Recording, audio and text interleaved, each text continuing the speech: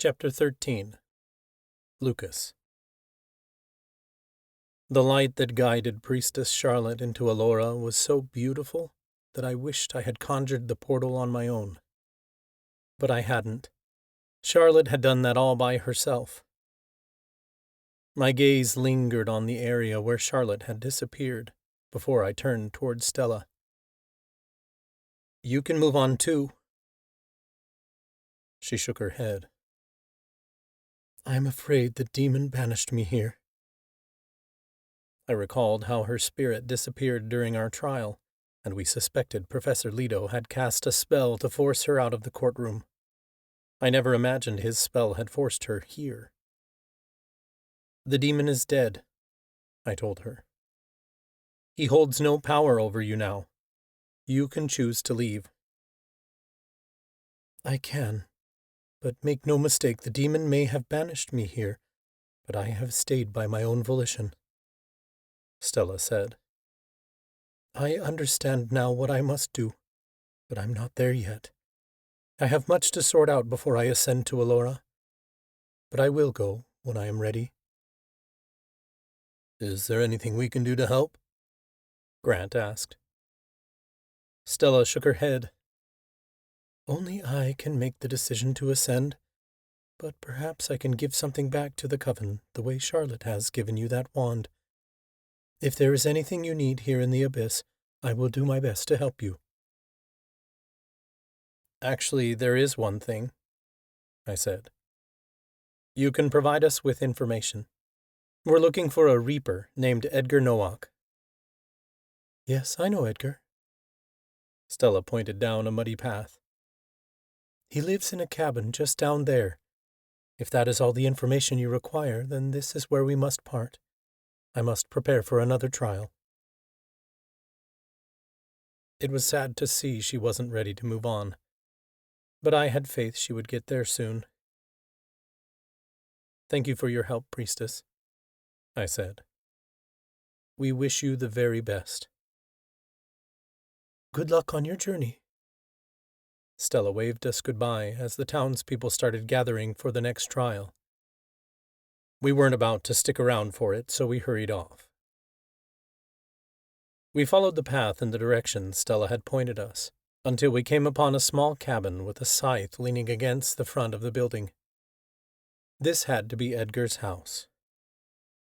My friend stayed behind me as I nervously approached the cabin and knocked. The door creaked open, revealing a dark figure behind it. The cabin was so dim that the man appeared as nothing more than a shadow. He wore a black cloak that concealed his features. I peered inside cautiously. "Edgar Nowak?" "Oh, it's you," he sneered. "I knew you'd be back." "Then you know who I am," I replied. "You are Lucas Taylor, the Reaper's apprentice. I could never forget the man who sent me here."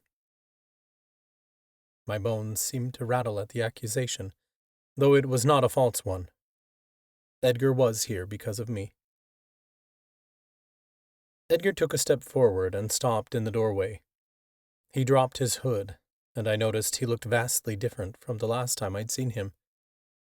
The night of the Reaper moon, he appeared to me as a skeleton, in long robes, with nothing but bony fingers and empty eye sockets. Here in the abyss, pale skin covered his body, and dark eyes stared back at me. He looked old, with wrinkles across his skin, as if evidence of the wisdom he'd collected over the years. It shocked me at first, and I took a step back. Edgar crossed his arms and narrowed his eyes. He wore a bitter expression, like that of a cat that had just gotten wet. "Am I not what you expected?" "You look different than the last time we met," I remarked. "I take the form that you expect of me." Edgar explained. "On Earth, my skeletal form is an omen of death, a confirmation to confused spirits that they have passed. Here, the people are already dead, so I look like them." You're not able to leave, are you? I wondered. Edgar shook his head. Recall that reapers can take other reapers' powers. It is why you summoned me at the Reaper Moon. When we fought that night, you overpowered me. You took control over my sentence and sent me through the reaping portal. The magic bound my soul to this realm, and I'm unable to escape the abyss. I am a reaper, a master of death. Reapers are not meant to be reaped. I never intended to trap you here. There has to be a way we can get you out, I insisted. The only one who can free me of this place is the one who sent me here, and that's you, Lucas. You must be the one to lead me out of the abyss. Edgar glanced at my friends behind me. But you didn't come all the way to the abyss to save me. You are still living. You come here for a purpose greater than my soul. We've come for the Oaken Wands, I admitted. The coven is breaking apart, and the wands are powerful enough to restore our magic and our hope. We know that you possess the Mortana wand, and that it's passed down among members of the Reaper Order. I know about the Warlock's trial.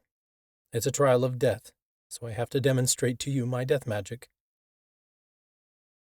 Edgar frowned. I cannot give you the Mortana wand as you wish. I certainly didn't like that answer, and I was desperate. I didn't come all this way to the abyss just for him to tell me he wasn't going to hand it over. We needed those wands to save the coven. This was bigger than any resentment we may hold towards one another. Then perhaps we can make an exchange, I offered. If I get you out of the abyss, then you will hand over the Mortana wand. That isn't how it works, Edgar grumbled.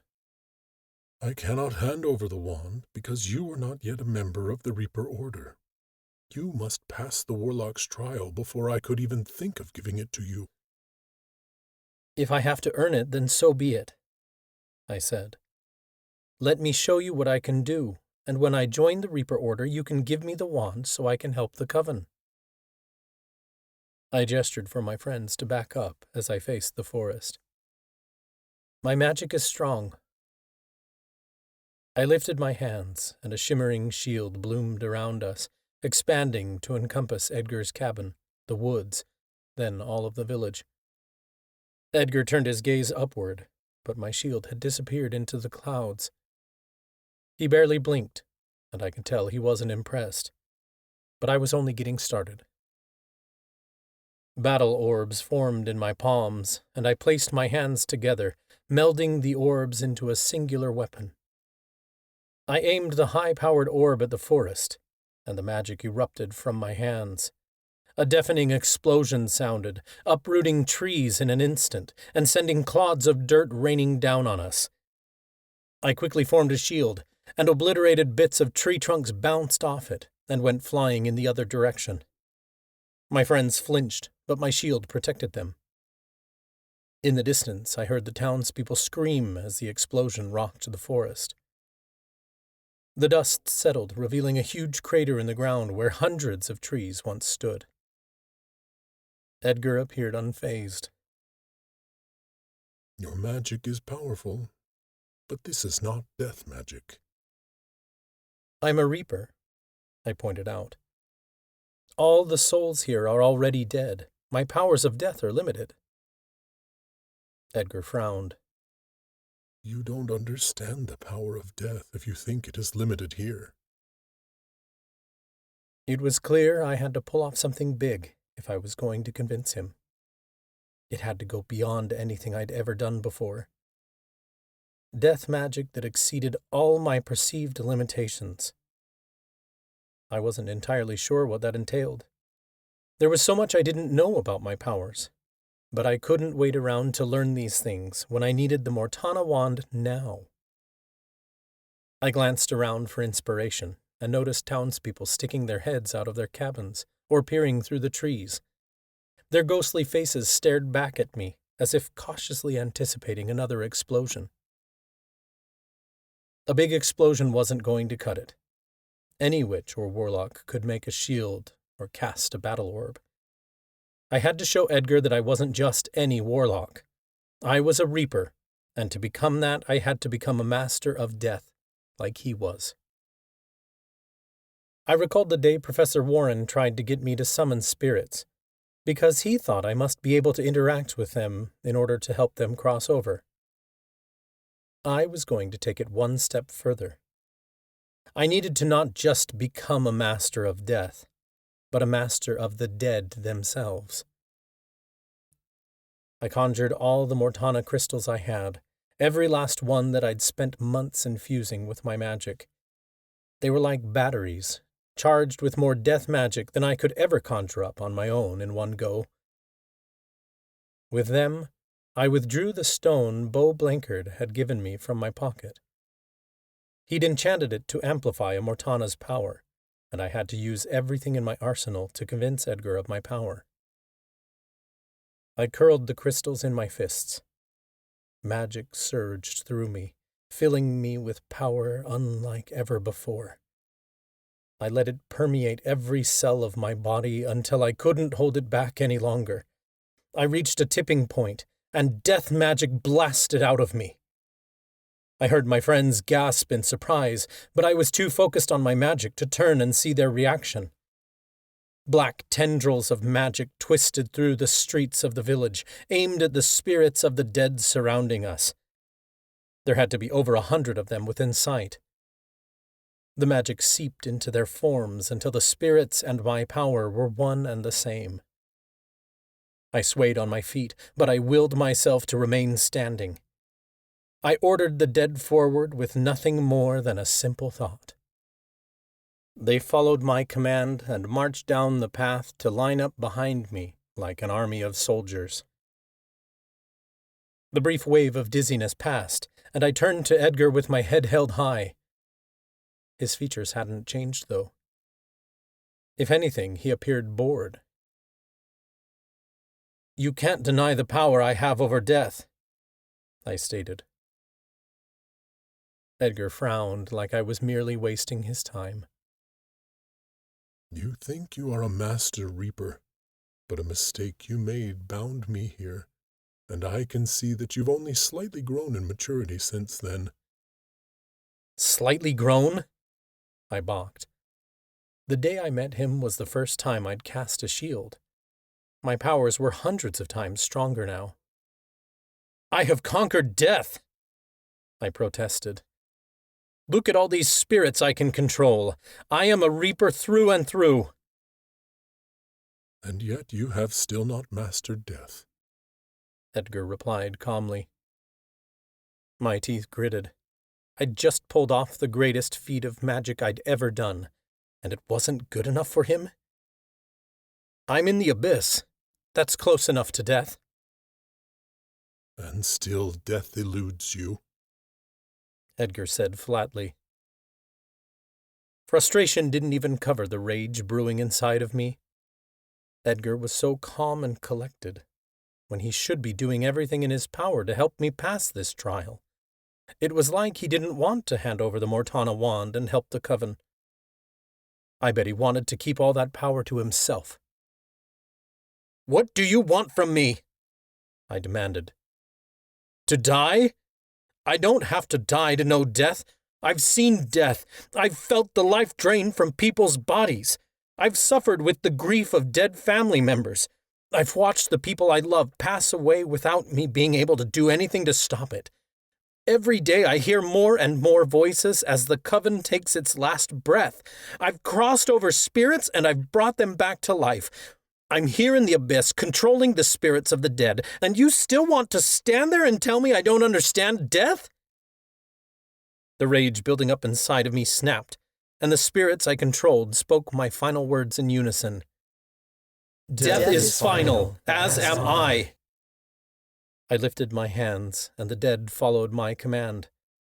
Our power combined until a glowing column of magic rose to the sky behind us. Power pulsed through the village so much that a hum fell over the town, and the magic lit up the forest like the sun. The column stretched far into the clouds and must have been at least a mile long, stretching so far we couldn't see the end of it. It was the kind of magic that could level the whole town in an instant if I commanded it to. Lucas? I heard Nadine's voice in the distance, warning me not to take things too far. It was too late. I ignored my friends and aimed my gaze on Edgar. I would command this spell to destroy him if I had to. Surely it wouldn't kill him here in the abyss. But if the torture I saw in the woods was any indication, it would hurt like a son of a bitch. This kind of power could blast him apart, until there was nothing left to knit back together.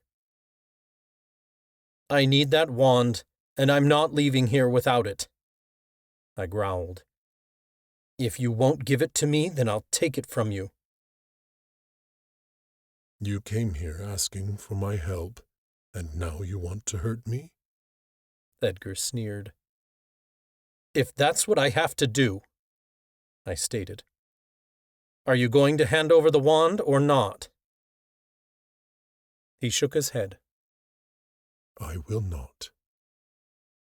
You just want the wand for yourself, I accused.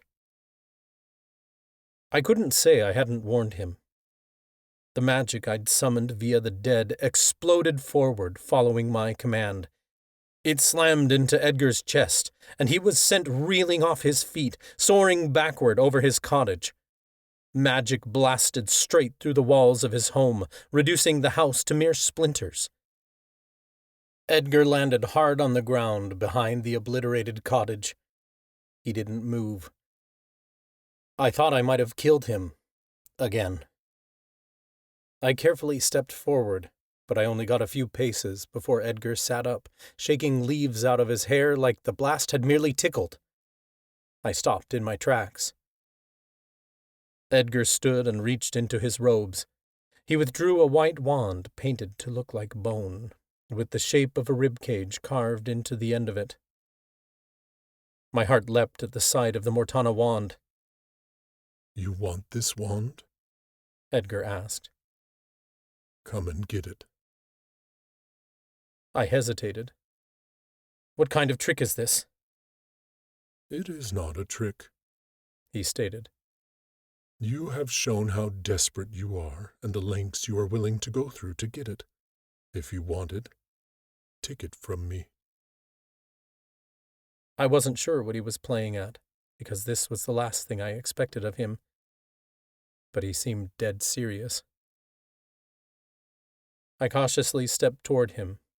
My fingers curled around the end of the Mortana wand, and I could feel its power pulsing through it. But when I tried to take it out of his open palm, the wand wouldn't budge. You see, Edgar asked. You can try, but even so it will not work. The Reaper Order cast a spell long ago to protect this Mortana wand, and the wand accepts the protection spell. You could try to pry this wand off of my soul, but my soul won't give it to you until you become a member of the Reaper Order. I was never your enemy, Lucas, nor am I now. All my rage melted away, and I saw how ridiculous I'd acted. Edgar wasn't trying to keep the wand for himself. He was only being reasonable, because there was magic here at play I clearly didn't comprehend. My shoulders dropped hopelessly. I attempted to hurt you and destroyed your home, all for nothing. You tried to tell me, and I didn't listen. I will find a new home, Edgar assured me as he placed the wand back in his cloak. Your intentions are noble, Lucas, but your methods are foolish. I've done everything I can. What more power do you want to see from me? I don't need to see any of this. Edgar gestured around. All this has shown me is that you are not ready yet. However, when the time comes, you will see me again. I wasn't sure I believed him. How will you find me? You can put an end to my sentence and give me back control of my power, he said. If you can get me out of here, I will be able to cross the spiritual realms once again. I want to go home, but I need your help. Will that earn me the Mortana wand? I asked. Edgar placed his hands on my shoulders. I couldn't explain it, but something deep in his eyes calmed me. There was caring nature there, like he really wanted to help, but he couldn't. There is no bargain you can make to obtain the wand. The Warlock's trial is not for me to judge. I have no choice. I cannot physically give you the wand until you've earned it. We need the Oaken Wands, I stated desperately.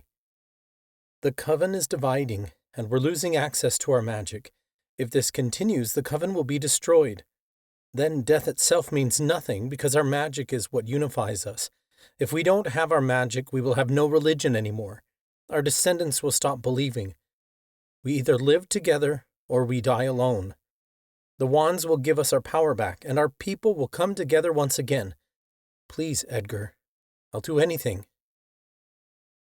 Perhaps that is the problem, Edgar stated. You will do anything, but all you need to do is the right thing. The Warlock's trial is not by my design, and therefore I cannot tell you what needs to be done. You had to pass it in order to join the Reaper Order. What did you do?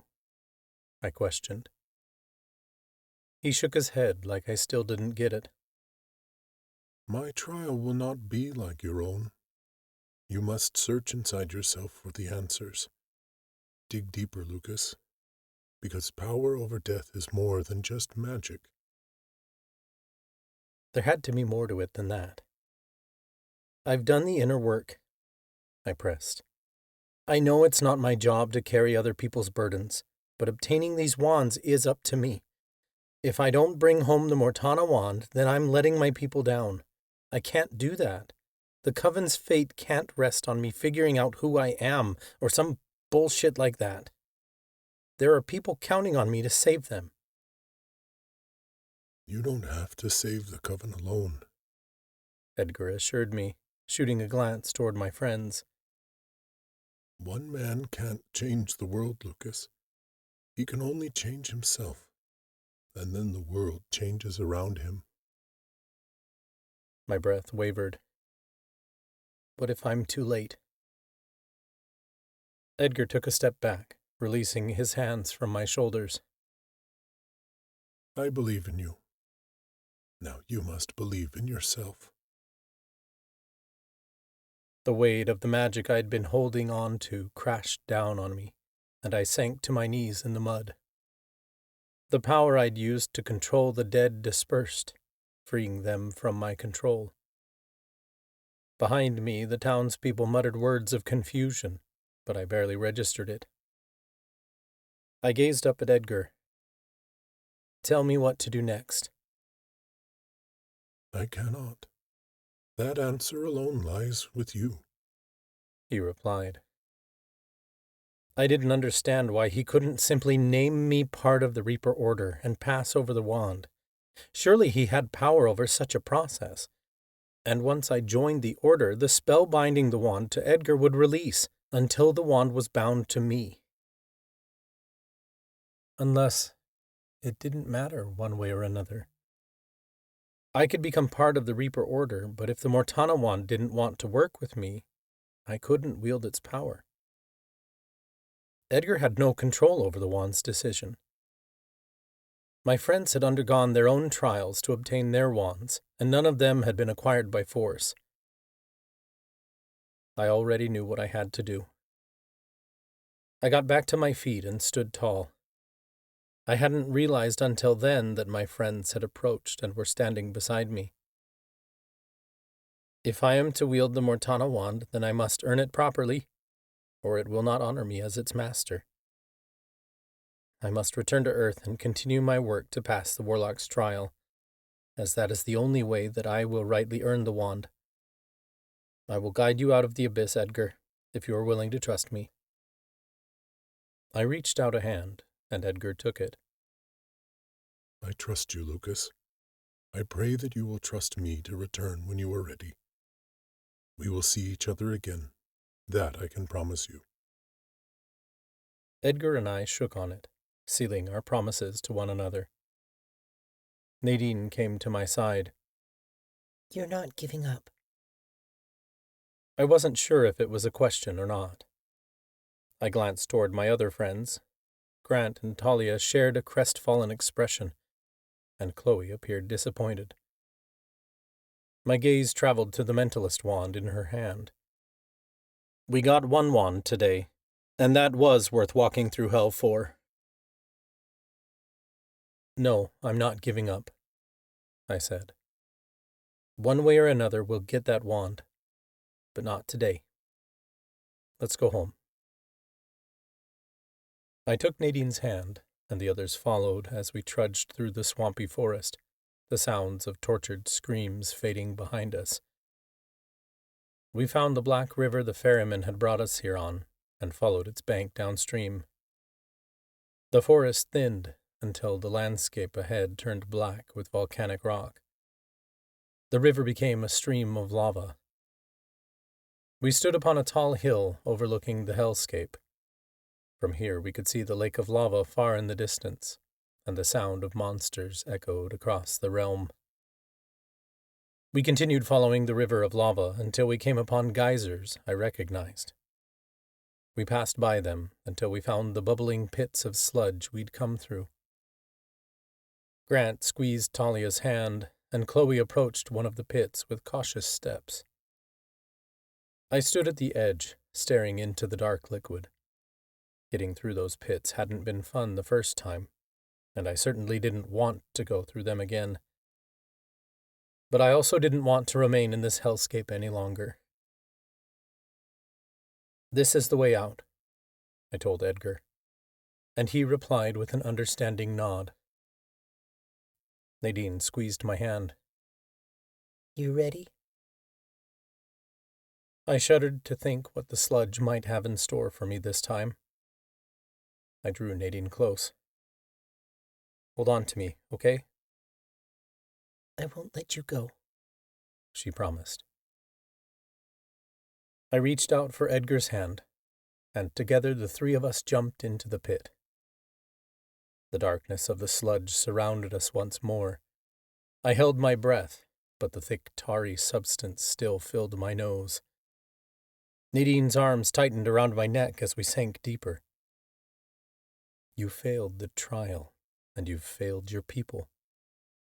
Death follows you wherever you go. Everyone leaves you. Even Helena didn't say goodbye. You're better off dead. You should end it right now. It wasn't like I hadn't already said all this to myself. The words barely seemed to faze me now. Edgar's fingers slipped out of mine. The weight of the sludge pushed down on me, carrying me away from Nadine. She began to slip out of my hold, my hands trailing along her arms. I found the ends of her fingers and squeezed her hands tightly. My lungs burned. Then I felt nothing. For a brief moment, I was completely unaware. Then my head broke the surface, and I inhaled a deep breath. I wiped sludge from my eyes with the back of my hand. I saw that I was back in the cave, surrounded by our cats. A witch light still hovered near the ceiling, illuminating the cavern. Oliver's shimmering form raced over to me, meowing in relief. Nadine gasped from beside me as her head broke the surface. I quickly reached for the edge of the pit and climbed out. I grabbed Nadine's arm, fighting against hell to drag my wife out of its depths. She emerged from the sludge, heaving heavy breaths. Edgar reached the surface after her and dragged himself over to the edge. Nadine and I fell onto our backs, panting. She rolled over and placed her hand on the side of my face. Lucas, are you okay? I closed my eyes, enjoying the feel of her touch on my skin. "Fine, Nade," I rasped. No, Lucas. She pressed. Are you okay? Her words held a deeper meaning. I was alive, but she wasn't asking if I was physically fine. She wanted to know how I'd handled the pits. I opened my eyes to stare up at her. The darkness of the pit is familiar, but I'm not going back to that dark place. I promised. I'll be okay. Coughing and sputtering came from the pits, and Nadine and I rushed over to help pull our friends from the sludge. We pulled Grant out, and he helped Nadine yank Talia and Chloe into the cave. The cats gave a collective meow, and the glow from the spell faded. The cats laid down beside each other, appearing exhausted. The sludge drained from the pits until they were dry once more. "We made it," Grant said in relief. Chloe glanced around frantically. "Where's Edgar?" "He's right here." I trailed off as I turned back to him. Edgar was nothing more than bones covered in a dark robe, though his form wasn't completely solid. I could see right through him, like he wasn't on the same plane as me. I realized I was the only one who could see him. Edgar offered a kind nod. "Now that you have pulled me from the abyss, I am free to journey back to Alora. It takes a powerful warlock to see a reaper on Earth, which means your magic is getting stronger. It shouldn't be long until we meet again. Goodbye for now, Lucas." Edgar waved his hand, and a portal emitting a bright light appeared beside him. I'd felt the encompassing warmth of that light before, and I knew it was Alora. "Edgar, wait," I called. "There's so much about my powers I have yet to learn. I don't understand how I'm going to pass the Warlock's trial. I'm merely an apprentice, but I have no master. Is there no way you can help me?" He turned to me. "I am a master of death, but I am not your master, Lucas. But I will leave you with this. Continue your fight, and you will join the Reaper Order sooner than you think. You will know when you have passed." His words were ominous, as if warning me of something yet to come. It felt so final, as if he spoke of death itself, as if our fight with the priestesses was sure to end me. "What does that mean?" I asked, but Edgar had already stepped into the light. His ethereal form faded, until my friends and I were alone in the cave. What did he say? Nadine asked. Nobody else had heard him, and they all watched me curiously. I couldn't answer for a beat, as if I was waiting for him to appear again and give more answers. All I was met with was silence. I took Nadine's hand. "He said I'm going to join the Reaper Order soon, but from what it sounds like, it's not going to be anything like what I've faced before." That means we're closer to the Mortana wand, Nadine noted. I swallowed the lump rising in my throat. "Let's hope so." Talia shivered. "At least we got one of the wands." "Well worth it," Chloe agreed. She flicked the mentalist wand, and the remaining sludge dripped off our bodies effortlessly. "Verla and Warren are waiting for us," Grant said. "Let's get out of here." The cats led the way down the tunnel. Everyone remained quiet on the way back. I must have been walking slowly because Grant, Talia, and Chloe went on ahead of us. Nadine nudged me lightly. Are you sure you're okay? Seeing the abyss got me thinking, I admitted. The night of your evoking ceremony, Mother Miriam asked you to go to the abyss for me. She told you later it was a demonstration, didn't she? To show her where your heart lies? When you told me that, I thought maybe she never intended to send either of us to the abyss at all. But maybe she had intended to send us there, knowing we wouldn't be there long. Because the thing is, it wouldn't have mattered anyway, because we could have gotten ourselves out.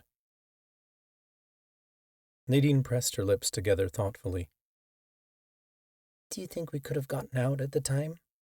We've learned so much since then about ourselves and how this all works.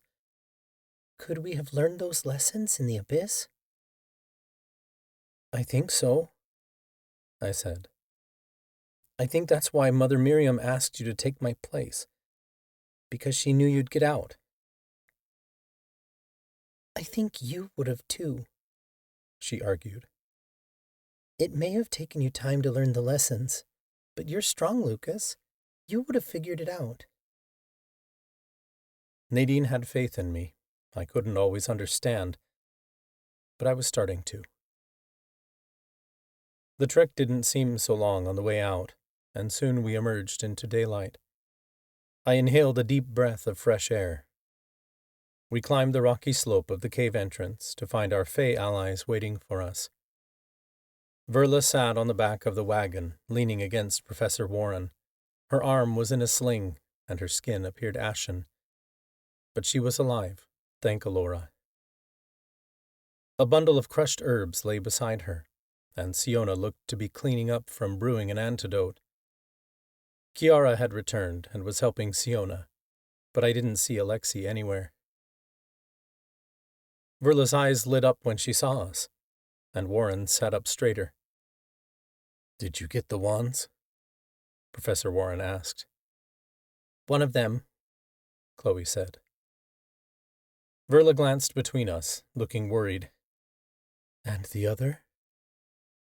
"Not yet," I admitted.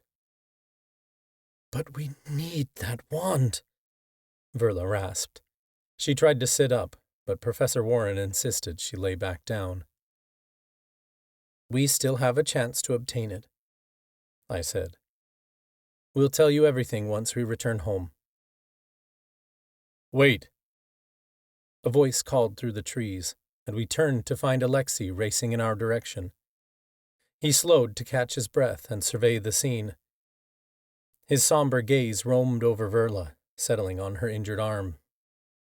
"Thank the gods you're all alive, though I see you haven't all made it out unharmed." "We ran across the questing beast in the cave, and it harmed Clarice before we injured it and ran off," Nadine explained. "I suggest your people continue to keep an eye out for the monster, because it's bound to return to protect its lair." I wanted to thank Alexei, Chiara, and Siona for their help, but I knew better than to thank the Fae. It was a good way to get yourself into a bad bargain. Instead, I said, "It's time for us to portal home now." "You can't," Alexei warned. "That is why I've come so quickly, to advise you to heed caution. I have received word that your last portal raised alarms. The enemy monarch knows that there are witches in the country. Her people are looking for you so they can kill you." "The one who seized the city of Pruska a few months ago?" Grant asked. "Yes," Alexei confirmed. "She's opposing Ethan and Emma in the revolution, and she's not kind to our people, let alone to any other supernaturals. Any witches found within her territory are immediately made an example of, and we are farther away from the protection of Dolinska than I would like. Her own army isn't stationed too far from here. She's been hanging any witches she finds and leaving their bodies in the woods as a threat to any witches that might stray into the country." "That explains the bodies we ran across earlier," Chloe mumbled. "Then we should portal out of here as soon as we can," I insisted. "If any one of us make a portal and a witch crosses through, her forces will be alerted, and they'll be here before all of you can portal out," Alexei said. "They won't hesitate. Our enemies are looking to recruit followers, and the rival queen knows the more witches she hangs, the more Fae will join her. It's best we all avoid portals altogether, because they're already looking for you. How are we getting out of here? Nadine asked. The sound of flapping wings came from overhead, and a large shadow passed over us. I looked up to see a group of massive reptiles with large wings descending upon us. Talia screamed, and I grabbed Nadine as we scrambled backward. Branches snapped, and the trees groaned as the creatures landed in the forest around us. "It's okay," Alexei quickly assured us. "They're windfarers, friendly Fakin." Only when the creatures landed did I get a good look at them. The windfarers were over a dozen feet tall, with long necks, round heads, and colorful bodies, covered in both fur and feathers. Their tails were skinny and long, and their wings appeared delicate and transparent, like those of a butterfly's. 5 of them stood before us, all in different pastel colors. I thought Fakin were supposed to be small, Nadine remarked, staring up at the marvelous creatures. "There are many species of Fakin, all related to our kind," Alexei explained. "The Windfarers are friends with the Fae, and they will take care of you as well. Take the Windfarers to Malovia's border. You can portal back home once you're out of the country." Cautiously I approached one of the Windfarers. He was light blue and the largest of the group. I reached out a hand, and he gently brought his velvety nose downward. I stroked his head a few times, and he cooed. Oliver followed along at my feet, and the Windfarer bent down to lick him. Oliver meowed happily. "They appear to be safe," I told the others. "We should get moving." "I hope you found what you were looking for," Alexei said. "It's best if you don't return. It's not safe here, even for our own people, but certainly not for your kind." "We won't be back," I promised. Professor Warren helped Verla to her feet, and they approached a lavender windfarer. He guided her onto the windfarer, then situated himself behind her to help her hold on. Grant climbed onto a pale green creature, while Talia took the pink one. Chloe rode a tangerine one, and Nadine and I settled onto the back of a large blue windfarer. Issa and Oliver jumped up beside us, then climbed into the hoods of our cloaks to hang on. The other cats settled in alongside their respective owners. "Use the clouds as cover," Alexei instructed, before pointing in front of us. "Head straight that way. The border is miles off, but it's a short flight. There's a wide river that marks it. Dismount the windfarers before you reach it, then cross the river to portal home. Keep a lookout for potential threats. There's an enemy Fae general who scouts the area nearby. His name's General Daver, Big Red Dragon. He works for the rival queen and has given us plenty of problems. You'll know if you run into him. If you do, fly as fast and far as you can, and pray to your goddess you make it out alive." It sounded ominous, but I was sure we'd make it. "Take care." "We will," Alexei replied. "And good luck." The windfarer spread its wings and kicked off the ground. Alexei, Chiara, and Siona waved goodbye as we departed. My stomach flip-flopped as we took off, and my arms tightened around Nadine. She leaned against me as if to assure me she was okay.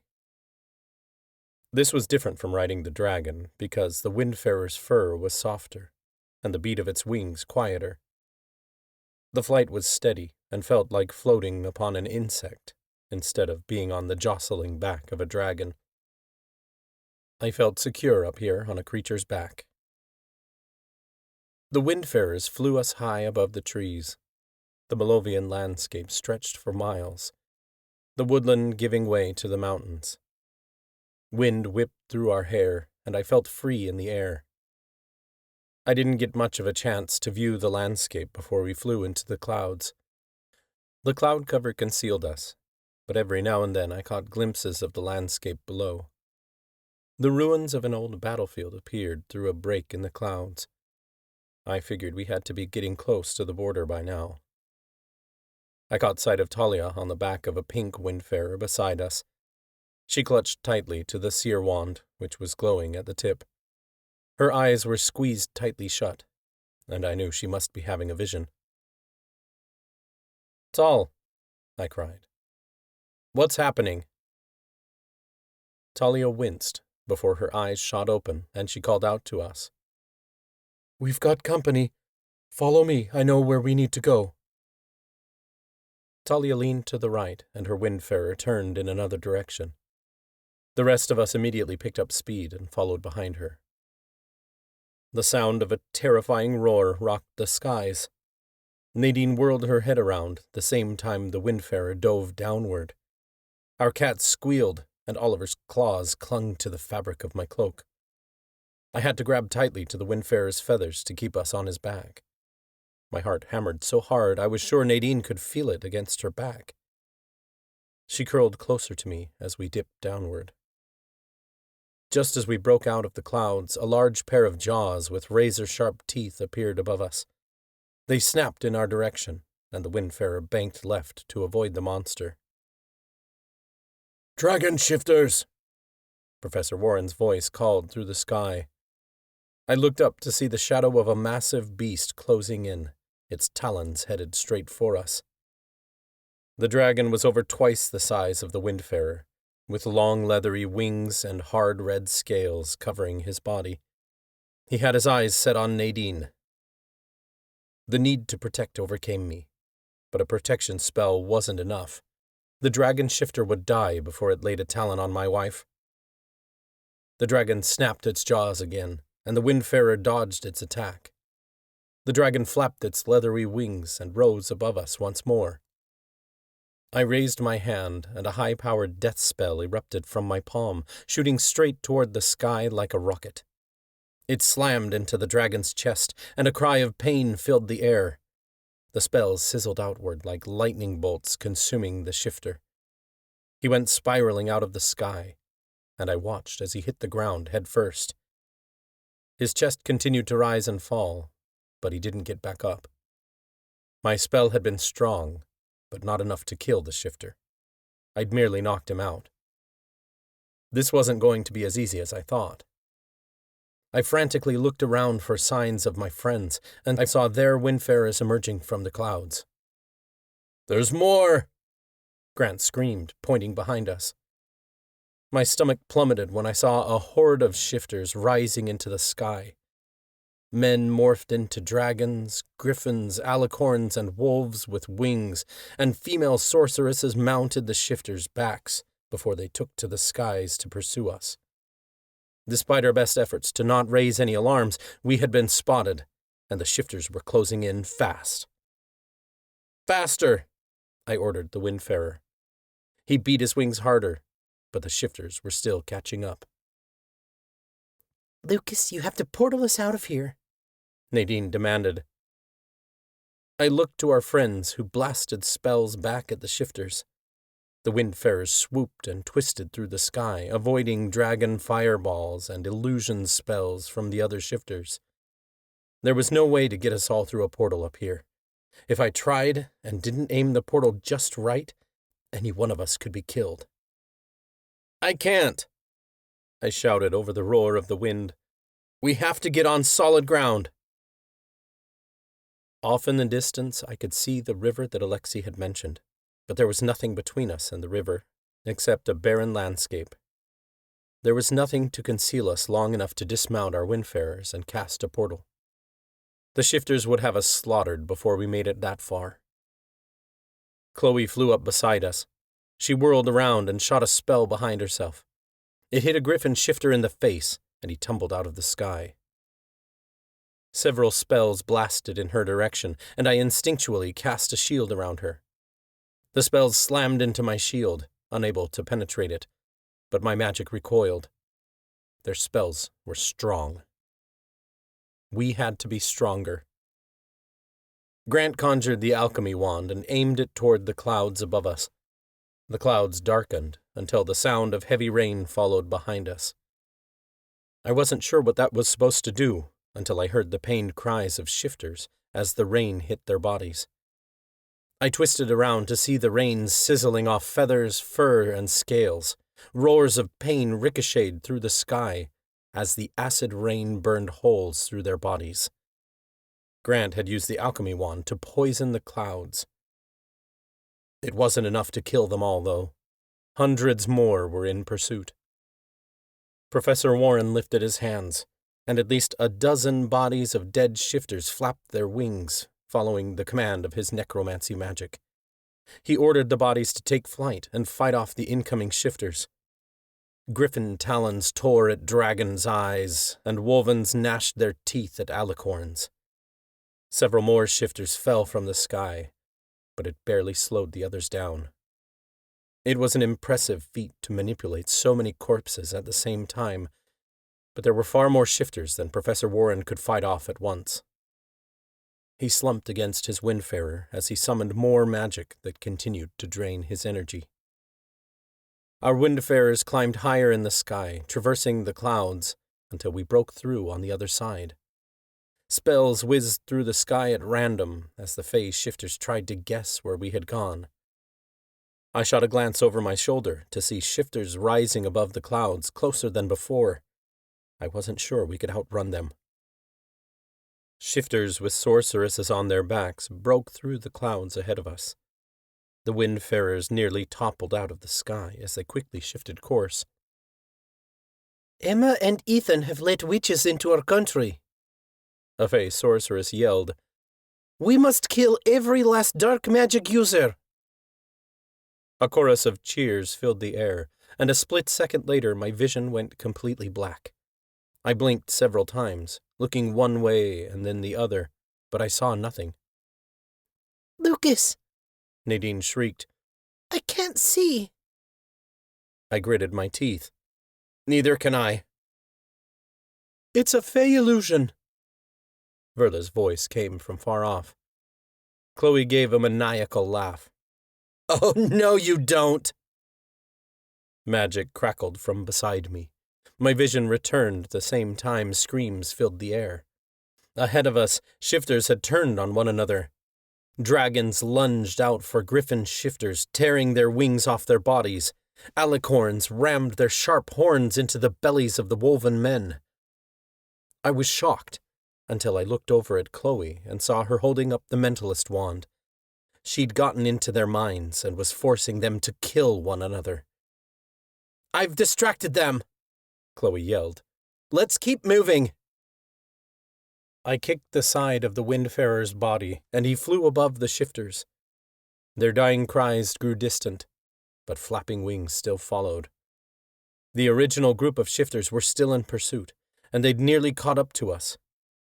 "What do we do?" Grant cried. "We've always been told witches can break Fey magic," I shouted to my friends. "One-on-one, they're stronger than us, but together we're stronger than they are. Let's see if the stories are true. We need to combine our magic." We all lifted our hands in unison, and magic of all colors began to swirl through the sky. Nadine gathered the power of all 5 castes into one central core at her heart. Then it expanded outward, encompassing us all in a protective shield. Spells slammed into the shield. Nadine gave a shudder with each one, but our magic held. Then Nadine did the most incredible thing. She commanded the spell to grow until our magic touched the Fey. One by one, Nadine broke the Fey spells, and the shifters turned back into men. Screams tore through the air as the Fey fell through the skies. Women tried to conjure their Fey wings, but it was to no avail. Our enemies spiraled out of the sky, plummeting to their deaths. Talia maneuvered her Windfarer in the direction the seer wand had shown her, and we all followed. We banked to the right, avoiding the open space ahead. Instead, the Windfarers landed in a cluster of trees, and we quickly made our way across the river. Our shoes squished with mud as we came out on the other side. The second we were across the river and outside the boundary of Malovia, I created a portal, and we leapt through. The air shifted around us, and we stood in the forest just outside the safe house. I quickly glanced around to see if everyone and their cats had made it, and I breathed a sigh of relief when I saw we were all here. "Thank the goddess," Talia cried, before falling into Grant's arms. Verla sagged against Professor Warren. "We made it," she breathed. Warren got a worried look on his face, then turned to me. "The venom did a number on her. I'm going to get her to her room right away. You should all rest, too. It's been a long night." The morning sun peeked through the overcast sky. It was only then that I realized how tired I was. The others looked exhausted. Warren led Verla inside ahead of us, and we followed behind them. When we stepped into the living room, my stomach dropped. Tate and Mandy sat on the couch, curled under blankets. Tate was sleeping, though Mandy was wide awake, watching the door. Tate stirred when we arrived. Miles and Onyx were both pacing the room, looking worried. It had been over a day since I portaled them to the safe house, promising to return as soon as possible. It had been a long time to make them wait. When we walked in, both of them gave a start. "You're back!" Onyx cried. "Finally," Miles added. "Is everyone okay? We thought maybe—" He winced, like he couldn't bear to finish. "We made it," Chloe said. "and we brought 3 wands with us." Mandy sat up straighter. "You found all the other missing Oaken Wands? The ones the priestesses don't have?" "We found one of the missing wands," Grant explained.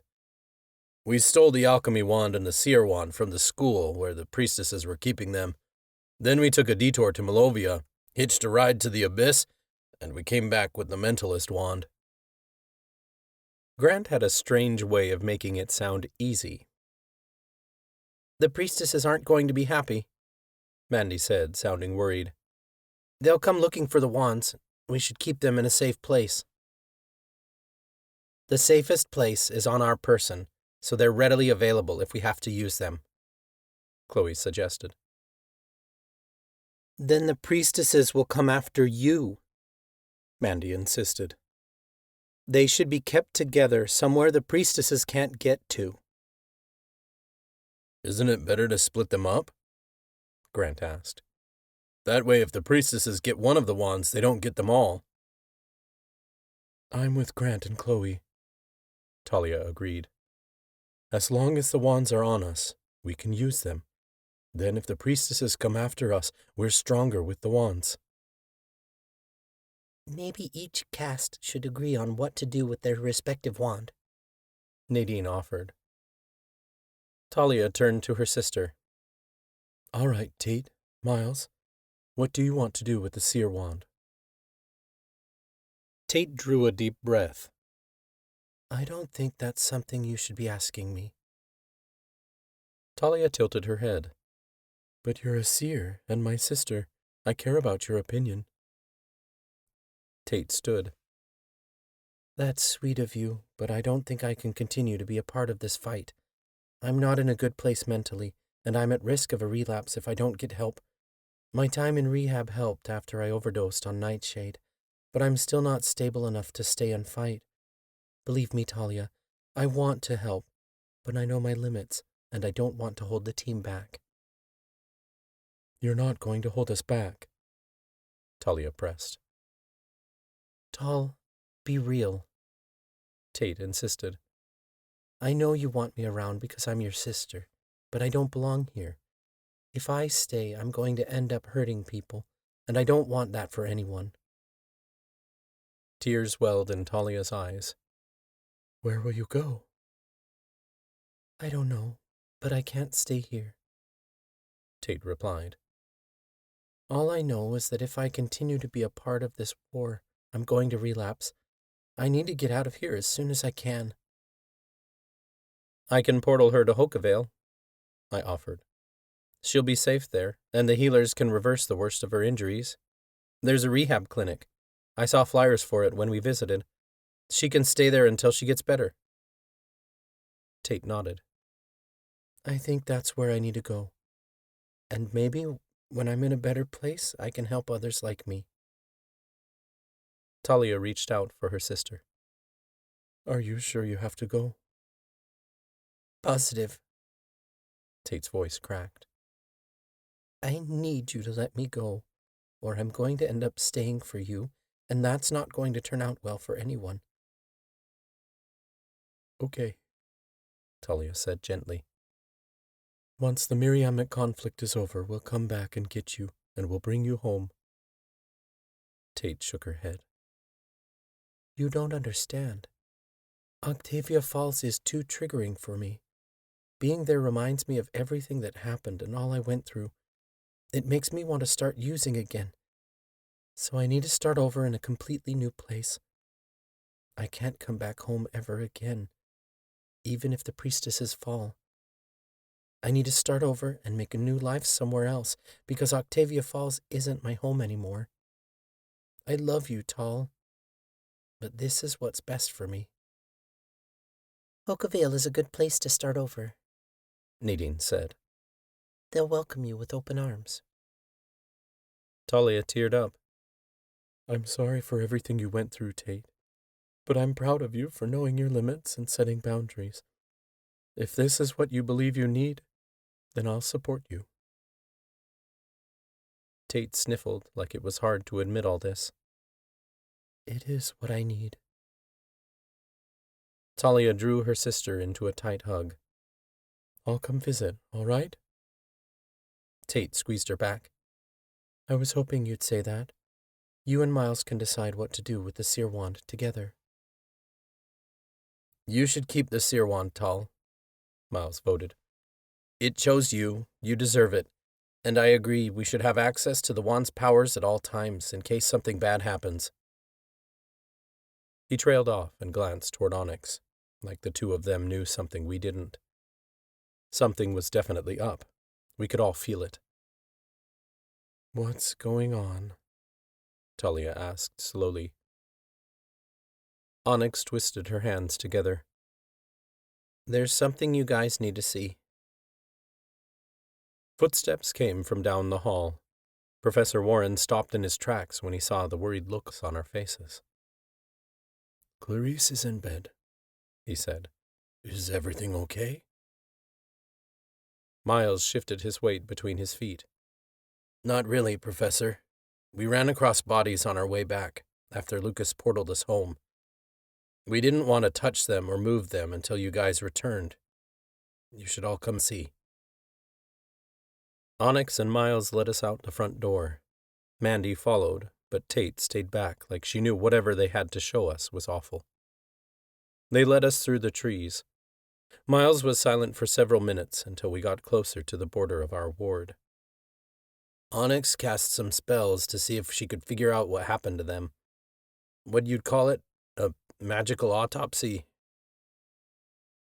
Yes, I made a potion I learned from my nursing classes, Onyx said. I sprinkled it around the scene. It's supposed to show the areas of injury, but we didn't find any injuries. We don't know how they died. They hadn't exactly said what kind of bodies they found. I thought maybe they'd found dead animals or something. Then I saw where they were leading us. Ahead of us in the forest, not far beyond the boundary of our ward, 2 corpses lay motionless on the ground. The 2 men were dressed in identical black uniforms. Executors? Nadine stopped in her tracks. She steadied herself against a tree while Professor Warren stepped forward cautiously. We figure the priestesses sent more executors looking for us after the others we killed didn't report back, Onyx said. But they were dead by the time we got here, Miles added. We don't know what killed them. It looks like they just collapsed. Talia stepped closer. We're at the border of our ward. If they came much closer, they would have found it. Nadine, can our ward kill them? Nadine shook her head. No, our ward keeps us concealed, but it isn't deadly. I stepped closer to inspect the bodies. Something about this was very strange. Usually I could feel the emptiness of death permeating the air. But this was different. I felt less than empty. I felt nothing. Lucas, what did you hear when they died? Nadine asked. It might give us clues as to what happened. I shook my head. I can't be sure. I hear multiple thoughts every day. I can't identify whose thoughts they are if I don't know them personally. I've learned how to handle it, so it's more like background noise. We were fighting executors and then escaped to Malovia when this all happened. I wasn't paying attention, so I'm not sure what they said. Any idea how long they've been out here? Chloe asked Professor Warren. He waved his hand over the bodies, using his death magic to assess the scene. They haven't been here long. They must have died right before Miles and Onyx found them. I looked at Miles. Were you able to sense their ghosts when you found them? He shook his head. No, I tried, but they must have already moved on by the time we got here. Chloe turned to Talia. Can you see into the past and find out what happened here? I can try. Talia held up the seer wand, which began to glow at the end. She closed her eyes, and her lids began to flicker. The wand glowed brighter until Talia's knees gave out. Grant rushed to catch her, then gently lowered her to the ground.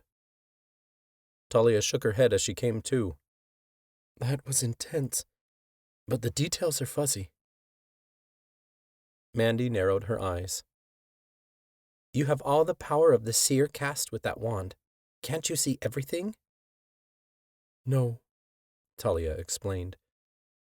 The coven's visions are often hazy and left up to interpretation. We aren't as powerful as prophets. I can't tell you who killed these people, but I can tell you they were murdered. What did you see? Professor Warren asked. I saw a person in a black cloak, but it was dark outside. I couldn't see their face, Talia said.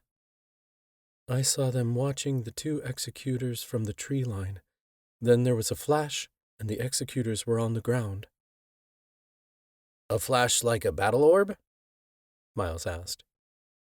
Talia shook her head.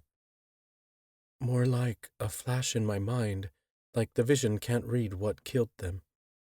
Whatever the spell was, it was powerful, and it didn't leave any traces. Then I heard Miles' voice, and the person in the cloak fled. Miles's features fell. So we stumbled upon them right after they were killed? The killer didn't even get a chance to hide the bodies. Or they wanted us to find them, Chloe pointed out. Like they want us to know they're here watching us. A shiver traveled down my spine. The killer can't be with the priestesses. They wouldn't have slaughtered their own people.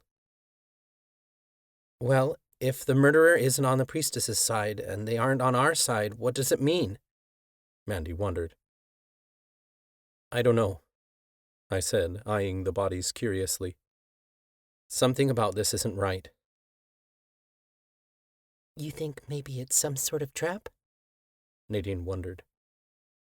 I glanced around the quiet forest. If that were the case, the priestesses would have been here by now. Nadine turned to Talia. Can you use the seer wand to track down the killer? Talia closed her eyes again, but a confused expression crossed her face. I'm getting images of a forest. This forest, I think. But it doesn't make any sense. I can't tell where the killer's gone.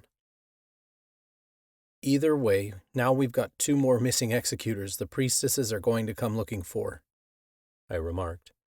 They're going to send more until they find something. Then let's give them bodies to find, Professor Warren suggested. I nodded, understanding his intent. We need to move them far away from the safe house. It will throw the priestesses off for a while, get them looking for us elsewhere. Let me cast a spell. I'll block any visions that might lead the priestesses back here. Talia waved the seer wand, and tendrils of magic settled over the bodies, then faded.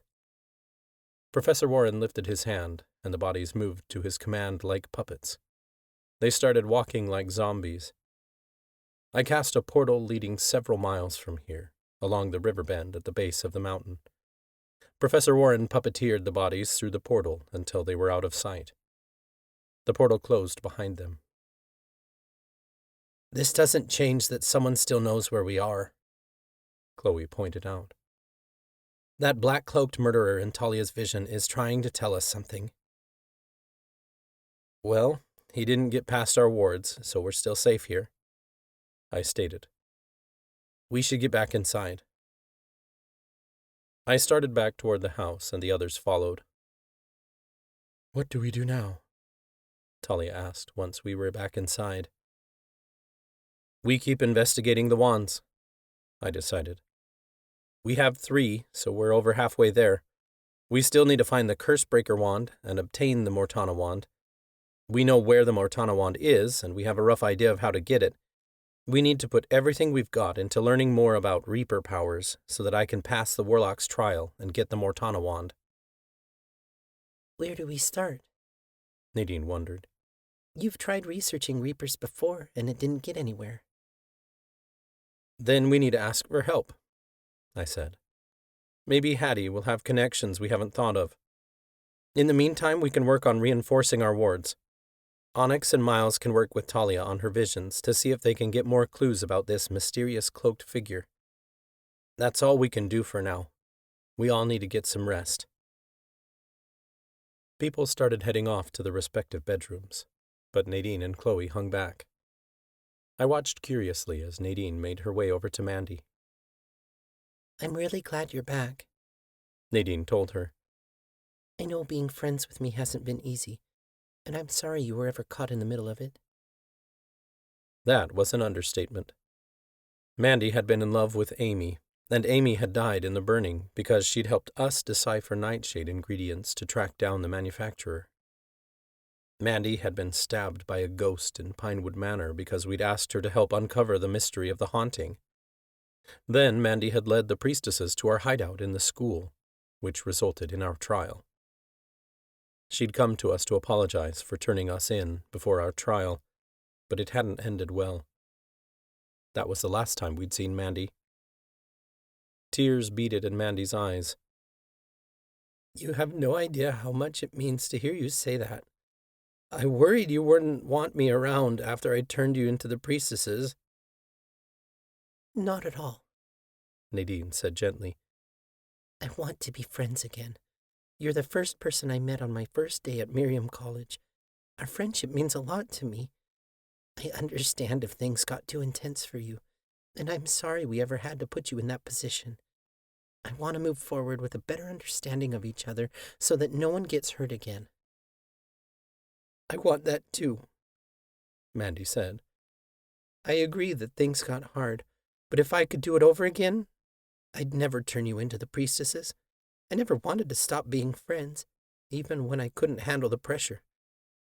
All I wanted was your forgiveness. And you have it, Nadine promised. Tears streamed down their faces as the girls hugged. I owe you an apology too, I told her. The last time we spoke before our trial, I was very harsh with you. I should have put myself in your shoes. Maybe I would have understood better what you were going through. If you can forgive me for turning you in, then I can forgive you for what you said that day, Mandy offered. Then we have a deal, I told her, reaching out to shake her hand. Chloe stepped forward. If you'll accept my apology, I'd like to say sorry as well. I treated you awful, especially after you dated Ryan right after we broke up. I mean, the guy's not even worth it. There's no excuse for how mean I was, and I never should have treated you that way. Mandy chuckled, like Chloe was already long forgiven. Don't worry about it. I'm totally over him. So, we're good? Chloe asked. Yeah, we're good. Mandy said, glancing between the three of us. We're all good. I've been through a lot since you've been gone. I used to think we couldn't go up against the priestesses, but I was wrong. I've never been more ready to face them. I want to keep working with you to find the Oaken Wands and do right by the coven. I didn't think we'd ever be friends with Mandy again after she turned us into the priestesses. But I'd been wrong. If we could mend our relationship with Mandy and unite our friends, then we could certainly heal the coven too. We just had to keep trying.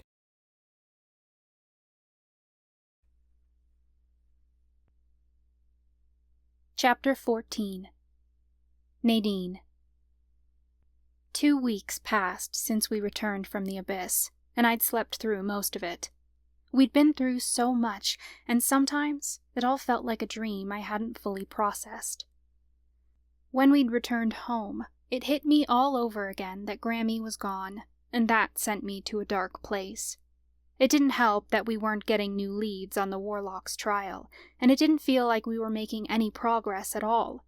I felt out of control to change anything. I cried every day, so I slept a lot just to block out the world, because there was nothing else for me to do. I napped for hours at a time, curled under the blanket Grammy had crocheted, the one she'd gifted to me during my bridal shower. It still smelled like her, and I couldn't decide if that brought me comfort or hurt even more. My friends kept trying to push on without me and gain answers, but I couldn't find it in me to join them. I'd gone to the abyss and seen what the witches were willing to do to each other, even in death. If we were hell-bent on torturing one another in the afterlife, what was the point? There were witches in the abyss who'd been tormenting themselves and others for centuries, and they were happy doing it, so why bother interceding? Why was I even trying to stop any of this, when most of the coven was going to keep persecuting those among us, even in death? That's how I thought sometimes, though the thoughts didn't feel like my own. I knew we had to push on and find the rest of the Oaken Wands, but it was hard when I felt empty inside. It was like Lucas and I had swapped places. He cooked me meals and convinced me to get out of bed at least once a day to take a walk. He'd gotten really good at taking care of me. When Lucas wasn't sleeping next to me, he was going through old books Hattie had given us shortly after we returned. She couldn't find anything on Reapers, so she'd sent along books about the afterlife from other supernatural societies and suggested we start there. She thought there may be some similarities between the lore. So far, it didn't sound like Lucas had found anything new. We couldn't go up against the priestesses until Lucas had the Mortana wand. We could use the Mentalist, Seer, and Alchemy wand against the priestesses, but with an army of Mortana executors on their side, we'd be slaughtered by death magic the second we showed our faces in Octavia Falls. I witnessed Talia's tearful goodbye with her sister before Lucas portaled Tate to Hokavale. Talia had baked her cookies and sent Tate with one of her sweaters and a care package. Tate seemed relieved to be leaving Octavia Falls for good. I really thought Hokavale was going to be good for her. Talia hadn't learned much else from her visions about the mystery man who was lurking our ward borders. No one had disturbed us since, so I figured Lucas was right and that we were safe here. With the 3 Oaken Wands we'd obtained, our wards were stronger than ever. Talia was using the Seer wand to keep an eye on the priestesses. We'd thrown them off our location by moving the executors' bodies, and they'd been searching for us miles away. The priestesses were so preoccupied with searching for us that they weren't doing much else inside the coven right now, according to Hattie's report. They were obviously preoccupied with finding out where we'd taken the wands, but they hadn't been able to track us down. Miles suggested we use the wands to read the priestesses' minds, to get more information, but neither Chloe nor Talia could get their wands to work that way. There were witches from both the Mentalist and Seer castes who could read minds to some degree, but it required skill that neither Chloe nor Talia had mastered. The wands were powerful, but they were still limited by the confines of witch magic, and by the caster themselves. Though some witches could read minds, most couldn't do it at a distance, and it was especially difficult to read someone's mind without their consent. Most witches' mind-reading abilities only captured fragments of thoughts anyway. It was a skill that might prove useful, but Talia and Chloe were still working on it. Even with the wands, they weren't all powerful. They needed to find, then teach themselves, a way to get around all these constraints, and it wasn't an easy process. Things were getting worse inside the coven. It was obvious because the waning had hit all of us harder over these last few weeks than it had all summer. We had 3 wands to combat it, but they weren't much help with mine or Lucas's powers. He'd gone days unable to use his portal magic, and we needed to make a supply run soon. I woke one morning to find Lucas was already out of bed. My joints protested as I rolled over to check the clock. It was almost noon already. I sat up in bed and yawned. All I wanted to do was curl up and go back to sleep. It took everything in me to haul my ass out of bed. My legs felt like noodles, and I had to lean against the nightstand for support. Dread sank in my stomach. "Fucking hell," I growled. "Not again."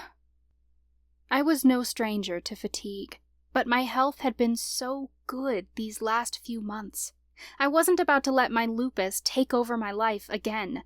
It was only a matter of time before one of my friends found a lead, and we were going to act fast to obtain another wand. Furthermore, the priestesses could show up on our doorstep at any time, and I'd have to be ready to fight them. I didn't have the time or ability to continue lying in bed anymore. I needed to be proactive. It was one hell of a wake-up call. I sank back down onto the bed. I waited several minutes, like the fatigue might pass, but I knew this feeling all too well. Chronic illnesses were unpredictable, and an episode like this could last for months before I got my energy back. I became increasingly angry the longer I lay there. My doctors had predicted a 3 to 5% chance my lupus would ever return after the kidney transplant. What's more, Dr. Yonker had told me my lupus would go into remission a year or 2 after I got my magic. He'd obviously lied. Either way, the chances of symptoms returning was so low. Why was this happening now of all times? The possibilities terrified me. If my lupus was back, did that mean my kidney was failing? Was it too much to ask for my symptoms to just be over and done with? The mattress shook beneath me, and I gave a start. I looked over to see Issa jumping onto the bed. She nudged her nose into my hand, as if to ask if I was okay. I wiped my eyes and stroked her head. "I'll be all right." I don't think Issa believed me, because she snuggled up on my belly and began purring. I could hear chatter from downstairs. I wanted to go join everyone else, but I couldn't muster the energy to talk to a single person, let alone a whole group. At the same time, the bed was so uncomfortable when I felt like this, and I didn't want to go back to it, but I had to do something with my body, because otherwise I'd just sit here and suffer. I hated it. This was not the life I wanted. I didn't want to spend my life wasting away. I'd done enough of that these last 2 weeks. It had been my choice, but if my illness flared, I couldn't get up and live my life when I wanted. No, when I needed to. I had to get ahead of this, before my lupus flare gained control over my life again. "Issa," I whispered as I stroked her fur. "I've got to ask for help." Issa gave a light meow, like she agreed with me. Taking a deep breath, I swung my legs off the corner of the bed. Down the hall, Onyx's door was wide open, and she was organizing alchemy supplies inside. A cauldron sat on the dresser, surrounded by various crystals and herbs. Charms hung from the ceiling fan, and incantations scribbled on sticky notes stuck to her mirror. A haunting melody played from her phone. "Onyx, do you have a minute?" I asked. She looked up from the herbs she was arranging on her dresser. Sure, Nadine. Come in. I stepped into the room, and Issa followed me. I closed the door, because I didn't want anyone to overhear, then sat on her bed. Onyx shot a curious glance at the closed door, like she knew whatever I had to say was serious. You worked at the hospital, I started. What do you know about lupus? Onyx spoke slowly, like she was worried where I might be going with this. I have my nursing license, but I'm not a doctor. I only know what I've gathered from reading up on it. Is everything okay? I tried to keep the worry from my features, but I wasn't sure it worked. No, I admitted in a broken voice. I woke up really fatigued. I'm afraid my lupus is coming back, and I wouldn't normally ask for help, but we're fighting a war. I can't deal with the unpredictability of my illness, so I need to get on the front end of this before it gets worse, because I know it inevitably will.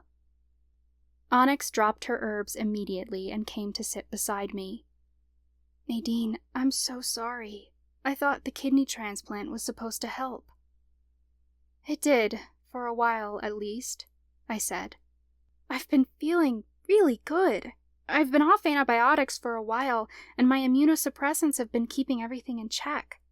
The doctors said I was good, and now I'm scared that I'm not. We'll figure it out, Onyx promised. I can brew something to help with the fatigue. I swallowed the lump rising in my throat. I'm worried it's more than that. What if my body's rejecting the kidney? Onyx's features paled. I can help you manage symptoms, but if you think your kidney's failing, you need to see a doctor immediately. I sighed heavily. I thought I was done with all that. We won't know anything for sure until you see a doctor, Onyx said. You don't have any potions that will help? I asked, hopefully. Onyx frowned. Nadine, you just told me your kidney could be failing. I can't mess with something as severe as that. I know, it's just... the last thing I want is to end up in the hospital again. Then we have to get you treatment, right away. Onyx stood and reached out a hand. Come on, let's go talk to Lucas. No, I said quickly. I don't want to worry him if it's nothing. I know I agreed to open up about my health more, and I'll tell him everything, but I need to talk to the doctors alone first. Then, if it's bad news, I can find a way to tell him myself. There was no use in worrying anyone until I knew what was going on. I could be overreacting, but if it was as bad as I was thinking, I needed time alone to cry. Onyx eyed me for a few moments before nodding in understanding. All right. You can talk to your doctors first, but we still need to get Lucas to portal you to Hokavale. He's downstairs, planning a supply run. I need to refill my prescriptions anyway, and I'm due for a pharmacy visit, I said. Onyx led me out of the room, and we found the others gathered in the living room. Lucas held up a list. The tub in the downstairs bathroom is having some plumbing issues, so Grant and I are going to pick up some supplies to fix that. The pantry's running short on essentials. Warren has made strong allies with various charities in Celestial City, so we can get those essentials there for a good price. He's convinced the angels he's interested in converting to their religion, so they'll continue to provide him with supplies, so long as he keeps up the ruse. They'll do anything to get him baptized. Unfortunately, the angels don't carry some of the herbs we're running low on for spell work. The vampires are willing to trade for the right price, Verla offered. Her arm was out of the sling, but the questing beast's attack had left a permanent, twisted scar even the healers in Hokavale couldn't fix. It would forever serve as a reminder how much she cared, that she was willing to sacrifice herself to save me. Lucas nodded. Then I'll send you to negotiate with them. Let's see. What else? My meds are running low. My tone came out sounding even, but my heart was in my throat. I need to go to the pharmacy in Hokavale. Lucas made a mark on his list. All right, Nadine will pick up meds. I think we're all set then. Text me when you're done, so I can portal you all home. Lucas started portaling the others to their respective locations, and I slipped on my shoes. I was still in my pajama pants and sweatshirt, but I didn't really care. I didn't think I could bring myself to get dressed now anyway. I was too worried. Do you want someone to come with you? Lucas asked before he opened my portal. No, I said, almost too quickly. Hookavale's a safe place. I'll text you once I'm done at the clinic. Lucas gave me a kiss, then portaled me right outside the walk-in clinic. A few people looked my way when I stepped through the portal, but I ignored them and headed straight for the doors.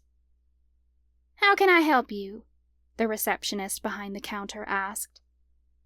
I need to see a doctor. How soon can I get in? She typed a few things on her computer. Dr. Malik is available. He's a world-renowned doctor and will take good care of you. That sounds perfect. Thank you. Yes, of course. What's your name? The receptionist asked. Nadine Taylor, I told her.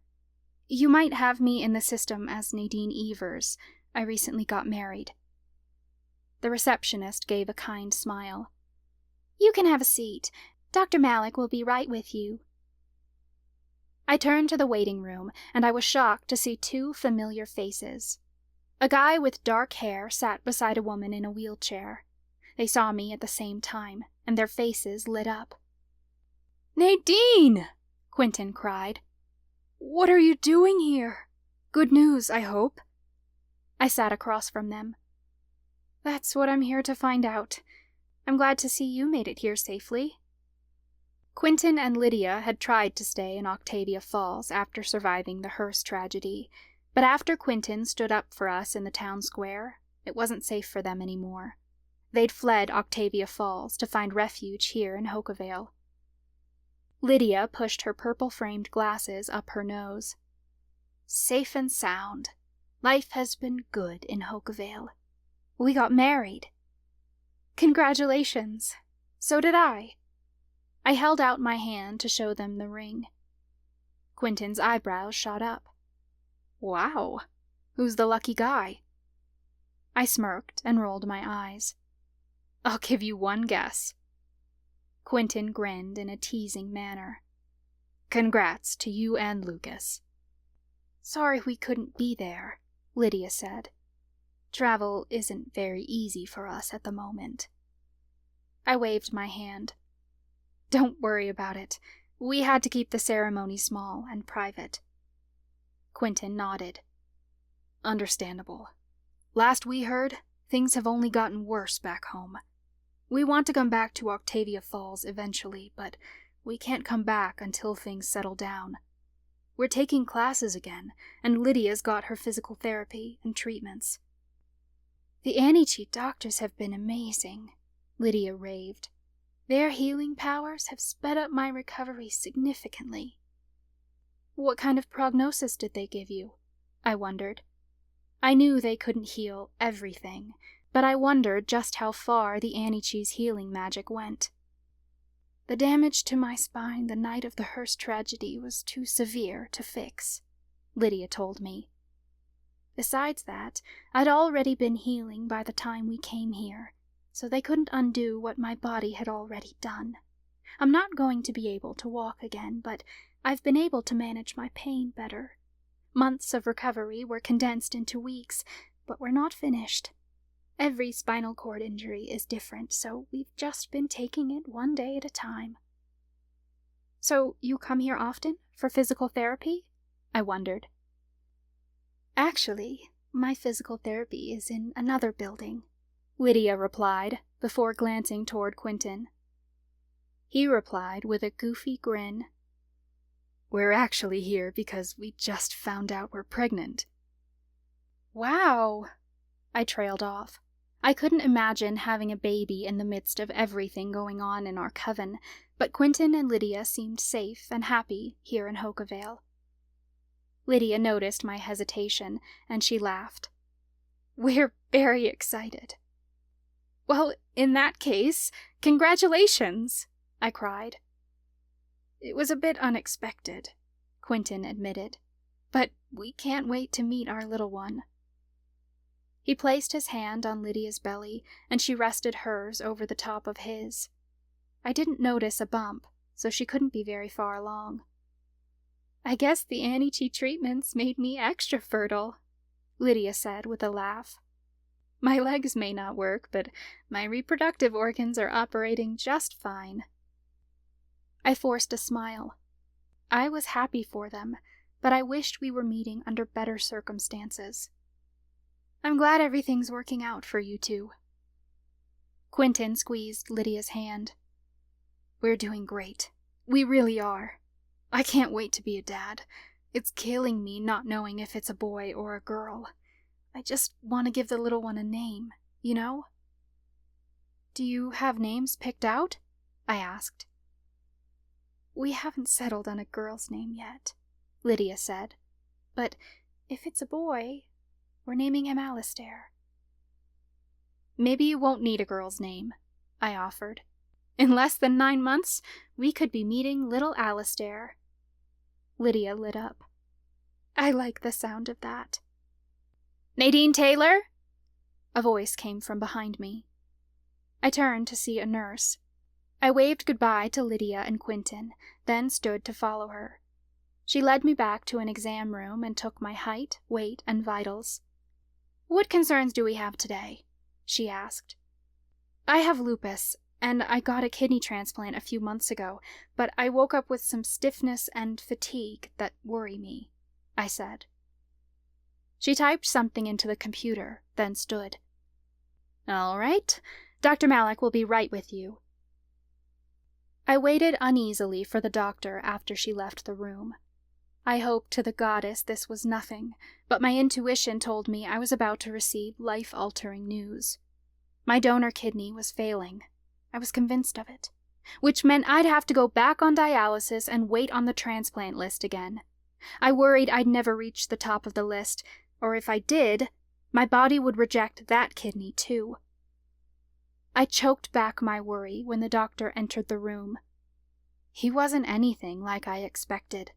I thought I'd be meeting with an Annie-Chi healer, but this man had large, white, feathery wings growing out of his back. The doctor was tall, with broad shoulders, and although he looked to be twice my age, his skin was perfectly smooth. I must have been gawking, because he said, I take it you haven't seen an angel before. I snapped my mouth shut. No, sorry, I thought the doctors here were all Annie-Chi. He eyed me like he thought I might be joking. Not all of them. Why don't you tell me what's wrong? I repeated what I'd told the nurse, then dove into more details about my diagnosis and transplant. Dr. Malik leaned back in his chair. And you're here because you're tired? How much have you been sleeping? I'm sleeping just fine, I replied. I wouldn't say I'm tired, it's more than that. The fatigue encompasses my whole body. It feels like when I was first diagnosed with lupus. That's why I'm worried. When was your last period? He asked bluntly. I was taken aback. Is that relevant? We should rule out hormonal fluctuations first, he stated simply. What was this guy saying? That I was overreacting because I was a woman? I get my period regularly, I bit harshly. I'm familiar with the effects my hormones have on my body. I'm telling you, this is different. He paused for a beat. Very well. Let me examine you. He reached out his hand, and I hesitated. His tone grew bitter, like he was annoyed with me. Annie-Chi are not the only ones with healing magic. I can assess you as well, unless you'd like to wait and make an appointment with another doctor. No, I said quickly. I'd like answers today, if possible. I placed my hand in his, and his magic filled me. Angel magic was very different from elemental soul magic. When I'd first come here and met with Dr. Metzi, her magic was warm and inviting, encompassing my whole body in a gentle light. Dr. Malik's magic was harsher, almost piercing, as it swirled deep in my gut. It was like he was prodding for something inside of me. I winced, and he dropped my hand. He quickly typed something into the computer, then turned back to me with a cocked eyebrow. "A regular period, you say?" "Pretty regular," I replied. "Usually anywhere between 29 to 31 days. "And how late are you this time?" he asked in an accusing tone. He placed his hands on the keyboard, awaiting my answer. I furrowed my brow. "I'm not late. I should get it today or tomorrow. I'm not fatigued because I'm PMSing. "No, I know," he said, with a light, almost mocking chuckle.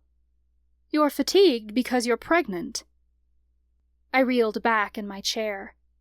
I couldn't have heard him right. I quickly glanced at the computer. "No, you must have pulled the wrong chart up. I'm not pregnant." He gave a cocky smirk. "You misunderstand, Miss Taylor. I'm not reading your chart. I've just diagnosed you." "Diagnosed me?" I repeated. "With pregnancy?" He said it like I was sick with a parasite, not pregnant with a child. He had to be wrong. "That's not possible," I insisted as he continued typing things into my chart. "Are you married, Miss Taylor?" "Yes," I answered automatically, without thinking about why he'd need to know in the first place. He paused to look at me. "Aren't you fulfilling your marital duties?" I went speechless for a beat, but quickly scrambled to find my tongue. "Are you asking if I'm sexually active?" He crinkled his nose, like the phrase was a sin to speak aloud. "I wouldn't put it that way. Are you and your husband having intercourse?" The question felt wholly inappropriate, but he was a doctor, and it wasn't the first time I'd been asked the question at a medical appointment. I just didn't like the way he said it. "We are, but how many sexual partners have you had in the last year?" He stared at me with a pointed expression, like he expected me to answer more than one. I gaped.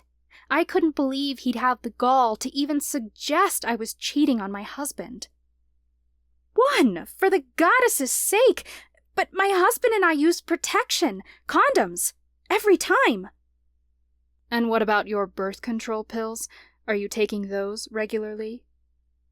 "I'm not on birth control," I said. "We didn't want it interacting with my other meds." "Well, if you weren't planning for a child, you should be on the pill," he stated. "Condoms aren't entirely effective.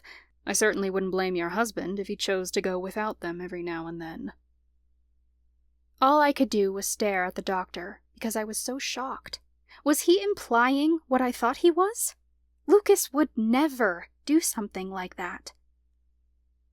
"My husband and I are monogamous," I stated firmly, so he couldn't miss a single word. "We respect each other, and we use protection. Your diagnosis is wrong, and I'd like to speak with a specialist about my condition." He smiled proudly. "You're in luck, then. I've delivered many babies." "I'm not pregnant," I insisted. I couldn't be. "If you'd like, we can take a urine sample and perform a traditional pregnancy test," he offered, though his tone was less than kind. "You said your period is due today, so the test should be accurate." I crossed my arms. The only reason I'd do the test was to prove this guy wrong. I felt sorry for the women who walked into his office pregnant and had to receive the news from him so bluntly. He was a horrible doctor, and he needed someone to put him in his place. "Yes, I'd like that," I said. Dr. Malik stood and went over to a drawer by the sink. He pulled out a urine cup, a disinfectant wipe, and a baggie, then handed them to me. "The bathroom is just down the hall."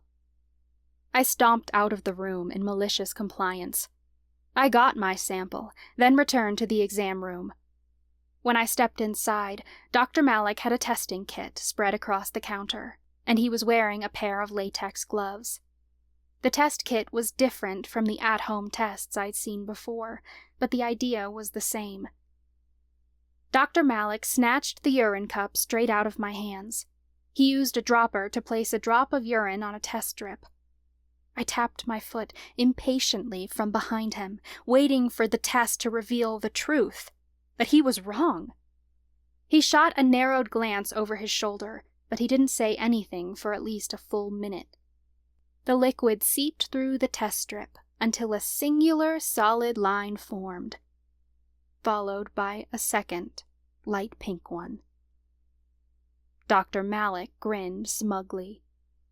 Pregnant. Just as I said. The room swayed around me. I couldn't be sure which way was up or down. I stumbled backward and caught myself on the chair behind me, then sank into it. I'd walked through hell and back, and it wasn't nearly as terrifying as this moment. How can I be pregnant? I whispered, more to myself than to the doctor. It's quite simple, he started. I know how, I bit. Is the baby going to be okay? Dr. Malik sat back down at his computer to look over my chart. We recommend women wait at least a year after a transplant to start trying for a baby. Your medications could harm the baby, so we usually switch women over to pregnancy-safe meds, at least 6 weeks before they start trying. My pulse quickened. So the meds I'm taking aren't safe? Dr. Malik typed a few things into his computer, and his eyebrows shot up. Actually, they are. It looks like you started a new prescription recently. My shoulders relaxed. Thank the goddess for Dr. Metzi. She'd put me on new meds when I first came to Hokavale. It had been such a lucky break. But you haven't been on the meds long enough, he added. Besides, women with lupus shouldn't have babies until their disease has been inactive for at least 6 months. It's been 6 months since my transplant, I stated. Dr. Malik frowned. You didn't plan this pregnancy. I furrowed my brow. But if my lupus is under control and my meds are safe, then what does it matter? What would we have done differently if we'd planned this? It hasn't been a year since your transplant, he pressed. Regardless if everything else is in order, it's too soon. What happens if I go through with this? I asked. Is my kidney going to fail? Is the baby going to be safe? Your donor kidney should perform fine, he assured me. However, you're at a high risk of preeclampsia. It's a serious blood pressure condition that often develops in pregnancies like yours. He said it like it was a sure thing, but my own health wasn't my main priority right now. Is the baby going to be safe? I repeated again. I couldn't help but notice he'd avoided my question multiple times now. He leaned back in his chair, sighing heavily. The truth is, your condition puts you in a higher risk category than the average mother. If you continue with this pregnancy, you should expect a miscarriage, or worse. No doubt about it, if you try to have this baby, you'll certainly die. My stomach clenched, and I thought I was going to throw up. I don't see a reason to continue with the pregnancy, Dr. Malik said coldly. Your best option is to get an abortion while it's still early. My breath caught. I'm sorry, what did he just say? I don't want to do that, I stated breathlessly. He tilted his head to the side, like he cared, but it came off looking more like a shrug. I'm afraid that may be your only option. I don't see why you would continue the pregnancy. I gaped at him. I didn't plan for this, but that doesn't mean I don't want this baby. My husband and I wanted to start a family someday. That's an irresponsible decision for someone with your illness. It appears you have a habit of being irresponsible." His gaze darted toward my stomach. What the hell was wrong with him? I was a grown-ass married woman, not some teenager who didn't use protection. "I want to keep the baby," I stated firmly. He sighed and sat up straighter. "I understand why you would want to start having children now. Many women start having children young, so they don't end up old and alone." "Alone?" I balked. What the hell was he talking about? "Many women try to get pregnant before it's too late. After all, once you're past your prime, your husband is going to find someone younger and leave you," he stated, like it happened to everyone. Men want to impregnate young women, after all, and since sperm remains viable no matter how old a man is, it's understandable you want to do whatever it takes to keep your husband. I was so shocked, all I could do was gape at him. Nothing had left me this speechless before. "Regardless, there's too much at stake here," Dr. Malik continued. "Besides losing your life, you could pass on your lupus." "It doesn't matter," I snarled. "I'll still love this baby, and even if they're sick, I'll take care of them anyway." The doctor rolled his eyes skeptically. "Everyone thinks they'll love their child no matter what, until the child shows up with a disease. You'll regret it once the child gets here. Are you sure you want to live with the guilt of knowingly passing on a chronic illness?" He spoke as if it would be my fault if my baby got sick. Even if it was, did that make my child's life any less valuable? I knew the answer to that. Yeah, lupus totally sucked, but I still deserved to live. And so did this baby, even if they were sick. "You'll also have to consider how you'll take care of a sick child," Dr. Malik said. "Your illness will make it difficult to care for even a normal child. You couldn't care for any baby adequately, let alone a disabled one." "I'll have help," I insisted. "Do you have a financial plan to help you pay for medical assistance?" he asked. "Where are you going to get the money to pay for this child? What are your employment options?" "I don't have a job now, but I plan to in the future. My husband and I will figure it out. If my lupus flares and puts me out of work, my husband will always be there to support me. He's not going anywhere," I pressed. "And what happens if you die during this pregnancy, or in labor?" Dr. Malik asked. "You'll leave the child motherless, and that's not fair to the child, nor to its father. Your husband will be left to take care of a sick child, alone. I understand that all women want to be mothers, but it's unethical to bring a sick child into this world. Morally, it's wrong and selfish." Bile rose in my throat. He couldn't be serious. What are the chances my child will end up with lupus? I wanted to hear him say it, to prove to him that he was wrong. Everything he said was disgusting. Sick kids deserve to live too. He huffed, like he was annoyed by the question. "It doesn't matter, because even if you gave birth to a normal child, you couldn't take care of them. You can't work because of your lupus. It's that simple. I don't understand how you think you can hold down a job and be a parent at the same time, because it isn't realistic for someone with your condition. I'm only trying to prepare you for the inevitable reality." According to him, sick kids didn't deserve to live, and disabled people couldn't be parents. He was quite the fucking tool. Disabled people could be just as good of parents as anyone. Better, even, I bet. "My baby and I at least deserve a chance," I insisted. "A chance for what?" he asked, like he actually gave a shit. "To suffer?" My stomach sank, leaving a gaping hole in the middle of my abdomen. Is that what I'd be doing to this child? Bringing it into a world of never-ending suffering? Could I have a baby while we were still fighting the priestesses? Was it better if they didn't exist at all? If you're this insistent on getting pregnant, we have the means to do it the right way, Dr. Malik offered.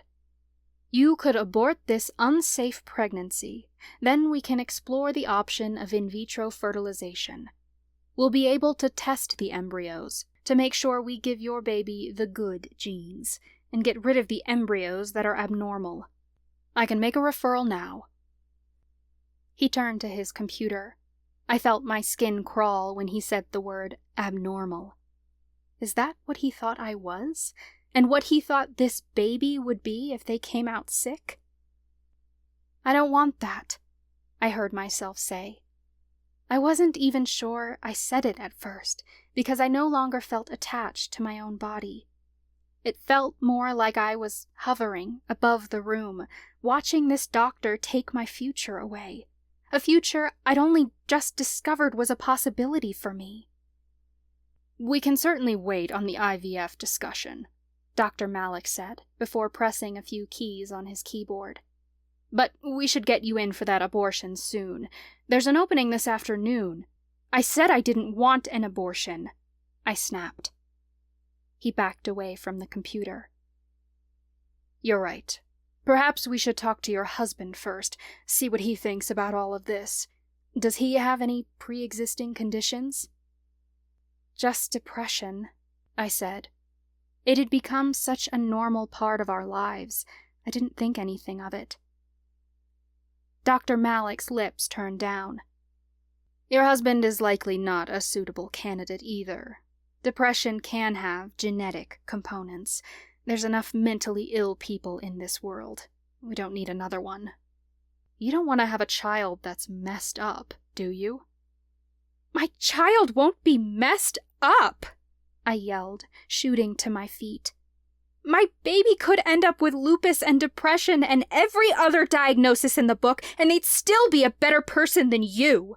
You're cruel to assume this baby doesn't deserve to live, and that mine and my husband's lives are of less value than anyone else's. Dr. Malik crossed his arms and turned his nose up. If that's the way you feel, then proceed with the pregnancy. But understand that your body will fail. Show me the evidence, I demanded. I want to see the statistics on how many women with lupus die in pregnancy. What organs are going to fail, and what's the cause of death? That data is difficult to find, Miss Taylor, he said condescendingly. We don't exactly have specifics, and I can't give you any answers on that, but it's my professional assessment that you will die. You don't know anything, I sneered. If you don't have the data, then how can you possibly come to that conclusion? You don't know what's going to happen to me. He arrogantly leaned back in his chair. You're misunderstanding what I'm trying to tell you. How is it possible for me to misunderstand that you've told me it's too dangerous, but you don't have any information to give me on why? I pressed. He gave an indignant sigh. Look, you're not only gambling with your life, but you're gambling the life of a child. If you pass away because of this pregnancy, it's on you, not on me. I gave you medical advice and you chose not to listen to it. I guess I'll just die then, I snapped, before turning on my heel and fleeing the room. I raced down the hall, choking back sobs. It hit me halfway down the hall what a horrible thing I'd just said, because I had almost died, more than once. I'd fought so hard to stay alive. Could I really let my body give up if there was something I could do to prevent it? The truth was, I couldn't make this kind of decision right now. There was a baby inside of me, and I had to weigh the horrible decision of whether to let it live and put my own life at risk, or terminate the pregnancy and live with the thought of what could have been for the rest of my life. I pushed through a doorway that I thought led outside, but instead I found myself standing in a courtyard filled with trees and flowers. Clinic walls boxed me in on 4 sides, though the sky was open above me. I had the thought that I couldn't run from this, and I was so fucking tired of running. I sank into a nearby bench and buried my face in my hands. Tears sprang to my eyes. I was alone in the courtyard, and I couldn't hold myself back from breaking down. This was all so much to take in. First, I found out I was pregnant, and before I could even process that, I was told I had to give the baby up. What a cruel world we lived in. I was wholly torn in so many directions.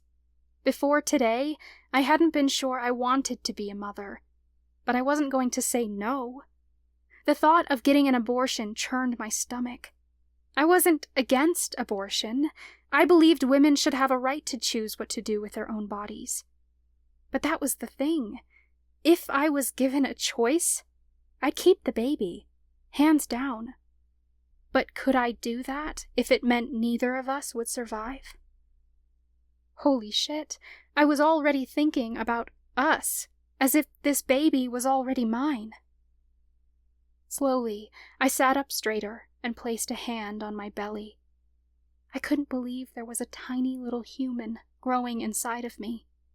The thought of a baby felt more like an idea than anything. It didn't feel real. But it was, and that terrified me, because now that there was an us, I didn't want to give it up. We had the chance to become a family, but that obviously wasn't going to happen. I couldn't bring a child into the world as it was today, not unless we fled the coven completely. Would that even help if this baby was destined to suffer its whole life? It seemed no matter what I did, my family was destined to be torn apart. I lost my parents, and now Grammy, and it killed me to think they wouldn't be around to see our baby grow up. My parents could have been grandparents, and Grammy could have been a great-grandmother. But that was never going to happen now, because they weren't here. Lucas's parents were abusive, and we couldn't rely on them for anything. This child wouldn't have a family to lean on, and I feared that if we started a family of our own, it wouldn't last, and our baby would be taken from us too. Maybe Lucas and I only needed each other. This wasn't just about me, either. If I refused the procedure and it killed us, I'd be leaving Lucas behind. All of my friends would have to fight the priestesses without me. The coven would be left without a curse breaker, and there would be no one to use the curse breaker wand to end the waning. I didn't have a choice. Abortion was my only option. I had to go through with this, even if I didn't want to. Somehow, I had to find a way to tell Lucas. I just knew this news would break his heart. Tears streamed down my face, and I clutched my stomach as a sickness rose inside my gut. The next thing I knew, I was curling over the side of the bench and heaving into the nearest flower bed. I heard a door, then footsteps approached quickly. "Are you okay? Do you need me to find a nurse?" A female voice asked in concern. "No," I insisted. "It's just morning sickness." I was almost certain it was a lie. The entire encounter with Dr. Malik had left me ill. I groaned as I sat upright again. The girl who'd approached me was about my age, with long brown hair and deep brown eyes. She carried a baby on her hip. The baby couldn't be more than a year old, if that, and had a black tuft of hair on her head. The baby was dressed in a bright pink outfit with a huge bow on her head. She looked so cute, and it made me want to die inside, thinking about my own child. "How far along are you?" the woman asked. I cleared my throat. "I just found out, so that must make me 4 weeks. "That's exciting!" she smiled brightly. "Congratulations!" I tried to force a smile, but all I could do was scoff. "Oh no."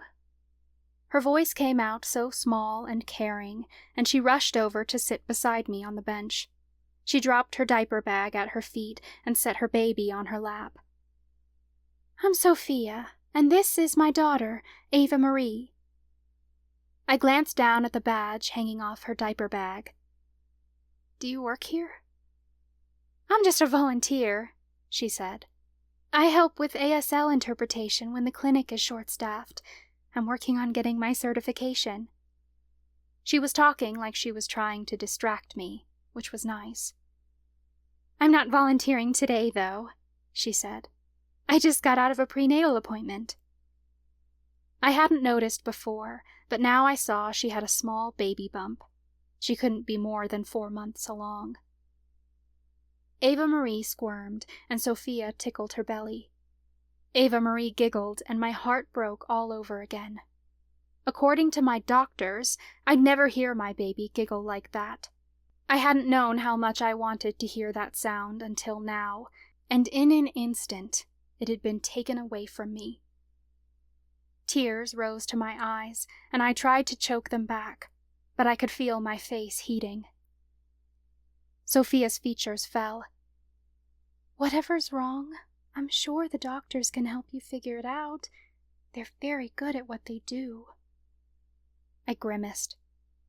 That's what the receptionist told me about Dr. Malik. World-renowned, she called him. That angel can go to hell.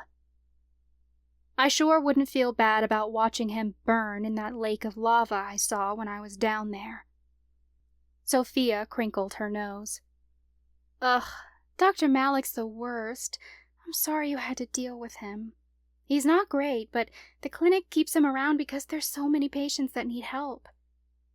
I shrugged. I'm sure he didn't tell me anything another doctor wouldn't. I'm too sick to have a baby. I have lupus, and the pregnancy would be too high risk, so I guess I can't go through with it. My voice cracked. I didn't know why I was opening up to this girl. She was a complete stranger, but maybe that's why it was so easy, because I was never going to see her again.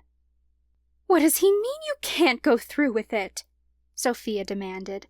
She sounded like she was ready to go to war for me, some witch girl she just met. I liked her already. "Women with lupus give birth to babies all the time! Ava Marie!" She cut off as she scolded her daughter, who was wiggling so much she nearly fell out of Sophia's arms. Ava Marie reached out for me, and instinctually, I picked her up. The little girl crawled onto my lap, and Sophia watched curiously as her daughter leaned her head against my chest. I wrapped my arms around her, and for a brief moment, I felt what it'd be like to hold a child.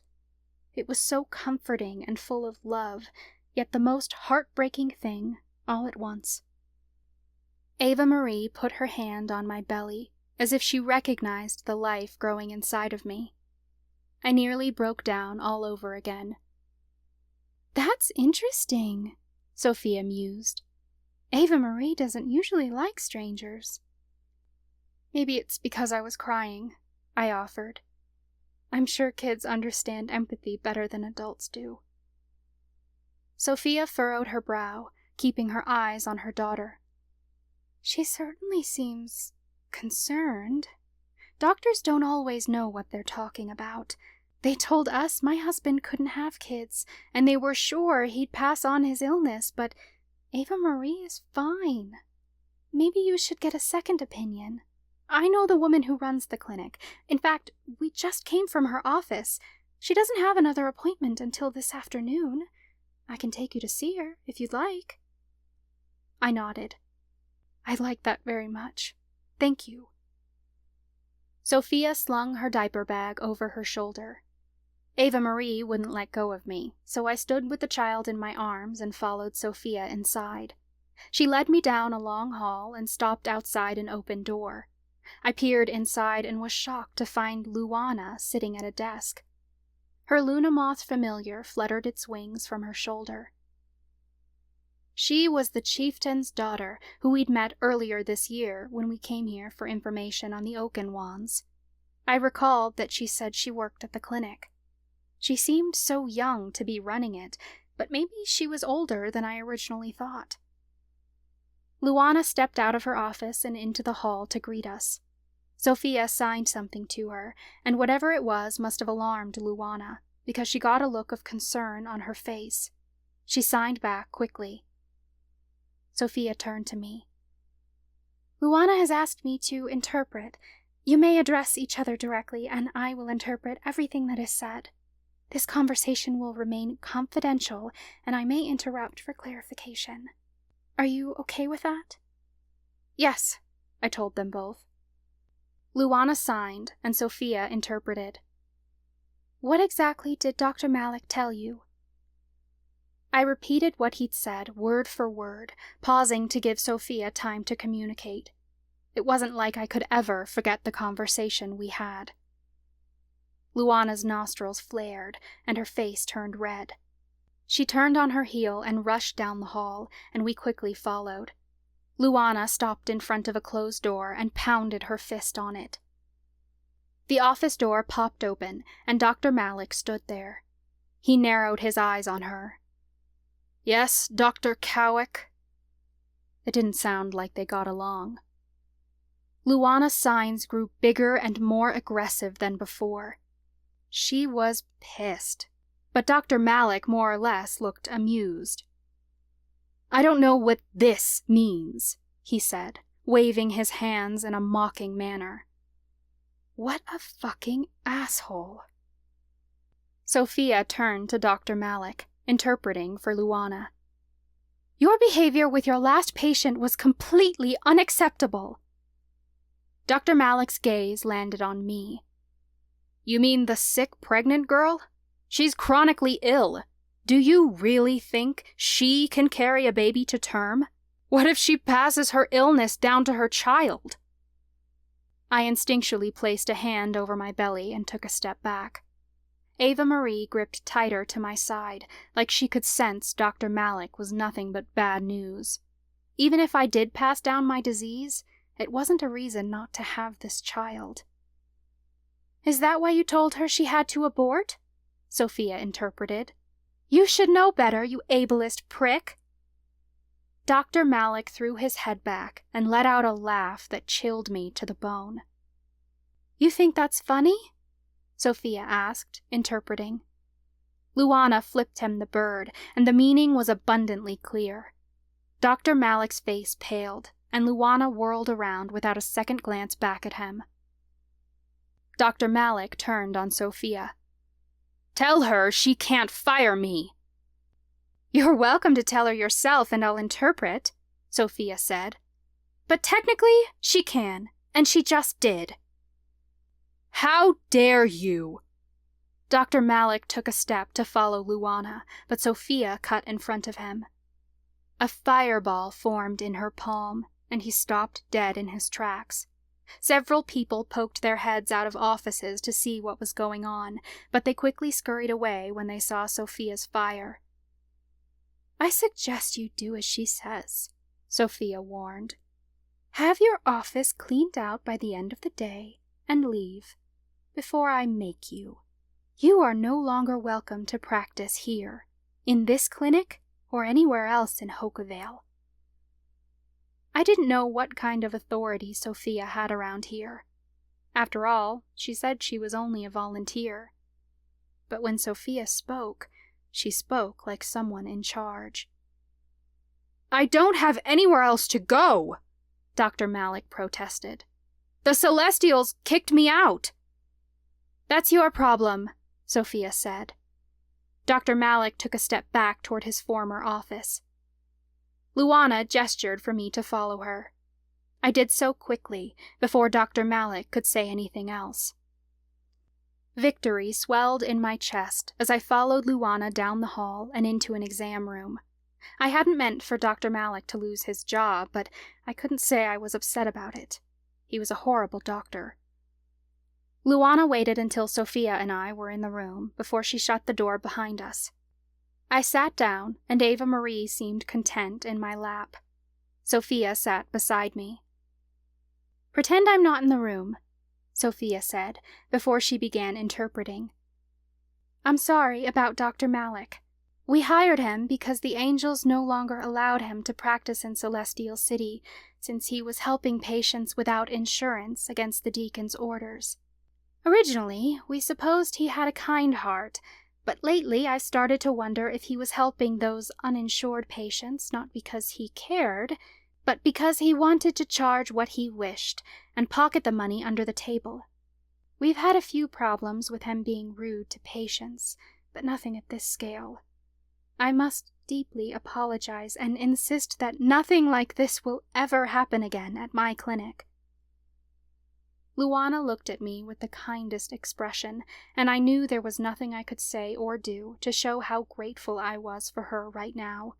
All I knew was that Dr. Malik made me squirm in my skin, but here in this exam room, with these two women, I felt completely safe. I needed that more than anything right now.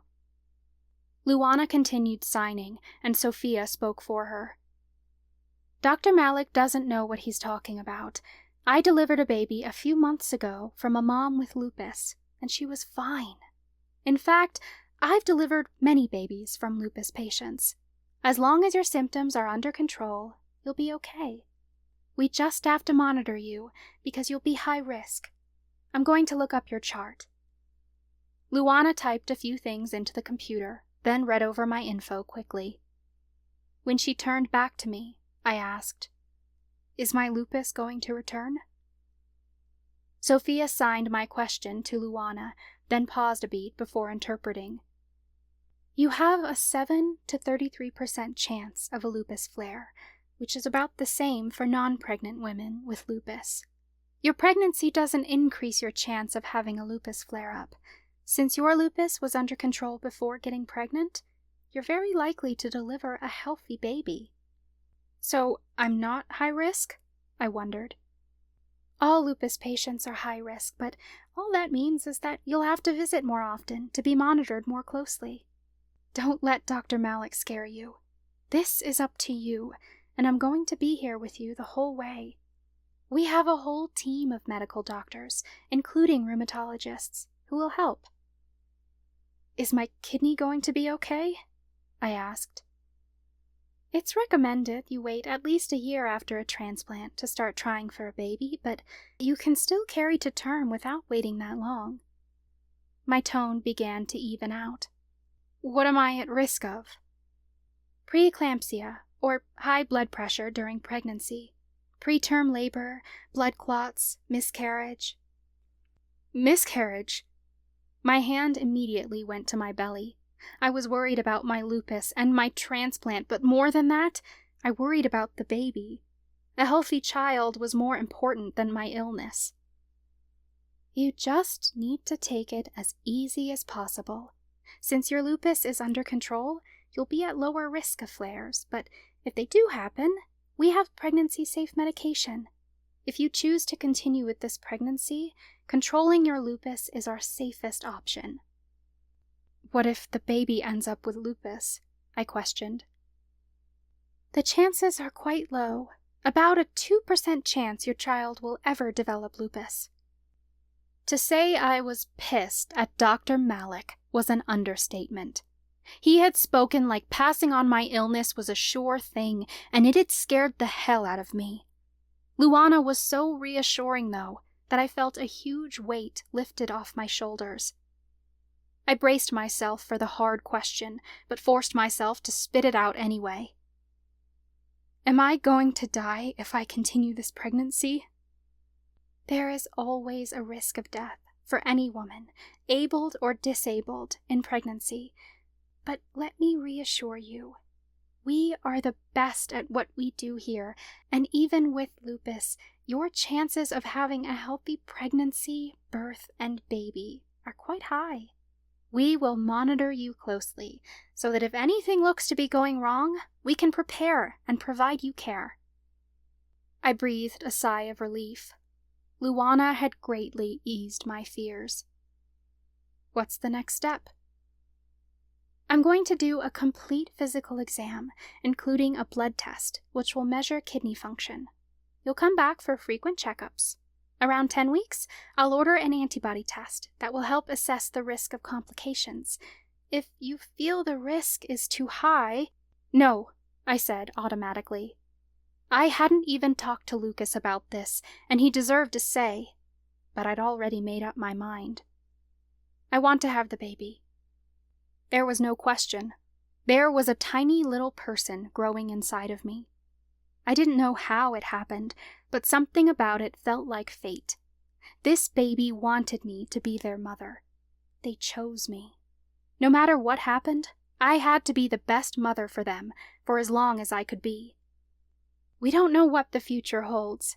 No two lupus patients are the same. But if you want to go forward with this, we will do everything in our power to make sure you and baby both make it through this pregnancy. Your pregnancy is high risk, but we prefer to use the term high support pregnancy for our patients, because that's exactly what you'll receive when in our care. Tears sprang to my eyes again, but this time for different reasons. Luana was so caring and empathetic, and I didn't know what I'd do if Sophia wasn't here to interpret. It felt like a miracle I'd found these women. Luana kept her eyes on me as she signed. I didn't need Sophia to interpret to understand she was asking if she could touch me. I nodded, and Luana placed her hands over my belly. Warm Anichi magic filled my body, in stark contrast to Dr. Malik's invasive exam. A wide smile spread across Luana's face, and she signed something I could only interpret as good news. "Congratulations!" Sophia interpreted. "You're having twins." My breath caught in my throat. I couldn't believe it. "Are you serious?" "Identical, due July 24th. Tears streamed down my face, and my shoulders began to shake. I couldn't contain the joy I felt, knowing Lucas and I were going to be parents, not just to one child, but two. My heart felt like it was going to beat out of my chest. I couldn't wait to tell him. Once I calmed down, Luana performed a full exam using her magic, since it was too early for an ultrasound. She promised the babies and I were all okay, though she'd know more when the blood tests came back. Luana prescribed me the proper meds to take for my lupus while pregnant, as well as prenatal vitamins. By the end of the exam, I felt so fucking relieved. Dr. Malik had scared the ever-living crap out of me, but according to Luana, my babies and I were going to be fine. Sophia left the exam room with me, bouncing Ava Marie on her hip. Luana is the best Anichi healer in all of Hoka Vale. She's also certified as a midwife and doula. She took care of me when I had Ava Marie. She's the best person to have on your birth team. "Thank you," I told her, "for everything." Sophia smiled. "Of course! Us moms have to stick together." I never thought much about being a mom, but I like the sound of it, I admitted. "You're going to love it," Sophia promised. I couldn't imagine the opposite, because I was already head over heels for these babies, and I hadn't even convinced myself yet that this was all real. It was going to have to sink in pretty quickly, because it was time for me to go home. Once I got there, I had to find a way to tell Lucas we were having twins. Chapter 15. Lucas. Time got away from me while Grant and I were fixing the bathroom drain. I didn't realize how many hours had passed until we were cleaning up and I got Nadine's text. I went into the hall and focused on our meeting place. A portal bloomed at my command, and Nadine stepped through. "Everything okay?" I asked. "You were gone for a while. Everyone else is already back." "Everything's fine," she said, but there was a hint of something in her tone I couldn't quite read. "I just had to do some shopping." She held several bags in her hand. I recognized one from the pharmacy, but the other was a small gift bag. A smile touched my lips. My birthday isn't till the end of the month. Nadine beamed, and I knew she must be proud of whatever was in that bag. Consider it an early birthday present. My eyebrows shot up. You want me to open it now? Nadine glanced to the bathroom, where Grant was shuffling around, still cleaning up. She gestured to the door across the hall, which led to the library. Let's go in here. The library had become one of my most frequented rooms in the house. The books Hattie had given me lay in stacks on the desk, and the whiteboard we'd been gathering clues on stood in the corner. I'd cobbled it all back together after I'd practically torn the whole display apart a few months ago. It looked better now, but the clues weren't nearly as organized as before. Nadine shut the door behind us. You should sit down. I followed her instructions and took the seat behind the desk, eyeing her curiously. Nadine set the gift bag in front of me. She knotted her hands together, but otherwise hid her expression. I had no idea what she had in store for me. I pulled tissue paper out of the bag and set it aside. You really didn't have to do this. My voice trailed off when I found what was inside. It was just a pen and a notepad. Nothing special. I didn't understand what she was so excited about. I guess the pen was nice. It was a smooth black with silver accents. Oh, I realized. For my journalism major. Makes sense. Thank you, Nade. I hadn't finished my classes before we'd fled Octavia Falls, but one day when this was all over, I wanted to return to school and complete the required curriculum to get my journalism degree. I started to stand to give her a hug, but she stopped me. That's not all. You have to write with it. I hesitated and sat back down. She wore a grin, like there was a lot more to this gift than she was telling me. Okay. I placed the tip of the pen to the notepad. The pen moved beneath my fingers as if it had a mind of its own. I jumped back and dropped the pen, but it didn't fall to the table like I expected. It remained upright, scrawling a message across the paper, as if a ghost were writing with it. I glanced up to Nadine. It's an enchanted pen? Her smile widened. I enchanted it myself. Watch. I kept my eyes on the paper as the pen spelled out a message. I read it aloud. Congratulations, you're going to be a... My heart stopped when the pen spelled out the final word. It made a stabbing motion on the exclamation point at the end of the sentence, then dropped to the table and rolled across it, as if it was never enchanted at all. I barely noticed when the pen fell to the floor. All I could do was stare at the words on the notepad. The smooth lines blurred in front of me, and I blinked a few times before I read the words over again. Congratulations, you're going to be a dad. My thoughts became cloudy. This didn't seem real. Nadine and I had always used protection. I couldn't understand how this had happened. By some miracle, it was happening. Nadine and I hadn't talked much about having kids.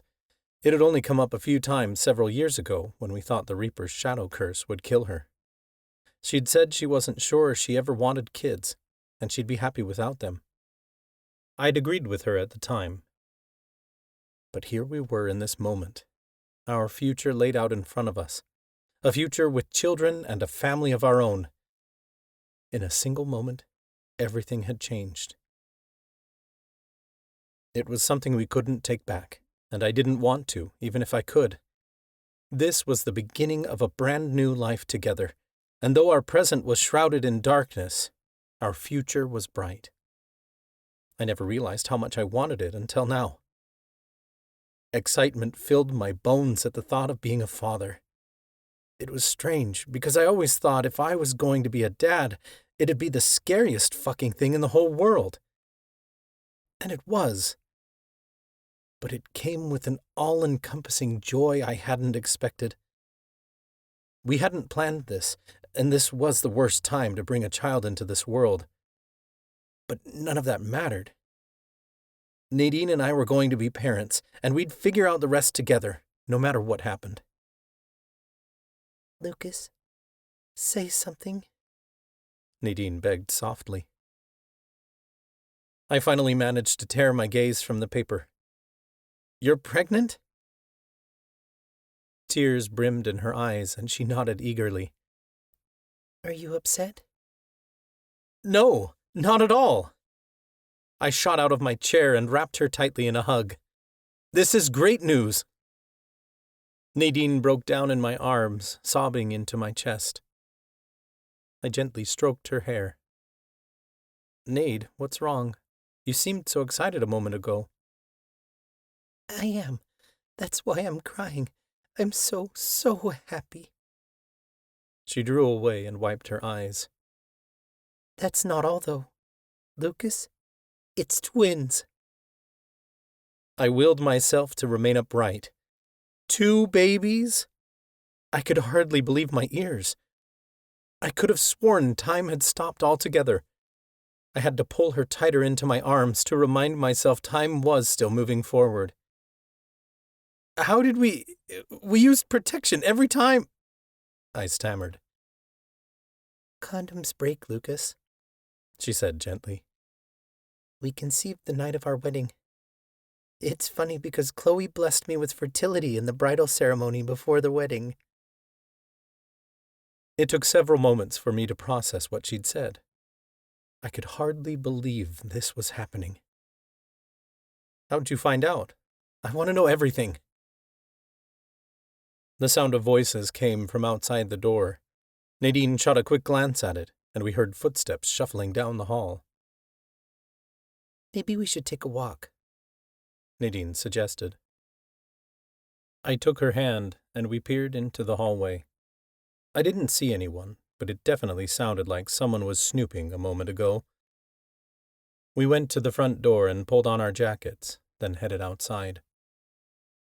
It was chilly out, but I think we were both too overcome with emotion to care. I kept Nadine's hand in mine as we walked through the trees, following the same path to the stream where we had our wedding ceremony. How long have you known? I asked. I found out this morning. I thought I was getting sick, so I went to the clinic in Hokavale, and they did a pregnancy test. I got worried then. What did the doctors say about your health? Is a pregnancy going to harm you? They called it a high-support pregnancy, which means they'll be monitoring me closely, she said. But they believe I have a good chance of delivering the baby safely. I trust my body with this, and I want to go through with it. I relaxed and raked my fingers through my hair. Wow, I can't believe it's happening so soon. I thought it'd be years, that we'd have more time to prepare. Nadine slowed and turned to me. You don't seem scared. It's not the reaction I expected. I hadn't expected this reaction from myself either. There were tons of reasons to be scared of becoming a dad. Scared of how pregnancy might affect Nadine's body. Scared of becoming like my father. Scared of bringing a child into the world in the midst of the Miriamic conflict. Scared of being able to provide for them. But none of that could compare to the great joy I felt when Nadine said we were going to become parents. I took her hands in mine. Of course I'm scared, Nade. We're in the middle of a war with the priestesses, and I don't know what that could mean for our family. But that doesn't mean I don't want to have a family with you at all. It's certainly unexpected, but I've become very familiar with fear, and I know that the only way through it is to face it. You're not scared of what world we're bringing these babies into? She wondered. We don't know what having children could mean. I can't battle against the priestesses when I'm pregnant, and when the babies are born, someone will always have to stay behind to take care of them. The last thing I wanted was to put my wife or children in danger. But there was nothing we could do to back out of this. This was happening to us now, and all we could do was see it through to the end. I squeezed Nadine's hands. Children are born every day to all types of circumstances. Whatever happens, we'll do everything to protect our family, even if that means using the Oaken Wands to keep our babies safe. Nadine drew a deep, calming breath. It means everything to hear you say that. I can't believe we're going to be a family. She threw her arms around my neck, and I inhaled the rosy scent of her hair. I didn't know what the future held, and that scared the living daylights out of me. But I knew from the moment I saw those words on that paper that I wanted to be a dad, even if it was the most frightening thing I ever did. I didn't know if I was going to be a good dad or not, but I could sure as hell try to be the best father I was capable of. I drew Nadine closer, and she rose to her toes to place her lips on mine. I relaxed into the kiss, gently lifting my hand to the back of her neck as she kissed me harder. I had to pull away to catch my breath. "We're going to be a family," I whispered. Nadine laid her head on my chest. I can't wait. I took her hand again, and we continued walking. The forest was quiet, and it was really nice to be alone with her. "Have you thought of any names?" She shook her head. Not yet. Do you have any ideas? "I honestly never gave it much thought," I admitted. "I always figured one day I might be a dad, but I never stopped to think of what that might look like." It would be great, Nadine said dreamily. I'll sing our babies to sleep at night, and you'll toss them in the air and tickle them to make them laugh. I'll bake cookies with them, and when they're old enough, you'll teach them how to ride a bike. We'll sit on our front porch and watch them play in the yard. You'll write them poems, and I'll read them books. We'll take them to school together, and we'll watch their powers awaken during their evoking ceremonies. I smiled at the wonderful image she'd painted for us. "How many kids do you think we'll have in total?" 3. She answered automatically. 1 more after the twins. Comfort settled in my chest. 3 is perfect. Everything she said sounded so magical. I wanted to believe in our future so badly. But for that future to happen, we had to obtain the remaining Oaken Wands and bring an end to the Miriamic conflict. And we had to do it before our babies were born. I wasn't going to let our babies be born into a world that could hurt them. We had less than 9 months to prepare, and I swore on my own soul everything would be different 9 months from now. "How do you want to tell everyone?" I asked.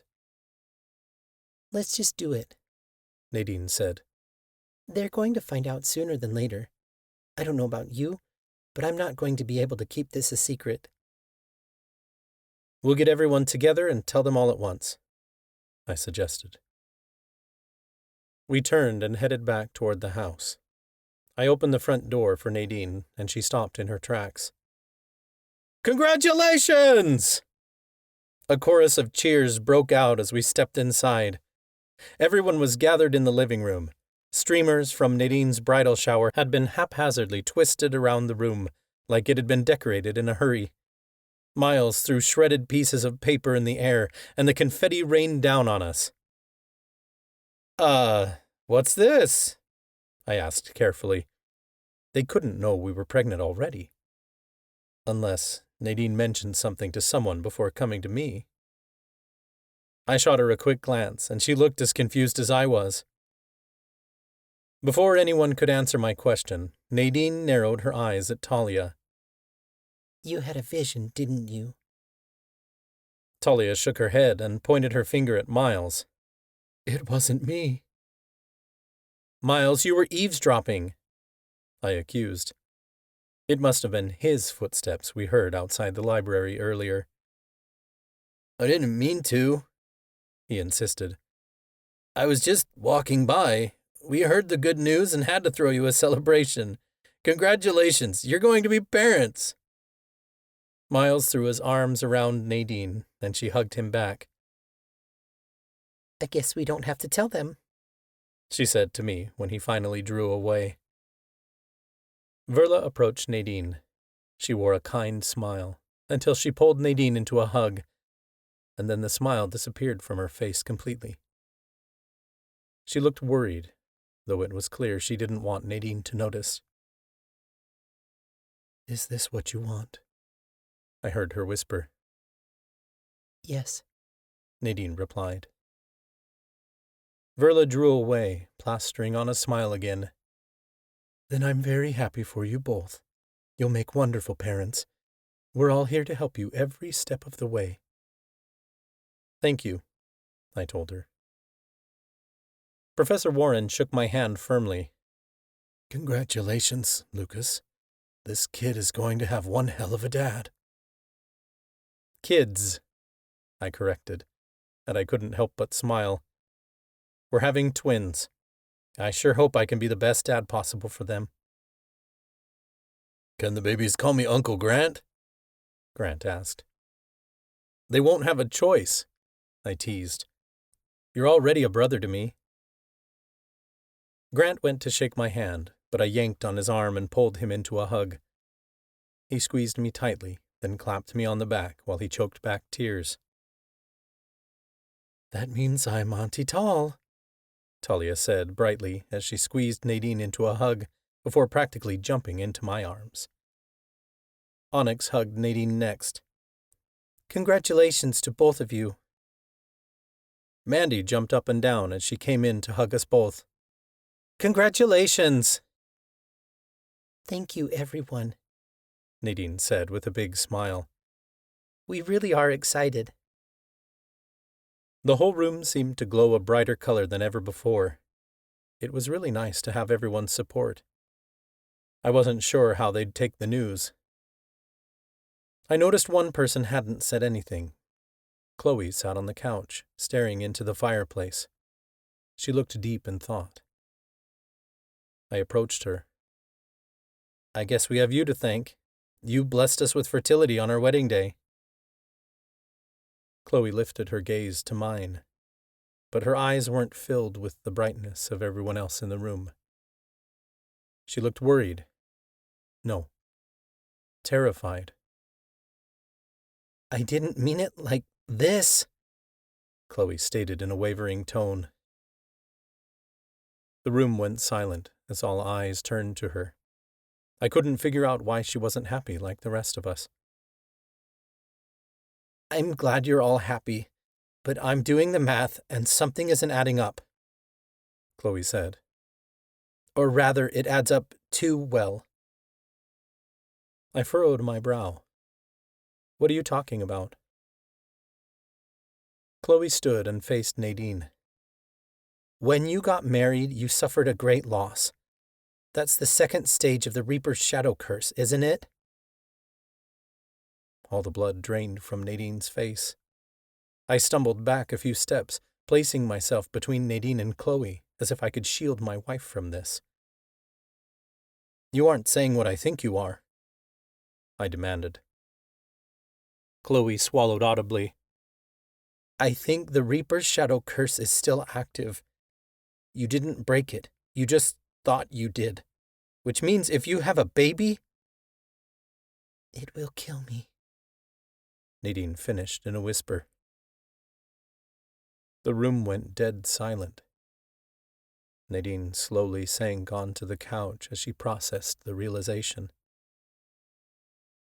The Reaper's shadow curse had been cast over 200 years ago by the son of a Reaper's apprentice named Samael Davis. He was an evil warlock who had killed his mother, which cast a curse upon all lovers of any future Reaper's apprentices.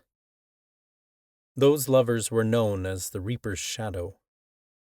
If a Reaper fell in love and showed it physically through intimacy, the Reaper's shadow would suffer a great illness. If the couple got married, the Reaper's shadow would experience a great tragedy. And if the couple reached the third and final stage and had children, the child was destined to kill its mother. The Reaper's shadow curse was over, though. I had discovered the names of all the women who had suffered the curse before. Nadine and I found their graves in the cemetery at Octavia Falls, and she had siphoned the curse from their bones and broken the spell. It was the only reason Nadine and I were able to get married. Otherwise, we'd have never gone forward with our marriage, knowing Nadine would suffer a tragedy. My thoughts cut off when I realized Chloe was right. Nadine had suffered a great tragedy the night we were married. My head spun. No fucking way was this happening. My hands balled into fists. Helena dying on the night of our wedding was a coincidence. Nadine broke the Reaper's Shadow curse. Nadine placed her hand over her belly protectively. Maybe I didn't. Not completely. You said it yourself before I broke the curse, Lucas. If I had tried to just break the curse on myself, it wouldn't work, only delay the consequences. I dissipated some of the curse's magic that night in the cemetery. But if we missed just one of the women affected by this curse, then I never broke it fully. All I did was weaken it for a while. Let's not rush to conclusions, Warren stated diplomatically. We can't be sure this curse is still active. Nadine's eyes glazed over with terror. I think we can. No, I insisted. We broke it. She swallowed hard. I thought we did. But I'm feeling with my magic just now. I'm so used to being cursed that I didn't realize. What are you saying? I demanded. Chloe's right. Nadine's voice cracked. There's still a bit of the Reaper's Shadow curse left inside of me. If I carry the babies to term... Don't say it, I interrupted. I began pacing around the room frantically. I found all those women connected to Reaper's apprentices. We found the graves of the Reaper's Shadows. You broke their curses. You ended up in the hospital by breaking this curse.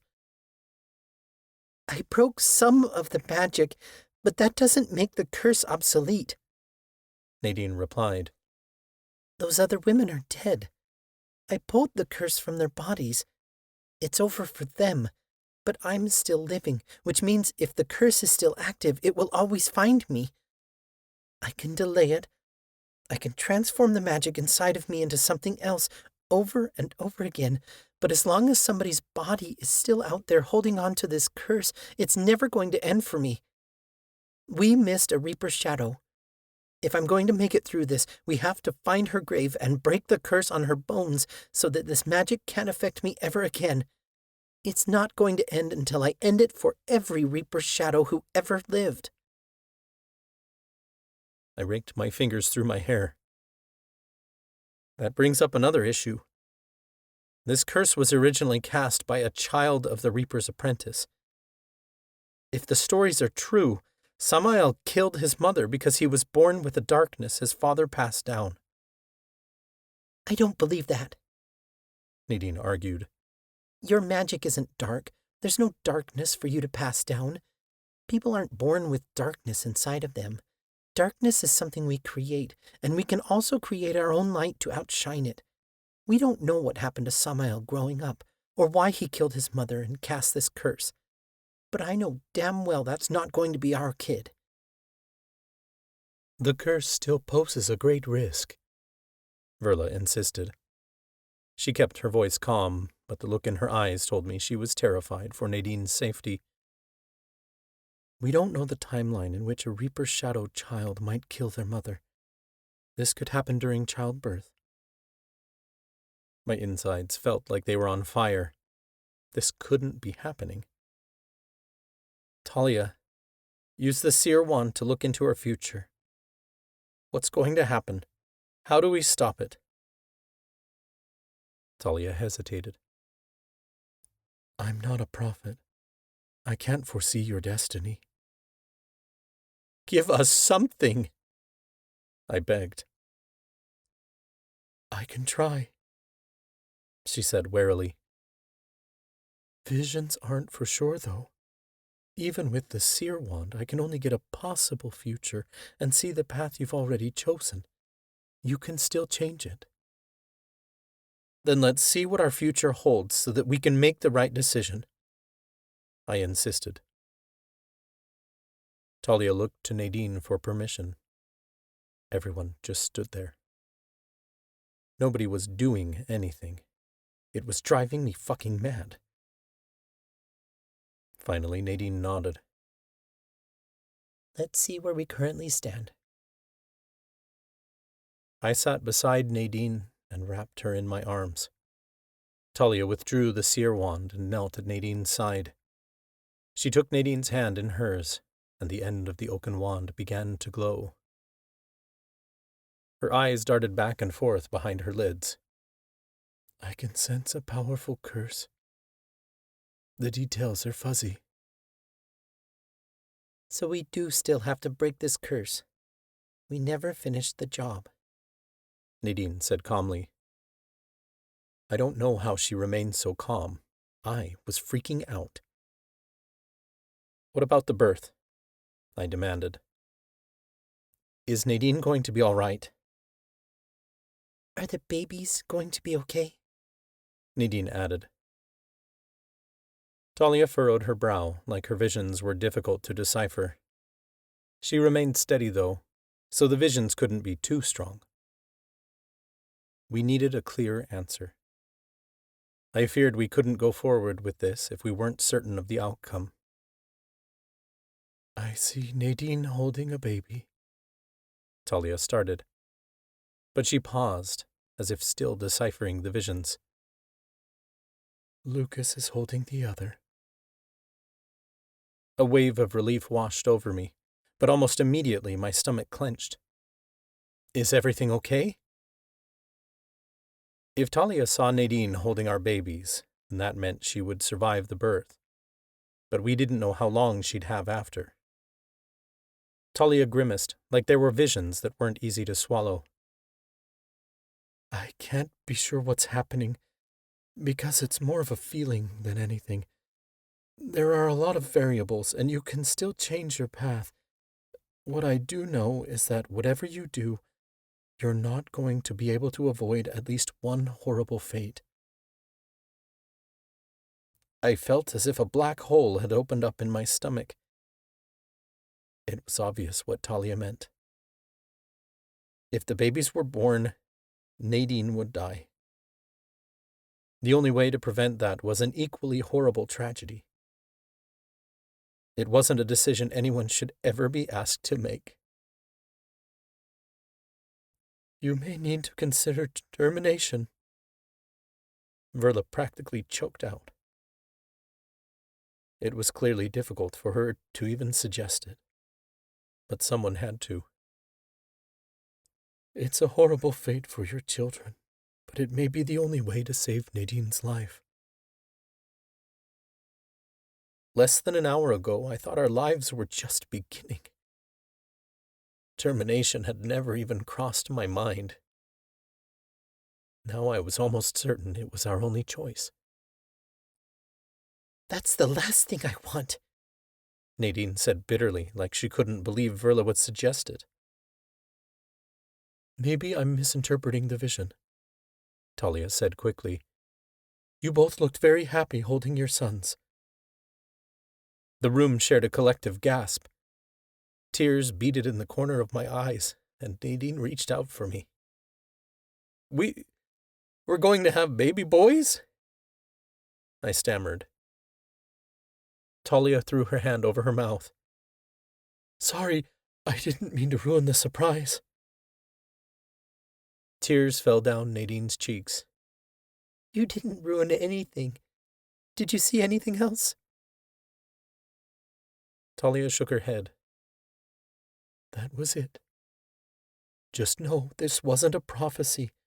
Seer visions aren't written in stone. It's up to you guys to use this information wisely. One of the first rules in my seer classes is that if we have the ability to look into the future, we use it sparingly. Don't ask me to keep looking, or things will change. I do know one thing. Whatever you decide, you need to stick with it, no matter what else comes up.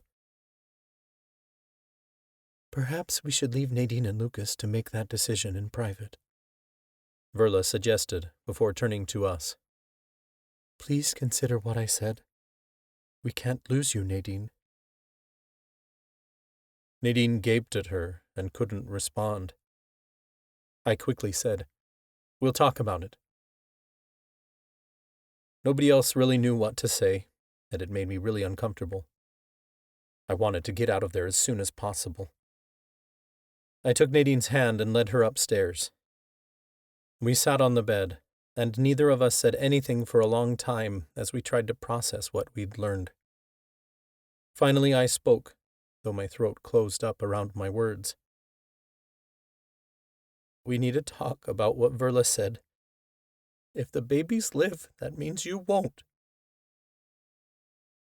Nadine stared into the distance and shook her head like she wasn't convinced. We don't know that for sure. A horrible fate could mean anything, not necessarily death. But we know death is a part of the Reaper's shadow curse, I pointed out. I know you want to give life to these babies, but in doing so you're asking me to raise these children on my own. I would do it in a heartbeat if I had to, but I don't want to make that choice willingly. It isn't right to raise the twins without their mother. There's a third option, Nadine insisted. If we find the Reaper's shadow we missed, I can break the curse for good. Then this tragedy Talia is seeing won't come to pass at all. Where are we going to find this information? I asked hopelessly. I dug through all the coven records to find the Reaper's shadow women the first time. I've been through every document the coven has on Reaper's apprentices. I searched marriage documents and birth certificates. If we missed someone, the information isn't there. We don't have much time to make this decision. We could run out of time. Talia has the seer wand, Nadine pointed out. It might help us track down what we missed. And if the information is warded or magically guarded in some way, then what? I asked. The wands are powerful, but if we don't know where we're looking, they could prove useless. The Reaper's shadow women died because they loved men like me. I'd come to terms with my gift, but being the Reaper's apprentice really fucking sucked right now if it meant choosing between my wife and my children. It was their choice out of love, and my choice too, Nadine said. We have to at least try to break the curse, because I'm giving birth to these babies one way or another. I don't know the outcome, but I know intuitively that we have to go through with this. I already decided this morning at the clinic that I'm not giving up like they wanted me to. Excuse me? I balked. Nadine frowned. The doctor I talked to was a jerk. He said I couldn't have a baby because I'm sick. He wanted me to schedule an abortion. The word made my stomach clench. You're not even willing to consider it? Truth be told, I didn't want to think about it either, but I feared we had no choice. Aborting our babies isn't going to break this curse, Nadine said. The doctor I talked to was fired, and then I spoke with Luana. She said because my lupus is under control, my odds of delivering a healthy baby are good. I just need to be monitored closely. That doesn't change what Talia said. Whatever you do, you're not going to be able to avoid at least one horrible fate. I repeated. That sure sounds like we have to choose between you or the babies. Or we can break the curse, and the babies and I both survive, Nadine suggested. We still face a horrible fate even if we don't know what that is, but at least it gives us a chance. Is that a path we're willing to take, if we have to gamble on the outcome? She hesitated. I'm not sure. Tears welled in my eyes. I don't want to lose you. Lucas, she started. I know, I said quickly. I could lose you. I'd survive. But I don't want to live a life without you. If we don't break this curse before the babies are born, there's no telling when the final stage completes. Ultimately, I know it's your choice. I don't want it to be just my choice, Nadine said softly. I want to keep the babies, but I also want us to make this decision together. I placed my hand on her belly, and the conflict warring inside of me grew. I want these babies too. But if we move forward with this pregnancy, there has to be conditions. We can give ourselves a few more weeks, but we have to make a decision before you're 10 weeks along. The doctors won't agree to the procedure after that. That's right after Christmas, Nadine said. I nodded. If we haven't broken the curse by then, we need to terminate. We can't wait longer than that. Nadine sniffled. Okay, we'll give ourselves until Christmas, and if we don't break the curse by then, we'll have to face the alternative. I wrapped Nadine in my arms and drew her close. My tears fell into her hair as I thought of the heartbreak that lay before us. Something occurred to me just then. It is along this path that she will face her greatest joy and her greatest pain, I whispered. Nadine drew away from me. What did you say? I furrowed my brow as the pieces came falling into place. It's something Santos said the night Hattie and I summoned him. He asked if I was sure I wanted to save you from the demon's spell, because as he put it, it is along this path that she will face her greatest joy and her greatest pain. I already lost my grandmother, and that's the greatest pain I can imagine, Nadine said. If at the end of this we have our baby boys, then they will be our greatest joy. When she said that, it was like a huge weight had lifted off both our shoulders. These boys would be our greatest joy, no matter what happened. Why didn't you ever tell me what Santos said? She asked. I didn't want you to expect suffering, I admitted. I didn't want you to feel like you didn't have a choice because your destiny wasn't written yet. Nadine drew a deep breath and snuggled close to me again. I don't know what our true destinies are, but I know we're supposed to be together, and I know we're meant to be a family, all of us. We're going to break the curse, and we're going to be a family, Lucas. Nadine couldn't know the future, but when she said that, my fear began to subside. We'd fought greater odds before. We could do it again. She touched her belly again, and I placed my hand on top of hers. Joy filled my heart. Nadine was right about that. Whatever we were meant to do, being parents was the most important destiny of all. I'm sorry I dragged you into all this, I whispered. You mean getting me pregnant? Lucas, that's not something to be sorry about. No, I mean the Reaper's shadow curse. There's nothing that could stop me from being with you, but I'm sorry you were cursed to do it. I wish I could have found a way to break the curse before we ever got together. We can't change the past, Nadine said. And there's nothing you could have done differently. No one can break this curse but me. I could have kept it in my pants, I teased. It felt good to joke with her, because the rest of this had felt so heavy. I didn't want that for us. This should be the happiest time of our lives. Nadine chuckled. I'm the one who gave you oral and ended up with kidney failure. We got intimate, so I got sick.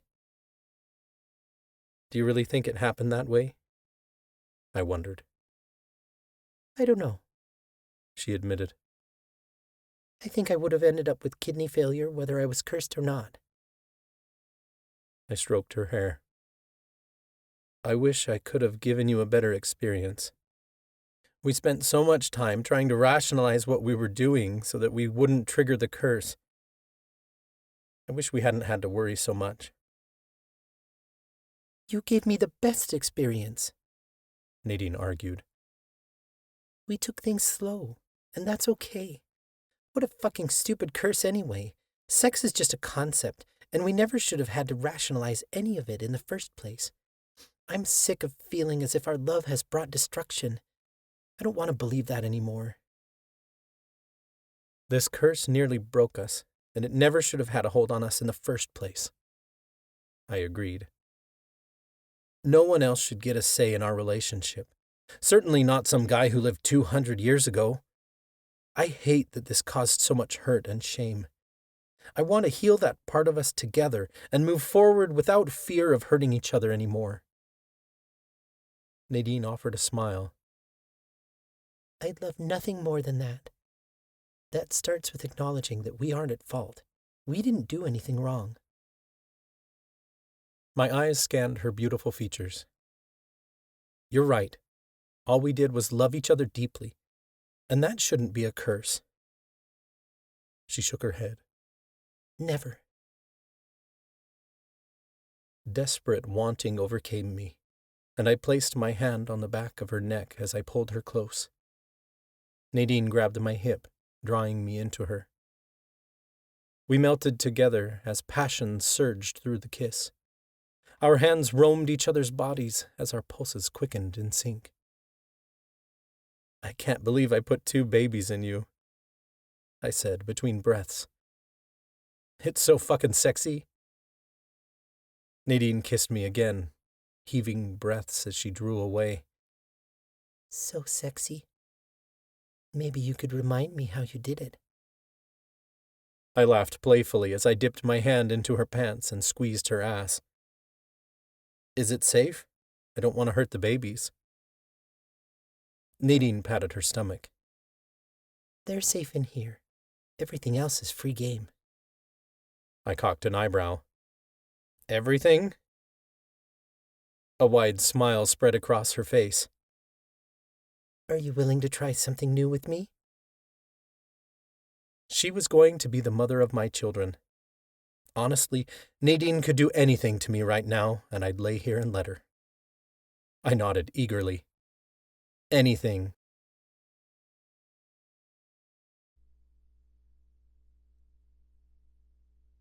Chapter 16. Nadine. Lucas and I woke the next morning, curled in each other's arms. I could hear voices in a distant part of the house, and dread filled my gut at the thought of leaving this room. I sat up, but I didn't move to get out of bed.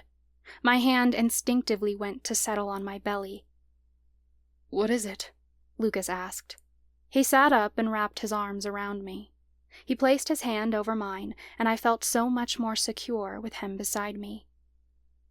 I hesitated, unsure how to put my worry into words. It's easy to celebrate becoming parents here in the privacy of our room, but once we step out that door, there's a million things that need our attention.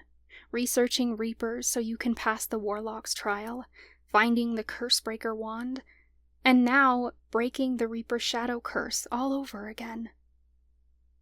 I understand your worries, but we're going to get through this together, okay? He promised.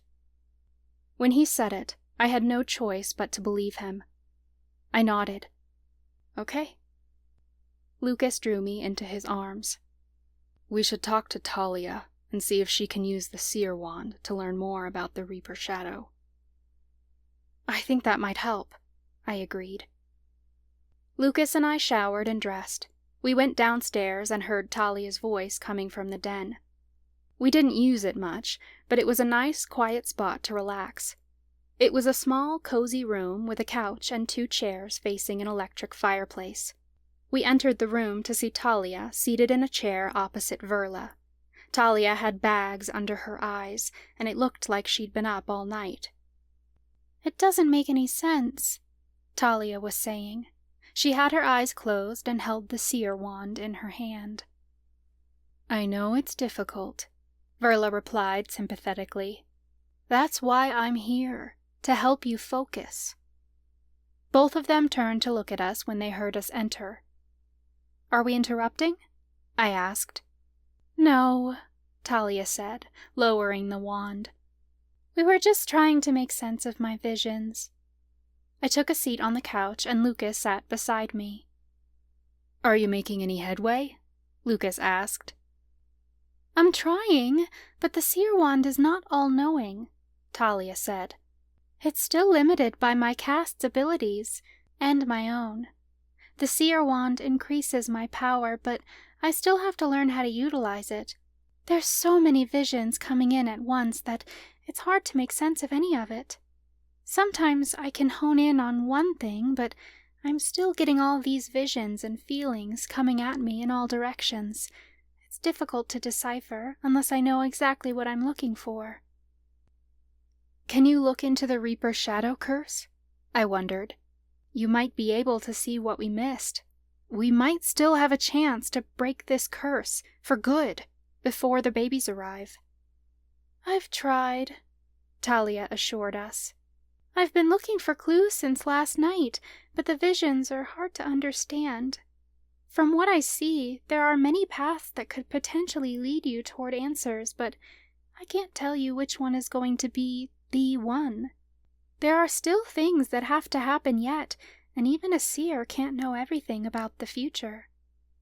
There must be more powers that you can tap into, aside from visions, I suggested. The empathetic abilities I get from the seer wand are overwhelming, Talia said. It's like I can feel all the emotions of the entire coven all at once. But I don't know who is feeling what. With my natural gift of psychometry, it's like I had one tab open on my browser. With the seer wand, it's as if the entirety of the internet is hitting me all at once. The information is there, but I can't sort it out. You aren't able to focus on one problem at a time? I asked. That's what we're working on, Verla said. Talia twisted the wand around in her hands. There's areas I feel blocked in, too. I know I have all seer magic at my fingertips, but there are things even I can't break through. Lucas furrowed his brow. Things like what? Counter magic of some sort? Talia shook her head. I can't tell. It could be me. I tried to have Miles use the seer wand, and he found it too overwhelming. He didn't want anything to do with these visions. Maybe subconsciously I'm just trying to shield myself from that. Don't push yourself too hard, I told her. Your visions won't help us if you aren't in a space to properly interpret them. I'm trying to use it sparingly. Every time I use the seer wand, I'm taking power from another seer, Talia added. I don't want to take more than is necessary. Is there anything else you've found that's useful? Lucas wondered. I've tried to locate the Cursebreaker wand, but it makes no sense, Talia said. All I see is blackness. There's an emptiness to my visions that makes it feel so out of reach. I haven't figured out how to interpret that yet.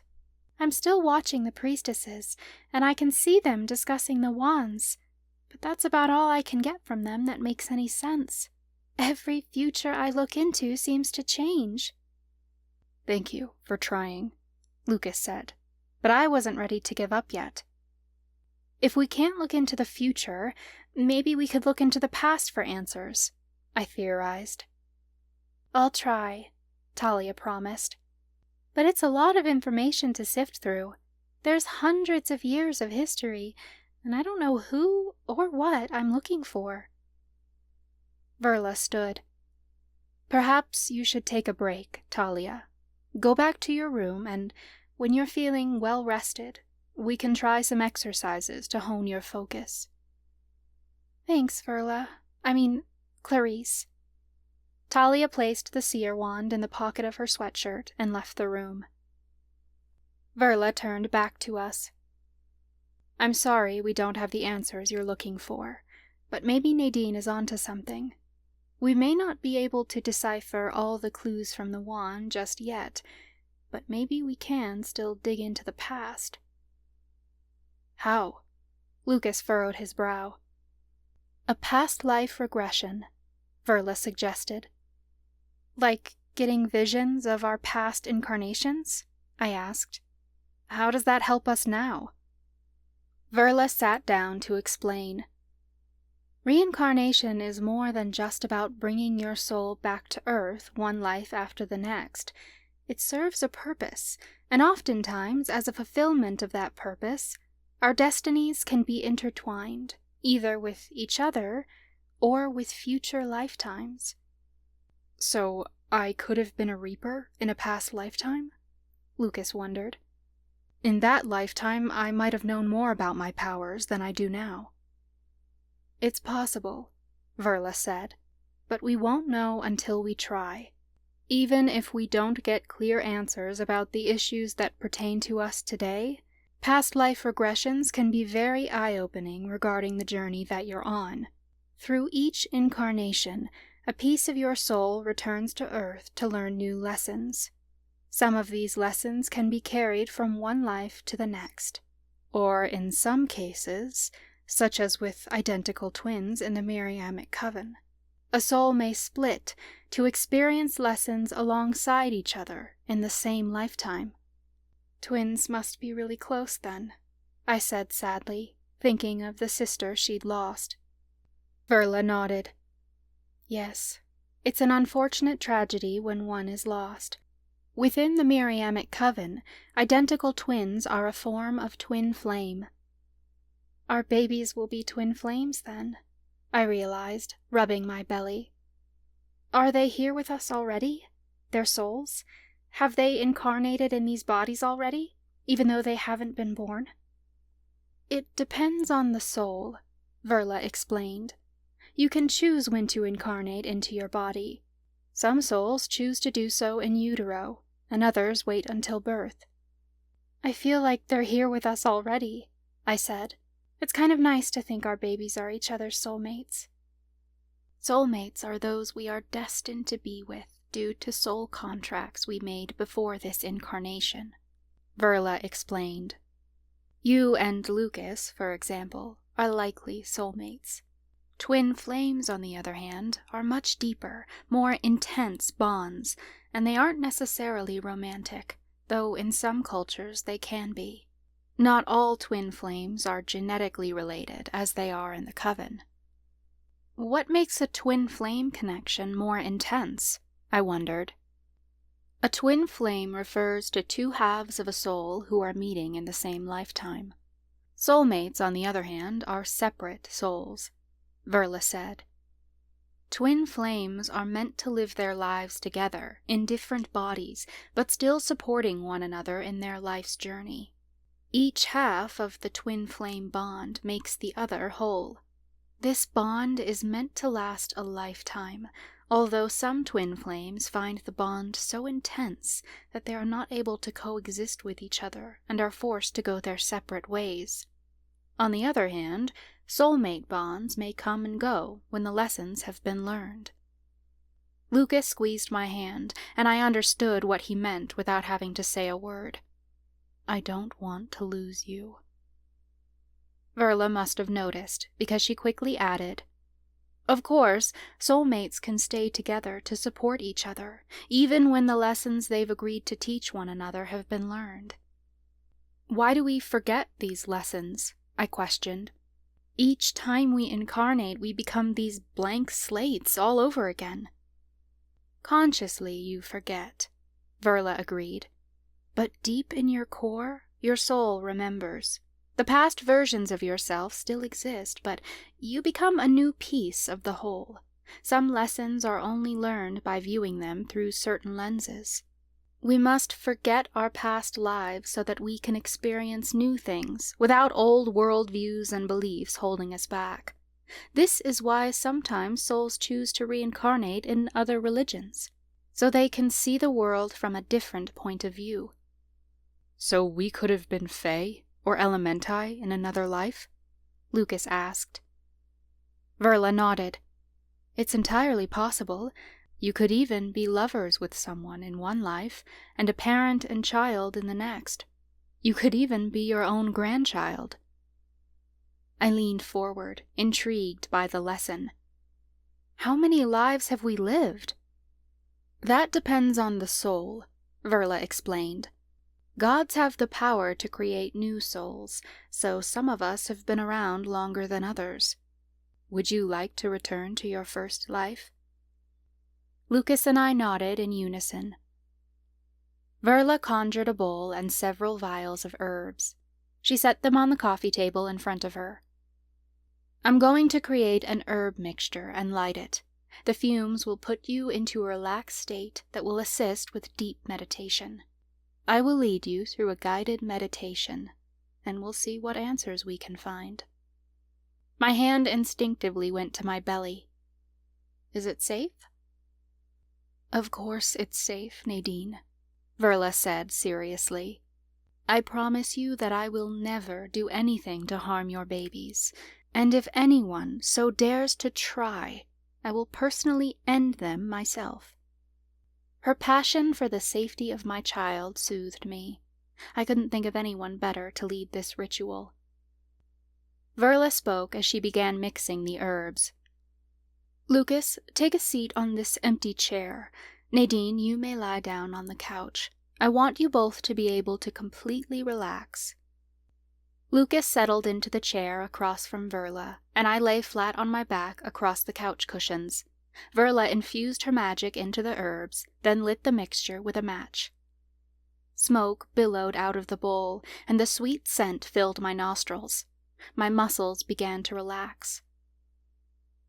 Close your eyes and focus on the sound of my voice, Verla said softly. Alone in this room, it is safe to let your guard down and explore memories outside this lifetime.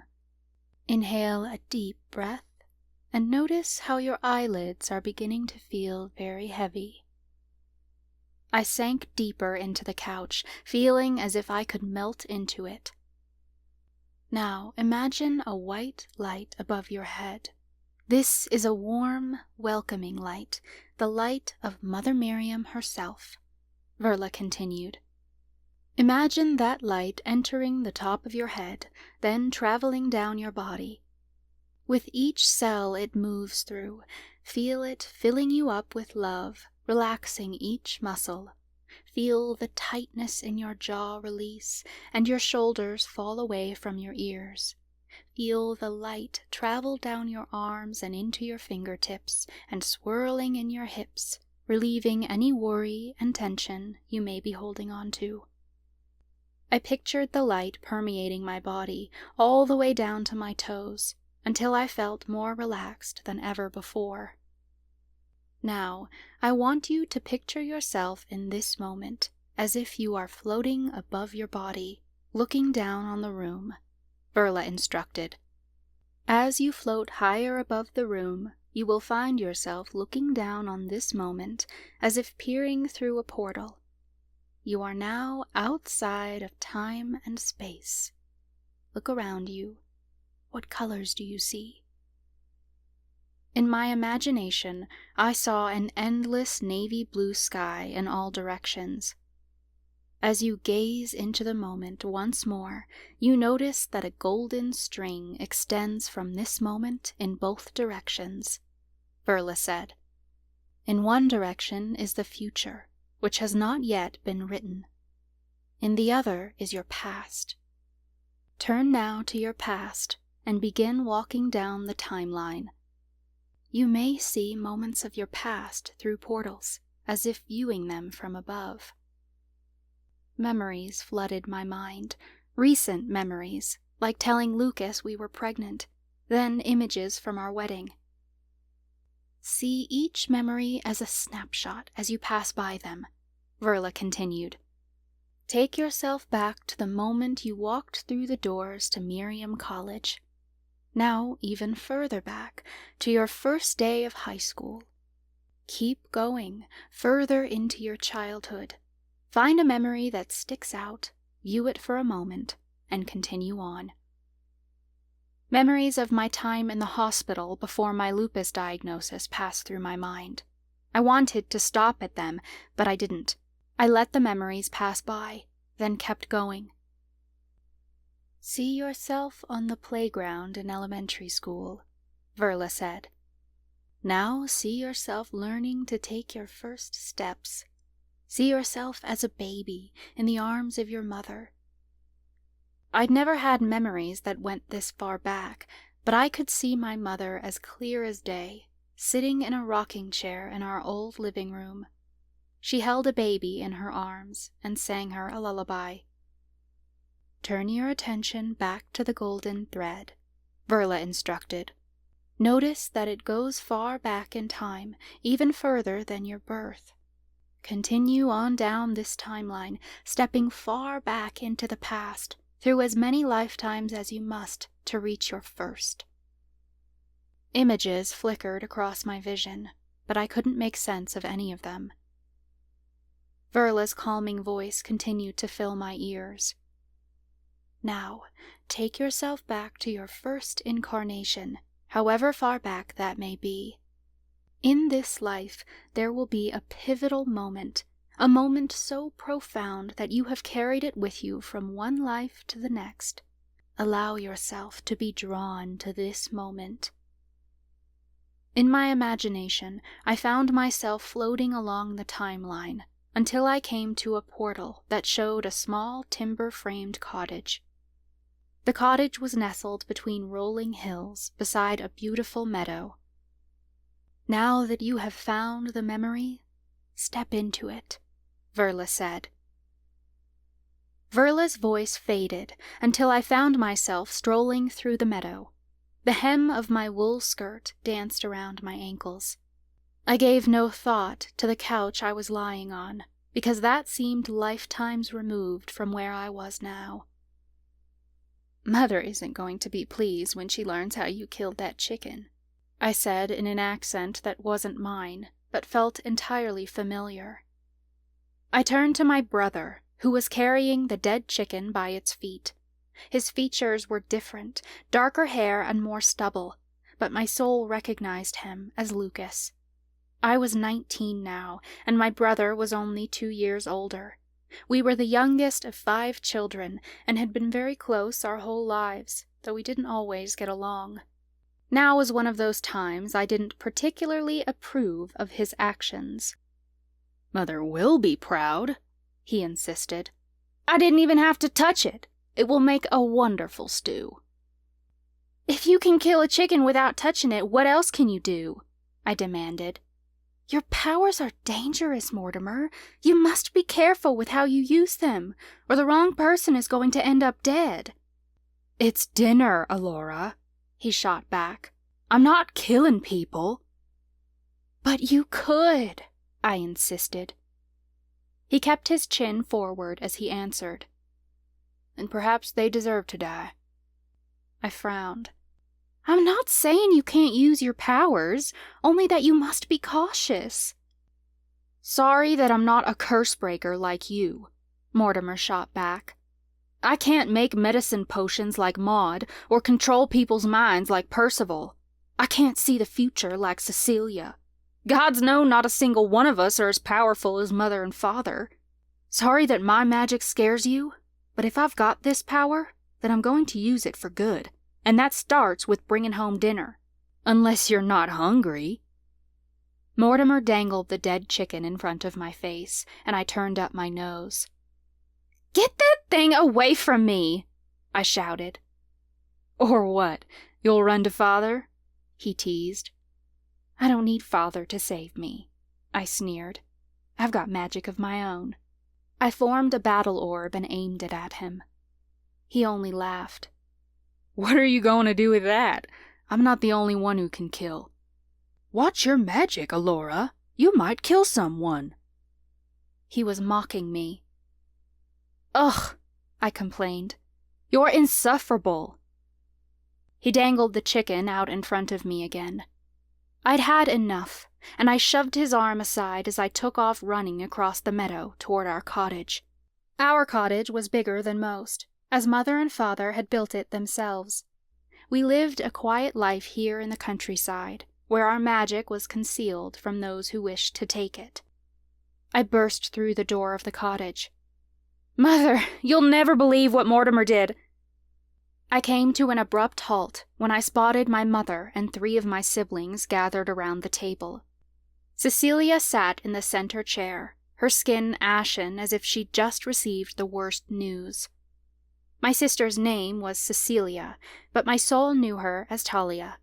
My sister Maud, whom my soul recognized as a man named Grant, and my brother Percival, who I knew as Chloe, sat on either side of Cecilia, looking to be comforting her. They all shared a look of terror. "Alora," my mother said hastily, "we must fortify the protection spell, now. The Fae have discovered our power, and they will kill us to keep another magical race from even the chance of opposing them." "It's too late," Cecilia stated in a whisper.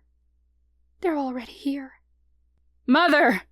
Mortimer's scream came from outside. We rushed out the door together. My mother stopped in her tracks when she looked to the sky to see hundreds of flying creatures descending upon us. They were all kinds of magical beings: wolves with wings, griffins carrying riders, alicorns with shimmering horns that were more threatening than beautiful, and dragons with razor-sharp teeth. Fae sorceresses had insect-like wings growing out of their backs, but even their graceful nature appeared deadly as they aimed their spells at our cottage. "Gods damn it!" Mother yelled. "The Seelie Fae have found us!" Mother blasted a deadly spell at the sky. The magic crackled like lightning, knocking dozens of riders off their shifters all at once. Fae sorceresses fell out of the sky, and dragons and griffins dropped dead into the meadow. As impressive as Mother's spell was, it barely killed a fraction of them. "How can we know what's real?" I demanded. "The Fae have illusion magic that we do not." Percival waved his hand, and the scene above us changed. Percival used his magic to force the Fae to drop their illusions. The amount of Fae above us doubled, only they were coming at us from both directions. They'd intended to keep us focused on one army, so the other could sneak up behind us. Spells spun in our direction, and one hit Mother in the shoulder. She fell to the ground, screaming in pain. Instinctually, I grabbed Maud's hand. "Together!" She reached for the others, and we all grabbed hands. Their power surged through me, and a shield formed around my family, so powerful that the Fae spells couldn't break through. A primal scream broke out of Mortimer's lungs. He aimed his hands at the air, and one by one, Fae began to drop out of the sky. A darkness swirled in the clouds as his power of death stole the lives of the Fae. Spells continued to rain down on us, and my shield wavered. "I do not know how long I can hold it," I screamed. Mother winced as she righted herself. "Believe that you will win this fight, and you will." "We can't," I yelled. "There are too many." She ran over to me and grabbed me by the shoulders.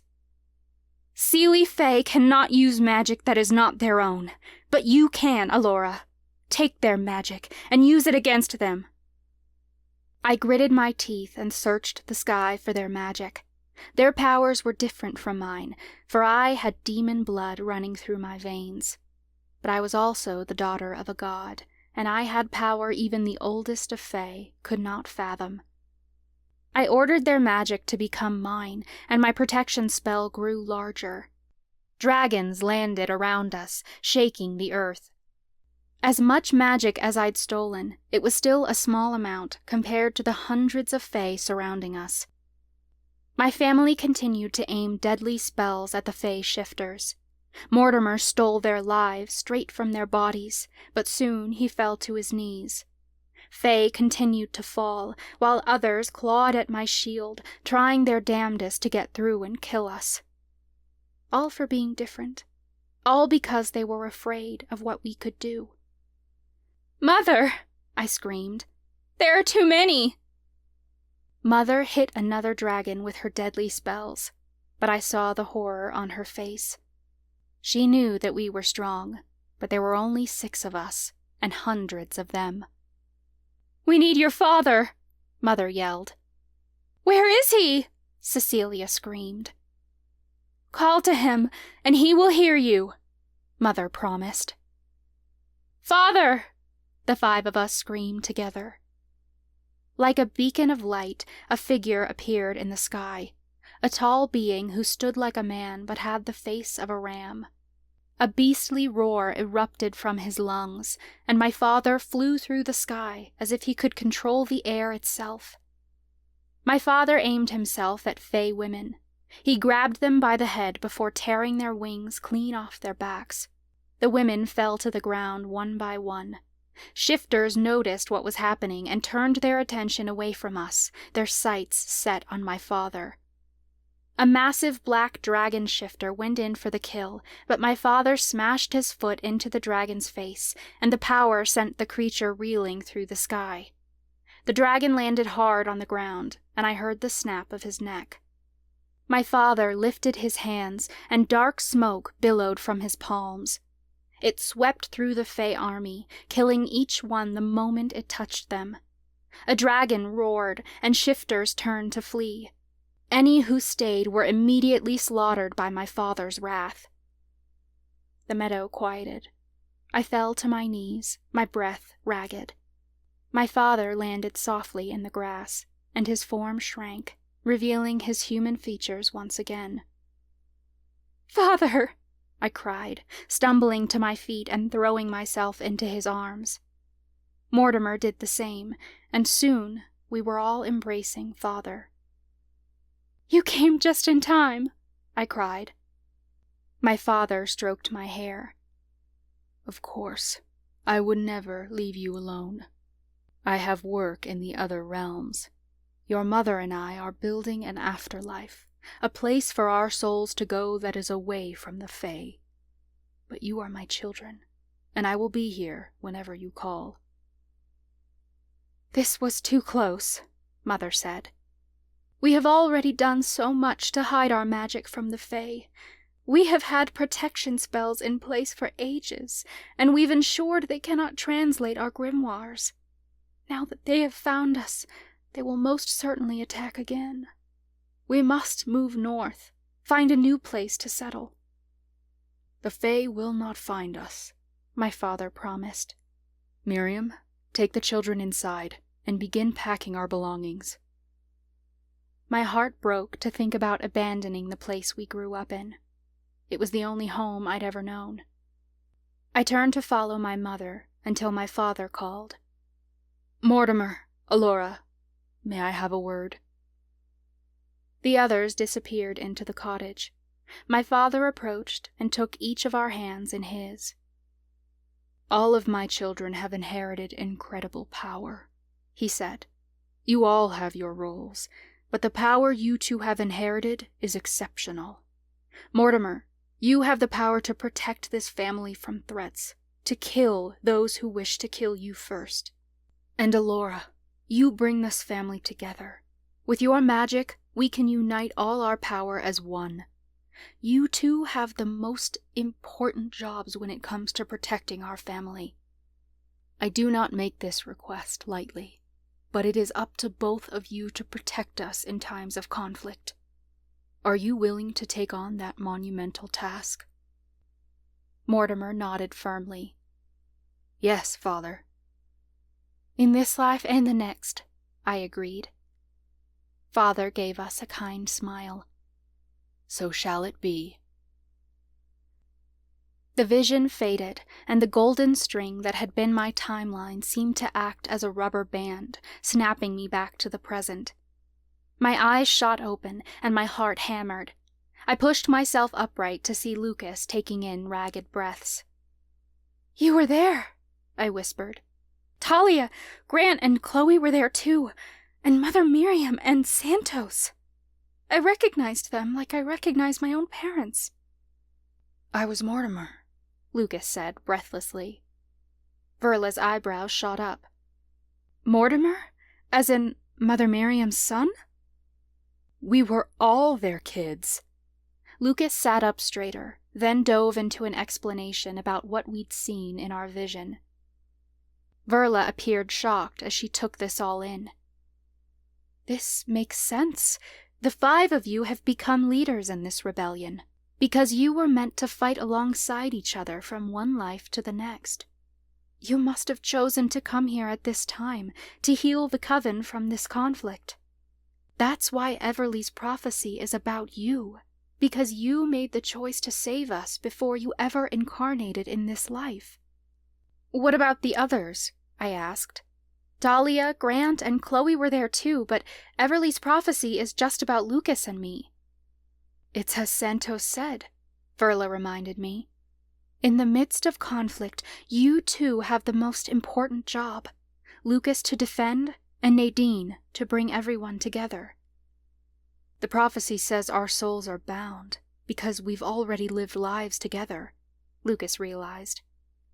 Isn't it weird that we were brother and sister in one life, and now we're married? I wondered.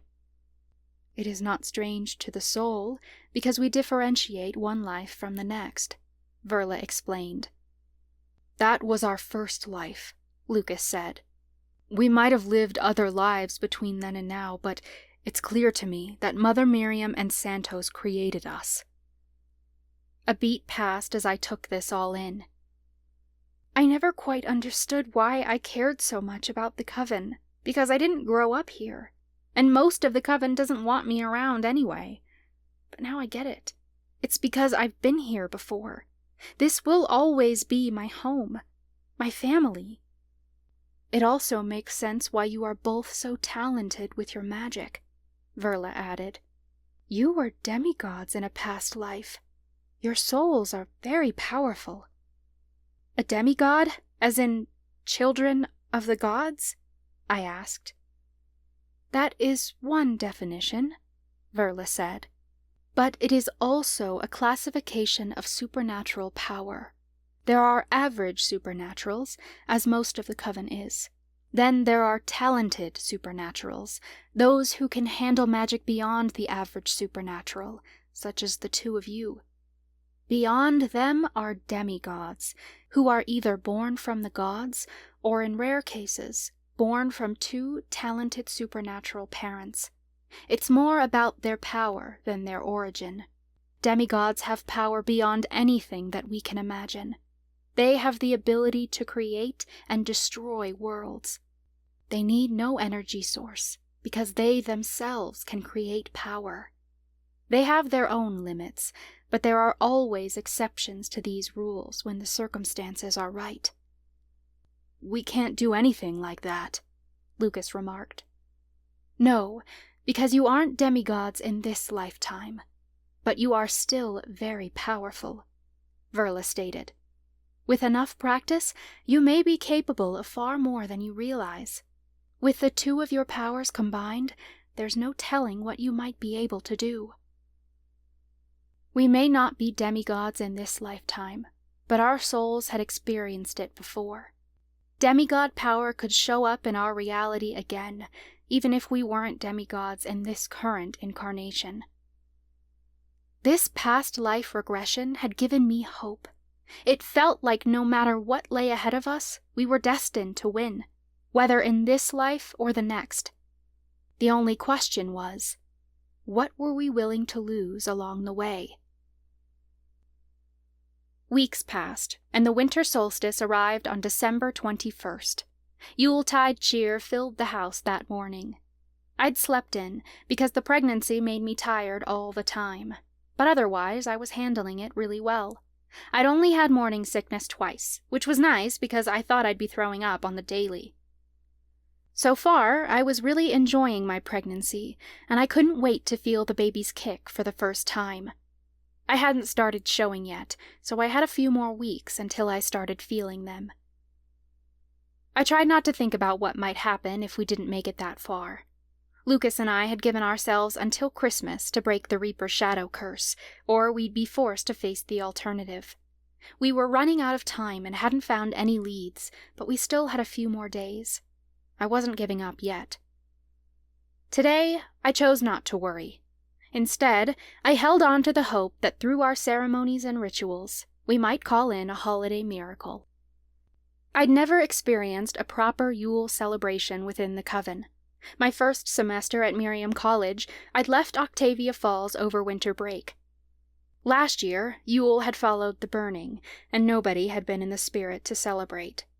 I was excited to finally partake in the traditions. Yule was a time of rebirth, to celebrate the longest night of the year and welcome the return of the sun. Today was supposed to mark the end of our descent into darkness and new beginnings into the light. The scent of spruce needles and baking apple pie filled the house. The hallways had been decorated with twinkling lights, and wreaths hung on each of our bedroom doors.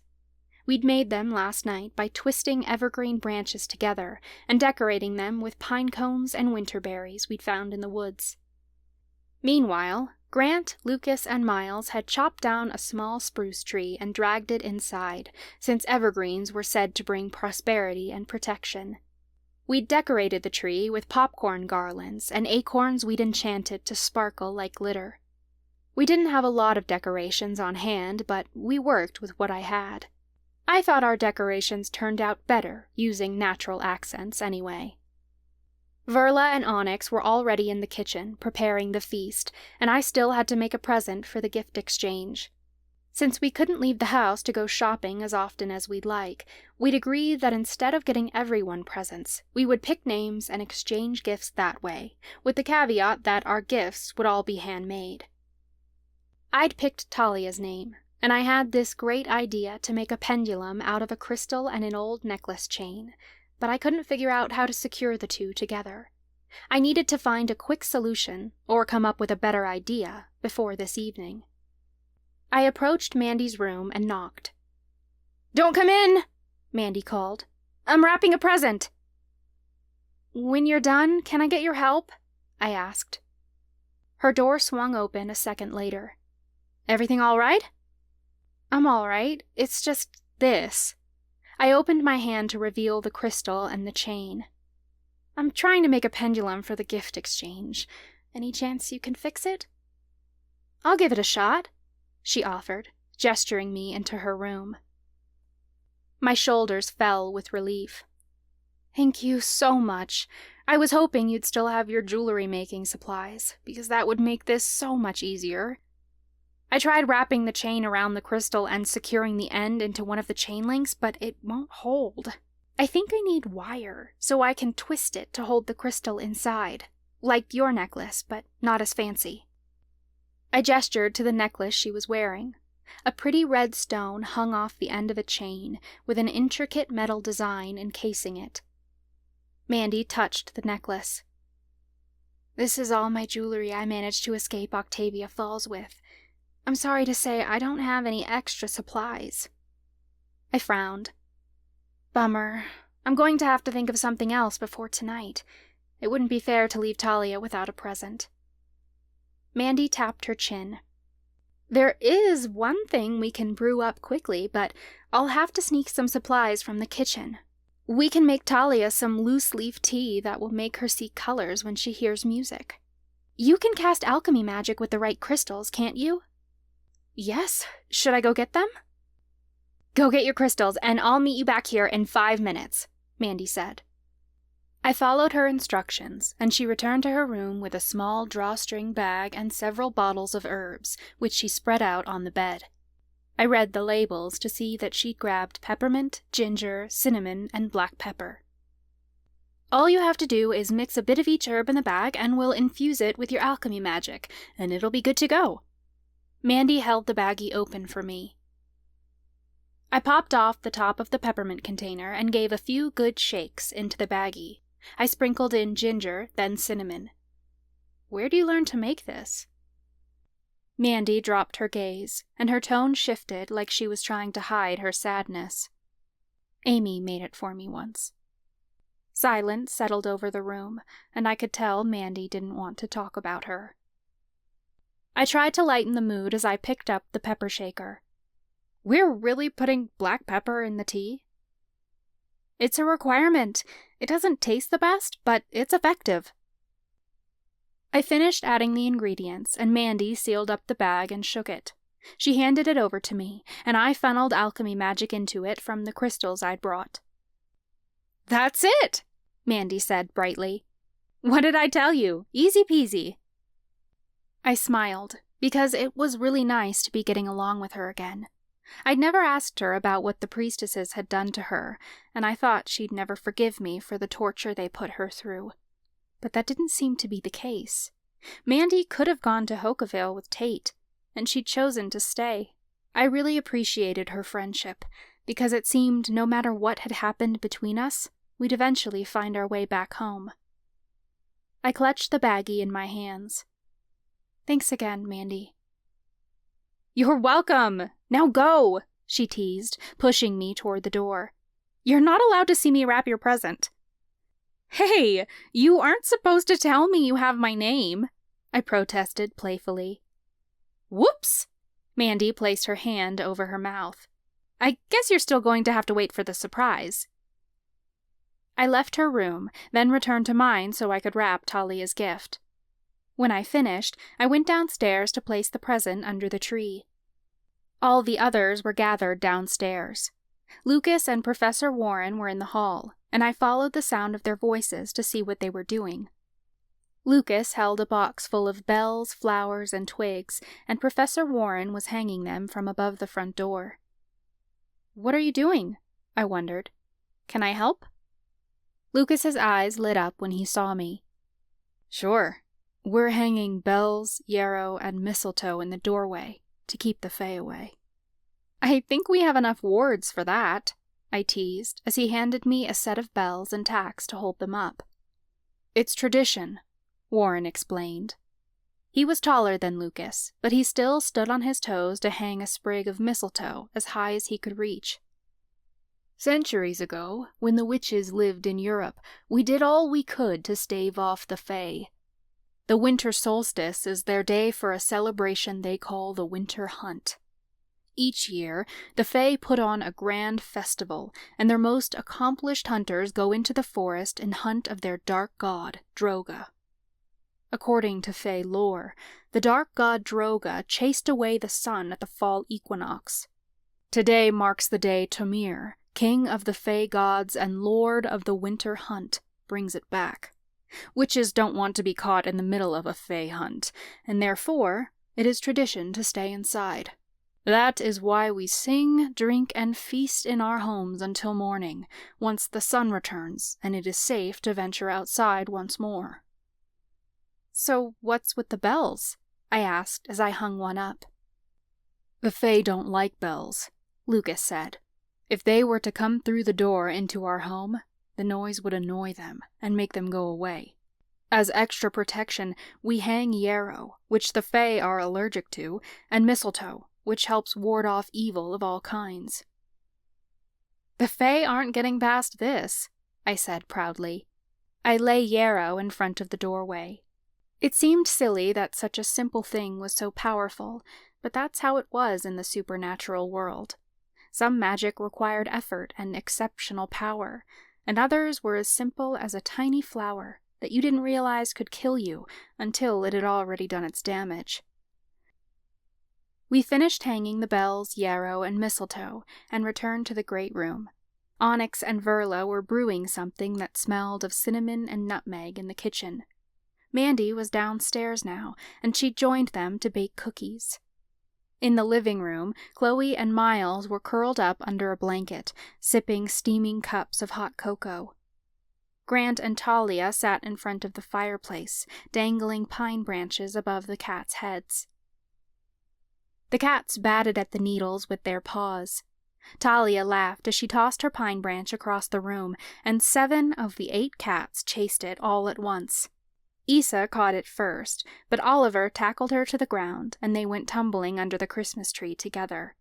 Talia's cat Gus snatched the end of the branch in his mouth and started running across the room. Grant's cat Bella and Miles's cat Kiki both chased after him. Onyx's cat gave up and started licking his paws. Marley, Chloe's cat, sprinted from out of nowhere and snatched the branch out of Gus's mouth. It was really funny to watch. Odin didn't look amused. The black cat lazed on the back of the couch and merely blinked at the others, like he didn't understand what was so interesting about a pine branch. "Lighten up, Scrooge," I teased Odin, scratching him behind the ears as I passed. He started purring, but got a disgruntled look on his face when I stopped. Chloe got up and went over to the fire, where she shifted around the coals with an iron poker. "The fire's ready to burn our Yule logs." "What exactly is a Yule log?" I asked. I'd heard of it, but I hadn't burned one before. My parents and I always celebrated Christmas, but the Yule log wasn't a tradition my mother brought with her when she left the coven. As you know, Yule is a time in which we reflect on the previous year and make oaths, promises, or goals for the year to come, Chloe explained. Traditionally, the Yule log was a whole tree brought into the home and burned over 12 days to beckon in the return of the sun. The traditions have evolved over time, and now we each take our own log and write or carve our wishes on it for the new year. You don't have to make it complicated. It can be a single word that holds your intention for the year. Then you'll burn the log to surrender those intentions to Mother Miriam. Are there any incantations or spells to cast? I wondered. Chloe shook her head. The act of burning the log itself is a spell. You will start here, at the Yule altar, to pray to Mother Miriam and leave the burdens of this year behind. Chloe gestured to a small table set up near the tree. Beside it was a box of pine cones, acorns, and spruce branches, left over from our wreaths and ornaments. You will choose your offering from the box and place it upon the altar. Traditionally, our ancestors offered plants and food, because that's all they had to give centuries ago.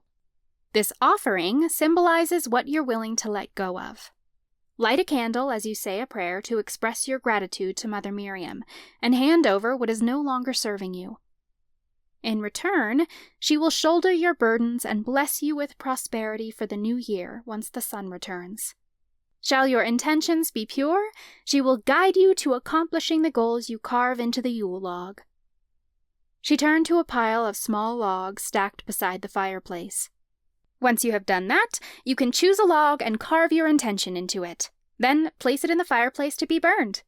Who wants to go first? I'll go, Talia offered chipperly. She practically danced across the room and knelt in front of the altar. Nobody bothered her as she silently said a prayer to Mother Miriam and lit a tea-light candle. She used her wand to carve the word abundance into her Yule log, then placed it into the fire. Once she finished, Grant went next.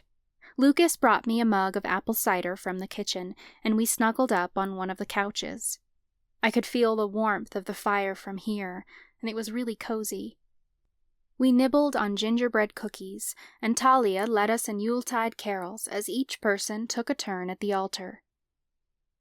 As the others went, I tried to think of all the things I needed to let go of, and a horrible thought came to mind. I'd already lost so much this year when Grammy died, and I didn't want to lose anyone else. I could hear a voice in my head saying I had to let go of her. I wanted to kick that voice in the mouth, because it certainly wasn't my own. I knew Grammy had moved on to Allura, but she couldn't truly enjoy where she was at if I was holding her back. Grammy was worrying about me, I was certain. I knew I needed to accept that she was gone, but I was never going to let her go. I couldn't. I didn't consider letting go of the twins, because I wasn't going to let that happen. I wouldn't even entertain the idea, unless absolutely necessary. Hours passed as we sang carols and waited for the Yule logs in the fire to burn down so others could add their own. I'd had plenty of time to think about what I would let go of in this ceremony, but nothing felt right. All I could think about was Grammy. It was a joyous day, laced in melancholy that she wasn't here. I knew my sadness wasn't serving me, nor anyone else. I could focus on all the good and all the great Christmases we'd had in the past. Grammy had always come to visit, and she'd bring along her famous brisket and always gift handmade presents. She'd once given me the sweetest pine-scented candle she'd made herself, and I'd never burned it because I didn't want the scent to go away. Then I thought about how I'd lost the candle in the move. It seemed I'd lost so much of her now. Focusing on the good didn't seem to help when it reminded me of what I'd lost. Consciously, I understood that letting go of Grammy didn't mean forgetting her, but my heart wasn't convinced. I worried that if I let go of all this pain, I'd lose my connection to her. It'd be like I never cared at all. I couldn't do that. I was the last to kneel beside the altar. 9 tea light candles burned, leaving only one that hadn't been lit. I hesitantly withdrew a pine cone from the box beside me. I caught sight of a cinnamon stick at the bottom, and I placed that on the altar as well. Others let me be while I silently reflected on my own. It was like they weren't even here. My mind raced because I knew what I had to do, but couldn't. My friends had made this look so easy. They'd each spent mere moments at the altar to whisper a prayer, but I'd completely frozen up. I had to choose something else, because I certainly wasn't ready to let go of my grandmother. I tried to think about what she would say to me. I recalled a conversation we had months ago, where she encouraged me to let go of control. She said I feared letting go because I wasn't sure I could handle the outcome. I wondered where in my life I was still holding on to control. My hand instinctively went to my belly. I thought about how I hadn't been in control of this conception. Lucas and I hadn't planned it, but it was one of the best things that had ever happened. I hadn't even given birth yet, and I already knew I loved these babies so much. I couldn't tell what the future held, but I knew by this time next year, everything would be different. Mother Miriam, I prayed silently, I thank you for the children you have blessed me with, for I know this is my destiny. I let go of control over this pregnancy and over the birth of my children. Whatever future may come, I trust that you will protect us. So shall it be. I struck a match and lit the final candle. I felt a little lighter as I went over to the fireplace to pick up a log. I conjured my wand and cast a spell to carve my intention into the log. The word family scrawled across the bark, and I smiled as I placed the Yule log into the fire. I felt much better when I stepped away from the fire, like a weight had been lifted off my shoulders. Verla, Onyx, and Mandy had joined us in the living room while the food finished cooking. It was at least an hour until dinner time, and Grant suggested we do the gift exchange now. He handed out our presents until we were each holding one with our names on them. To determine the order we open gifts in, we'll be playing Spin the Candy Cane, Grant announced, holding up a red and white striped candy cane. Chloe, if you will. Chloe waved her hand, and her telekinesis levitated the candy cane into the air. Grant gave it a tap, and it began spinning. It slowed until it came to a stop, pointing at Talia. She tore open the paper and opened the box to reveal the bag of tea Mandy and I had made earlier today. Talia opened it and inhaled the scent. It smells wonderful. Who made this? I raised my hand. I infused it with alchemy magic. It's a tea blend that will make you see colors when you hear music. I love it! Talia exclaimed. Grant spun the candy cane again, and it landed on Lucas. He opened his gift to find an assortment of chocolates Grant had made himself. They looked really fancy, with colored drizzled chocolate over the top of each one. Lucas popped one in his mouth, and the end of his nose started to glow red. You look like Rudolph the Red-Nosed Reindeer, I laughed. Lucas crossed his eyes and wiggled the end of his nose to try to get a good look at it. This better go away by Christmas Eve, or some guy in a red suit is going to be knocking on our door asking me to guide his sleigh. And you'd do it in a heartbeat, I teased. I grabbed his face in my hands and kissed the end of his nose. "You look adorable." "For a reindeer," he joked with a laugh. Onyx and Chloe had gotten each other. Onyx had gifted Chloe a collection of bath bombs she'd made herself, while Chloe had given Onyx a pair of origami doves she'd enchanted with mentalist powers. The doves fluttered around the room and landed in Onyx's hair. She snickered as they tickled the top of her head. "I love them." The candy cane continued to spin, and wrapping paper littered the floor. Everyone had been really creative with their gifts, and it was tons of fun seeing what everyone had made. Grant had received a hair gel potion Verla had brewed herself.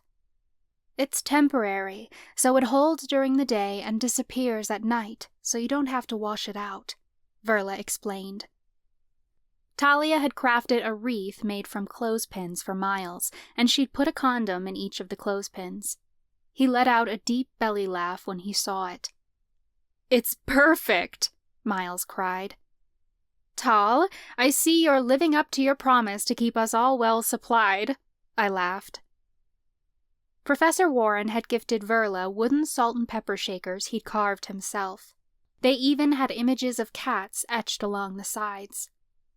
Miles had obviously struggled with coming up with an idea, because he'd gifted Warren an origami apple. He shot a nervous glance at Chloe, and it was clear she'd taught him how to make it. Mandy and I were the only ones left, and the spinning candy cane landed on her first. She opened her present to find several sheets of paper. She flipped through the pages and furrowed her brow. "What are these?"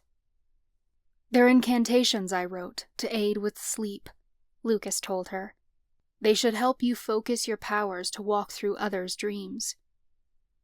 "Oh," Mandy said brightly. "That's so thoughtful of you."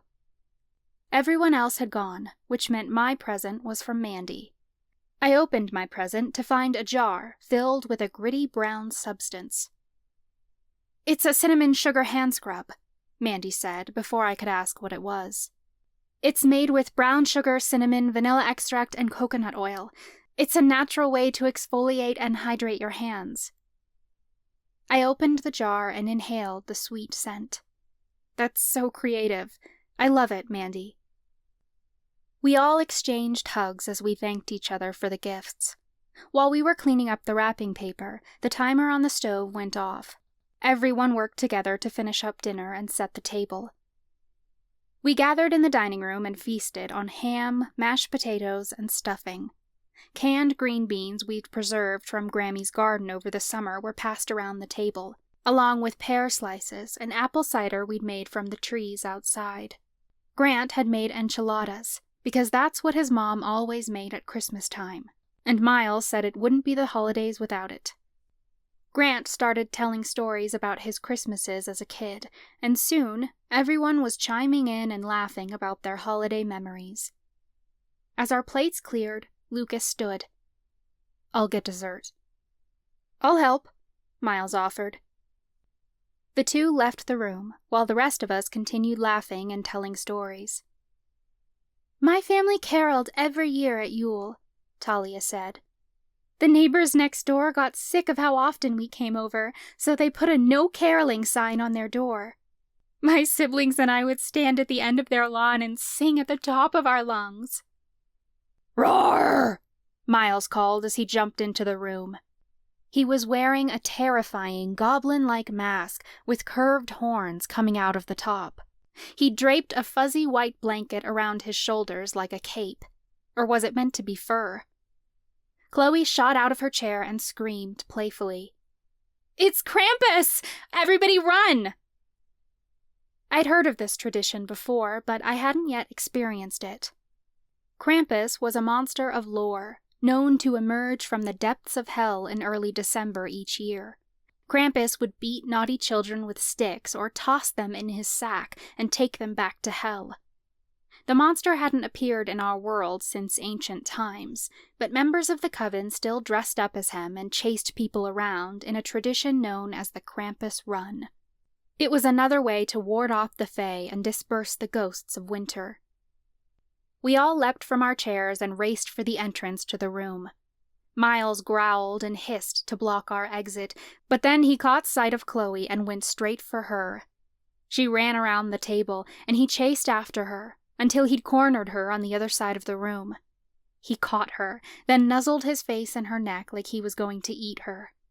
We all slipped around him and ran out of the room. Lucas was there in the hallway, waiting for us in a second Krampus mask. "Run, little children!" he cried in a mystical voice. "Don't eat me, Krampus! I've been a good boy!" Grant shouted as he took off down the hall. Talia followed him, and they ran into the library. Verla and Warren ducked into the den, their laughter echoing behind them. Lucas grabbed Onyx and Mandy, but they both struggled away from him and made a break for the stairs. I was the last one out of the dining room, and Lucas jumped in front of me to block my path to the living room. "You have nowhere to go, you naughty girl," Lucas teased. I got a thrill in my stomach. Then I guess you're going to have to catch me. I whirled down the hall, and Lucas gave chase. He caught me around the middle, and my heart lifted. I lifted my feet off the ground, putting all my weight on him. He wasn't expecting that, so I fell out of his grasp, then ducked under his arm to run to the other side of the house. He pursued me, and I skidded to a halt in the living room when he jumped over the couch and landed right in front of me. "No, Krampus, no!" I teased playfully. Lucas grabbed me, and we fell onto the couch together. He pulled me on top of him and pretended to eat my neck. I laughed as the mask tickled me. He tore the mask off and tossed it aside, taking a deep breath like it was hard to breathe under the mask. Then his lips touched my neck, and he started kissing me. My lips met his, and we began making out. I snickered. "I've been a very naughty girl this year." He kissed me again. "Very naughty. I'll have to take you to my lair." Something lightweight landed on my head, and I grabbed it to find it was one of the condoms from the wreath Talia had gifted Miles. I turned to see Grant and Talia had returned to the living room, and they'd witnessed our make-out session. Grant was holding the wreath and had tossed the condom at us. "Get a room!" Lucas took the condom from my hand. "We have one, and we won't be needing this." He tossed it back. Everyone was still laughing as we cleaned up from dinner. We gathered around the fire, where the last of our Yule logs were burning down. Everyone took a seat, except for Chloe and Talia. "Talia and I have one more gift to give," Chloe announced. Everyone quieted down and focused on the girls. "As you all know, we've been working on advancing our powers using the Oaken Wands," Chloe continued. "However, we're still limited by our own cast's abilities and our skill levels. Utilizing the wands isn't just about having power, but knowing how to use it. We've been looking for ways to read the priestesses' minds so that we can get a step ahead of them. While some mentalists and seers can perceive others' thoughts, Talia and I have been struggling to do this on our own. Instead, we came up with the idea to combine our powers in a process we call tele-insight." Verla sat up straighter, looking intrigued. "Mind reading is advanced magic, even for those who possess such a skill naturally. Those who do are still limited in many ways, either by requiring consent or needing to be in close proximity to the person whose mind they are reading. How does this work between the two of you?" "We can still only perform tele-insight if we're in the same room as someone," Talia said. "But the more we hone this power, the more useful we think it will be. The thing about mind reading is that most witches who have this gift can only interpret certain things. We don't know of anyone who can truly infiltrate another's mind and hear their thoughts clearly." "Such a power would be difficult, even for a demigod," Verla pointed out. "Yes," Chloe agreed. "But we think we've found a way to focus our power to get much clearer with our readings. Most often, mentalists either project their own mind to manipulate the world, which is how I perform telekinesis, or they infiltrate the minds of others to place thoughts and ideas there. That's why Mandy can go into other people's dreams, and it's why some mentalists can control others like puppets. Extracting information is another power entirely, because not only do you have to find those thoughts, but you have to know how to read them. Thoughts can be communicated in words, images, or concepts, and interpreting those ideas is very difficult without consent of the other party. That's where the seer part comes in. Seers hold the power of perception, Talia explained. Members of my caste can perceive future outcomes or witness past events through visions, but many seers can also feel other people's emotions or perceive their trauma, even when the subject isn't aware of it themselves. Therefore, we discovered that if I use the mentalist wand to infiltrate the mind, and Talia uses the seer wand to perceive what's inside, together we can see what someone's thinking. Although, like Talia said, we're still limited by distance, and we have to use the wands together, Chloe explained. We even came up with an incantation, Talia exclaimed. Are you girls sure about this? Verla asked. Power like this will be very draining. We're sure, Chloe stated confidently. We've already tested it on Miles. Talia scrunched up her nose. His head is full of dick jokes, and nothing else. Hey, that's not true, Miles protested. I also think about food. Does anyone else want to give it a shot? Chloe asked. The more practice we get, the better. Grant raised his hand. I'll try it. Chloe and Talia locked hands and lifted the Oaken Wands. They spoke in unison. By the goddess's light and candle fire, illuminate the information I desire. The girls closed their eyes and swayed on their feet, like they were in some sort of a trance. I could feel their magic swelling over the room, and it was certainly one of the strongest spells they'd cast. We're in your head, Chloe mused. You're thinking... Grant! Chloe's eyes sprung open, and Talia blushed. Chloe scowled. Your thoughts are as dirty as your brother's. Grant held his hands up in surrender. Hey, you're the one who wanted to go poking around in there. Chloe crossed her arms. I didn't want to see a mental picture of Talia's ass, but thanks for that one. Hey, I have a great ass, Talia said with a laugh. True, Chloe agreed. Let's try someone whose mind is not in the gutter. Onyx volunteered, and the girls read her mind to find she was thinking of holiday candies and hot cocoa. She must have set a precedent for holiday cheer, because other people started thinking about the holidays too. Professor Warren volunteered next, and the girls read images of him playing in the snow at Yuletide as a kid. They read Lucas, and found he was thinking about the times he went sledding with his brother down the hill behind their house. They tried to read Mandy next, and Chloe's features fell. I'm sorry, Mandy. I'm not announcing that. It's too personal. It's fine, Mandy said. I want everyone to know your spell works, and it's not like nobody knows how I feel. Chloe sighed. I hear the same words over and over. I wish Amy was here. The room went silent.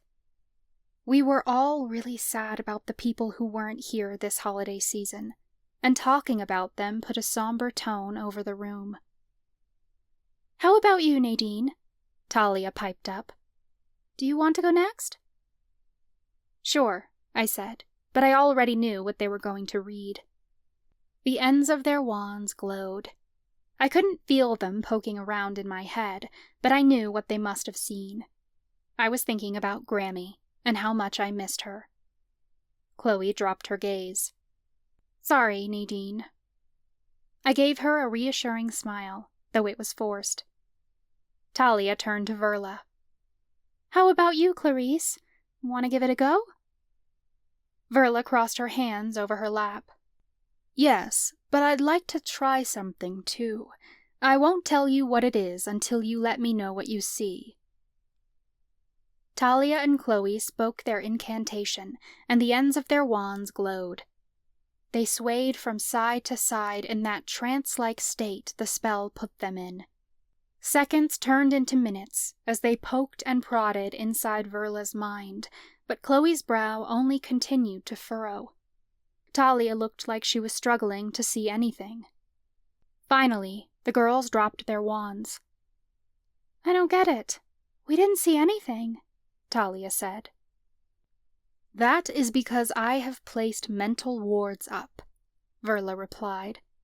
"This power you call tele-insight is strong and may prove useful against our enemies, but if we can learn how to use it, the priestesses have the potential to learn tele-insight as well." I didn't think Verla meant to start a panic, but we all sat up a little straighter then.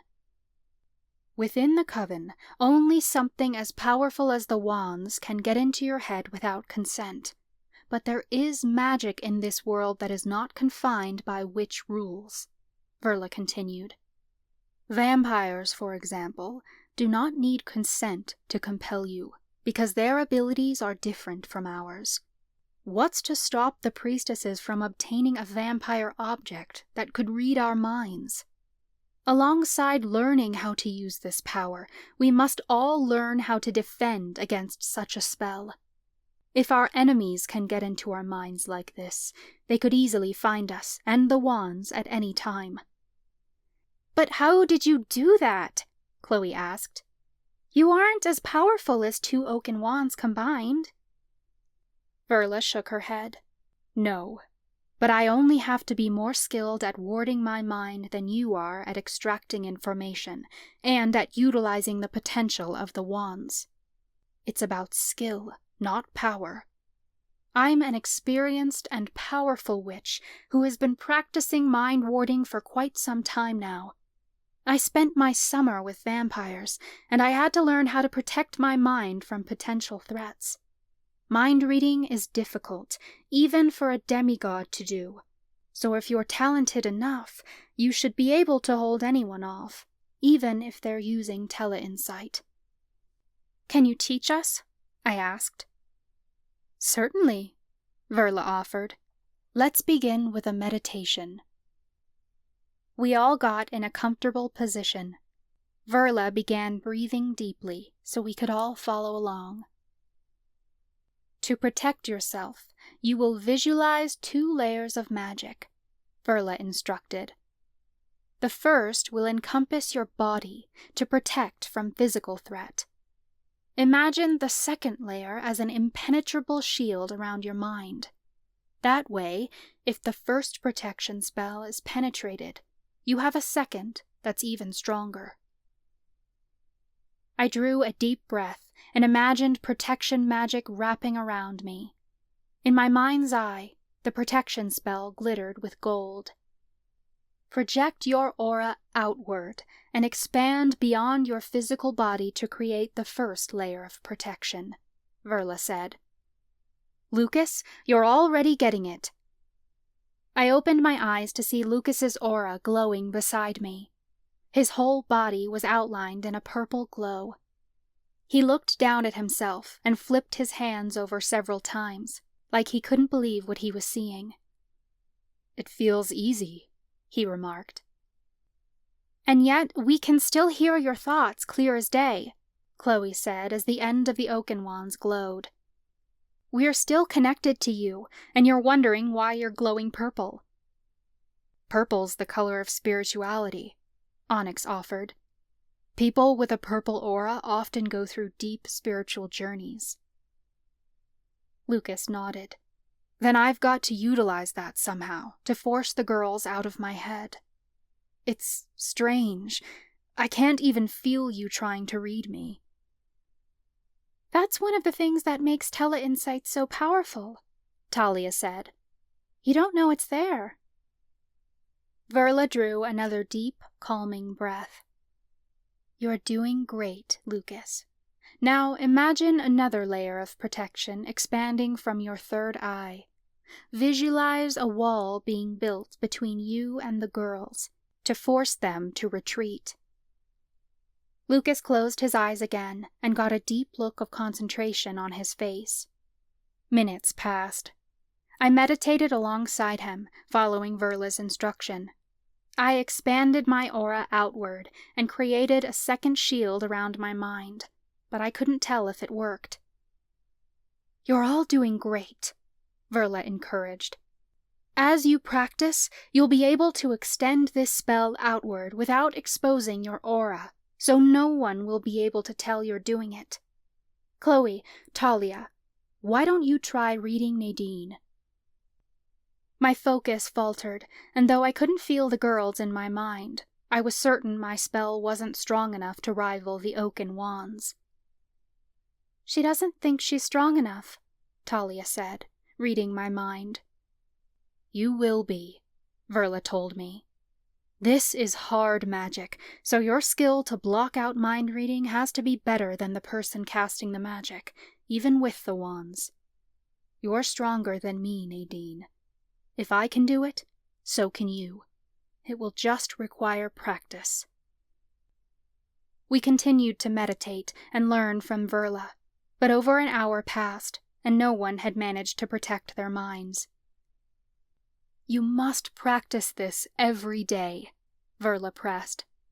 "We can't afford for the priestesses to get into your head." "Even if we can't shield ourselves from power like this yet, this power is in our hands," I pointed out. "Tele-insight gives us hope, because we can use it against the priestesses." "How can we utilize it?" Grant wondered. "We'd have to get close enough to them." "We don't need to use it on them directly," Lucas suggested. "They've built a movement and a following, which means that when we go up against the priestesses, we're going to have to face all of Miriam's chosen." Chloe understood what he was saying. "We'll have to destabilize the cult before we can move in on the priestesses. We can't go in guns blazing and kill off these people's cult leaders because they'll never listen to our side. Just because we kill the priestesses doesn't mean other people won't rise up. We need to understand the priestesses' motives and plans, as well as how these cult members think. Otherwise, it doesn't matter what kind of power we have, because they already have their hold on the coven." Talia tapped her chin. "We'll have to figure out who the cult's major supporters are and get rid of them before we take out the priestesses. Which means Chloe and I will have to sneak around the outskirts of Octavia Falls and learn as much as we can using tele-insight." "It's dangerous," Verla protested. "You could be caught." "You're right, but it's a chance we have to take," Chloe insisted. "If we're going to destabilize the cult, it's our only choice," Talia agreed. This was powerful magic that the priestesses didn't know we could use against them. We just had to get close enough to them to put it to work.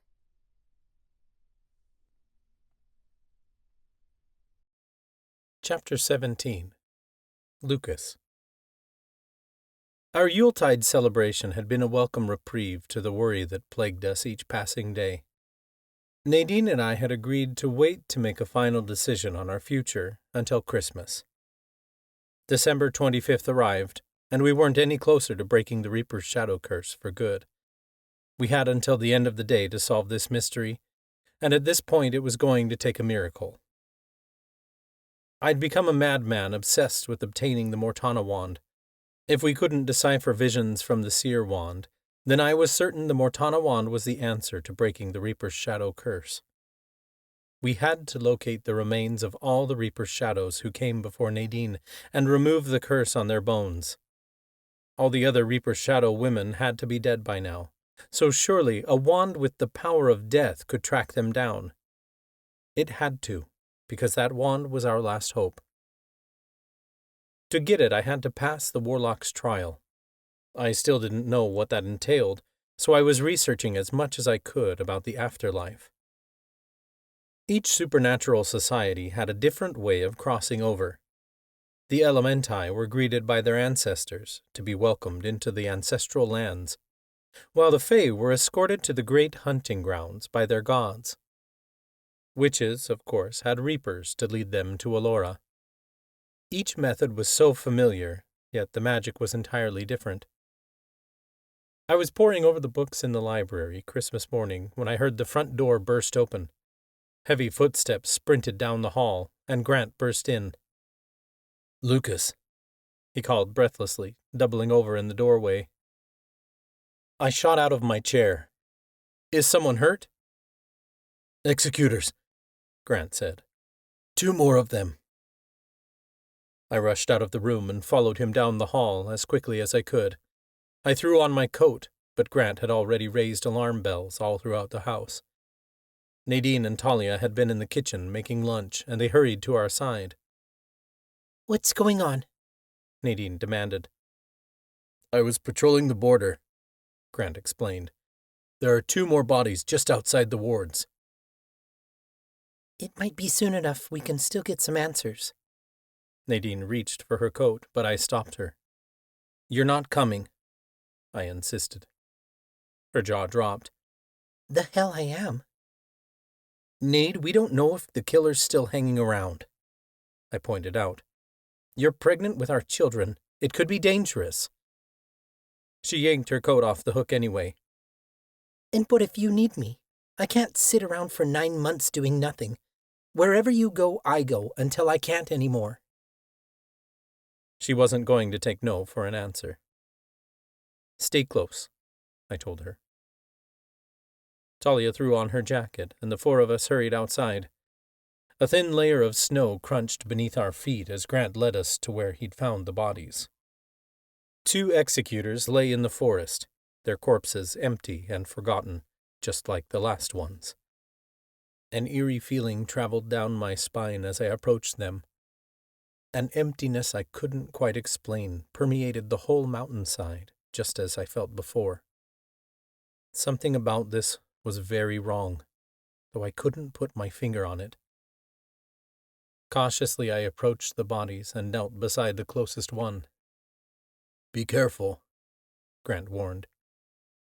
"It's okay," I promised. I placed 2 fingers to the side of the closest executor's neck. No pulse, though I didn't know what I was expecting. I could already feel the hollowness of their bodies with my magic. There was no life force to be found, not a remnant whatsoever. And yet his body was still warm. It hit me then what was so strange about all of this. "I've never seen magic like this before," I remarked. "Usually when people die, I can feel death. These bodies are fresh, yet I feel nothing." "Like something's blocking your magic?" Nadine asked. I shook my head. "My magic is working just fine. When people die, I feel a void, like their body has become this empty shell and something's missing. Eventually the feeling fades the longer someone's been dead. But this emptiness is different. It's like there was never anything there to begin with." "So you're saying the priestesses are sending soulless executors to find us?" Talia asked slowly. "I'm not sure what I'm saying," I admitted. A breeze swept through the trees, and a chilling realization hit me. These bodies are still warm.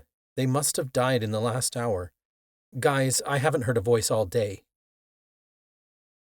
The woods went silent as the others exchanged a terrified glance. If these executors died just now, I would have heard their last thoughts. I didn't know what it meant, but there was certainly sinister magic behind this. Anxiety built inside of me. I shot a glance around the forest, but I saw nothing. "The only explanation is that these men aren't part of the coven," Nadine theorized. "Then why would they be in executor uniform and holding wands?" I asked as I pulled a wand from the executor's pocket. A chaotic buzz riveted through me when I touched his wand, like there was magic inside of it that resonated with my own. I inspected the wand to find a small black crystal embedded into the end of it. The magic inside the crystal seemed to ring in my ears. It was so familiar, yet I didn't understand how he'd gotten his hands on it. "How can that be?" I whispered. "What is it?" Grant asked, shooting another glance around the forest. I barely heard him as I searched the executor for his cast mark. I yanked up his sleeves and found nothing, then pulled on the collar of his shirt. Just beneath the fabric on his neck was a tree with twisted branches, the mark of a mentalist. So why was this executor carrying a wand embedded with a crystal that held reaper magic? The only explanation was that the crystal in the wand accidentally retained the power of a Mortana who'd cast a death spell. My cheeks grew cold as all the blood drained from my face. "Lucas, say something," Nadine begged. "You're scaring me." I leaned back on my heels. I think I understand what happened here and why I didn't hear their last thoughts. It's because I'm not the only one collecting them anymore. The pang in my gut felt strange. For the longest time, I wanted nothing to do with my Reaper power. I wanted someone else to take it, so I could absolve myself of all Reaper duties. But over the years, this power had become a part of me. I'd learned to work with it, rather than against it. And I was getting really fucking good at it. To think there was another Reaper out there taking over my job felt like a piece of me had just been stolen. "I don't know how they did it, but a Reaper killed these people," I said. When he did, the crystal embedded in the mentalist's wand absorbed a piece of the Reaper's magic. Nadine began walking in an arc around me, surveying the area for clues. She kept her eyes on the ground as she spoke. "So there's a new Reaper's apprentice running around. Probably some kid who hasn't learned how to contain his power." "How can we be sure it isn't a Reaper that's already passed on?" Grant asked. "What if it's Edgar? He could be protecting us." "It can't be, because Edgar can't leave behind footprints." Nadine pointed to the snow. There wasn't much of it yet, just a light dusting. The footprints were difficult to spot, and I was surprised she'd noticed them at all. "There are 3 sets of footprints here. 2 sets are from the victims, which means the 3rd is the killer's." Nadine returned to where she'd been standing, beside Grant and Talia. "We can make assumptions and come up with theories all day, but none of it's going to give us answers. Tal, we need you to look back and see what happened here." Talia conjured the seer wand. "I'll try, but like I've said, the visions can be confusing." Nadine placed a gentle hand on Talia's wrist. "Don't use the seer wand. You need a clear head for this." Talia lowered the wand to her side, realizing what Nadine was saying. "Okay, I'll see what I can get with psychometry." Talia subconjured the seer wand and closed her eyes. Slowly she began pacing from one tree to the next, running her fingers along the bark. I held my breath, waiting in anticipation for some sort of answer. "I see the cloaked man again," Talia said softly, carefully stepping around the next tree. "He's definitely alive. Something startled him. He's creating a portal." I stood so fast I got dizzy. "Where'd he cast it?" Talia's eyes shot open, and she pointed between 2 trees. "Right there." I planted my feet right where she had pointed. I closed my eyes and searched for an energy signature, but I couldn't find it.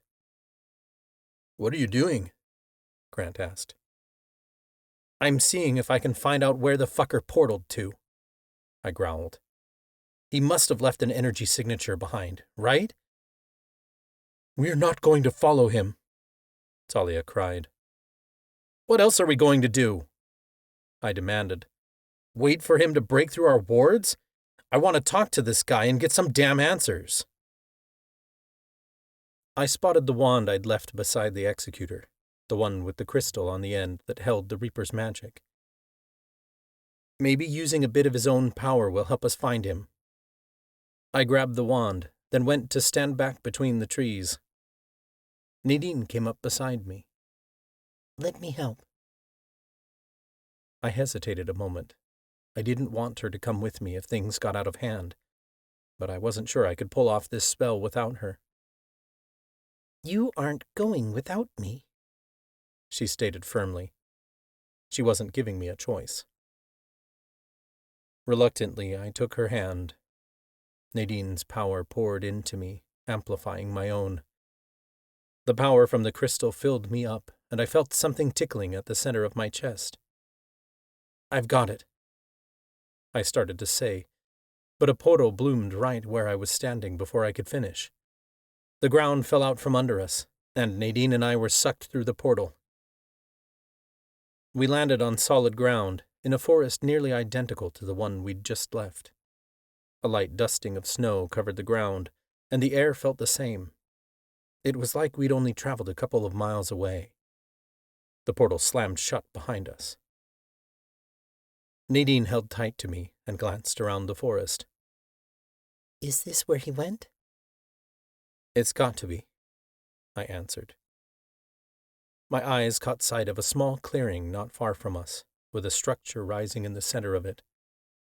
It was hard to make out what it was at this distance. I squeezed Nadine's hand.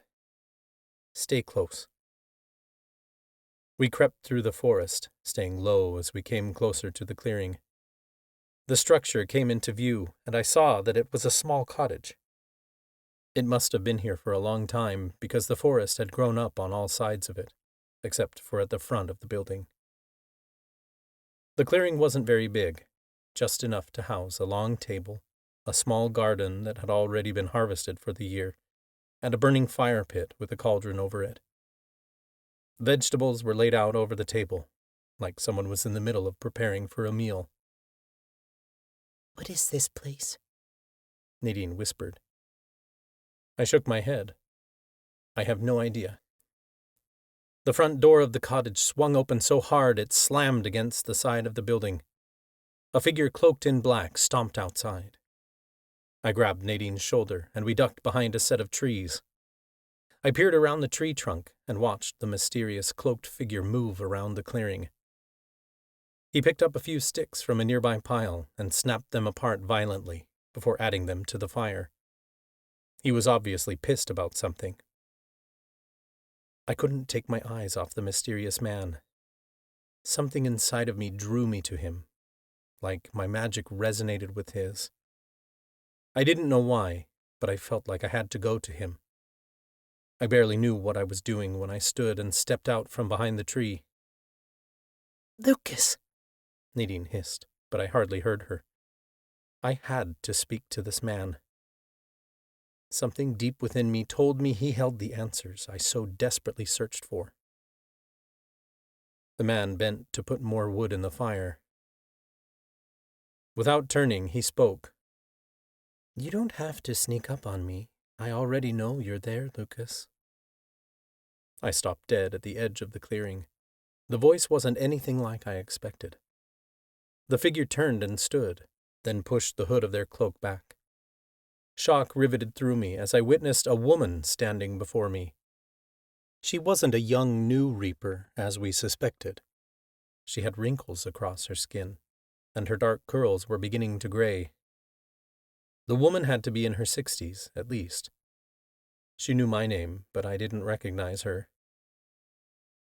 You're a reaper, I said breathlessly. A reaper's apprentice, technically, she replied as she crossed the clearing to grab another log from a stack against the house. I'd be hard-pressed to join the Reaper Order. How did you find me? I followed your portal, I replied. She paused for a beat, eyeing me. You're a more talented Reaper than I gave you credit for. Nadine stepped up beside me. I wouldn't underestimate him. The woman placed her log next to the fire, but didn't throw it in. She brushed her hands off on her cloak. Relax, Nadine. I'm not going to hurt either one of you. I am going to ask you both to leave, though. You shouldn't be here. I stepped further into the clearing. I'm not going anywhere until you give us answers. You're a fucking Reaper's apprentice? She pulled up her sleeve to show the skull mark on the inside of her arm. Something like that. It's hard to be an apprentice without a master. I scoffed. Tell me about it. How do you know our names? Everyone knows your names, she replied calmly. I may have left the coven long ago, but I've been watching you, Lucas. What the hell does that mean? I demanded. She shook her head and turned to the table. She grabbed a carrot and began snapping pieces off and tossing them into the cauldron like she needed something to do with her hands. Like I said, you shouldn't be here. Nadine spoke boldly, ignoring her last statement. You know our names. Perhaps you'd be kind enough to provide yours. The woman whirled back toward us. I will give you no such thing. You weren't supposed to find out I exist. Go home before you start asking questions you don't want to know the answers to. I planted my feet firmly in the dirt and crossed my arms. I wasn't going anywhere. You killed those executors in the woods. She breathed a heavy sigh. Yes, they were getting too close to discovering you. I had to do what was necessary to protect you. You left their bodies behind like some sort of warning, I accused. She smirked, like the notion was ridiculous. No, I intended to get rid of them, but your friends showed up before I could. Why bother killing them at all? I questioned. She grabbed another carrot, but paused as if contemplating how much to say. I was meant to be your master, but the coven didn't want me. That doesn't mean I can't do my job to protect you. Protect me? I balked. If you are my master, then you should have been there for me. I was, she insisted. How do you think you survived your skateboarding accident last year? My shield prevented deadly injuries. I didn't have to get directly involved to help you. I couldn't believe it, but it made too much sense. I'd been skateboarding down the mountain when Nadine nearly hit me with her car, and I went careening off the road. I'd walked away without any major injuries. I'd blacked out, but the doctors said I didn't have a concussion. But if she wanted to help us, then why didn't she want us to know she existed? She'd left me alone, and that wasn't fair. That's a shit reason, I said. I thought I was alone. You could have come to me and let me know you were there all along. So you could stop me from my work? She turned back toward her stew and tossed a potato in before stirring it. I've watched you long enough to know that you would never approve of my methods. It would be futile to try teaching you. I cocked an eyebrow. And what method is that exactly? You wouldn't understand. Try me. She narrowed her eyes. You don't know what I've been through. Being exiled from the coven changes a person beyond anything you can imagine. You must have done something bad to be exiled, I figured. Perhaps that's what changed you. As if the coven needs a viable reason to start a witch hunt, she scoffed. All it takes is one person who doesn't like you, or someone who thinks you broke the mold.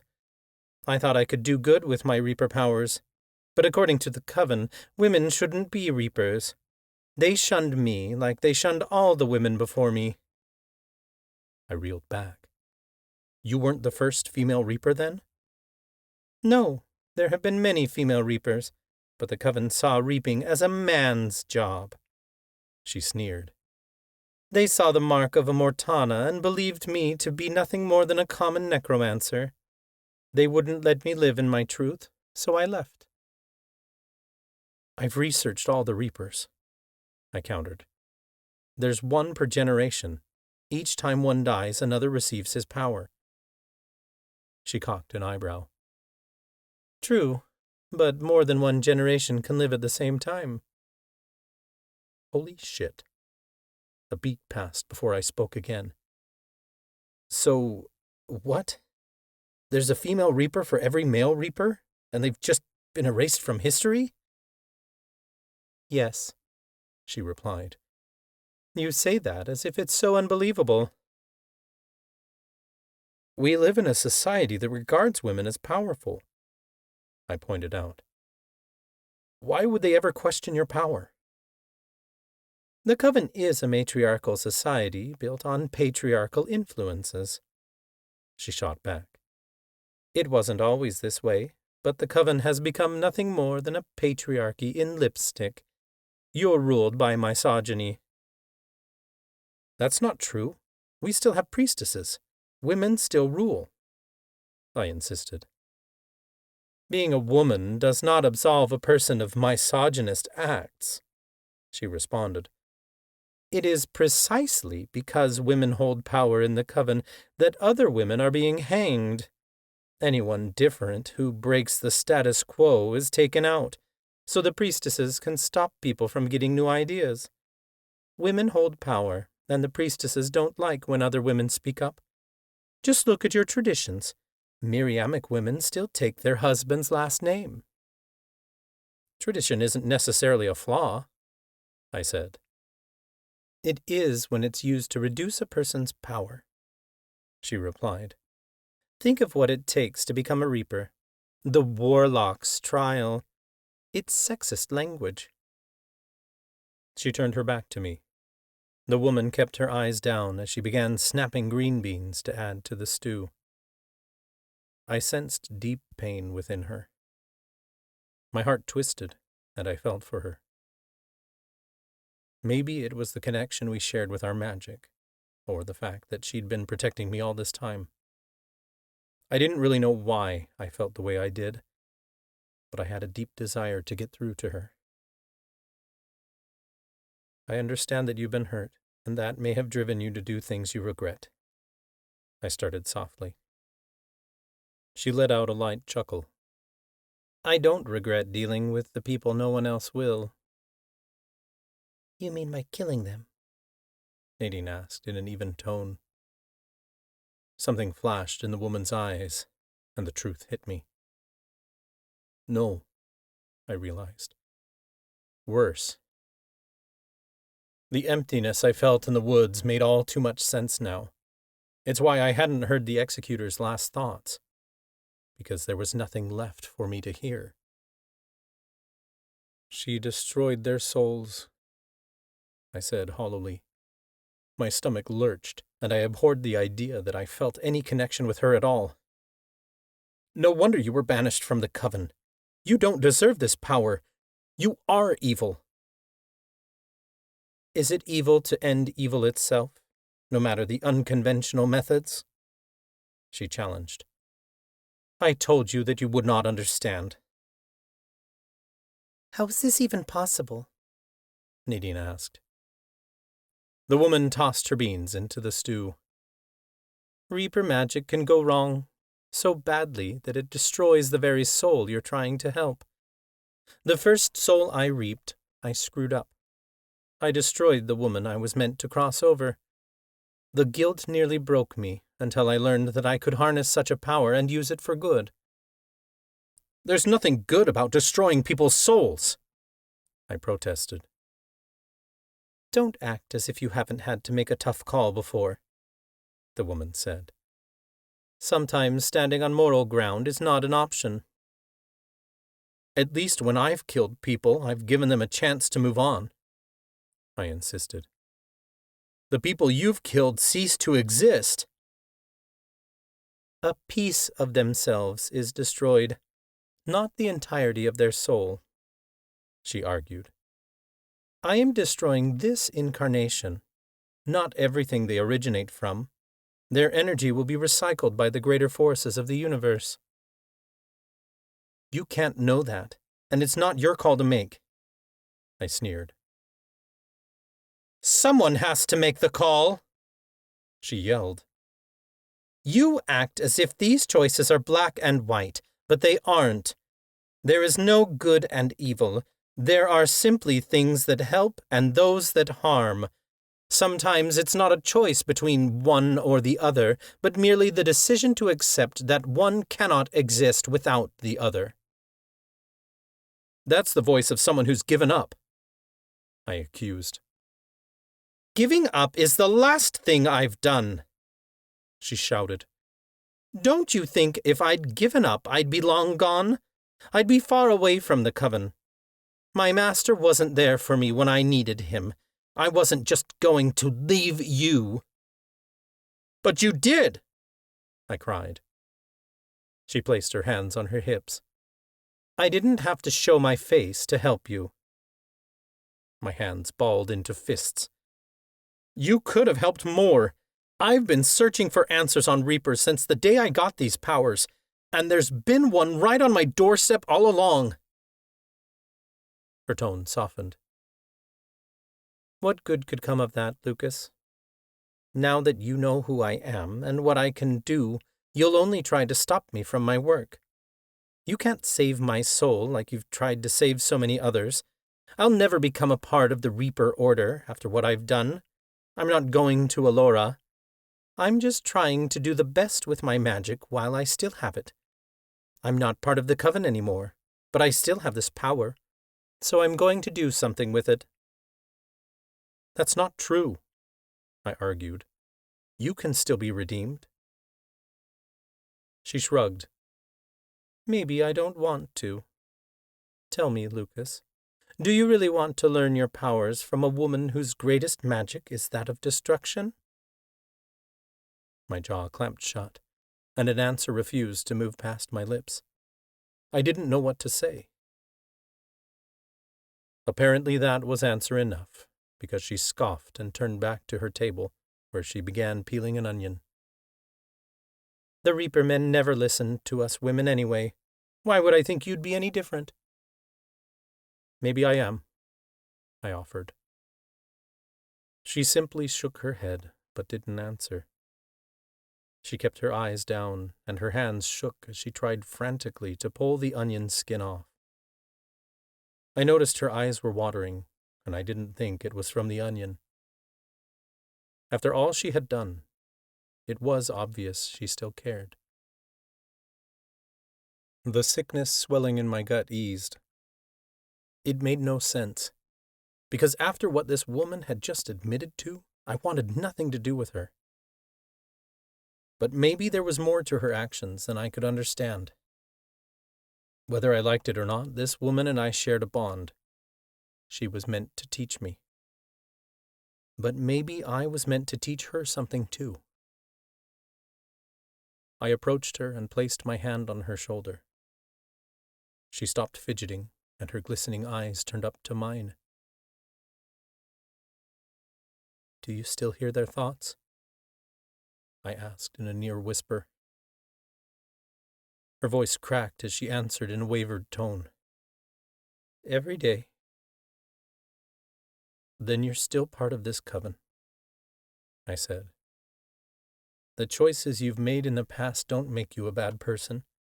You always have the power to make better choices in the moment. You cared enough to stay here on the outskirts of Octavia Falls so that you could be there for me when the time came. The time is now. Nadine and I have to break the Reaper's shadow curse, and I need to pass the Warlock's trial. So, are you going to help me or not? She stared at me so long, I wasn't certain she was going to answer at all. Finally, she said, Autumn. My name is Autumn Lauren. Nadine eyed her curiously. You wouldn't happen to be related to Nina Lauren, would you? She teaches incantations, moonology, and astrology at Imperium College. The corners of Autumn's lips twitched, like she was trying to hold back her emotions. Nina Lauren is my mother. Your mother is a very kind woman, Nadine remarked. Autumn nodded. Yes, she's the kindest. Autumn contemplated us a moment longer, then said, Come, There is something I want you to have. She turned toward the cottage, and Nadine shot me a wary expression. I wasn't scared, though. Autumn had been protecting me all this time. I didn't think she would hurt us now. I took Nadine's hand, and we followed Autumn into the cottage. It was a small one-bedroom home, with a wood stove burning in the corner, and a small kitchen open to the living room. Please, sit. Autumn gestured to the kitchen table. Nadine and I sat beside each other. Autumn turned to a bookcase and pulled out an old leather-bound book. This book is called The Reaper Records, she said as she sat across from us. I obtained it before Edgar died. It is meant to be passed down from one Reaper to the next. That's why there weren't any records to be found inside the coven, I realized, because the records had been here with Autumn this whole time. I've been researching the Reapers for years, validating and expanding on the records of all women like me whose Reaper powers were forgotten, Autumn said. I have learned much about our powers along the way. She placed the book on the table in front of me, and I flipped it open. Pages of handwritten notes detailed all the Reapers who had ever lived, including information about their family lineage, their spouses and children, if they ever had them, and other significant details. She even had several pages dedicated to me. Before I could read what she'd gathered on me, she flipped the pages to a passage near the end. One of the most powerful lessons you will learn is right here on this page. I stared down at a spell titled Anima Destructor. It detailed the process of how to use Reaper energy to pull a soul out of a body. Autumn described it like wrapping a magical rope around someone's neck and yanking the noose tight. It sounded like hanging a soul, the metaphorical snap of their neck being the literal breaking of their spirit. Disgust returned to my gut.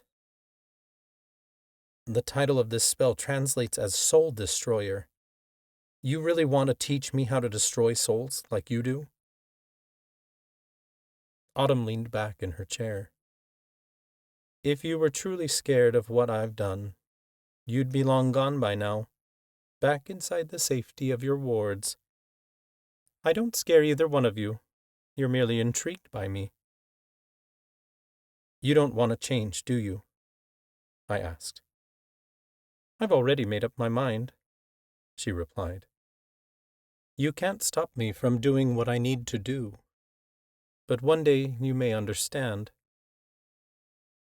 I understand that what you're doing is an abuse of your magic, I sneered. Perhaps I should bring an end to it. She narrowed her eyes. You don't have it in you. Don't I?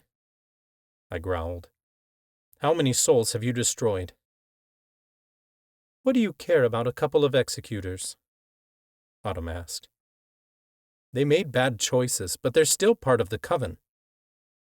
My answer faltered on my tongue.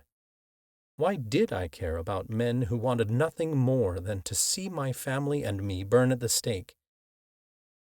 Maybe because I believed they could still be saved, even if it wasn't in this lifetime. These situations are not so black and white, Autumn stated calmly. You keep saying that, I snarled. How many more will suffer your wrath? I waved my hand through the air, and my magic curled around her neck. I felt the rope she talked about, and I squeezed, threatening to pull the noose at any moment. My magic curled around her neck several more times, squeezing so tightly I could feel the cold touch of death enter the room. Autumn's spine straightened, but she didn't protest. It was like she wanted things to end this way. I didn't yank back just yet, but I could sense her soul edging out of her body ever so slightly. I felt it on the edge of destruction. Lucas, Nadine warned. A smile spread across Autumn's face. You and I are not so different, I see. I felt the blood drain from my face, and I dropped my hand. My magic around her neck fell away. She didn't want to die. She only wanted to push me to see how far I'd go. I leaned over the table and spoke firmly. If you want to use this spell for good, then use it to end the priestesses. You think I haven't thought of that? Autumn asked. I'd have to get through layers of protection spells, let alone get close enough to do it. I've tried several times and can't get to them. Perhaps one day you'll get close enough to destroy them. I will never use this spell, I growled. Autumn cocked an eyebrow. What does it matter who does it? The result will be the same. Is it because you fear for your own soul, Lucas? My teeth clenched. Believe me, if you resist your power, there will come a day when the priestesses break you, and you will be begging to pull off this spell. You don't need to use it now, but take it with you. Autumn pushed the book closer to me. I snatched it out of her hands. The only thing I'm interested in seeing in this book is the genealogy records. I flipped through the pages. We went searching for the Reaper's Shadow women to break the curse, but there were more, weren't there? Only some of them were men, husbands of Reaper's apprentices like you. Autumn scoffed. Us Reaper women aren't stupid enough to take a husband. We know what the Reaper's Shadow curse entails. How dare you stand there and tell me you were trying to protect me? I snarled. If you were watching me so closely, then you should have known we never broke the Reaper's Shadow curse. You could have helped us, and you didn't. I cannot be expected to know all the details of your personal life, Autumn insisted. As long as you are careful, you have nothing to worry about. Nadine's hand instinctively went to her belly. You haven't been watching very closely, have you? Autumn glanced between the two of us, and her eyes went wide when she saw the rings on our fingers. I didn't know. You've been watching me this whole time, and you didn't know we'd gotten married? I raged. It's hard to keep track of much when you've spent months hidden behind those wards, Autumn shouted. At least she's not having children. Horror filled Nadine's eyes. Yes, we are, I snapped. And soon. So which of the Reaper's shadows have you been hiding? I flipped through the book and found that Autumn was telling the truth. The other Reaper women had never gotten married. They understood the fate of the curse and didn't dare to mess with it. My heart stopped when I landed upon Autumn's section. The last remaining Reaper's shadow is your spouse, I realized. The other Reaper women didn't marry, but you did, which makes your spouse the last Reaper's shadow we need to break the curse for good. You chose not to send us clues because it would have exposed you, you selfish witch! I shot out of my chair. You don't care about protecting me, because if you did, you'd know how much losing my family would destroy me. You would have done anything to protect Nadine, too. I did what I had to, what my magic bound me to do, Autumn insisted. I took a step back. I could tell our magic was connected the second I saw her, but I didn't understand the extent of it until now. Autumn was destined to be my master, and as such it was her job to keep me alive. She'd done only the bare minimum. You never actually cared, I accused. As my master, you're bound to keep me alive, and that's it. I helped in the ways I could, Autumn said. I didn't want to, but I didn't have a choice either. I shoved the book under my arm and grabbed Nadine's hand. I'd heard enough, and I wanted nothing to do with Autumn, ever. Come on, Nade. We're going. Lucas, wait! Nadine cried. She yanked her hand out of my grasp and whirled back toward Autumn. Where is your Reaper's shadow? Autumn's eyes glistened with guilt, but I refused to believe for a moment she felt sorry about any of this. Did you ever have kids? Nadine snarled. Autumn shook her head. We couldn't. Then you know what it's like to live without them, Nadine said through gritted teeth. Give me a chance to watch my sons grow up. Give me a chance you never had. The curse didn't take my wife, Autumn said in a broken tone. It was a stroke, 6 years ago. Her grave is behind the house. Nadine pushed past me and ran outside. I glared at Autumn. This book is the only reason you kept me alive, isn't it? So you had someone to pass your knowledge down to. Autumn didn't answer, and that told me all I needed to know. Our connection be damned. She was not my master. Then I guess your job is done, I stated flatly. Don't bother trying to save me anymore. No amount of saving me will save you. I stomped out of the cottage and followed Nadine into the forest behind the clearing. Nadine stopped at a gravestone marked Summer Lauren. Summer took her wife's last name, Nadine remarked as she knelt beside her grave. As Nadine ran her fingers over Summer's grave, I flipped through the Reaper's records just to be sure. She's the last one.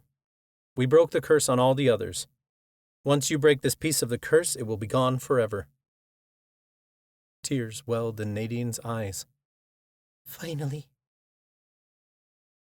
Nadine placed her hand in the dirt over Summer's grave. Tendrils of magic worked their way up her arm.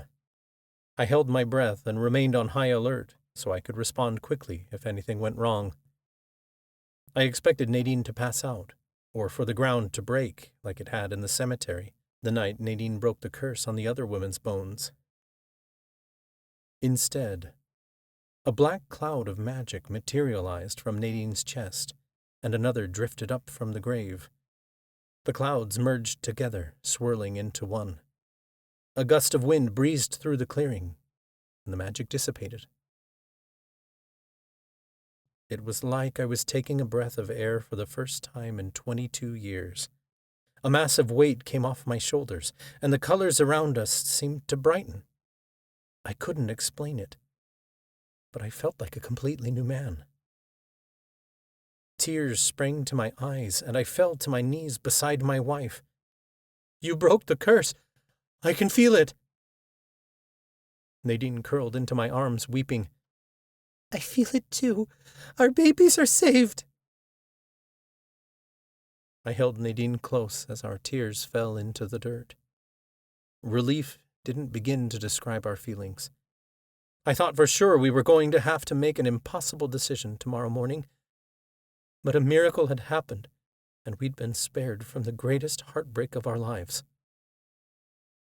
Autumn said she didn't know what was going on behind our wards, but by the goddess, she'd been an answer to our prayers, whether she knew it or not. We'd been faced with two dark choices, neither of which we wanted to make. Now, we didn't have to. But I couldn't help but think of what might have happened if we hadn't found Autumn today. Would I have become like her if I'd been forced down one of these roads? Perhaps there was more to what she'd said than I realized. I think Autumn may be right about all these choices being gray areas, I admitted.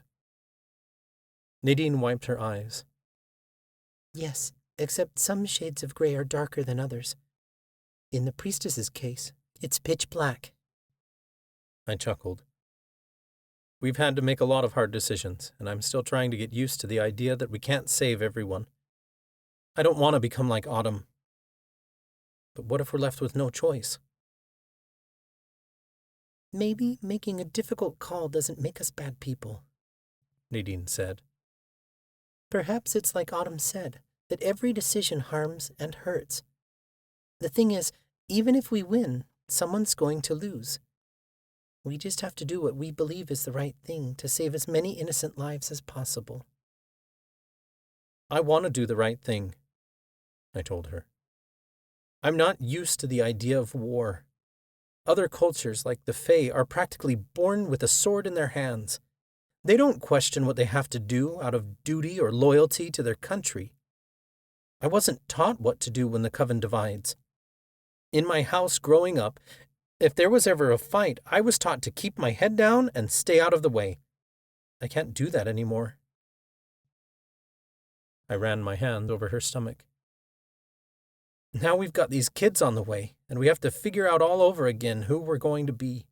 Because as parents, we're not going to be the same people we were as college students. The choices are only going to get harder to make. Then we'll make them together, Nadine promised. I don't know if Autumn was right or not. All I knew for certain was that Nadine had broken the curse once and for all, and because of that, our family would survive. Can breaking this curse really be as simple as it was? I asked. There was no earthquake, no struggle. I'm getting stronger, Nadine said. And now that this curse is broken, we're stronger than ever. I know you're scared of what kind of dad you're going to be, but no matter what happens or how long it takes, we're in this together. I smiled as I squeezed her hand. Together.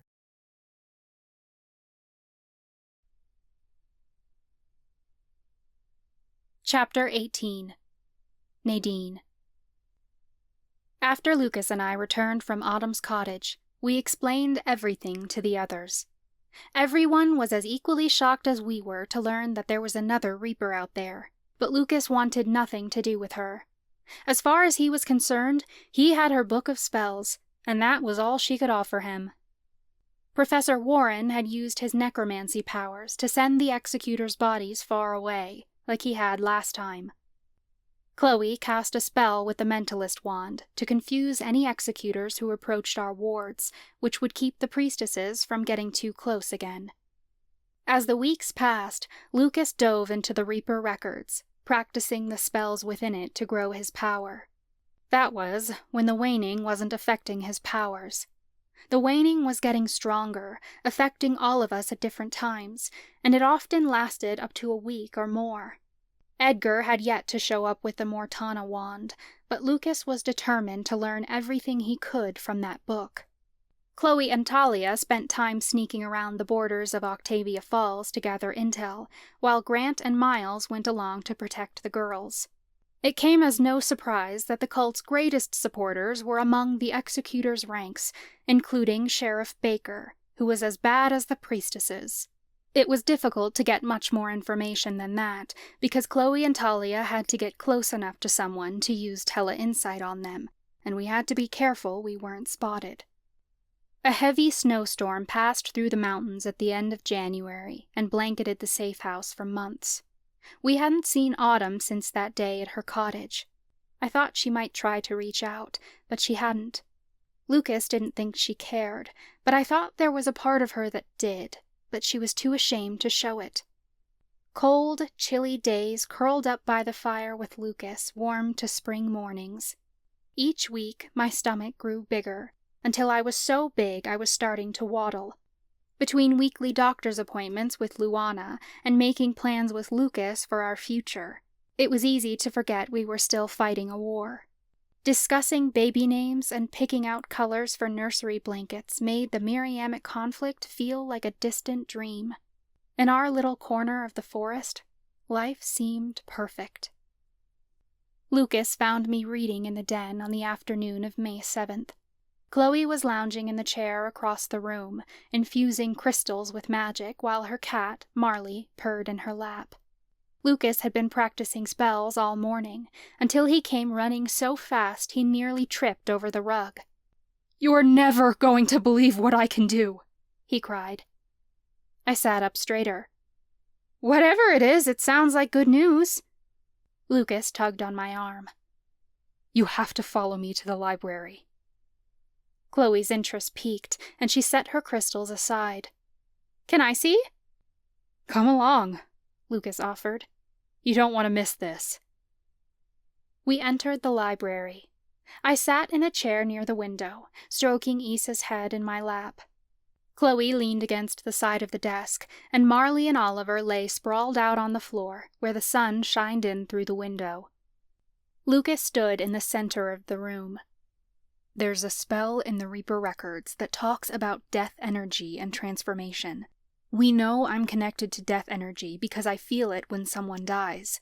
I used to think what I felt was a void, an absence of their spirit. According to the book, what I'm sensing is the transformation of their spirit. You've known this for months, though, I pointed out. The records are pretty clear about it. Yes, but I've finally made sense of how to utilize it, Lucas said. Look at this. Lucas grabbed the Reaper records from the desk and flipped through the pages.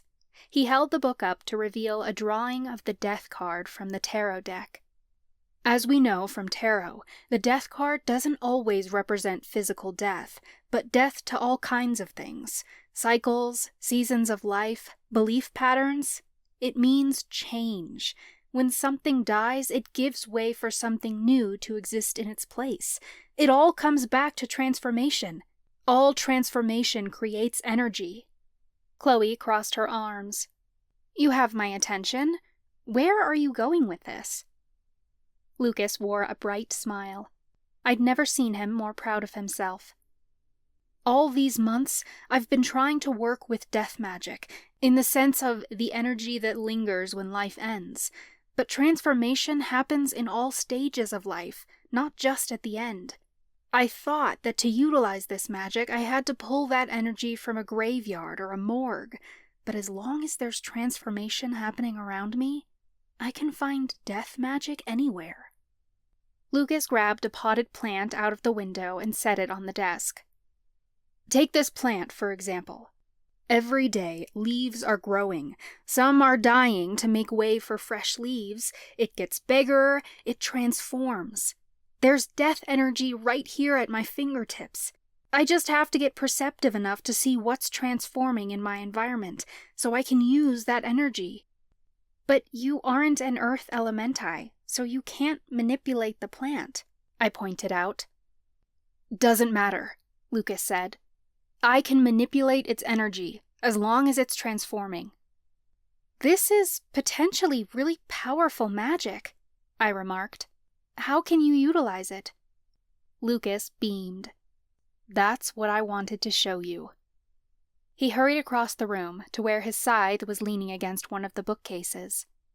In this instance, I had to get a little creative. A simple houseplant doesn't have enough transformation energy within it to pull this off, but I do.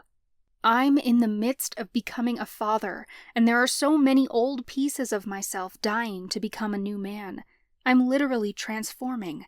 So I felt into that energy, and I realized I could take it and put it into the scythe. Like an enchantment? I asked. Lucas nodded. Exactly. But the scythe's already enchanted, Chloe pointed out. From the night you used it to kill the Slua. The creature's blood enchanted it. Yes, and I was able to break your enchanted restraints with it that night, but this is completely different, a whole new tier of magic. He held the scythe straight out in front of himself, and the entire weapon began to glow a purple hue. He opened his hand, and the scythe remained floating mid-air. I sat up straighter, and Issa perked her ears. How's it doing that? Lucas stepped back, smiling. I infused it with death magic, and because I control death magic, I can control this. Watch. Lucas flicked his wrist, and the scythe followed his command.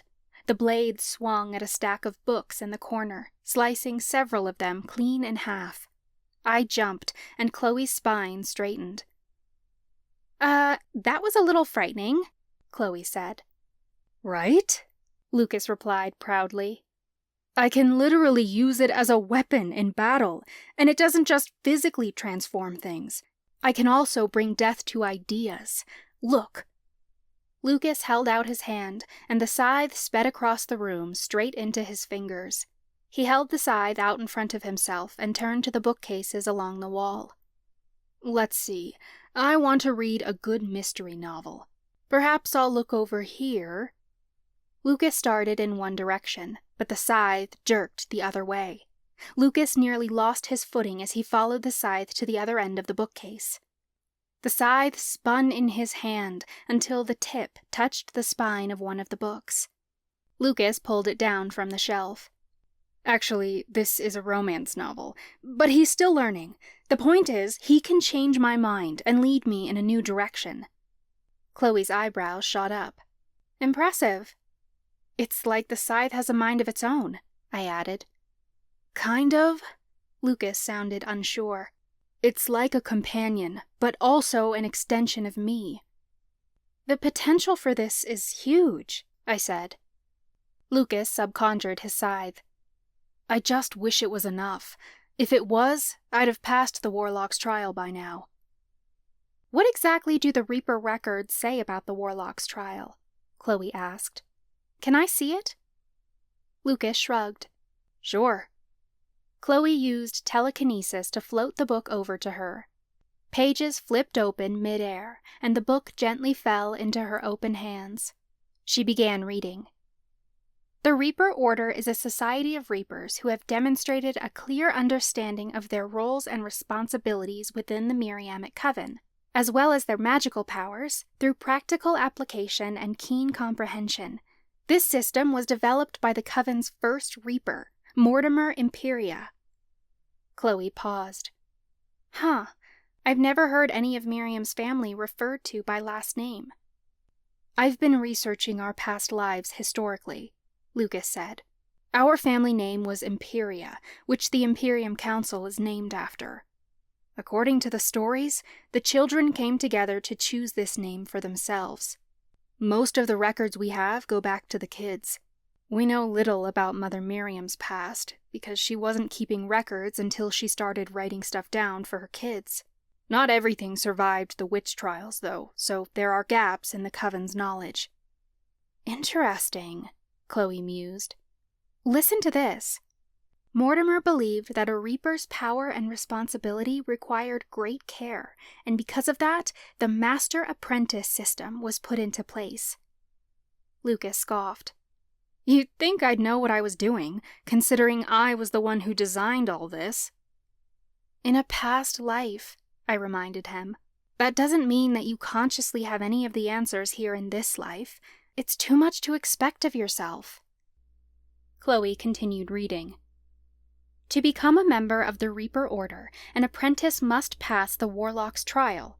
The Warlock's trial was named for Mortimer, who designed the trial to indicate when an apprentice has become a master. Once an apprentice has demonstrated they fully understand their powers of death, the Reapers will grant the apprentice welcome into the Reaper Order, and he or she may take on their own apprentice." "See, that's the part I don't get," Lucas said. "Autumn isn't a part of the Reaper Order, yet she was supposed to be my master. How can the system work if I'm not learning from a master?" "Maybe that's one of the reasons you incarnated right now," I theorized. "If you developed this system in a prior life, maybe you came here to correct the ways in which the system has failed its Reapers in the past. Maybe you don't need Autumn, because the answers are already deep inside of you." "Maybe," Lucas agreed thoughtfully.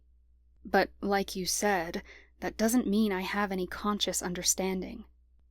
"Try this," Chloe suggested. "Take a deep breath." Lucas rolled his eyes. "Yeah, that's the answer." Chloe frowned. "Just try it, okay?" Lucas kept his eyes on her a moment longer before finally giving in. He laced his fingers in front of himself, closed his eyes, and took a deep breath. "Now what?" "Tap into your intuition," Chloe said. "Tell me the first answer that comes when I ask the following question. What is it that you need to pass the Warlock's trial?" Lucas hesitated. "You need to be quick about it," Chloe encouraged. "You can't let your mind start talking over your intuition." Lucas opened his eyes and his shoulders fell. "I don't know. I didn't really get an answer. Or maybe I already know what I need to do, but I'm afraid to do it." I realized what he was saying. "You don't want to learn all the spells in the book." How can I? Lucas asked. I can't destroy a soul just to show I know what I'm doing. But how do I demonstrate the full capacity of my powers unless I pull off the most powerful spell in the book? Chloe flipped through the pages. There's got to be more to it than that. I don't think you'd design a system that worked that way. Not in this life, not in any. It's not just that spell, Lucas said. There's another one I don't quite understand. Maybe that's the last piece to passing the Warlock's trial. Chloe flipped through the book. Which spell? Lucas looked over her shoulder. 2 more pages. That one. It's a grief spell of some sort, but I don't understand it. It says to manifest the grief of living people, which doesn't make any sense. Why would I want to create grief for people? I don't even wish that on my enemies. Besides, I don't have power over the living, so I don't understand where it fits in. Maybe it's not a spell at all, Chloe theorized. Maybe it's more of a metaphor? I'm not sure. Lucas sighed and took the book back. I don't know either. I just need to think about it for a while. I'm sure it'll all make sense eventually. Lucas glanced at the clock on the wall. I think I've made enough progress for the day. I might go lie down. Let us know if you need any more help, I offered, though I didn't know how much more help we could be. I will, Lucas said, before leaving the room. Chloe breathed a heavy sigh and turned to me. I feel bad for him. I wish we could help more. You don't have to help, but I'm glad you're here, I said. Chloe chuckled lightly. Of all the things I never thought you'd say. I shrugged. People change. Absolutely, Chloe agreed. Just look at the 2 of us.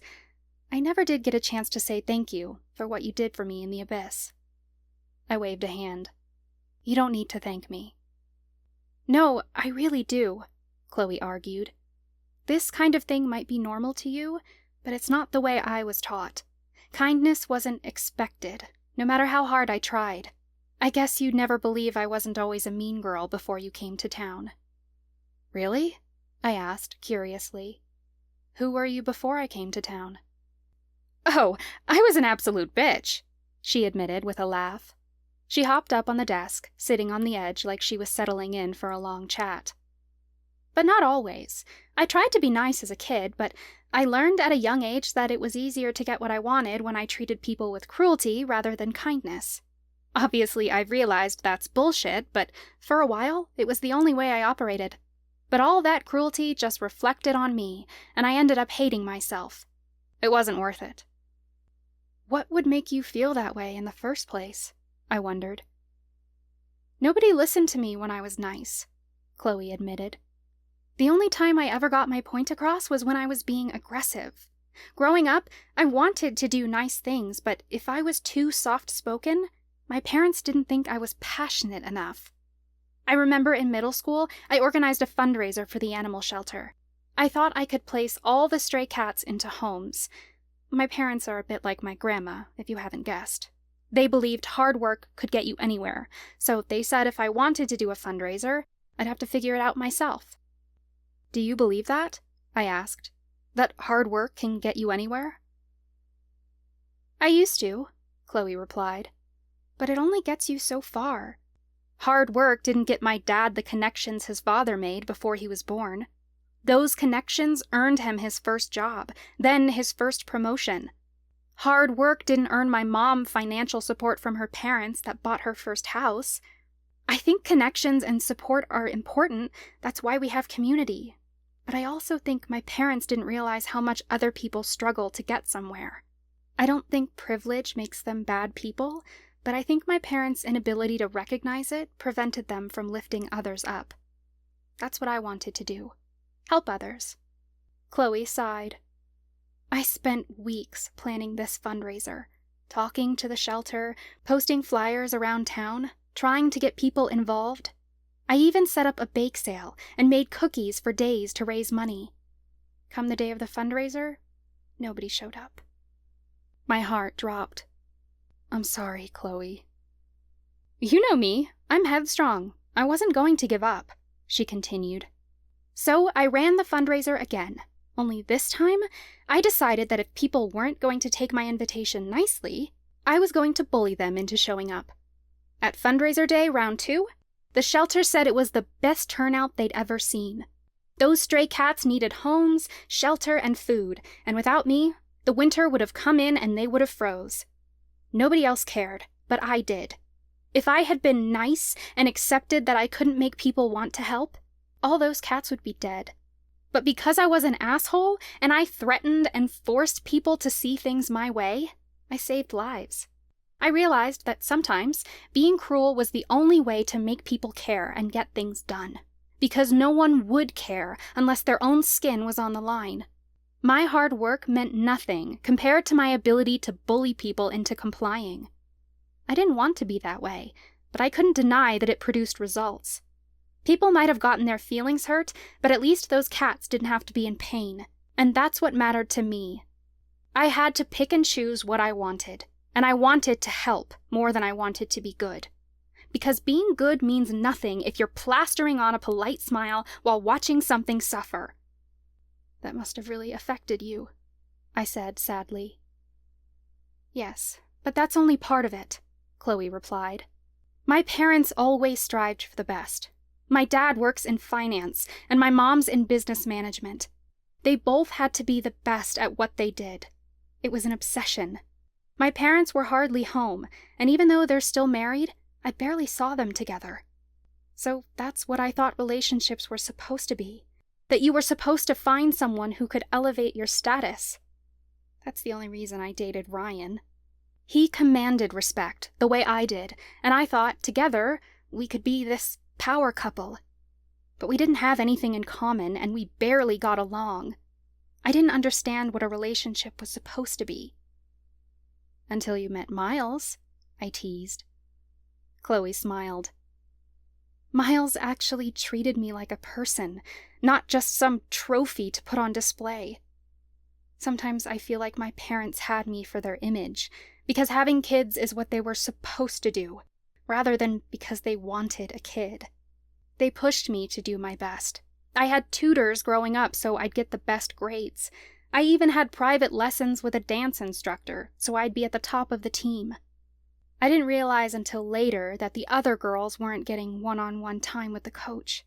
But it wasn't enough. Everything in my life had to be in order, whether it was my schedule or the shoes in my closet. But there was so much shame around all of it. If one thing was out of place, I felt like I'd failed my parents. Maybe that's why I got so angry when you came to town, because for the first time in my life, that order was thrown out of whack. My future was suddenly uncertain, and I couldn't predict what you'd do. You were right to be angry, I told her, but I don't think that was either of our fault. No, it wasn't, she agreed. We shouldn't be held responsible for what our grandparents did. Can you guess what my parents said when I told them about you? They said the curse was my problem, and that if I wanted something done about it, I'd have to deal with you myself. My dad acted like he was the one who forced your mom out of town, and that I should be able to do the same. But from what I've heard, it sounds like your mom went more willingly than he lets on. She was just protecting herself, I said. Chloe rolled her eyes. And yet my dad took all the credit. He taught me people only understand one way of communication, and that's through force. But you taught me it doesn't have to be that way. I learned you don't need everyone to help you. You just want the right people helping you. All my life I was pandering to the wrong crowd. I wanted respect, and I learned from watching my grandmother that I had to command it. But I learned from you that it's better to earn it. I think it's possible to be authoritative and kind.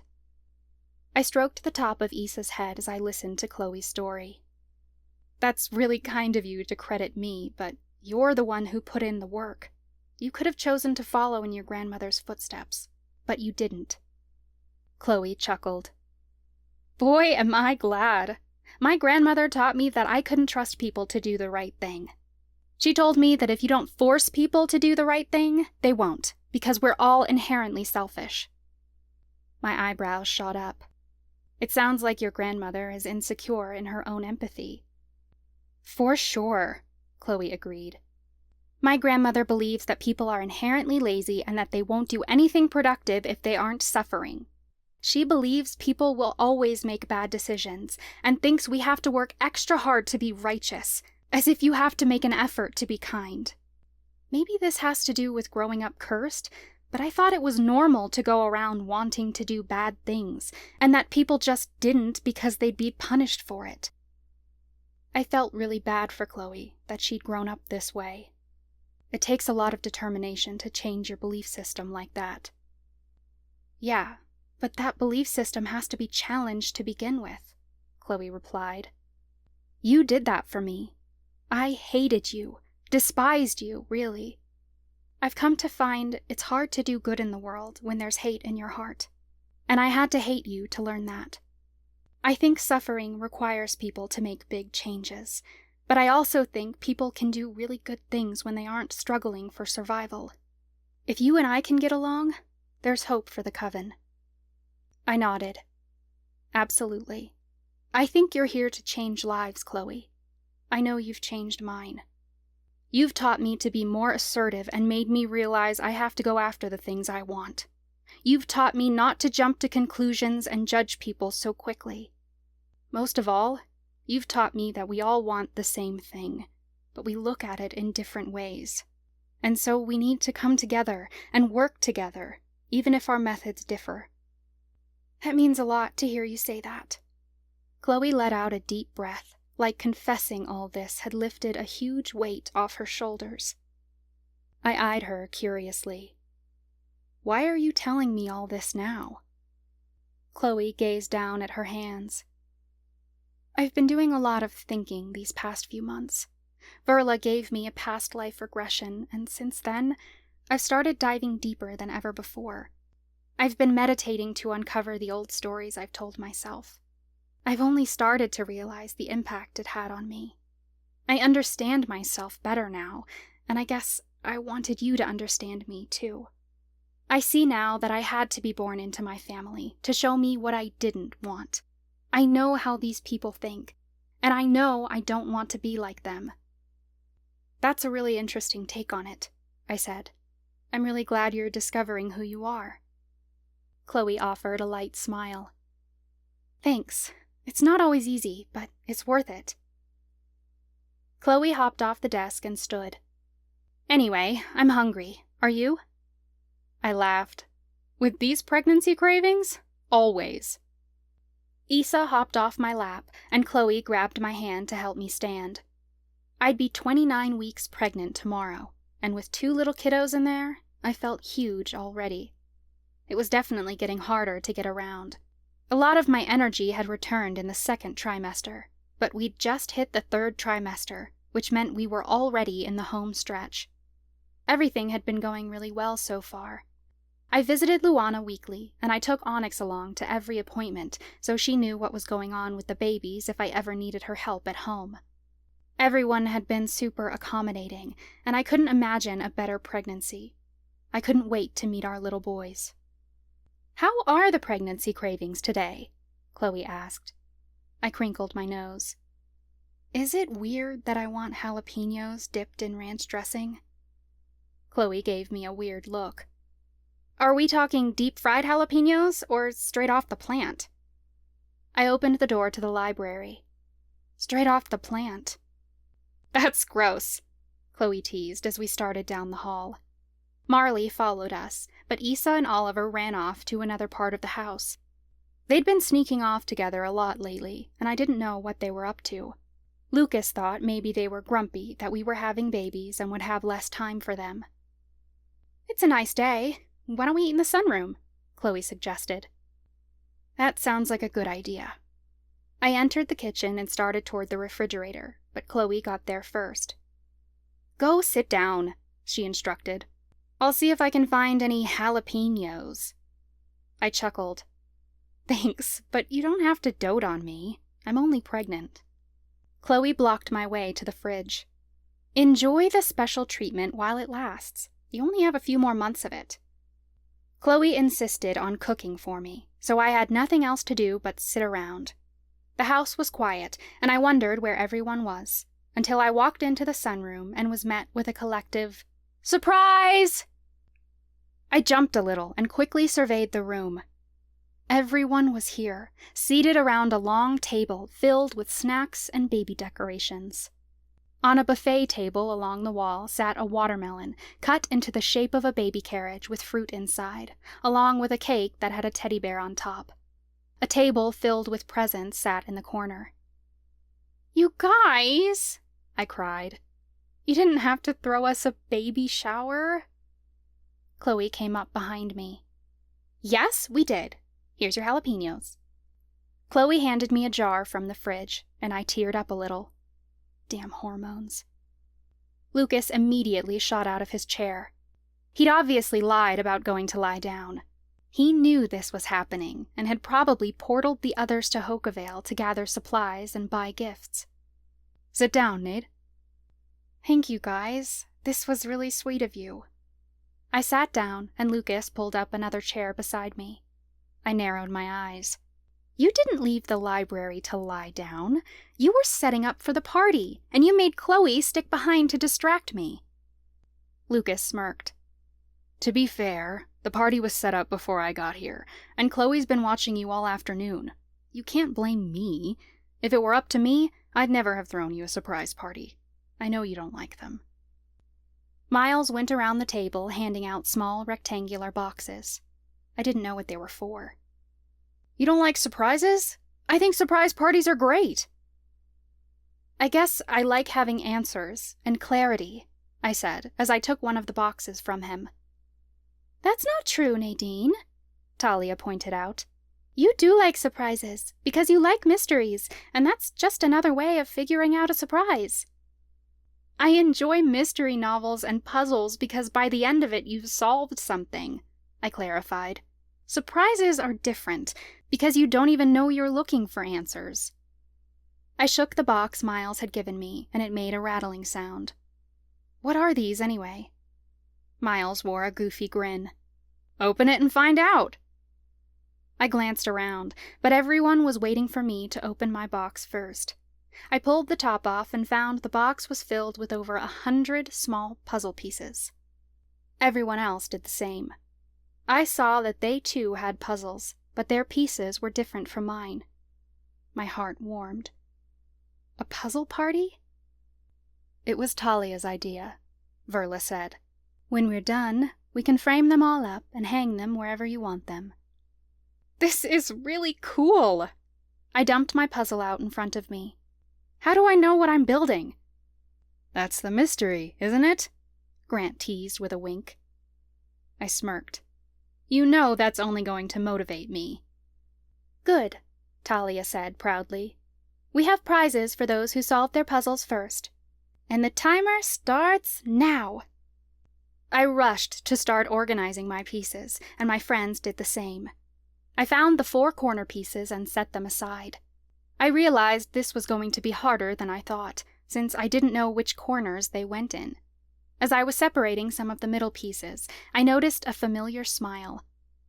I held up the pieces. "Lucas, is this you?"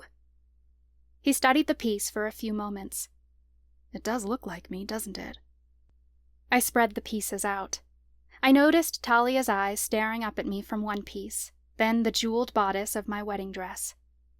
I gasped. "This is the photo from our wedding!" "Oh no," Onyx joked, fitting 2 of her pieces together. "She's onto us." The photo showed Lucas and me standing in the center of the group near the cake table, with all our guests surrounding us. I fitted a puzzle piece near the center, and Grammy's smiling face became clear. Tears welled in my eyes, and I couldn't help it when they spilled over the corners of my lids. I started to sob, full, body-shaking sobs. "I was only joking," Onyx said softly. "It's not that," I said between hiccups. "I just love this picture so much." Lucas placed a hand on my back. "Hey, it's okay." "I know, and that's why it's so perfect." I sniffled and wiped my eyes. With a chuckle, I added, "Pregnancy hormones are really weird, you guys." Everyone laughed, and it sounded so magical. It nearly brought me to tears all over again. Once I knew what picture I was creating, it was easy to place the corners in the right places, then follow the colors to put the edges together. I fitted all the pieces into place, until I realized I was missing one. I looked around my chair to see if it had fallen on the ground, but I didn't see it anywhere. "What are you looking for?" Mandy asked. I furrowed my brow as I looked around. "I'm missing a piece. It must have fallen somewhere." Lucas snickered under his breath, and I shot him a narrowed glance. A blush rose to his cheeks, which was so damn cute and irritating at the same time. I nudged him playfully. "You cheater! Where's my piece?" Lucas placed his fist behind his back. "I have no idea what you're talking about," he feigned. "Not fair!" I reached for his hand, but he stretched it far away from me where I couldn't reach. I crawled into his lap to get closer, but his arms were longer than mine. I tickled him in the armpit. He laughed loudly. "What puzzle piece could you mean?" He tickled me back, and I giggled so hard I nearly peed myself. The next moment, a sharp pain entered my ribs, and I gasped. A horrified look crossed Lucas's features. "What's wrong?" I sat back down in my chair and placed my hand over my stomach. My belly tickled, and I felt one of the baby's feet run along one side. Then I felt movement on the other side. I smiled as my eyes landed on Lucas. "Nothing. The babies are kicking. Feel." I grabbed Lucas's hand and splayed his palm over my belly. The babies kicked really hard, and Lucas's eyes lit up.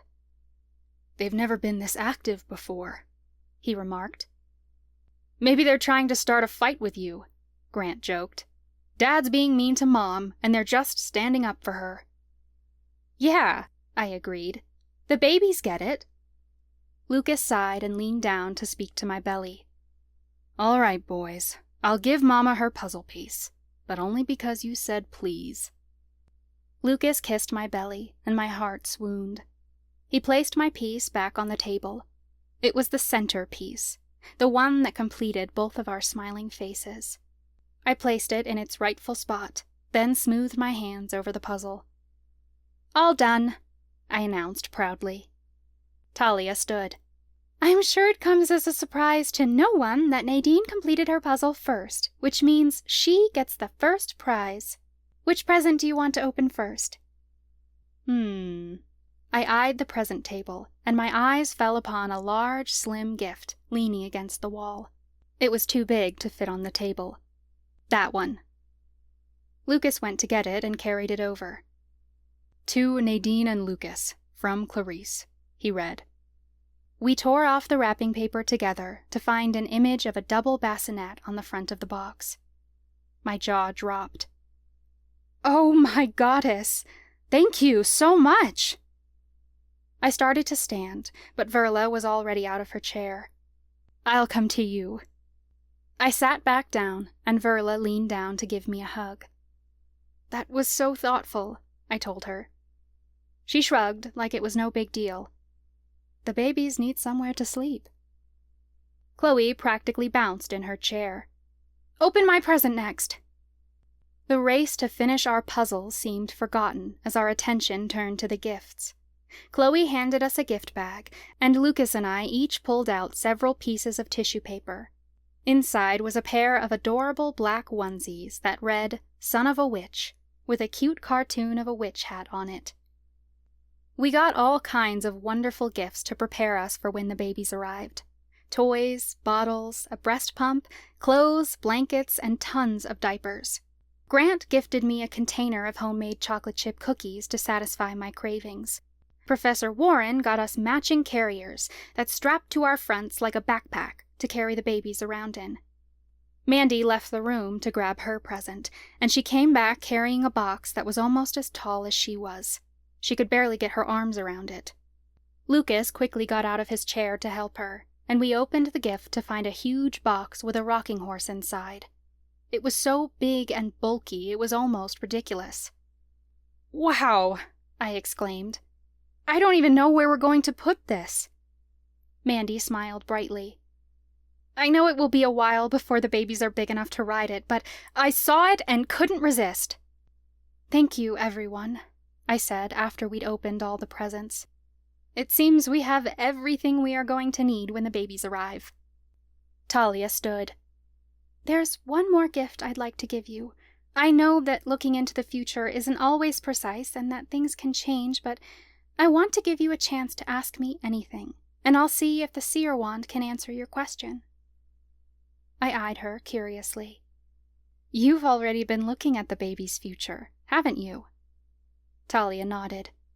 "I wanted my gift to you to be some sort of advice for their futures, but the visions I've received are confusing.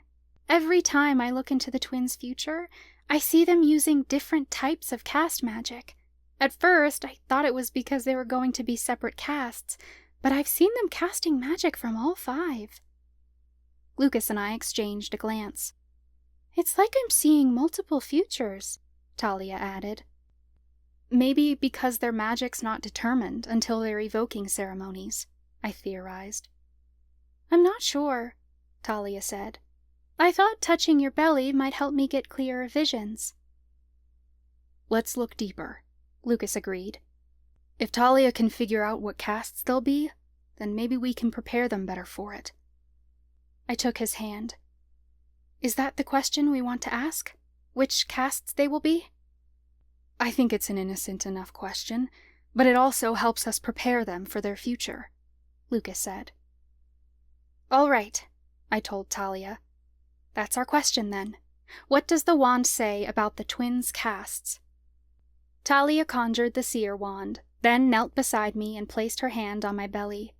Long, quiet moments passed as everyone watched on. Her eyelids fluttered like normal, until an intense vision took over.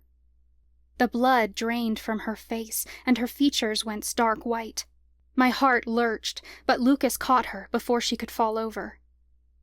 "Talia!" Lucas shook her until her eyelids fluttered open. "What did you see?" I asked breathlessly. "Whatever it was looked intense." Lucas helped Talia into the chair beside me. Color began to return to Talia's cheeks. "Yeah, it was. It was the most vivid vision I've seen of them. I saw your son Marcus." My hand immediately went over my belly. It was instinctual now. Hearing my son's name out loud felt entirely new. I was still getting used to the idea that we were going to have babies, but giving them names made it very real, even more so than feeling them kick inside of me. Lucas and I had been discussing names for months, and we'd only decided on names last week. We hadn't told anyone yet. "You know the names we picked out," I said. Talia's shoulders fell. "Shoot, I ruined the surprise again, didn't I?" "It's okay," Lucas insisted. "I guess we can tell everyone now." I turned to the others. "The twins are named Marcus and Dean." Verla smiled. "Those are lovely names." Lucas turned back to Talia. "What was Marcus doing in this vision?" "I saw him in a battle," Talia admitted. "He climbed onto the back of a wolven shifter. I'm pretty sure it was his mate." "Marcus is going to mate with a fae?" Lucas spat. "I didn't know shifters could mate outside their species. Not to mention the shifters are all males, and they always mate with female sorceresses." "Not always," I reminded him. "Bo told us he mated with another dragon shifter." "It's rare, but fae can mate with other supernaturals," Talia confirmed. "This shifter was different, though. It was a woman." Lucas shook his head. "That's impossible. There's never been such a thing. The power to shift only lies with male fae." "I don't know how it happens, but that's what I see," Talia said. "Then your visions are unreliable. They must be wrong, because that's never happened in history. A sorceress can't be a shifter," Lucas replied. "Besides, our kid would never fall in love with a fae. A fae would sooner kill him than love him. I had the thought that he was wrong, because Beau Blankard's parents had fallen in love. His father was a warlock, and his mother was a fae sorceress. Plus, there were fae who had been kind to us when we went to Malovia. Maybe by the time the twins grew up, things would be different between our people. I was hardly worried about that, though. Talia had said she'd seen Marcus in battle. You're saying our children are going to have to fight a war, like us? That's what we're trying to prevent. That's what I saw, but it was different, too, Talia said. Marcus was more powerful than any warlock I've ever seen. He had the mark of all 5 casts on his arm. Verla gasped, and Professor Warren exchanged a glance with her. The entire room went silent as we all absorbed this information. Do you know what this means? Lucas asked them. They obviously knew something we didn't. Professor Warren wore a shocked expression. I've never heard of anyone with magic from more than 1 caste. Even if you could, the magic would overwhelm you. No one should be able to yield that kind of power unless...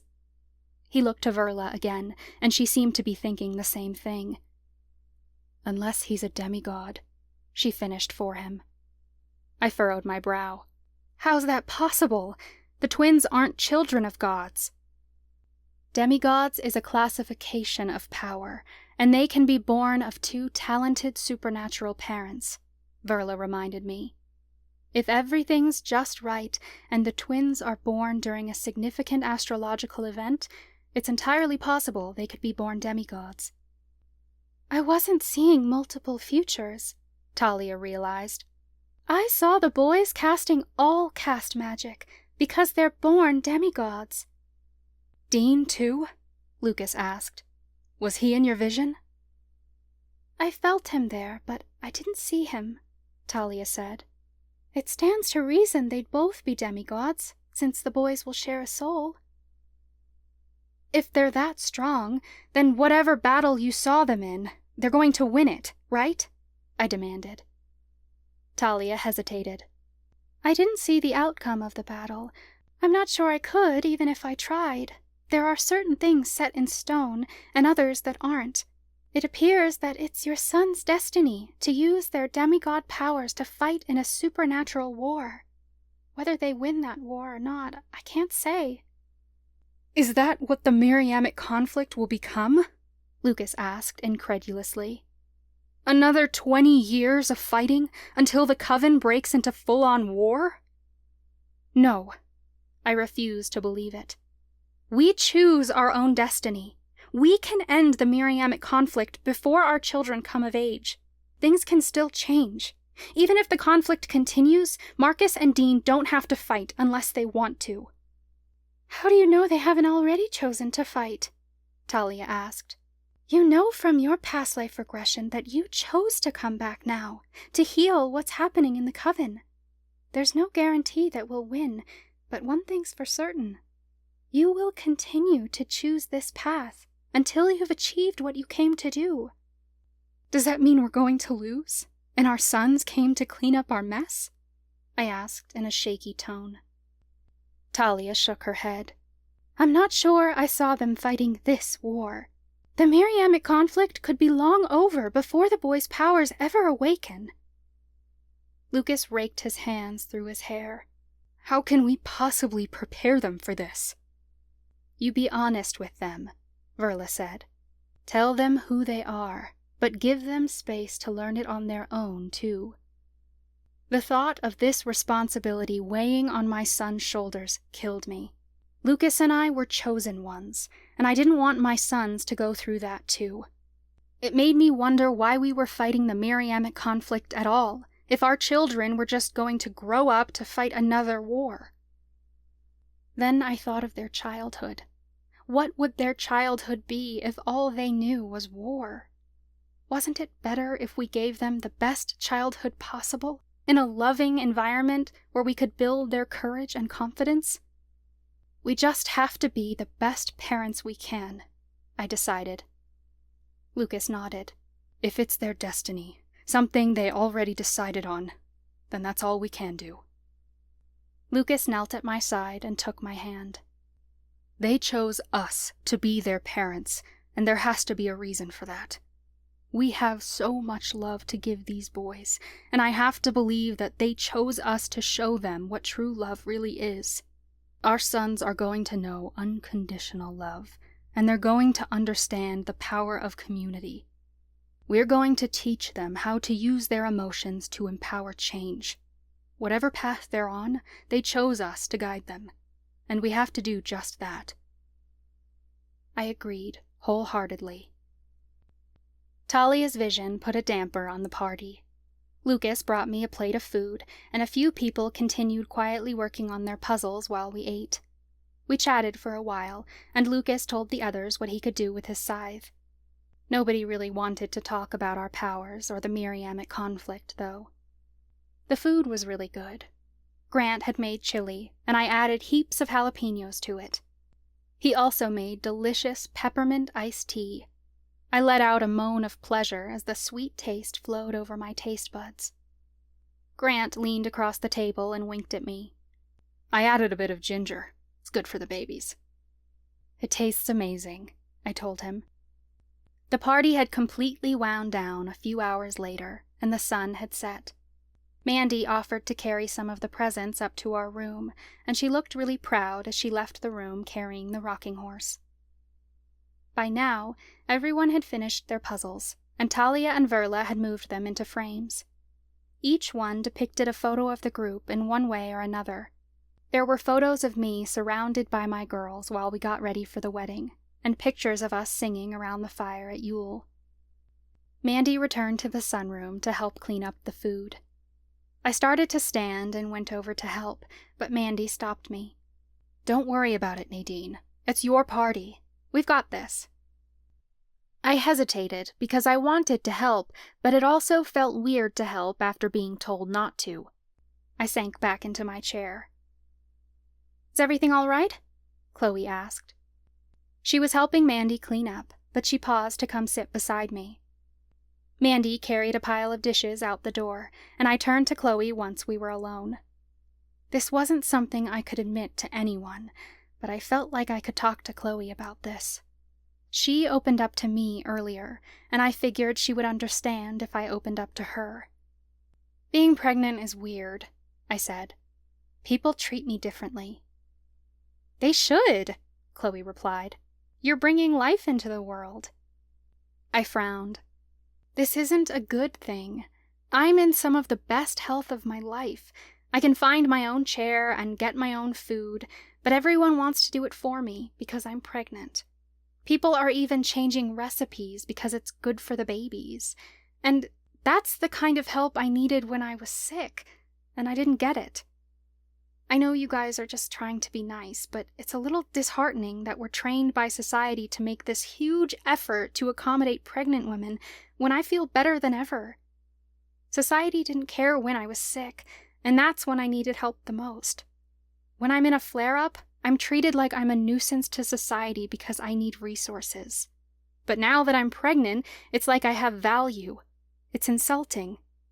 Chloe's features fell. I don't ever want you to feel like you don't have value. If you want us to treat you differently, we can. That's not really the point, I said. I appreciate what you guys did for me when I was in the worst of my lupus, and I'm grateful for that. But I have to realize now that you guys help me out a lot more now that I'm pregnant. You're more willing. You're happy to do it, instead of reaching out to me out of pity. It's like me being pregnant is seen as this huge blessing, but me being sick made you guys uncomfortable. It's an issue so ingrained in society, you wouldn't have even realized you were doing it. Chloe leaned forward on her elbows. Tell me more. I want to learn. I sighed. When you're disabled, society treats you like you don't belong, and that your accommodations are an inconvenience. But everyone wants to accommodate the pregnant lady. It just proves that providing accommodations isn't the problem. It's people's attitude about it. People welcome pregnant women into society because they have something to offer, when disabled people are treated like they should just go away. It's sexist, too, because as long as the pregnant woman is creating new life, she's basically offering a service to the world, so it's a privilege to accommodate her. But disabled people are seen as doing nothing but sucking up resources. Even though pregnancy is technically a short-term disability, it benefits everyone, so it's acceptable for people to be inconvenienced short-term. At the end of it, everyone gets the reward of holding the baby and being a part of the baby's life. But no one wants to help the disabled person, because they're always going to be sick. That's unfair, Chloe said sadly. Things shouldn't be this way. Once the Miriamic conflict is over and we're back in the coven, we're changing things. We're going to educate people and provide more accommodations. I fidgeted with a corner of the tablecloth. I don't know if I can keep advocating for disabled people, though. Chloe furrowed her brow. What do you mean? I'm in remission, and things are going so well, I said. I should be relieved, but I just feel cheated. I don't know if I have the right to call myself disabled anymore. Cheated how? Chloe wondered. It feels like my doctors lied to me, working me up about all these possible complications, I said. It feels like I'm holding my breath, waiting for a terrible symptom to arrive, but nothing happens. It's hard to operate this way when so much of my life has been invested in taking care of myself. Is this what it's like to be healthy all the time? You guys just don't have to worry about any of this stuff? Chloe appeared genuinely interested. What kind of stuff do you worry about? Everything, I replied simply. When I was sick, lupus ran my life. I had to plan every day around my symptoms and schedule in recovery time. I still take my meds every day and monitor my diet, but I have so much energy now that I can do whatever I want, whenever I want to. There are no restrictions, not like I had before. My lupus could knock me down for an entire day, or sometimes even weeks at a time, and now I don't have to worry about it at all. I used to have to monitor where I could go, what I could do, when I took my treatments, when I rested, ate, went to the bathroom. Hell, sometimes it felt like I had to be careful with how I breathed, because there were a million ways to fuck up and make myself feel worse. Now I can do it all, and there are no consequences. Sometimes it's like I have too much time on my hands. There's this empty space in my life that I don't know how to deal with because I don't think of myself as ill anymore. And if that part of me is gone, who am I? But you still have lupus, Chloe said. I know I'm not cured, but the chances of symptoms returning are low, I told her. I don't feel healthy enough to be considered an able-bodied person, but I also don't feel like I'm sick enough to be disabled. This label used to be a huge part of my identity, and I don't know where I fit in anymore. You're having an identity crisis, Chloe realized. I lifted my gaze to meet hers. Yeah, I guess you could call it that. It feels like I've lost something, which is silly to think, because all I wanted when I was sick was to feel better. That doesn't mean you aren't allowed to grieve, Chloe pointed out softly. I don't know if grieving is the right word, I mused. Maybe? I'm just thinking, am I worth more now that I'm in remission? Am I more helpful to people? Wasn't I good enough when I was sick? I felt like I knew who I was back then, and now I have to change my perception of myself again. That's scary, because what if someday I get sick again, and I have to shift my identity all over? None of this is for sure, so now I'm just stuck in the middle, not certain if I'm sick or healthy. Your worth doesn't come from what other people can get out of you, Chloe insisted. Your value is inherent, and it doesn't change depending on how disabled or able-bodied you are. You don't need to prove anything or accomplish anything to earn your worth. Also, being disabled does not need to be validated depending on how sick you are or not. That's ableist shit doctors tell their patients in order to disregard their symptoms. There's no prize for being more handicapped than someone else.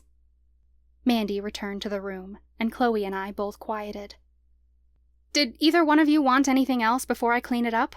Mandy asked. "You can leave the iced tea," I offered.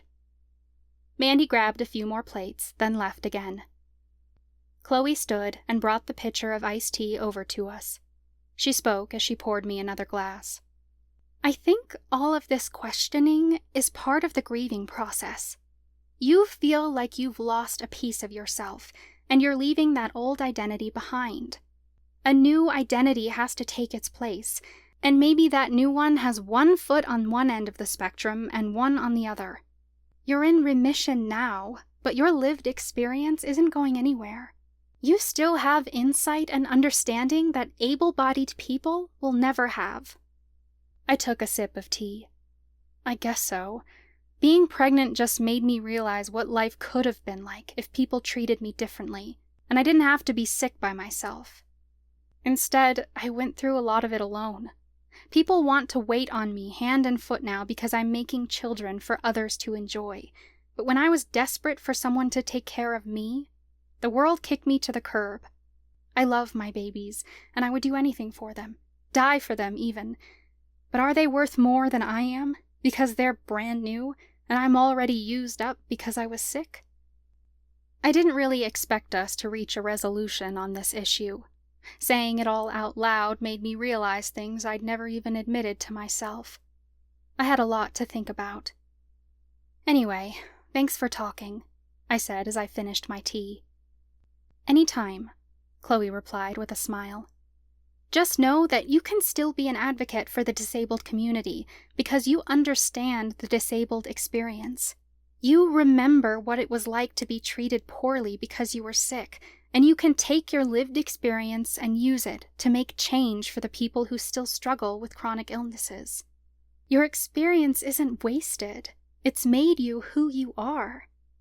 Now you can use it to push society to do better because we need people like you. And your babies are worth the world, Nadine. But so are you. All of us are important. I'm sorry you didn't get the help you needed before, but now that you have more energy to fight, you can make sure the coven gives that help to the people who need it now. If there's anything else I can do to help you talk this out, you let me know, okay?" "I will," I promised. I left the sunroom and passed by the kitchen. Talia and Verla were doing dishes, while Mandy and Onyx were packaging up the leftover food. The guys were down in the basement, putting some of the gifts in storage since we wouldn't need them for several months. I returned to my bedroom and slipped out of my clothes to put on my nightgown. It was nearly 9 o'clock, and I was exhausted. I just wanted to lay in bed until Lucas finished cleaning up and could come cuddle me. Issa and Oliver were sleeping on the bed and woke up when I entered the room.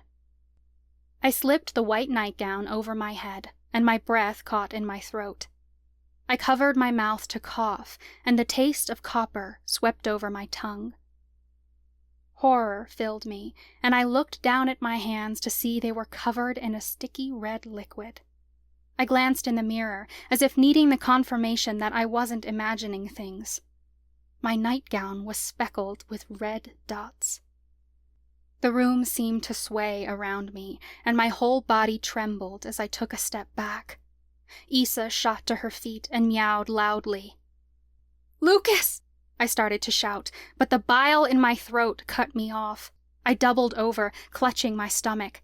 Nausea hit me out of nowhere, and I vomited across the carpet. Terror clenched in my belly when I saw the deep red color. I was vomiting blood. I tried to call out for my husband again, but I never got his name out before another wave hit me. I fell to my knees and caught myself with my hands. Every inch of my body shook. All I could think to do was pray to the goddess that the babies would be okay. Issa jumped down from the bed and nudged me, like she was trying to keep me upright. Oliver started meowing loudly and scratching at the door. My heart hammered. I was panicking, and I didn't know what was happening. I had the horrible thought that someone must have cursed me. I placed my hand over my belly, ready to draw the magic out of me, but nothing happened. I willed my magic to respond, but it was dead inside of me, immobile and silent. The waning. I didn't have my powers at the worst possible time. There was nothing I could do to stop this. I couldn't really make sense of what to do, but I knew I had to get help. I began crawling across the room, barely aware that I'd crawled straight through the puddle of blood. The sickness soaked into my nightgown. My limbs felt like jelly, but by some miracle, I reached the door. I touched the handle the same time my stomach clenched for a third time. Blood spewed from my lips, dripping all over my front. I rolled away from the door, gasping for breath. It felt like the blood was seeping into my lungs. I couldn't open my mouth without vomiting, and I couldn't stand on 2 feet. I slumped against the wall, wheezing. The cats continued to yowl, but I didn't hear anyone coming for me. I couldn't make sense of what happened. Was this some sort of complication with the pregnancy? It certainly didn't seem normal. I had the thought that my body was rejecting my kidney, and I was going to expel it by vomiting it up. It was the silliest thing in the world, but it was the first explanation I could think of. Please save the babies, I thought. Footsteps neared, and Lucas burst into the room. Nadine! He screamed. Tears leaked from my eyes, and I could only manage a whisper. I don't know what happened. He knelt beside me and grabbed the side of my face. He quickly looked me over, like he was searching for a stab wound or something. I gagged again, and blood dribbled down the side of my face. I could barely keep my eyes on him. Help! Lucas shouted down the hall, before turning back to me. We need to get you to the hospital, right now. A portal bloomed. He tried to pick me up, but the second he moved me, my stomach lurched. I couldn't stand the thought of going anywhere right now. It felt like my body might fall into pieces if I moved. I can't, I rasped, but it was more like just moving my lips than making any sound.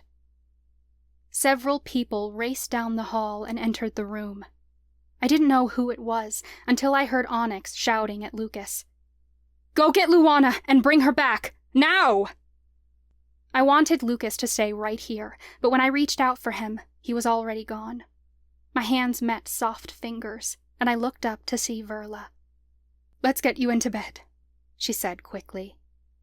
Onyx and Verla carried me to the bed, and they laid me on my side with a trash can next to me. I coughed and wheezed, then doubled over and threw up again. Onyx tried to hide her concern, but I saw it, clear as day. I reached out and took her hand. What's happening? I whispered. Verla was the one to answer. We won't know until the doctor gets here. Great. I was complaining to Chloe 5 minutes ago about not being sick enough to be disabled. Look at me now. Tears streamed down my cheeks, because all I could think was that this was going to hurt the babies. I heard several other people in the doorway, but I was so focused on keeping myself from vomiting that I couldn't pay attention to any of them. I closed my eyes as I repeated prayers over and over again in my mind. I didn't want to die, but if I had to, I just wanted the babies to be okay. A warm hand touched my forehead, and tears fell from my eyes as I opened them. Luana stood above me, beside Lucas. I hadn't even heard her enter. Luana signed something to me. I'd been learning what I could of ASL so I could communicate with her better at my appointments, but I could only pick up fragments of conversation. One sign was very clear, though. Help you. Luana was going to save my life.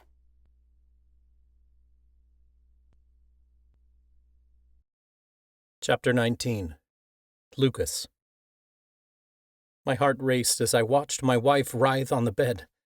Walking in here to see blood spraying all over the floor had terrified me beyond anything I'd felt before. I thought the priestesses had made it past our wards and come to kill Nadine and the babies. When I saw she was vomiting blood, I knew we didn't have much time. I portaled straight into Luana's office, and she came the second she saw the worry on my face. Luana placed her hand on Nadine's chest, and a white glow emanated from her palm. Nadine's shaking body steadied, and her wheezing breath sounded clearer. I couldn't believe how fast Luana's healing magic worked on her. Lucas, Nadine rasped, reaching out for me. I took her hand, squeezed it desperately. Tears streamed down my face as I choked back sobs. I had to hold it together for her, because she needed me right now. Nadine let out a sigh of relief. I feel much better now. The tears I'd been holding back spilled over my lids. I'd been so terrified for her and the babies. Thank the goddess for Luana and her healing magic. I didn't know what we'd have done without her. I turned to Luana to thank her, but my eyes caught the others lingering in the doorway. Chloe and Talia stood at the front of the group, and the others were gathered in the hall. Chloe clutched the mentalist wand, and Talia held on to the seer wand. The ends were glowing. Chloe's features had turned ghost white. We can read her mind, Chloe said hollowly. It's not word for word, but we can sense the message. I'm not going to speak or translate for her directly because I'm not a skilled interpreter, but I can put the gist of what she's saying together and get it across to you, as long as Luana's fine with it. Luana must have read her lips because she nodded to Chloe, telling her it was okay. Chloe swallowed hard. She says the babies are okay, but Nadine was poisoned. Time must have stopped, because I wasn't sure how much I processed after that. I was aware that Verla and Talia were both freaking out. Their voices grew harsh as they discussed how this could have happened, in case there was a cure. But that was about all I picked up on. It didn't make sense that Nadine had been poisoned. We'd all been eating and drinking the same food all day, and none of us were sick, besides my wife. It wasn't that I didn't think this could happen. The priestesses certainly wouldn't hesitate to kill Nadine the first chance they got. She wasn't useful to them anymore. I just didn't know how they could slip anything past us. Our wards were iron tight, and we didn't source any supplies from the coven anymore. Besides, I trusted every person in this house, so I couldn't even fathom where the poison had come from. The only thing that made sense was that something she ate had interacted with her meds. I mentioned this, but Luana didn't seem convinced of it. I insisted that we couldn't possibly have a traitor in our midst. Luana suggested perhaps the poison was accidental, that maybe we'd been sold some bad herbs. What kind of poison was it? I demanded. She doesn't know for sure, Chloe said. It's not a poison she's healed before, so she's not familiar with it. What Luana knows is that the poison targeted Nadine's stomach and lungs, and she was able to heal those with her magic by healing Nadine's organs. Unfortunately, she couldn't process the poison out completely because she'd have to heal her whole body, and that could trigger early labor. That's ridiculous, Verla protested. She should be able to heal Nadine of all ailments. Luana glanced between Verla and Chloe, then started signing an explanation. Healing magic can have poor effects on pregnant women, Chloe explained. She can target specific areas or use her magic to observe and diagnose, but technically the babies are foreign to the body. If she heals too much, the body might try to abort, and we can't risk that. Absolutely not, Nadine agreed in a groggy tone. I'm not going to do anything to harm the babies. So what do we do? I demanded. With time, Nadine's body will process out the poison on its own, Chloe said. We must be able to do more than that, I begged. Luana frowned, and Chloe said, There comes a point where neither you nor your medical staff can do anything. We just need to give it time and hope it doesn't affect the babies. Luana wants Nadine to remain on bed rest for the rest of the pregnancy. Nadine winced a little as she moved. Believe me, I'm not leaving this bed until my due date. Then Lucas is portaling me straight to a hospital bed. Nadine looked really uncomfortable, and I took her hand. She squeezed as tightly as she could, though she didn't appear very strong. She gave me a look I'd seen 1,000 times before that said, "All I want to do is sleep." "Let's give her some space," I suggested. "I'll brew a cleansing potion that will get the bloodstains out of the carpet," Verla offered, before following the others out into the hall. As everyone went their separate ways, I stopped Grant and pulled him aside. I lowered my voice so no one else could hear. "I want you to go through all the leftovers. Test everything Nadine ate today." "I can do that, but I might not have the results until morning," he said. "I don't care. Just find out what caused this, and don't let anyone in this house eat anything else until we know what we're dealing with." Grant nodded. "On it." Chloe and Talia stayed to help interpret for Luana. Nadine was very lucky, Chloe said. She could have died without an Anachi healer, but Luana got to her just in time. She says the rest of us have to be very careful. It could have been a mistake, but from her experience as a healer, she thinks someone might have tried to harm us. "Is Nadine going to be okay?" I asked Luana.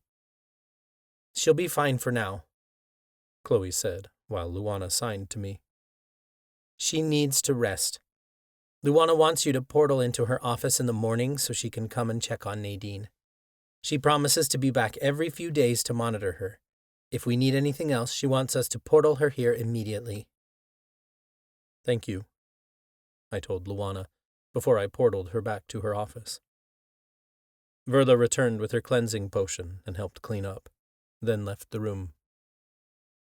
Nadine and I were alone again. I lay on the bed next to her. She was on her side, and we were facing one another. She looked super tired, but also relieved. Issa lay curled up next to her belly. I pushed the hair back from her face. Though I was still terrified, my voice remained steady. "It's going to be okay." Tears welled in Nadine's eyes. "I want to believe you, but, Lucas, I think I did this to myself." I furrowed my brow. "You couldn't have possibly poisoned yourself." "But what if I did accidentally?" she insisted. "I think I manifested it." I propped myself up on my elbow, more alert than ever. "Nade, what are you talking about?" She sniffled. "Right before this happened, Chloe and I were talking. I told her this pregnancy was going so well that I don't feel disabled anymore, and it was like a piece of myself had died. It's hard to know who I am without my lupus, and that scares me because I'm afraid I won't be able to advocate for the disabled anymore." I wiped a tear from her eye.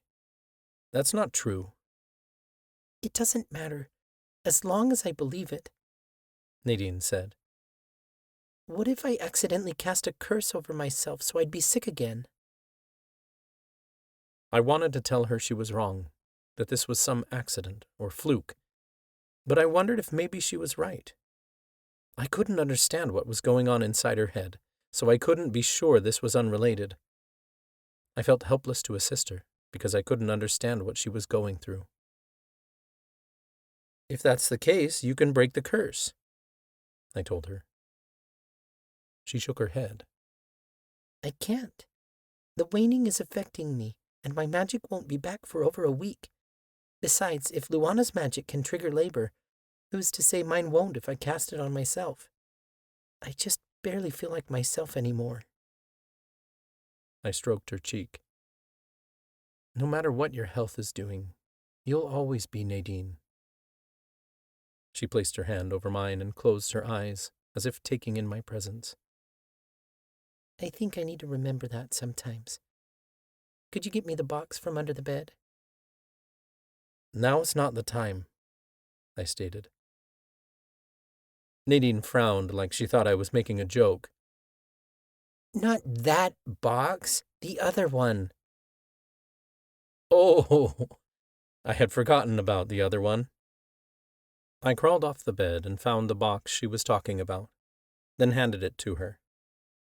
Nadine pulled off the top and began placing the items in front of her on the bed.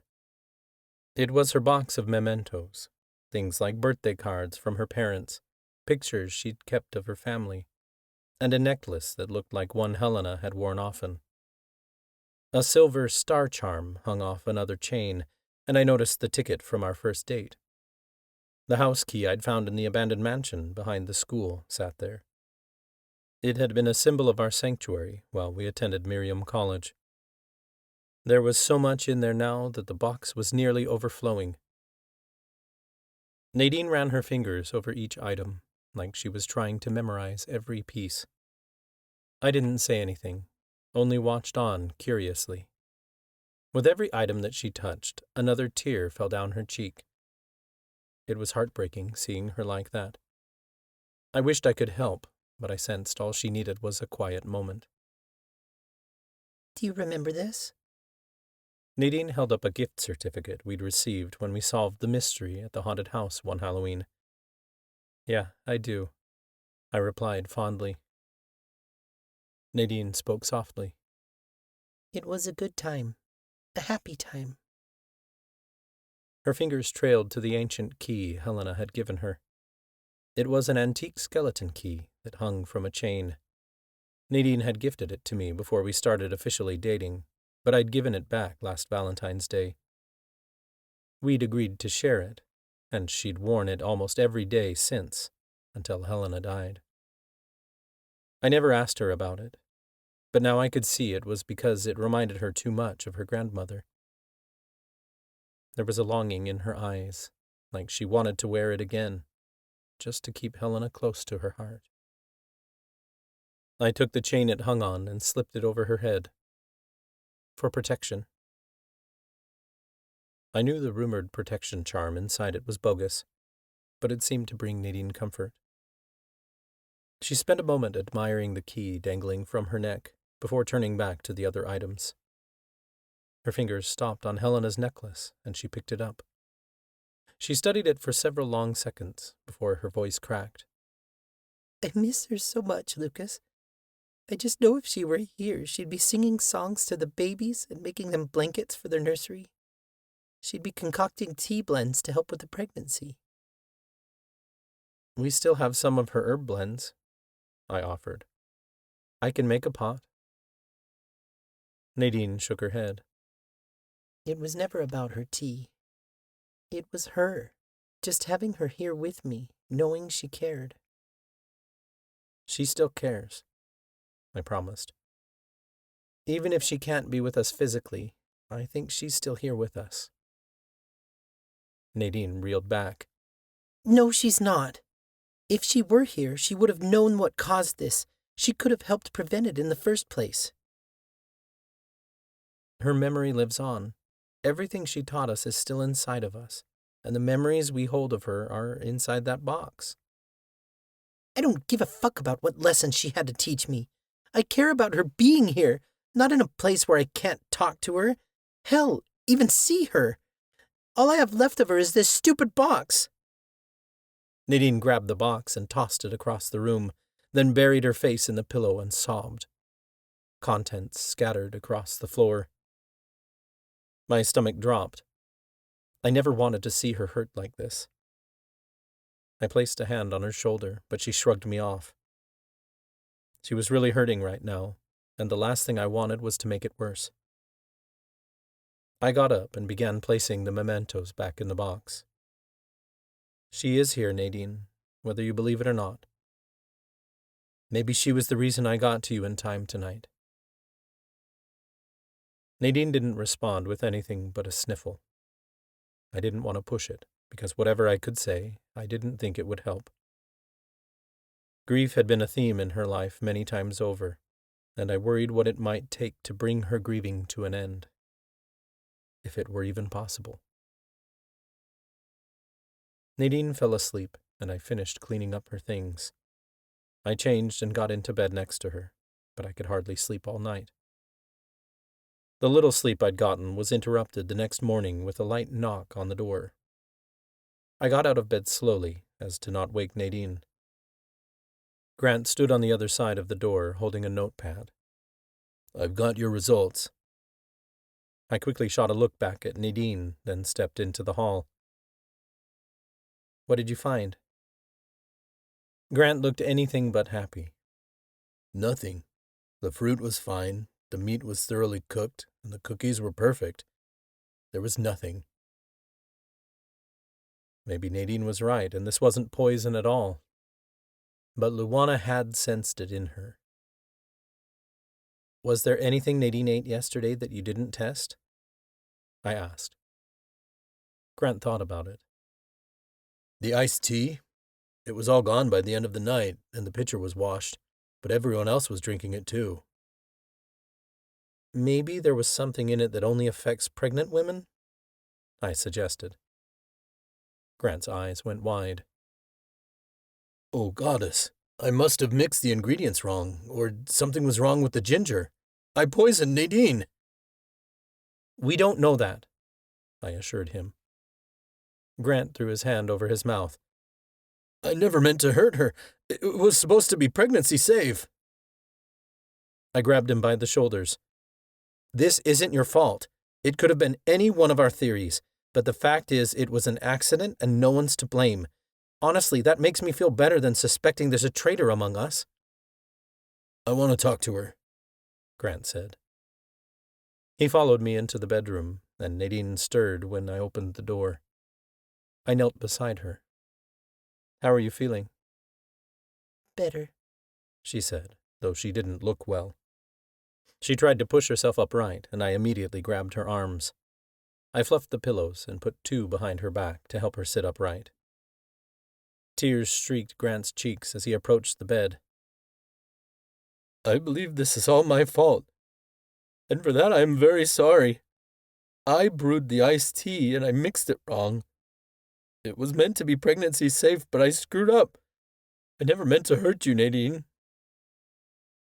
"If this was truly an accident, then we have nothing to worry about," Nadine assured him. "Thank you for being honest with me, Grant."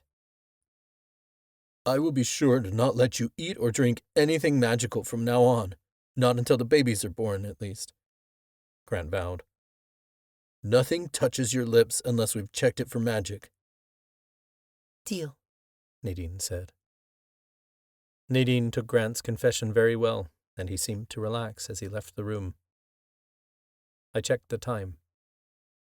"It's almost time for me to portal Luana in. Do you want someone to stay with you?" Nadine settled into a more comfortable position. "I want Onyx here." I hurried to get Onyx, then left the girls in the bedroom while I portaled to Hokavale. I found Luana standing in her office next to her father. "Luana has asked me to accompany her to interpret," Chief Kawak said. "But only if you're okay with it." There were very few people I trusted to come into our safe house, but I trusted these two with our lives. Tele-insight had been useful in a pinch, but a skilled interpreter was always the better option. "Yes, you're more than welcome," I told him. Luana grabbed a medical cart beside her and followed me through the portal with all the equipment. Her father entered the portal behind her. Nadine lay propped against the pillows. Onyx sat on the bed beside her, holding her hand. "Hello," Nadine greeted Luana with a smile and a gesture in American Sign Language. Luana signed back kindly. Chief Kawak stood next to me on the opposite side of the bed from Luana, so that he could easily see us all. "I will be interpreting everything said today, and all conversation will remain confidential. You may speak between one another as if I'm not here.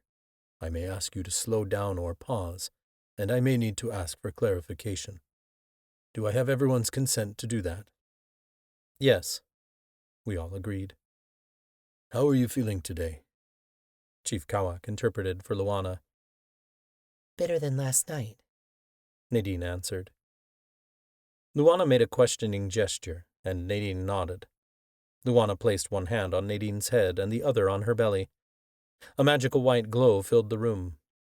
Luana tried to mask her disappointment as she drew away, but I saw it on her face clear as day. She signed to Nadine. Your blood pressure is high, Chief Kawak said. I believe you have preeclampsia, but I will need to do a blood test and urinalysis to measure your protein levels. It's a good thing I really have to pee then, Nadine joked. I could tell she was feeling at least a little better, or she wouldn't be joking right now. You're not worried? I asked her. A little, She admitted. but we've known for a long time that I was high risk, so I guess I've already been preparing for this news. I'm not surprised. I looked at Luana. I thought Nadine was taking meds to reduce her risk. Chief Kawak interpreted. Nadine's medication only reduces the risk by about 15%. The meds may have helped reduce the severity, as her case is mild at the moment. So it could get worse? I asked. Luana gave an affirming nod, and Chief Kawak added, Yes, but we can keep her symptoms under control with close monitoring. I shifted my weight between my feet uncomfortably. You've been monitoring her weekly. How could this happen so fast? Luana signed quickly, and Chief Kawak said, Preeclampsia can come on suddenly. Many women don't even know they have it until it shows up on tests. When you start feeling sick, you need to be admitted right away, and we may have to induce early. Is this why she threw up blood? I asked Luana desperately. No, that was something else entirely, though it could have triggered preeclampsia. Her father interpreted. We've prepared for this. Nadine has lupus. She's undergone a kidney transplant, and she's carrying twins. These are all risk factors, and we're going to keep her symptoms under control. You can't heal it? I wondered. Since preeclampsia is widespread, Anichi can't heal it without the risk of triggering labor. Pregnancy, in particular, is difficult for even the most experienced healers to manage with spirit magic. We Anichi believe that pregnancy is the magic of creation itself, and therefore it's not able to be easily influenced without causing something to go wrong. Keeping Nadine's symptoms under control is the best option. The only cure for preeclampsia is delivery. Cool. Nadine looked up to Luana. Can I pee now? I'd like to do an ultrasound before taking a urine sample. A full bladder helps with the imaging. Luana started untangling cords from her cart, which I noticed for the first time had a laptop on top. Here, let me help, Onyx offered. She only knew one sign in ASL, which I guess was the word help. The girls worked together to get the ultrasound machine plugged in. Nadine had 2 ultrasounds before, one right after we found out she was pregnant, and one at 20 weeks. Still, I couldn't get over how special it was to see our baby boys on the screen. I held Nadine's hand as Luana ran the wand over Nadine's belly. I couldn't take my eyes off the screen as I watched the boys wiggle. According to Luana, they appeared healthy and unaffected by last night's incident. After Luana finished with the ultrasound, I helped Nadine to the bathroom. We got her urine sample, then returned to the bedroom, where Luana took Nadine's vitals, as well as a vial of blood. Luana signed to Nadine, and the chief interpreted. I want to continue seeing you once per week for urine tests. You'll have to do kick counts to make sure the babies are still moving. Once per day, count how long it takes each baby to kick 10 times. If it takes more than 2 hours, alert me right away. Luana turned to Onyx, and Kawak added, I'm going to leave you with medical equipment so you can take Nadine's blood pressure and vitals daily. Nadine should stay on bed rest, only getting out of bed to shower and use the bathroom. Preeclampsia puts stress on the body, and we want to reduce that stress as much as possible. What other kinds of risks are we looking at? I asked. Luana turned to me and signed. Preeclampsia, as well as being pregnant with multiples, increases the risk of preterm labor, her father said. It's too early to deliver now, but waiting too long can be risky for the mother. We typically plan for women with preeclampsia to give birth at 37 weeks, but since you're having twins, we may be looking at 36 weeks, depending on how the pregnancy is progressing. However, in cases like this, delivery can happen much sooner and unexpectedly. I will have all the medical equipment ready to go in case Nadine goes into labor early. What do we do if that happens? I asked. It's my philosophy that mothers should be as comfortable as possible throughout the delivery process. Chief Kawak interpreted for Luana. I've assisted in many home births. However, due to Nadine's condition, I believe it best if Nadine labors and delivers in the hospital. How long will we have to stay? Nadine asked. It's not safe for us to leave the house for long periods of time. Luana appeared sympathetic, and Kawak's tone reflected that. Since the boys will most certainly be premature, they will require extra care and equipment after delivery. That said, since Onyx is here with you and you have a nurse in the house, I'm willing to provide all the equipment you'll need to keep the boys here. I'll be available on call any time you need me to portal back for assistance. Of course, plans may change if your preeclampsia worsens. But for now, you can stay home with close monitoring. That all sounds good, Nadine said. Thank you so much for all your help. One more question. Can we still have sex? Nadine, I started, but Chief Kawak didn't even miss a beat interpreting. That depends on your typical reaction to it. If it's a relaxing activity for you, it can actually lower blood pressure. Nadine gave a light smile. Excellent. Nadine didn't seem bothered by all of this information, as if all the new meds she'd been prescribed and the doctor's orders were more of a comfort to her than anything. I think she'd come to expect this kind of news and had become accustomed to dealing with it. Her nonchalant nature helped ease my nerves over the next few days. I worried for her and the babies, but all Nadine could talk about was how excited she was to meet them. Since she couldn't get out of bed, we spent a lot of time making things for the babies. I'd found craft supplies in Helena's closet, and Nadine was learning to crochet. She'd already made several hats for the twins, and we'd worked together to make each of them their own fleece tie blanket. Nadine was learning how to crochet baby socks the following week, while I worked on hanging some of the pictures she'd drawn for the babies. Her drawings had the babies' names on them, with cats crawling over the letters. They were really cute. Our room had become crowded with medical equipment that Luana dropped off when she came to visit. I'd rearranged the furniture to make room for 2 incubators. We prayed we wouldn't need them, but we wanted to be prepared for anything. I'd had to move the bed to another wall, and everything that we usually stored beneath it was still piled out of the way in the bathroom. I arranged Dean's sign over his incubator, then stepped back. What do you think? Oliver meowed at my feet, like he approved. Nadine mused from the bed. I think Marcus's sign is a little crooked. I nudged the frame just a little. Better? Better. Nadine set her crochet project aside and began stroking Issa's head. I didn't even have to think about it when I grabbed a bottle of lotion off the nightstand and sat on the bed beside her. I ran lotion over her hands and began massaging them. How are you feeling? It's hard to breathe sometimes, but I think that's just from the babies getting bigger. We can't know that for sure. We should mention it to Luana when she comes this week. I've told her everything, Nadine assured me. I'm not vomiting, so that's a plus.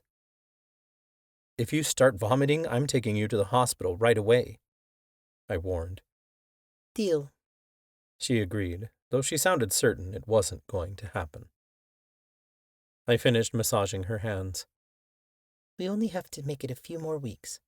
You 3 better behave yourselves. Nadine snickered as she ran her hand over her large belly. I have a feeling these boys are going to be nothing but trouble. The least they can do is wait until they're teenagers, I teased as I stood from the bed. I didn't like the feeling of lotion on my hands, so I went to the bathroom to wash it off. The counter in the bathroom was stacked with boxes we'd kept under the bed that I hadn't had a chance to return after rearranging the room. I ran the water, then looked around for the soap. I found it shoved in the corner behind one of the boxes and pulled it out. Oliver chose that moment to jump up on the counter. There wasn't any room for him, and he could barely fit all 4 legs on the edge of the sink. "Oliver, no!" I scolded. I nudged him off the edge of the counter with my elbow. He clamored for a foothold, and it all happened so fast. Oliver's tail swished, and it smacked into the pile of boxes.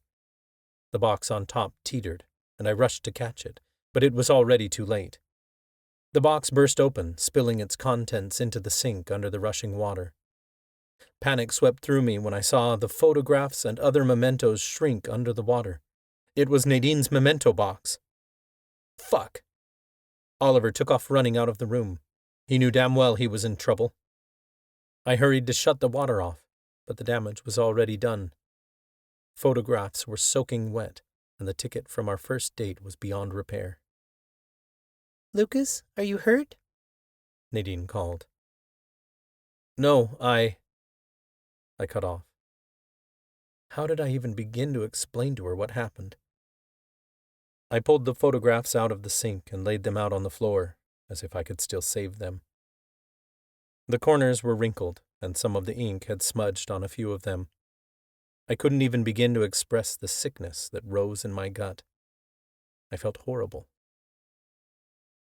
I heard footsteps, then the sound of Talia's and Grant's voices as they came into the bedroom. "Is everything okay?"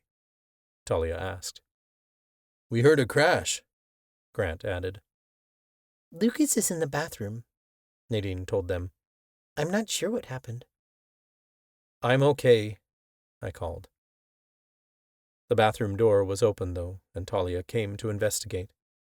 She gasped when she saw what I'd done. I was on my knees on the floor trying to separate everything so it could dry, but it was no use. It was already ruined. I leaned back on my heels hopelessly. "Nadine's going to hate me," I whispered. "No," Talia said gently.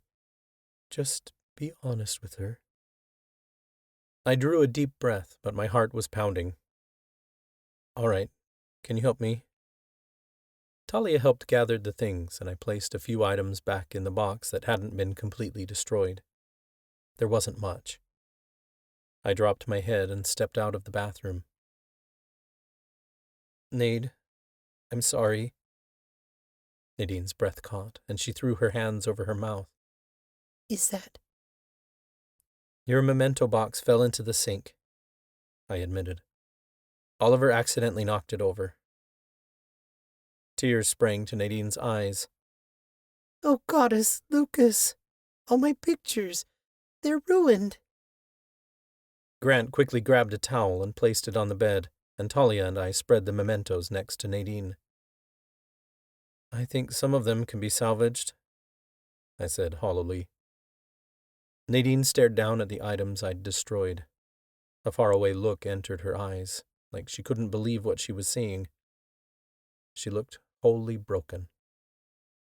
"Some of these pictures don't have digital copies. They were all I had." "Nadine, I'm so sorry," I started. Tears streamed down her cheeks. "It isn't your fault. I manifested this because I called the box stupid. I didn't want this box to be all I had left of my family. And now I don't even have that." She reached for the ticket from our first date, and it crumbled into 2 pieces in her hand. She went to pick up a photo of her and her parents, but drew away at the last second, as if afraid that too would fall apart. "There are a few things that didn't get destroyed," I said desperately as I picked through the box. "Your dad's license plate is still good. Your mom's apron got some soap on it, but we can wash that." "No!" Nadine cried. I went rigid. "You don't understand. If we wash it, it's not going to smell like her anymore." Nadine brought the apron to her nose, and the dejected look on her face broke my heart. "It got wet and it's already lost her scent," Nadine cried.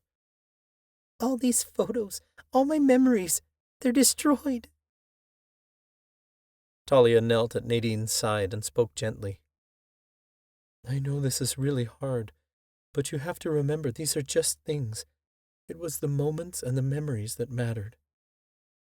No, these aren't just things, Nadine bit. This is the last stuff I have to remember everyone by. My parents are gone. Grammy's gone. This is all that's left of them. Your memories will always be with you, Grant offered. Fuck my memories. I don't want to live in the past. I want these tangible things here in the moment with me right now. Nadine's shoulders began to heave with heavy sobs. I can't tell you how sorry I am, I told her softly. She wiped her eyes. Can I just be alone for a while? I had the horrible thought that she was never going to forgive me for this. I knew it was an accident, but it still made me feel like the worst husband in the world. I should have been more careful. Those mementos meant everything to her. I turned to follow Talia and Grant out the door, but Nadine stopped me. Lucas, where are you going? I paused. I thought you wanted to be alone. Alone with my husband, she begged. My heart lifted, and I hoped she would forgive me. I shut the door behind Talia and Grant, and Nadine moved over on the bed.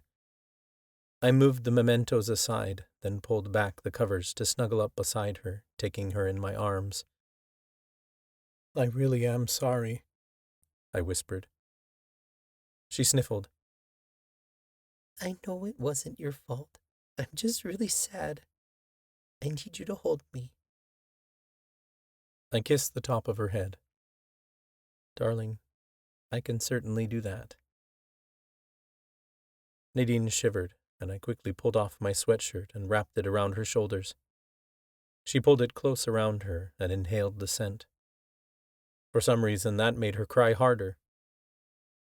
Nadine's tears soaked into my shirt. I'm glad you're here. You're the only person who can help me when I'm grieving. It was really comforting to hear that. Her words repeated in my mind, and something hit me. I quickly conjured the Reaper records and flipped the book open with one hand. Nadine tilted her head. What are you looking for? I pulled her tighter to my chest with the other arm. What you just said, that I can help when you're grieving, it made me think of the grief spell I couldn't figure out. Maybe I can use my magic to help. I found the page I was looking for and skimmed the spell again. It says I need to feel your grief and draw it out. Do you want to try it? Nadine looked over the spell. What does it do exactly? I reread the spell. I think it puts your grief into physical form, like you can talk to someone who's passed on. Not in a literal, ghostly sense, but like an illusion. I think it will help if you can talk it out. Nadine nodded. I want to talk to Grammy. All right, let's give it a shot, I said. I wrapped my arms around Nadine, drawing her close to my chest. She kept her eyes closed and steadied her breathing. I reached out with my magic and let it flow into her. According to the records, I was supposed to be able to sense her grief deep in the pit of her stomach. My power hit a wall, like there was a hollow emptiness that my magic brushed up against. I knew immediately that was the grief I was looking for. I twisted my magic around it and called it to the surface. Dark energy swirled out of Nadine's body. She trembled in my arms. Lucas? What's that? It's okay, I assured her. It's your grief. She wants to talk to you. I guided the energy out of her, and a figure took shape in front of us. Only it wasn't Helena. It was Nadine. She appeared as solid as the version of Nadine lying in my arms. Every inch of her body was the same, except this version of her wasn't pregnant. She looked so much like my Nadine that I could have easily been fooled into thinking they were one and the same. And maybe that was the point. She was a part of her. Why'd you make me? Nadine sneered. I thought I was going to get to talk to Grammy. I shook my head.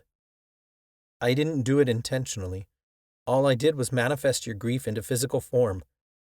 I think she took the form you needed to talk to the most. What am I supposed to say to her? Nadine asked bitterly. She eyed her grief up and down in a cold manner. I mean, she's me. Speak from your heart, I told her. She took a deep breath. All right. How do I get rid of you? Nade, I don't think that's... I started. No, I'm serious. Nadine cut me off. I keep thinking I'm better, yet she keeps coming back. Nadine turned toward her grief. I thought I dealt with you when my parents died, but you're still here. What do I have to do to get rid of you once and for all? You don't, her grief answered. She sounded just like Nadine, but she spoke calmly, like she understood Nadine's feelings. I'm a part of you now, and I'm here to stay. Nadine shook her head like she refused to accept that. No, I got rid of my darkness and can remove any curse. I can get rid of you too. I can change if that's what you want from me, Grief Nadine said. But I'm not going away, because I can't. Well, you need to, because I'm sick of you hanging around, Nadine ordered. You've been here for years, ever since my parents died. Then again when Amy died, and now Grammy. No matter what I do, you just keep getting stronger. I don't want to feel this way anymore. I don't want to end up like Beau, whose grief consumed him for decades. I refuse to let you become all that's left of me. I want to move on, which means you have to go. Grief Nadine remained calm. I'll always be with you, whether you wish me to be or not. You'll never be able to get rid of me. If I become all you are, that is a choice that you have made. You can choose to become nothing but grief, or you can choose another path. Tell me what I need to do so I can move on, Nadine begged. There is no moving on, her grief responded. Only moving through. Moving on means forgetting. Moving through means continuing despite. You must feel this in order to reconcile yourself to it. You're lying, Nadine spat. If I let myself feel it, there is no way out of this pain. Your heart hurts because you are resisting the process, Grief Nadine explained. Your loss is not a failure, but a completion of a cycle. I know how you feel, Nadine, because I am you. Our grief reflects our desire to remain connected, and you're afraid that if you aren't hurting, you'll lose your connection to the people you love. But you can tap into that connection at any time and keep your loved ones in your life. You must accept that the connection is not gone, but merely changed into something else, and you must change with it. Nadine sat a little straighter. Why are you being so difficult? You're only a piece of me, which means I have power over you. I can choose to feel however I want. As time passes, I'm not going to feel this way anymore. One day I'll get to a place where my parents' death and Grammy's death don't hurt anymore. It doesn't work that way, her grief stated. Hundreds of years could pass, and it could still hurt just as much. The only way to make it hurt less is to love more. Nadine recoiled. Love is what broke my heart in the first place. Grief Nadine crossed her hands in front of herself. The only way to get rid of me is if you don't love at all. But if you were willing to let go of love, I wouldn't be here in the first place. That's ridiculous, Nadine sneered. I'll never stop loving people. Her grief appeared sympathetic.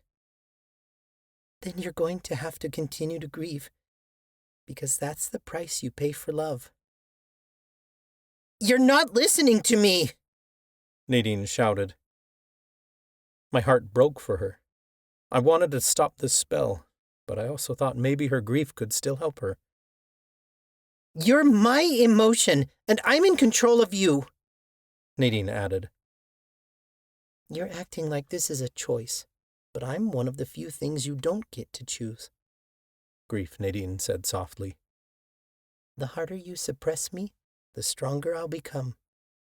Allow me to become a part of you, and we'll do this together. Nadine turned her head into my chest, like she couldn't bear to look at her grief any longer. Lucas, you need to stop this. This was a bad idea.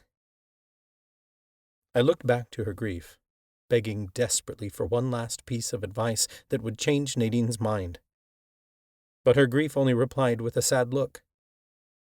I realized her grief couldn't help if Nadine didn't want her to. I waved my hand, and the image of Nadine standing next to our bedside became a mass of energy once again. Wisps of black magic returned to Nadine's body, and the spell ended. I curled my arms tightly around Nadine. I'm sorry it didn't work. Nadine sniffled and drew away. It will. We'll figure out this spell together. When I've figured out how to defeat my grief, then you can do the spell again. Then I'll vanquish her and make her go away. I wanted to tell her I didn't think that was going to work. But when I looked into her desperate eyes, I knew my words would be anything but helpful. The only thing I could do was be here for her through it. We'll figure it out, I agreed. I'm right here, Nade. She relaxed into me. I'm glad you're here, Lucas, but I wish that was enough to stop me from falling apart. I know you love me and that all our friends are in my corner, but none of that helps to make this go away. I stroked her hair. I wish I could tell her it would get better someday. But I understood grief all too well. Her grief was right, and I hadn't realized the truth of it until I heard it said out loud. This wasn't something that disappeared. It was just something that you learned to live with because it would always be a part of you. I would never get over Eric's death. 1,000 years could come and go, and I'd be just as sad over his suicide as I was the day that it happened. It didn't sting as much anymore, because the shock was over and so much time had passed. But I still missed my brother every day. I'd grieve for him until time itself ran out, and because I'd loved him so much, I was willing to accept that. Nadine wasn't. She'd do anything to escape. I knew how she felt because there'd been some dark days after Eric died when I'd pleaded to Mother Miriam to take my love for my brother away, just so my pain had somewhere to go. That didn't happen, though. It festered inside of me and made me sick until I realized the only way to cope with it would be to allow myself to accept that this was the way things had to be. Nadine had a long way to go before she got to that point, if she did at all. One day she would understand, and I would be right there alongside her to help her through it. I understood the point of this spell now. It was clear I had more than one job as a Reaper. I could help the dead cross over into Alora, but as long as I was living, I could also help the living cross over into a new life after they'd lost somebody. Problem was, I was still learning how to do that myself.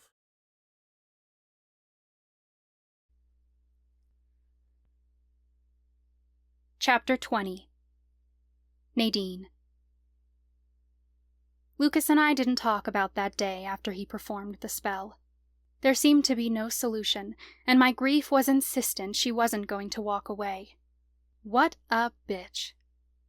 The best I could do was ignore her, and maybe she'd disappear on her own. Lucas helped me out of bed and into the bathroom. He flipped on the lights, then dimmed them as he led me to the jet tub. He poured some bubbles on the bottom of the bath, then twisted the faucet. Lucas shot me a charming smile as he took my hand. He stepped into the tub, then helped me in. Neither of us said anything as we sank into the warm water. Lucas leaned against the back of the tub, and I rested my back against his chest, letting my head fall against his shoulder. Bubbles surrounded us, and they smelled of lavender. I felt so relaxed. "This tub is perfect," I said dreamily. "Yeah, I'm sure we're not the first to fuck in it," he teased. Lucas found a bar of soap on the lip of the tub and rubbed it in his hands, then spread the suds over my neck and shoulders. I relaxed deeper into the water. Lucas ran shampoo through my hair, massaging it gently into my scalp. I hadn't realized how much of a tension headache I had until he started massaging me. The tub was large enough for me to lay down in so that he could rinse the suds from my hair. I sighed blissfully as the tension eased out of every muscle in my body. He found the sugar scrub Mandy had made me and massaged it over my hands until they were silky smooth. Warm water dripped down my body as Lucas kissed the side of my neck. I tilted my head so he could run his lips over my skin. Tingles spread down to my toes, putting me more at ease. It was a perfect, intimate moment. We sagged into the warm water together, letting out a collective sigh. Lucas pushed my wet hair back and kissed the side of my face. "How do you feel, darling?" I kept my eyes closed as I answered. So relaxed. We stayed in the water for a long time, until we started getting cold. Lucas helped me out of the tub and wrapped me in a warm bathrobe. He fluffed the pillows on the bed and laid me on my left side before running lotion over my arms and legs. My wedding ring felt tight on my hand, but when Lucas massaged my fingers, it felt better. Every touch was gentle, every caress sensual. I felt so at peace. I closed my eyes and slowly drifted off to sleep. I didn't know how long I was out, but I woke suddenly when Lucas gave a start. His breathing slowed quickly, like it was nothing more than a bad dream. He was still out cold. Night had fallen, and the moonlight shone in through the windows. I rubbed my blurry eyes to get them to adjust to the darkness. I checked the clock to see it was already 11 o'clock. A mild cramp, deep in my belly, prompted me to get out of bed. Slowly, I sat upright, giving myself a moment to breathe, which was becoming more difficult the bigger the twins got. One of the twins must have had a foot shoved under my right ribs, because it was really uncomfortable there. I got out of bed and waddled to the bathroom. When I returned to the bed, Lucas stirred awake. "Everything okay?" "I've got a stomach bug or something," I said. He sat up straighter. "Vomiting?" "No, I just have weird cramps," I told him. "It's nothing to worry about." Lucas relaxed and moved closer to me, snuggling his front side against my back. He draped his arm over me, holding my belly. I loved it when he did that. It made me feel so safe and protected. Half an hour passed, and I couldn't find a comfortable position. I watched the clock and waited, but I couldn't fall back asleep. The moonlight seemed to darken, taking on a reddish hue. I placed my hands on my belly beside Lucas's and started counting kicks. The baby on my right was active and moving. The one on my left must have been sleeping, because I didn't feel any movement there. My cramps worsened. I winced and shifted in bed. Lucas sat up straight in bed, never once moving his hand off my belly. "Are you doing that?" he asked. "Doing what?" "That thing with your stomach. It's hard. I think you're having a contraction." I scoffed. "It's just Braxton Hicks contractions. They're normal. There's no way I'm in labor. We just hit 30 weeks. The babies can't be coming this soon." I trailed off as my eyes landed upon the incubators across the room. My stomach dropped. Dear Goddess. I went to sit up, but as I shifted, I heard a pop. Water gushed between my legs. Tears of panic welled in my eyes. "It's too early." Lucas tossed the covers off himself so fast he was practically a blur. "I'll get the hospital bag and tell the others." "Find Issa," I begged. "I need her." It was unusual for Issa not to sleep by me. She must have gotten locked out of the room. I didn't want Lucas to leave my side, but as the next contraction hit, the room seemed to disappear around me. I curled onto my side and squeezed my eyes shut tightly as the wave of tension washed over me. The pain was intense, and I couldn't believe I'd been lying in bed for 30 minutes in labor and hadn't realized it. I couldn't wrap my head around how it was even possible to give birth this early. Luana had said the babies should be born closer to 36 weeks, unless complications arose. My preeclampsia was only mild. I was cut off mid-thought when I realized that I'd overlooked those symptoms as well. I was so used to being sick that something as simple as a headache or blurred vision didn't even register as out of the ordinary. Swollen hands were a normal part of pregnancy, so I hadn't thought that my ring being tight was anything unusual. The pain below my ribs had barely seemed like an inconvenience. It was silly to think that all of this went over my head. I'd been showing symptoms of worsening preeclampsia all day, and now I was going into labor. I had the thought that I couldn't trust myself to know what was happening with my own body. If I'd been more cautious, I'd have recognized something was wrong, and we might have been able to prevent this. A horrifying thought hit, and I hoped to the goddess I was wrong. The baby on the left wasn't moving. I thought he was asleep, but what if... The contractions were intensifying, and I couldn't organize my thoughts much beyond what my body was doing. I heard clamoring all throughout the house. I was almost certain everyone must have awoken when they heard the commotion. Someone touched my shoulder, but I didn't know who it was. I shrugged them off. I wanted to tell them not to touch me, but I couldn't find my voice. Another contraction hit me, and it was like my whole body was being squeezed by an external, magical force. Nadine. Verla's kind voice brought me comfort. I opened my eyes to see her standing above me. It's time to go to the hospital. We have to get you out of bed. I couldn't fathom the thought of moving from where I lay. I feared if I did, I might collapse and never get back up. All I could manage to do was shake my head. If she can't talk already, she's pretty far along, I heard Onyx tell Lucas. How long has she been contracting? I don't know, Lucas stammered. Less than an hour. I heard shuffling near the medical equipment in the corner, then the snap of a glove. Onyx appeared above me. I'm going to check your cervix. Are you all right with that? I nodded. Onyx pulled back the covers and gently moved the fabric of my bathrobe aside. She placed her fingers inside of me, which would normally be weird as fuck, but in the state I was in, I didn't mind at all. In fact, all I could think was that I was too hot and I just wanted to get rid of this bathrobe. I didn't care who was in the room. I stripped it off and tossed it to the floor. She's already at 5 centimeters, Onyx said calmly, though I was certain she was the only calm one in the room. It looks like precipitous labor, meaning it's progressing quickly. In cases like this, mothers give birth within 3 hours after contractions begin, but it could be sooner. Lucas, you need to portal Luana back here, now. It's almost midnight, Lucas panicked. Luana won't be at the clinic. Then find her at home, Onyx ordered. I don't care where you look for her, just get her here. Go! No, I heard myself cry. I reached for Lucas and clung so tight to his arm that he couldn't go anywhere, even if he wanted to.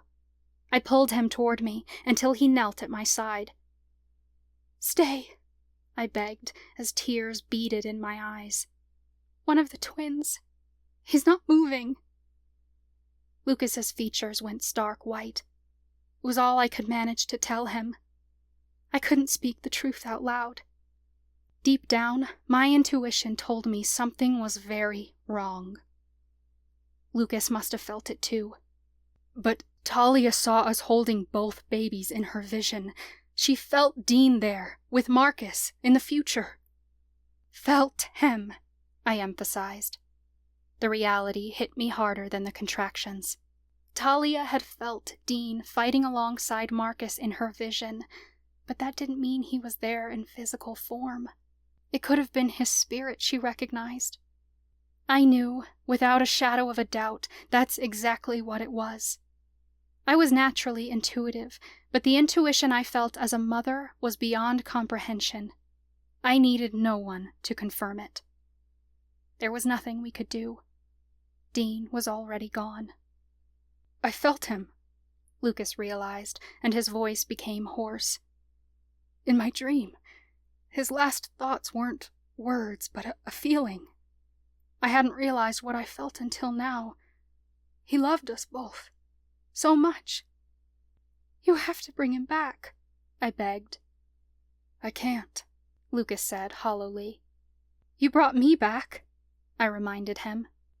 Under extraordinary circumstances, he said. Even all the magic in the coven can't bring the dead back to life. You'd have to be godlike to do that. I trembled as my grief began to take over. My grief was wrong to say I had a choice to let it consume me, because it already had.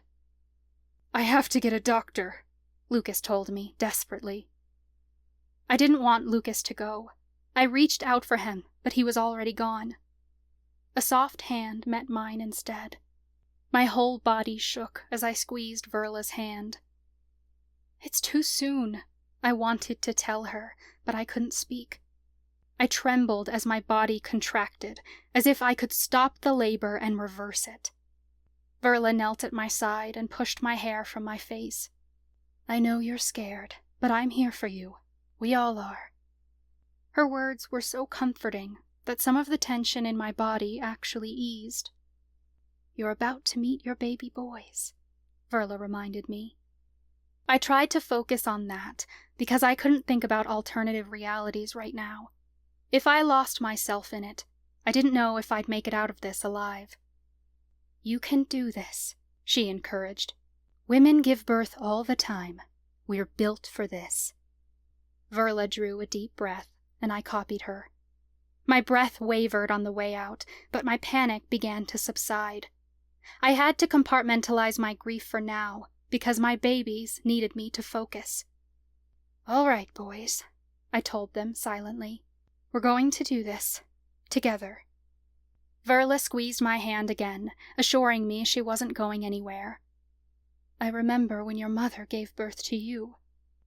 I thought she was trying to distract me, which was nice. It was a beautiful birth, only 6 hours long, Verla continued. You came out 8 pounds, 2 ounces. Your parents were thrilled. I led your mother through a birthing meditation. Would you like me to do the same for you? I'd never known Verla had been at my birth. It was comforting to hear in my time of need. I wanted to ask her about it, but all I could do was nod. Close your eyes and listen to the sound of my voice, Verla instructed. You're in the midst of a beautiful transformation. Your body is strong, and it's doing exactly what it's meant to. Release all tension in your shoulders, your arms, and your legs. There is nothing you have to do, because your uterus will do all the work for you. As the next contraction came, I willed my body to remain relaxed. I was shocked at how much better it felt. It was still painful, but it was easier to detach myself from the fear. Your babies are coming at the perfect time, Verla said gently. Recall that your boys are meant to become demigods, born of 2 talented supernatural parents beneath a significant astrological event. A full lunar eclipse has begun. I could hardly believe it. I forced my eyes open and looked out the window. Verla was right. The red light from the moon I'd noticed before had been the beginning of the total eclipse. I could see the moon from where I lay, looming high in the sky. It had become a deep red color. Allow your boys to arrive just as they planned, Verla said softly. I had been terrified of the boys being born too early, but this was exactly what it was meant to be. It was comforting to hear Verla speak of the boys arriving together, as if this was all part of a cosmic plan. Even if Dean wasn't going to make it, I was still bringing him into the world tonight. This was his time, what little he had, and he needed me right now. I completely relaxed, and although the pain in my belly was intense, I welcomed it. Breathe, Verla reminded me, and she guided me through the next contraction. A portal bloomed across the room, and Lucas and Luana raced through. "We're here!" Lucas cried. I didn't know how long it had taken him to find Luana, but it seemed like forever. It was probably only 15 minutes, but my contractions had grown even more intense in that time. Lucas rushed to my side, while Luana hurried toward Onyx, who already had a pair of rubber gloves ready for her. The pair of them moved in sync. They didn't need to be able to speak the same language, because the medical staff in the birthing room seemed to have a language all their own. "It's okay," Verla told Lucas. "It's exactly as it's meant to be." She gestured out the window, and when Lucas saw the eclipse, his shoulders relaxed. Relief entered his eyes as he knelt by my side and took my hand. "Our demigod babies. We're about to become parents." I nodded as pure joy filled my chest. A moment later, a pain deep in my abdomen overtook my joy, and I winced. I still lay on my side. Lucas quickly situated himself on the bed behind me to rub my back. His touch was like magic. He pressed down firmly on my lower back, and so much of the pain eased. It was nothing like I expected. All I had to go by was what I'd seen in movies, and it usually depicted the mother screaming at the father for all the pain she was in. I couldn't imagine feeling any animosity toward Lucas. He was everything I needed right now, because this was the moment that our family grew from 2 to 4, and I wouldn't have it any other way. This moment was so beautiful. In fact, it was so beautiful, I barely noticed Luana checking my cervix.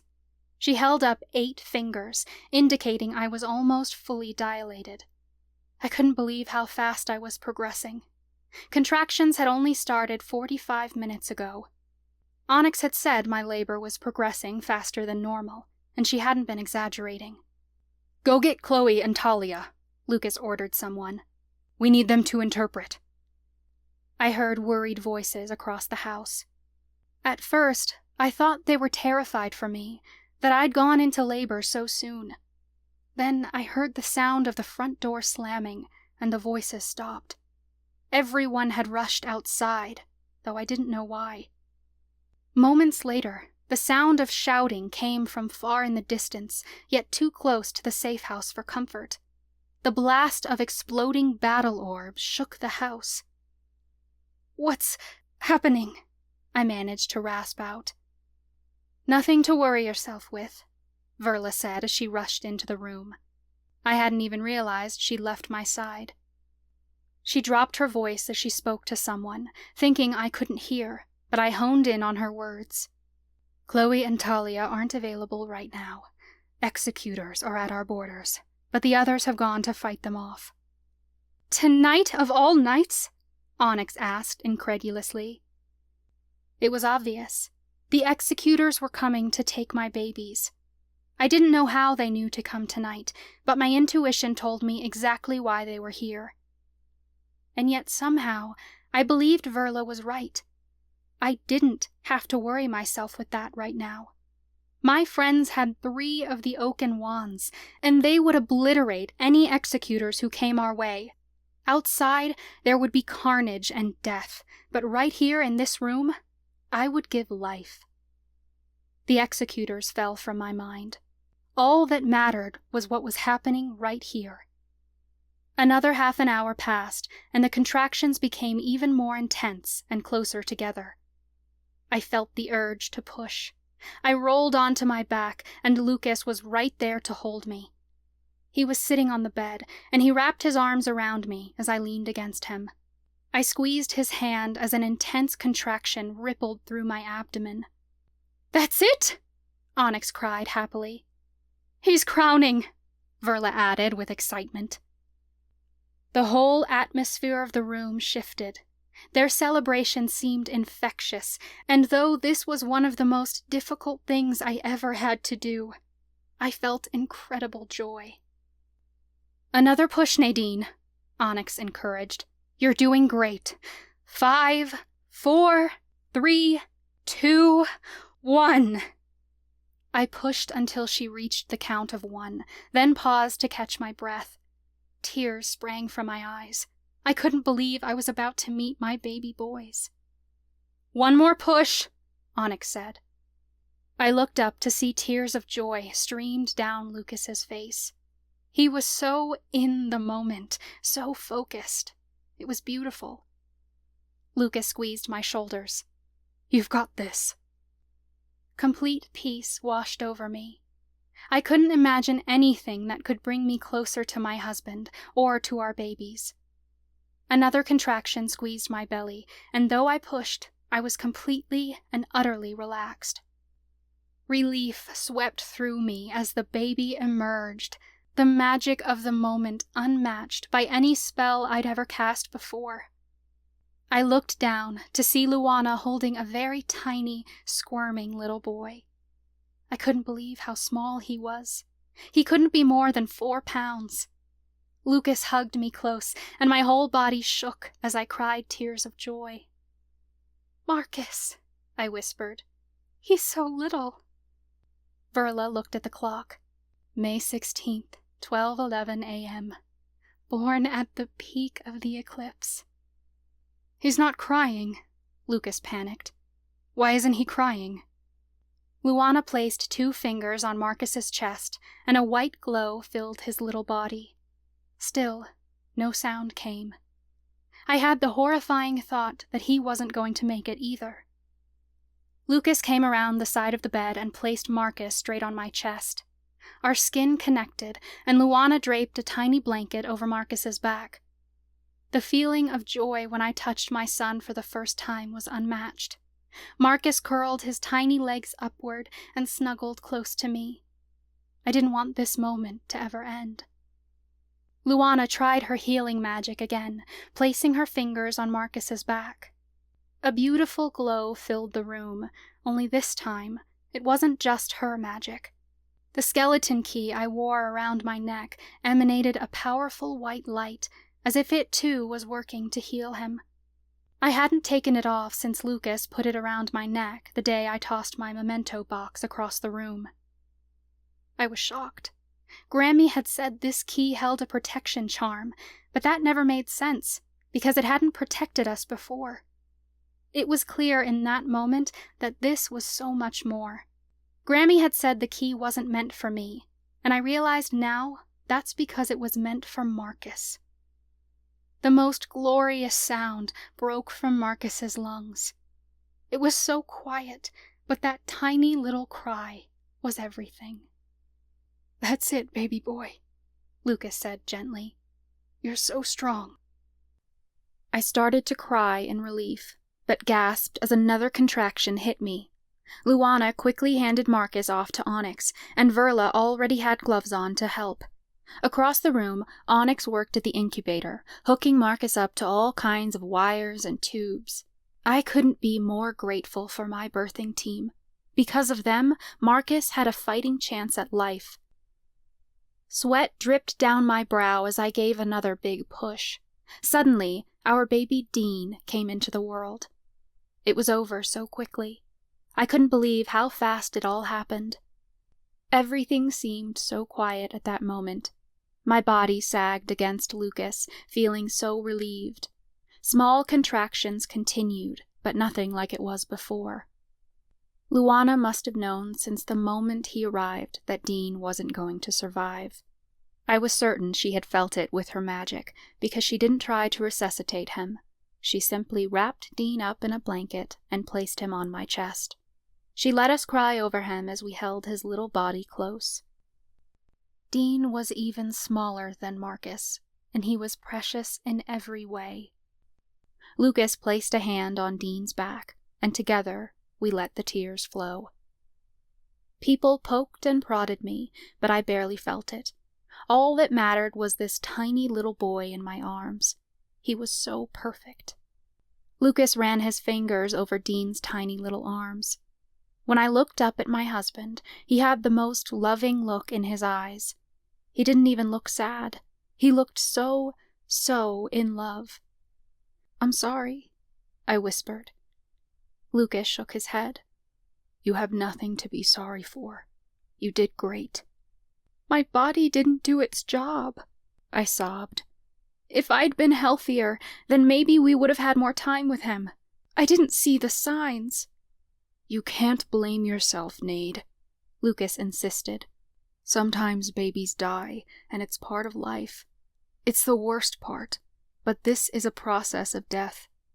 I stroked the little hairs on the top of Dean's perfect little head, and I realized that as much grief I felt from losing him, I felt so much more love.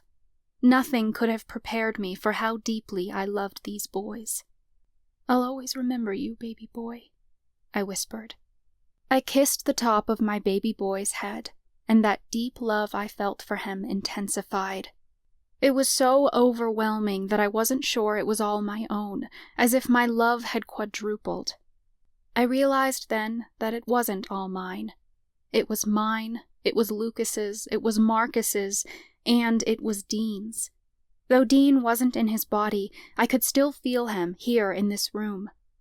He's not just a memory, I realized, looking up to Lucas. He's an energy.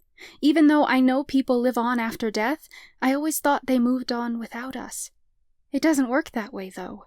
We can still have our loved ones with us at any time. We can spiritually reach out to them. It's not going to be the same, but they can still be here, not just in memory, but in spirit.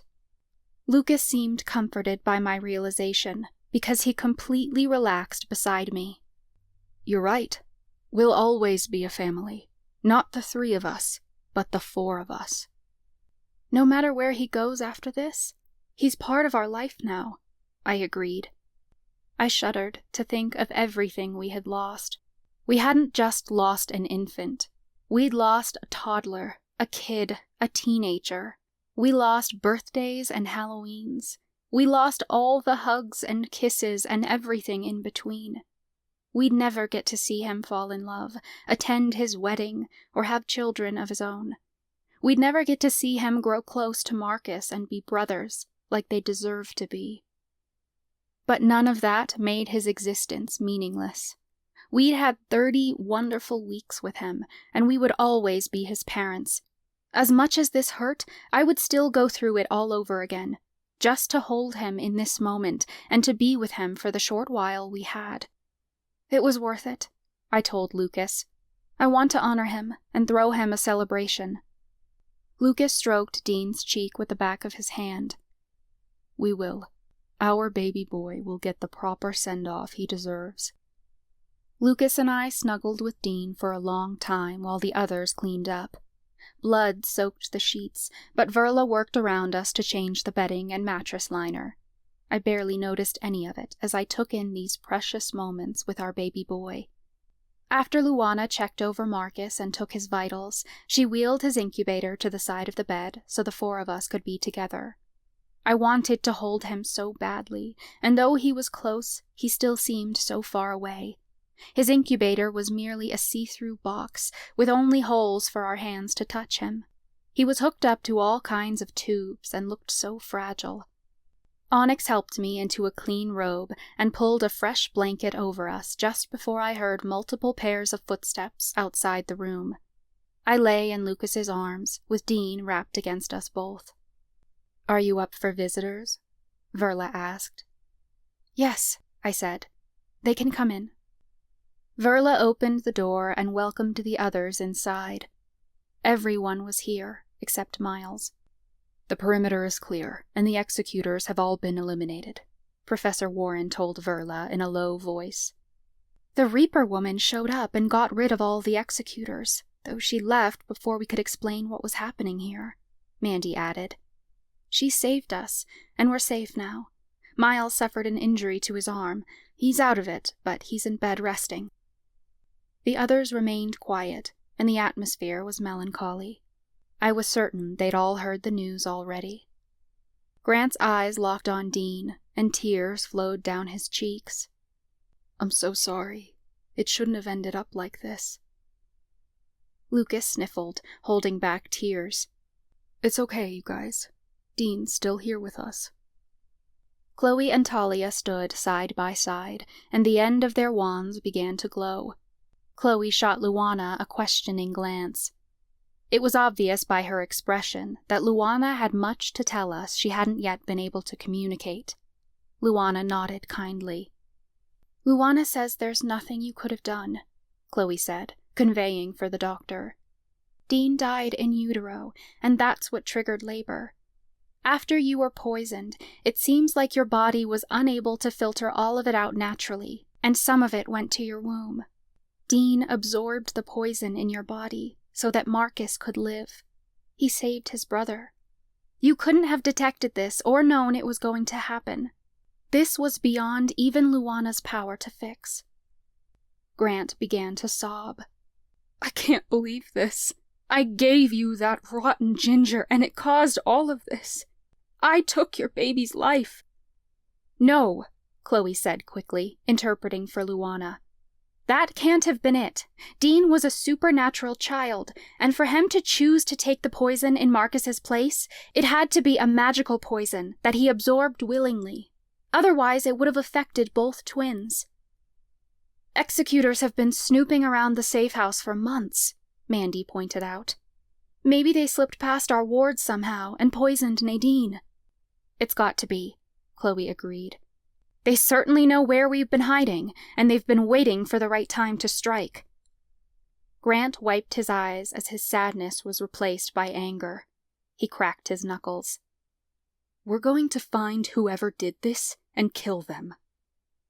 Talia placed a gentle hand on his arm. "That's not important right now. We can investigate later, but the damage is done, and Lucas and Nadine need support. We need to focus on them right now." I didn't want them to focus on me, because right now Marcus needed attention most. We weren't sure Marcus was going to make it either, but he's doing well in the incubator. 3 pounds, 6 ounces, Lucas added. "Luana says he's stronger than most," Chloe told us. "His demigod powers helped heal him. She can't usually heal a premature baby because her powers are limited by the baby's own systems. Most preemies don't have the strength to heal themselves. But demigods can generate their own energy, so their powers combined made him stronger. She estimates he'll be out of the incubator in just a few weeks." "That's our boy," Lucas said proudly.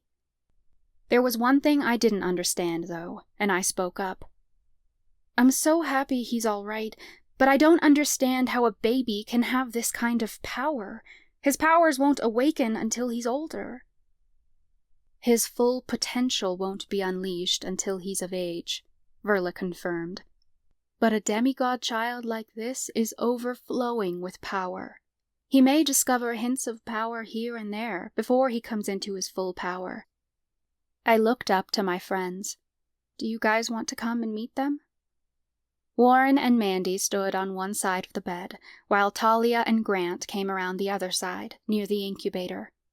Talia couldn't take her eyes off Dean, and she was trying to hold back tears. "It's okay," I told her. "You can cry." She sniffled. "I'm just sad I never got to meet him." "He's here with us," Lucas said. "If you want to say anything, I'm sure he'll feel it." "Can I sing him a lullaby?" Talia asked. I stroked Dean's head. "Of course." Everyone gathered in close, and Talia began singing a traditional Miriamic lullaby. After just a few notes, everyone else joined in. "Sweet baby, sleep quiet. Sweet baby, don't cry. Sweet baby, just listen to this lullaby. Sweet baby, you're so loved. Sweet baby, you're fine. I won't let you go till morning light shines." I couldn't explain the energy that filled the room when our voices came together. There were so many tears, but so much love. I kissed Dean's soft little head again, then shuddered. He was wrapped in a blanket, but still so cold. "What's wrong?" Grant asked.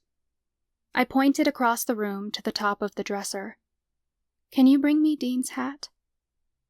A chill traveled down my spine.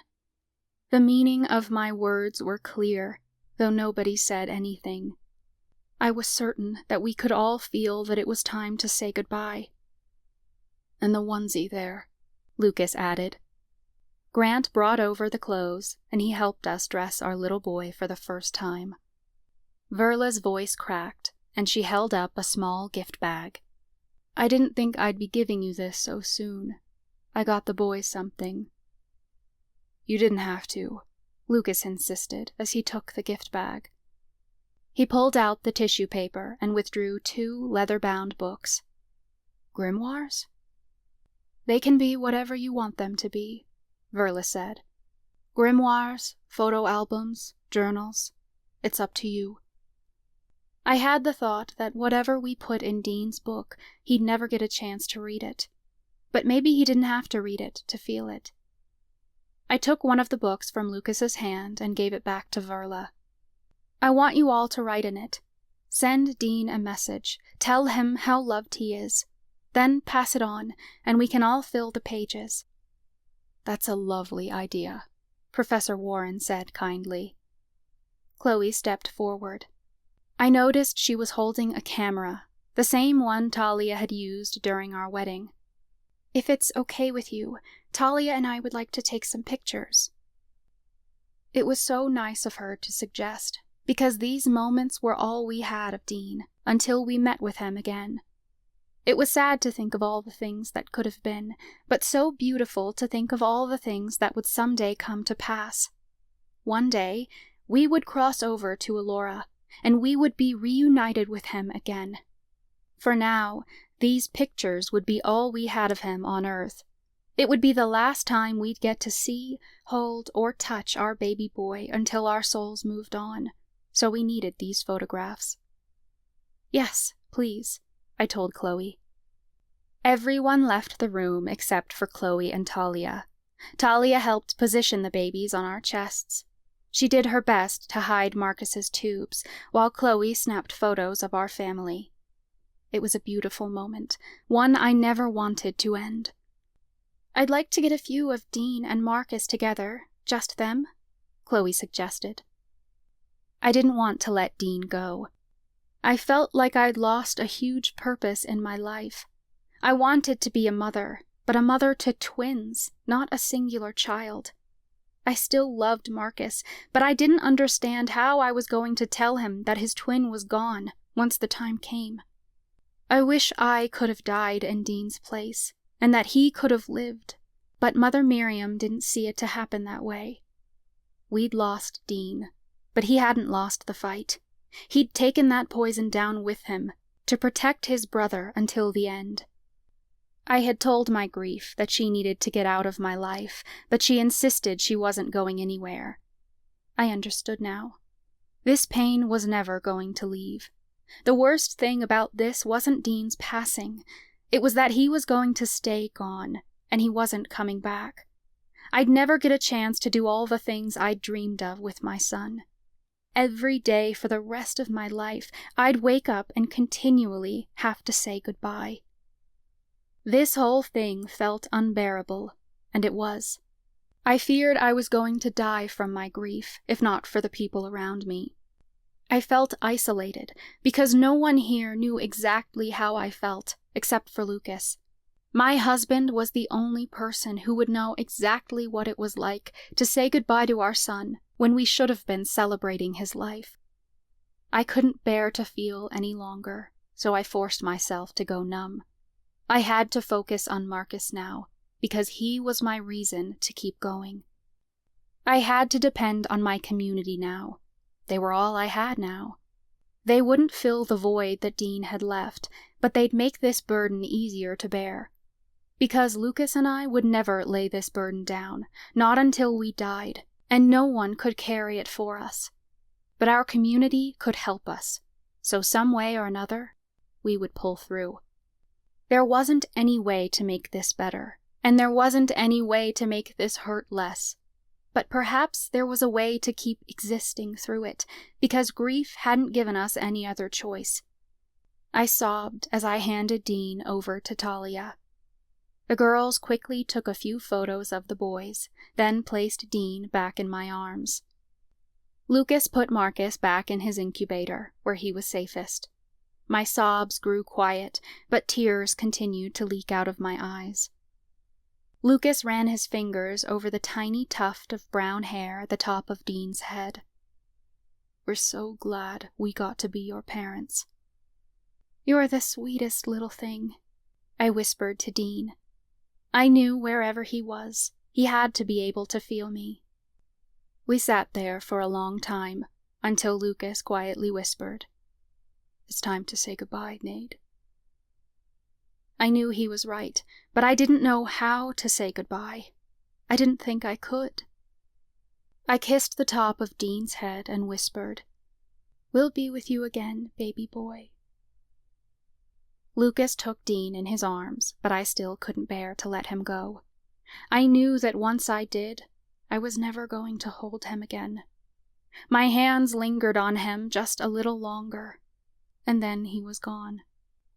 The moment was over far too soon. Lucas stood with Dean in his arms. He didn't have to tell me where he was going with him, because I already knew. Lucas held Dean close as he left the room. Verla was waiting at the door, and she came back in when Lucas left. She helped me to the bathroom so I could clean up in the tub. I moved slowly because I was sore, but I wanted to get back to Marcus as soon as possible. After washing up, I dressed in the nightgown Verla had set aside for me, then returned to the bed. I rolled over to watch Marcus in his incubator, and I couldn't get over how perfect he was. I was able to put my hand through one of the holes to touch his tiny fingers. Verla pulled up a chair to sit beside my bed. "I'm sorry you had to go through this," she said softly. "Losing a child is not something I wish upon anyone. I know all too well there's nothing I can say or do to make this better, but please know that I am here for you. Whatever you need, anything, you let me know. I mean it." "It all just happened so fast," I said, without taking my eyes off Marcus. "You're the only person I know who can understand what Lucas and I are going through." "I do," Verla replied kindly. "When I lost my son, I had no one. At the time, I was so confused, and I didn't know what to think. I think I had to go through that to know what I was up against, because no one helped me. But now I can help you. I like to think it was meant to happen this way, because your baby Marcus is important, and so are you." "Did you ever get clarity?" I asked. "I don't know if anyone can provide us all the answers," Verla admitted. "What I've come to learn is that some of us have to die so others get to live. Dean loved his brother, even in the womb. That's how powerful love is. We give ourselves up for the ones we care about." "He really did love him," I agreed. I paused a beat before adding, "What was your son's name?" Verla hesitated, like she wasn't used to people asking the question. I wasn't sure she'd ever told anyone, to be honest. It was like his name was sacred, so special and loved. I wasn't sure she was going to answer. "Alan," she finally said. "He was named after my father." "That's a beautiful name," I told her. "A beautiful name for a beautiful baby boy." Verla turned to Marcus with a sad look in her eyes. I didn't mean to hurt her with the question, but I understood why it would bother her. One day, someone was going to ask me the same thing, and I could only imagine what it would do to me. "I know you lost your child, and that's a devastating thing. But you still have Marcus, and he's a great blessing," Verla said. "I know you'll tell him about his brother, and never forget about him." I was really sad Dean was gone. but at least I had Marcus. Verla didn't have anyone. I stroked his fingers with my thumb, and Marcus's fingers curled around mine ever so slightly. My heart melted, and I knew there would never be a greater love than this. He's the greatest blessing of all.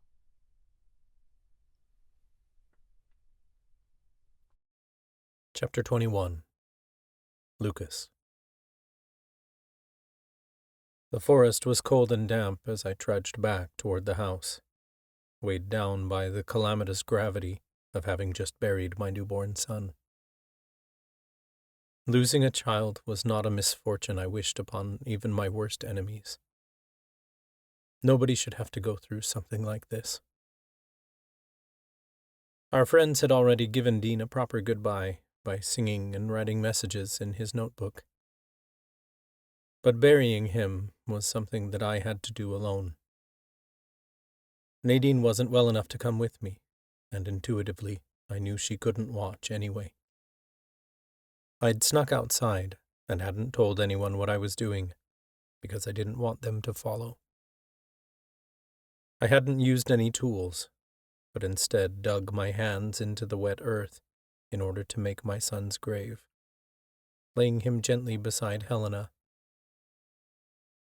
Dean had been given a proper burial right next to her. I liked to think she was with him, watching over him.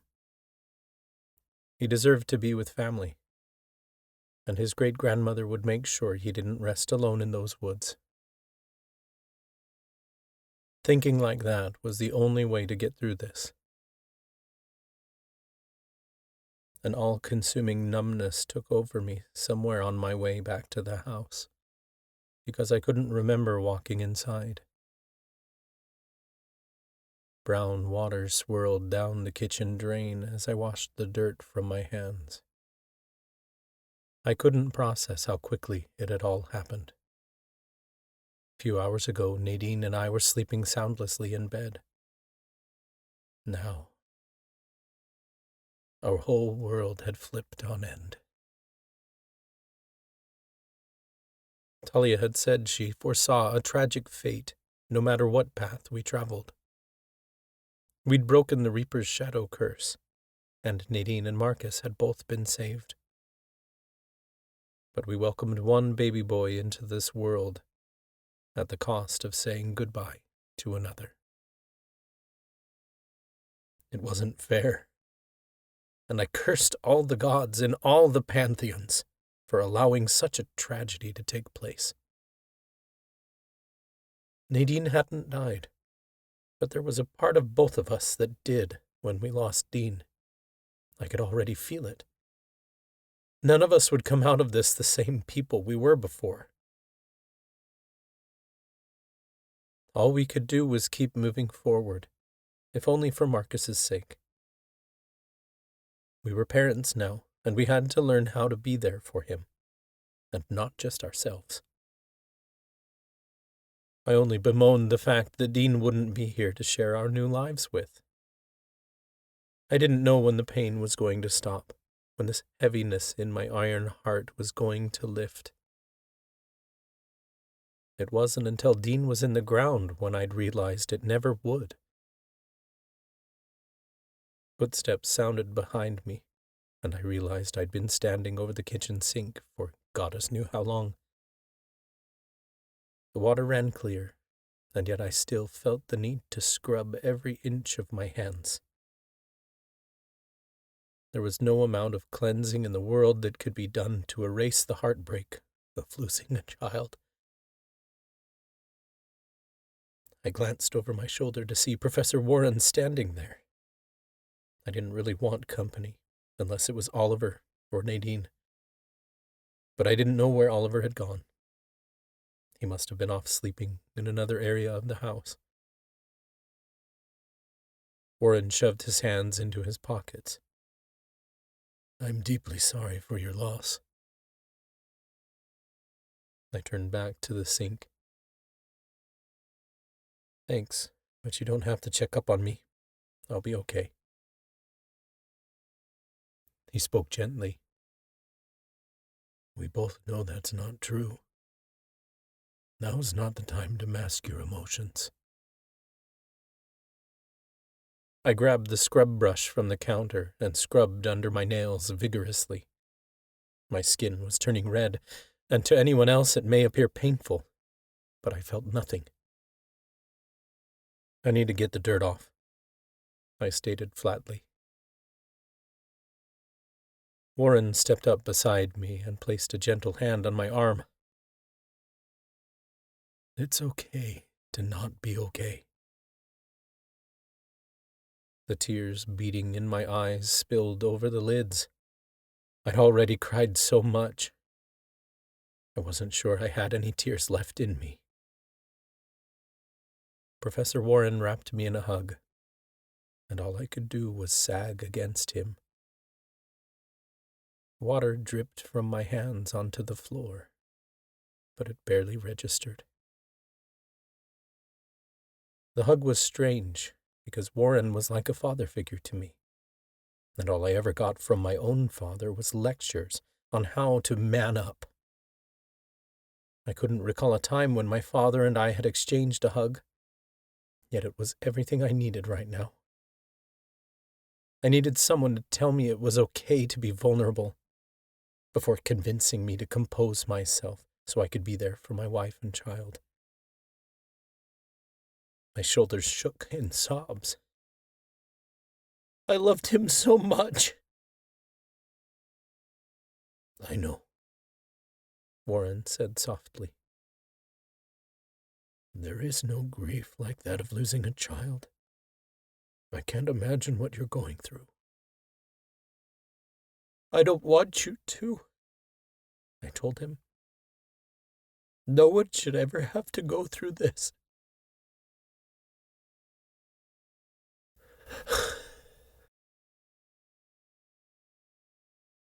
Warren drew away. His eyes were red with tears. You don't have to do it alone, all right? We're all here for you. People kept saying that. I just wished it was enough. But it wasn't. Nothing could replace losing my son. Platitudes and sympathy only went so far, and they did nothing to ease the pain. It's not fair, I told him. Helena and Dean are gone. Everyone I love either dies or leaves, and I'm sick of people around me getting hurt. I love Dean so much, but it wasn't enough to save him. All the love in the world wasn't able to bring him back. Just because the love you experienced didn't last doesn't mean it wasn't real, Warren said gently. You don't get it, I said harshly. I told you before, everyone I love abandons me. My son didn't get a chance to even choose. He was forced to go. And none of us got a chance to even know him. It's fucked up. It's wrong. It is wrong. It's cruel and awful, and shouldn't ever happen, Warren stated. But sometimes it does, and there's nothing we can do. I should have been stronger. If I was more powerful, I might have been able to do something. You're an incredible reaper, but though you have the powers of death, you don't have the ability to stop it, Warren replied quietly. There aren't any words anyone can give that will take away this pain. But I want you to know that your community is here for you, and we aren't going anywhere. I didn't quite believe him, but I knew he was being genuine, so I merely wiped my eyes and said, I need to get back to my wife now. Of course. He stepped aside to let me pass. Each room I passed felt like a blur until I reached the bedroom. Nadine was asleep on the bed, and Marcus was breathing quietly inside his incubator. Nadine's hand rested inside the incubator with one finger placed in Marcus's hand. It was so precious that all I could do was stare for several moments, taking it in. The lamp on the nightstand was on, but I didn't bother turning it off when I crawled into bed. I didn't want to miss a moment watching my precious little boy if I didn't have to. I snuggled up next to Nadine. She stirred slightly, but didn't wake. I watched Marcus's tiny chest rise and fall until I drifted off to sleep.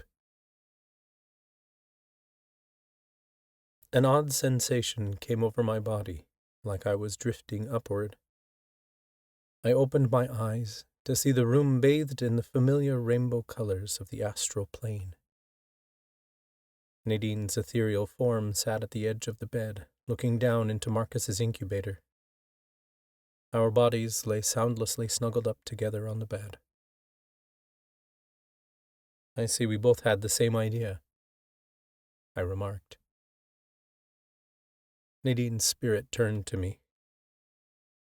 My body was so tired, but I didn't want to miss a moment with him. I figured I wouldn't have to miss a second if I was astral traveling. This way I can be with him while my body rests. I sat on the edge of the bed beside her in spiritual form and took her hand in mine. I couldn't take my eyes off Marcus, though. "We've been through a lot tonight, but I could have lost all of you, and I'm really glad I didn't." Nadine rested her head on my shoulder. I just wish we had more time to say goodbye. The sound of a baby's cry filled the room, and we both immediately became more alert. I shot to my feet and peered into Marcus's incubator. Marcus was sound asleep. The cry came again, only I realized it was coming from the other side of the room. I turned, and my spirit nearly dropped straight back into my body. Lying in the second incubator was Dean. His form was ghost-like and transparent, but his cries were strong.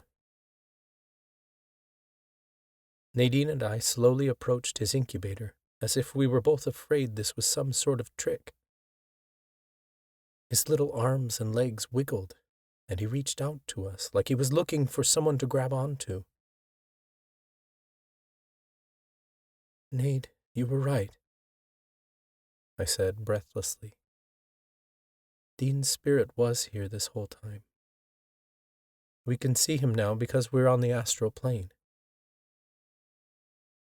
Tears of joy streamed down Nadine's cheeks. "Come here, baby boy." She reached for him, and her hands went straight through the incubator. She lifted Dean's ethereal form and held him close to her chest. His cries halted, and he let out a blissful sigh. Warmth filled my chest when I placed my hand on our son's back. I leaned down to kiss his head, then whispered, "This is it, Nade. We get a second chance to tell him goodbye." She touched her nose to his head. "I never want to let you go. Not tonight, at least."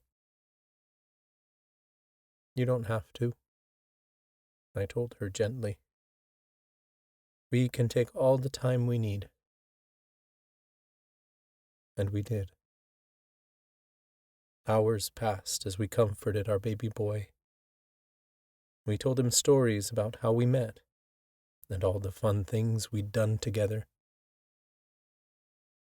We recounted details from Nadine's pregnancy and told him the story of his birth. "Your mama was so strong," I said. "We got to hold you for just a little while, and it was the most beautiful thing in the world." "You're going home very soon," Nadine told him. "There you won't have to worry about anything." Your grandma and grandpa will be there, and they'll make sure you're always fed and you have as many blankets as you could ever need. You're going to be so cozy, and everyone will love you. We won't be there with you, I added. But we'll see you again. We promise. We took Dean's spirit over to Marcus's incubator and showed him his brother. Dean let out a tiny coo that I could only assume was the sound of joy. The dark hours of the morning brightened as the sun began to rise. Nadine glanced at our sleeping bodies on the bed. We're going to wake up soon. I held out my hands. Can I hold him again? Of course. Nadine placed the tiny little boy into my arms, and I swore I never felt so alive than in that moment. Losing Dean was one of the most difficult things we'd ever endured, but being his dad was the absolute greatest blessing ever. I was absolutely smitten with these boys. I had a realization then. I was angry at Talia. She said she saw us holding our babies, and back then I thought that meant things would be okay. I felt like she'd lied to us. Now that I'm holding him, I realize this must be the future she saw, and maybe it will still be okay. Nadine's features softened. I think it will be. I understand now what my grief was trying to tell me. Oh? I asked curiously. What was that? Nadine didn't get a chance to answer before we witnessed two dark clouds swirl above our bodies, taking the shape of our forms. Images of our own selves stood before us, as if we were looking into a mirror. I hadn't even tried to draw our grief out, but I must have been working my magic subconsciously, because we had manifested our grief into physical form together. An image of myself stood across from me, his arm wrapped around the spinning image of Nadine. There was sadness in his eyes that I understood all too well, because he and I were one and the same. I didn't have to think about it. I knew exactly what the two of them needed. I stepped forward and placed Dean's spirit into Grief Lucas's arms. Grief Nadine smiled, and the sadness in my grief's eyes melted away. I stood back, holding my Nadine's hand. Across from us stood an image of what could have been, a future holding our son that we would never have. Somehow it didn't tear me apart, but made me happy for these final moments we got to share with him. I don't want to fight you anymore, Nadine told her grief.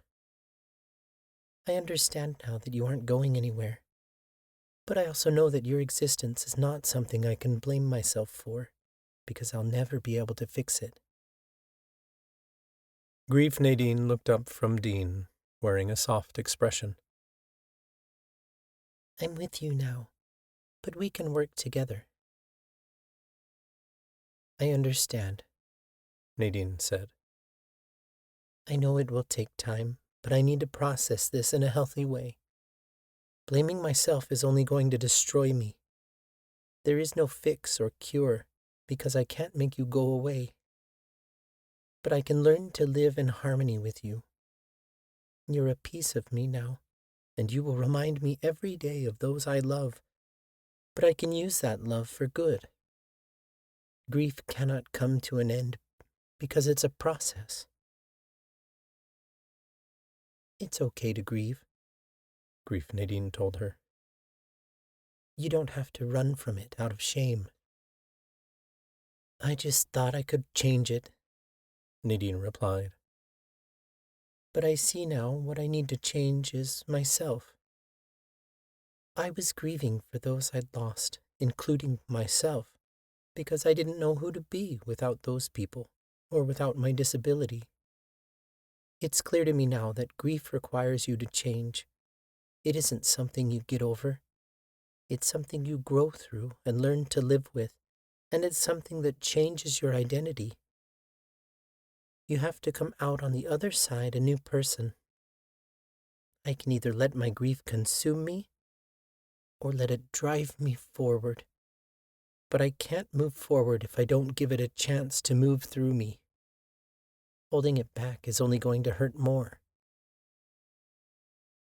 Nadine drew a deep breath. I tried to run from it because I didn't want to change. My identity didn't feel secure because I could lose someone I love or come out of remission at any time.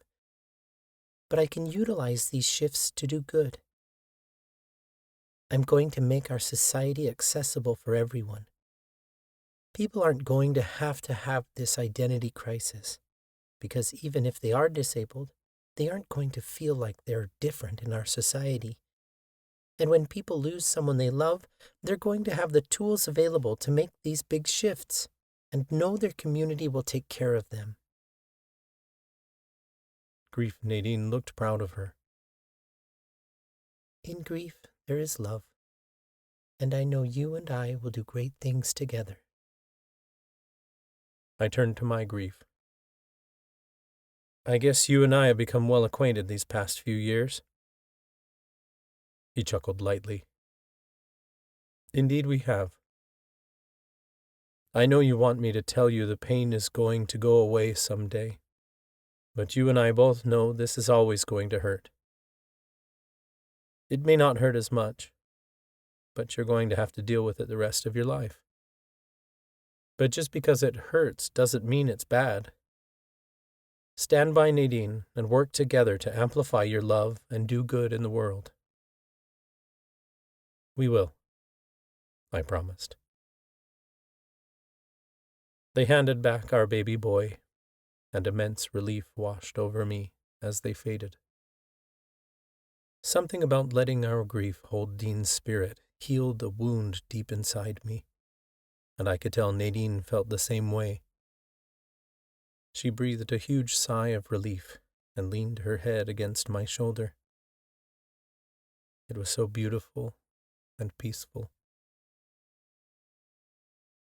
It's interesting, I stated. It was your job to bring him into this world, and it's my job to let him go. Nadine curled close to me until Dean was wrapped in an embrace between our bodies. Goodbye, sweetheart, Nadine whispered.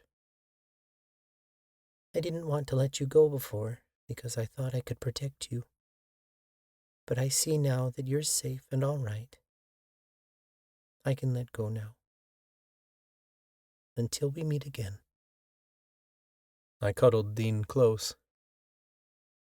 You have nothing to worry about, baby boy. Someone's coming to get you now, and they're going to take good care of you. We love you, now and forever. Magic tingled through my spirit as a portal formed beside us. The glorious white glow of Alora filled the room. All the tears I'd been choking back before were gone now, because all I felt was pure happiness. Our baby boy was going someplace where no one could ever hurt him, and that was something to celebrate. A shadow appeared in the center of the light. I wasn't scared, because I recognized that silhouette all too well. Grammy!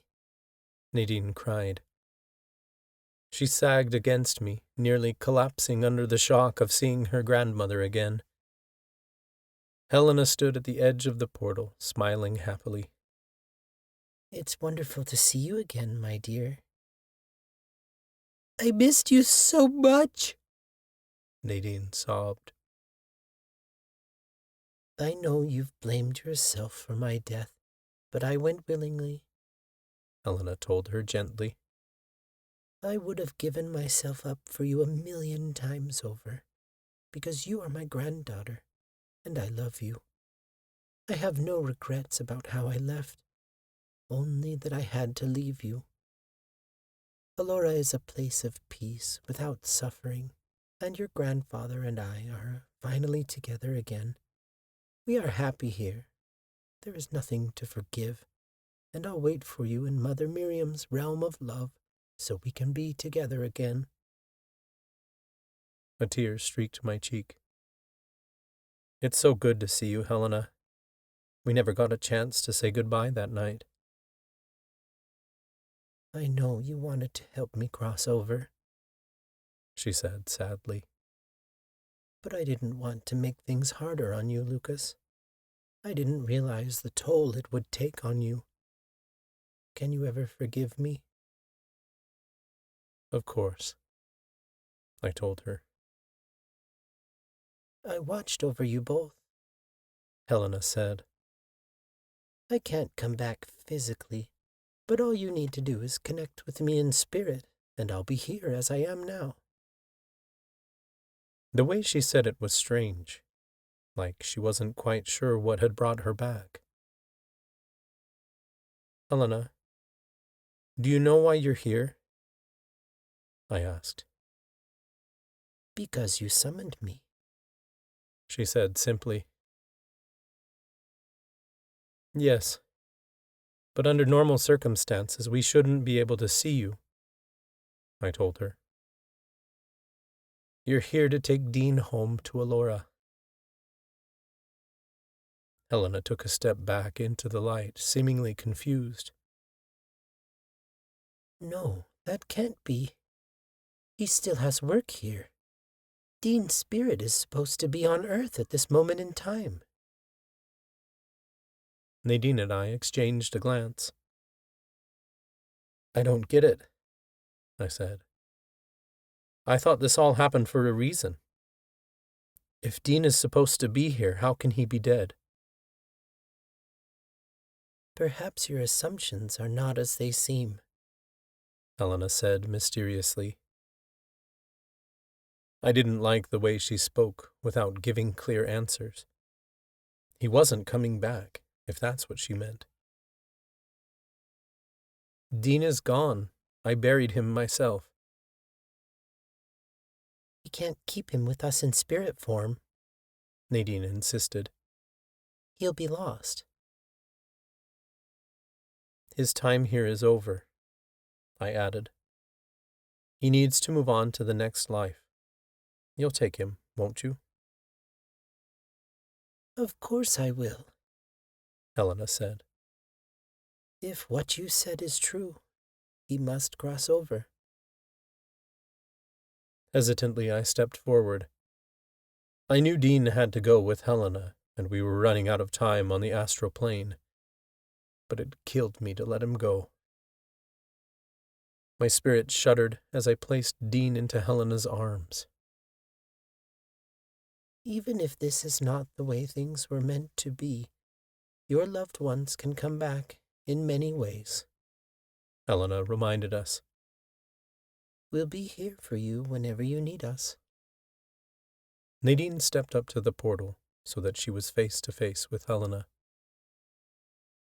Before you go, I want to tell you I've missed you. I may never be able to make sense of why you were taken from us so soon, but I know you were here for me for the time we did have together, and I know you're here for me now. I'll take so much of you with me, not just in memory, but in who I am. So much of your love and your lessons shaped me, and your impact will always live on. I love you so much, Grammy, and I just want to finally tell you goodbye. Tears beaded in Helena's eyes. Know that my impact is not the only thing that will live on. Having you as my granddaughter was one of the greatest blessings of my life, and you impacted me as well. Keep giving your love, Nadine, because I know you have so much of it to share. We'll miss you, Grammy, I told her. Grammy? She questioned. Lucas, you always called me Helena. I realized then what I had said. It felt so natural that I hadn't even realized it. You are my grandmother. We may have only been family for one day on Earth, but you were always family to me. You taught me what family is, because I didn't have that. I had people who gave birth to me, but I didn't have a family until I met you. Now, thanks to you, Nadine and I have a chance to start a family of our own. Even though we don't get to share our time on Earth with Dean, he will always be a part of our family, as will you. We know he's in good hands. Grammy smiled. I love you both. Keep in touch, all right? I wrapped my arm around Nadine's waist and pulled her close. We'll be in touch so often you'll get sick of us. That's impossible, Helena said with a smile. After all, grief and death are ephemeral, but love lasts forever. Ephemeral? Nadine asked. It's a word for something that lasts for only a short time, Grammy said kindly. Your grief will be a part of you forever, but the hardest parts will ease, and the pain will fall off of you entirely when it is time for you to come home. Then she lifted Dean's tiny hand and waved to us. Goodbye, my loves. Perhaps it will seem like some time until we are reunited, but to Dean and me, it will not be long at all. Farewell. Goodbye, we said in unison. The portal faded, and Helena and Dean were gone. Even so, I could still swear I felt them here with us, though we couldn't see them. Helena was right. They weren't going anywhere. The sound of rustling sheets met my ears, and I realized our bodies were stirring. We were waking up. The room around me began to fade. My eyes opened moments later. I was back in my body, feeling well rested. Nadine rolled over to snuggle against my shoulder. I melted into her, feeling so at peace. After several long beats, she spoke in a quiet voice. I still don't get it. The boys were born under a lunar eclipse at the exact time they needed to become demigods, as predicted. But Grammy made it seem like Dean's death wasn't supposed to happen. So was it destiny or not? Maybe we're thinking too black and white, I suggested. There are multiple paths to a single outcome. Maybe Dean wasn't destined to die, and it's just something that happened that no one could have controlled. Maybe we don't need to make sense of it to know things are going to be okay. I know it's harder when we don't have answers. But maybe we can be content knowing not everything has a cosmic reason behind it. I think we can. Nadine agreed. A knock came at the door. Come in, I called. Talia opened the door. Nadine, are you able to get out of bed? I sat up straighter. Something in her tone worried me. Yeah, I can, Nadine said. What's wrong? Nothing's wrong, Talia insisted. It's Isa. You're going to want to come see this. Nadine could get out of bed, but it was obvious she was still very sore. I helped her up and stayed close as we followed Talia down the hall. She led us downstairs and into the den, where Grant, Chloe, and Onyx were on their knees in the corner. It looked like they were trying to coax Isa out from behind the couch. Their cats surrounded them, and I worried something was wrong. Oh, look at the little paws, Onyx sang in a high-pitched voice. They all turned to look at us when we entered the room.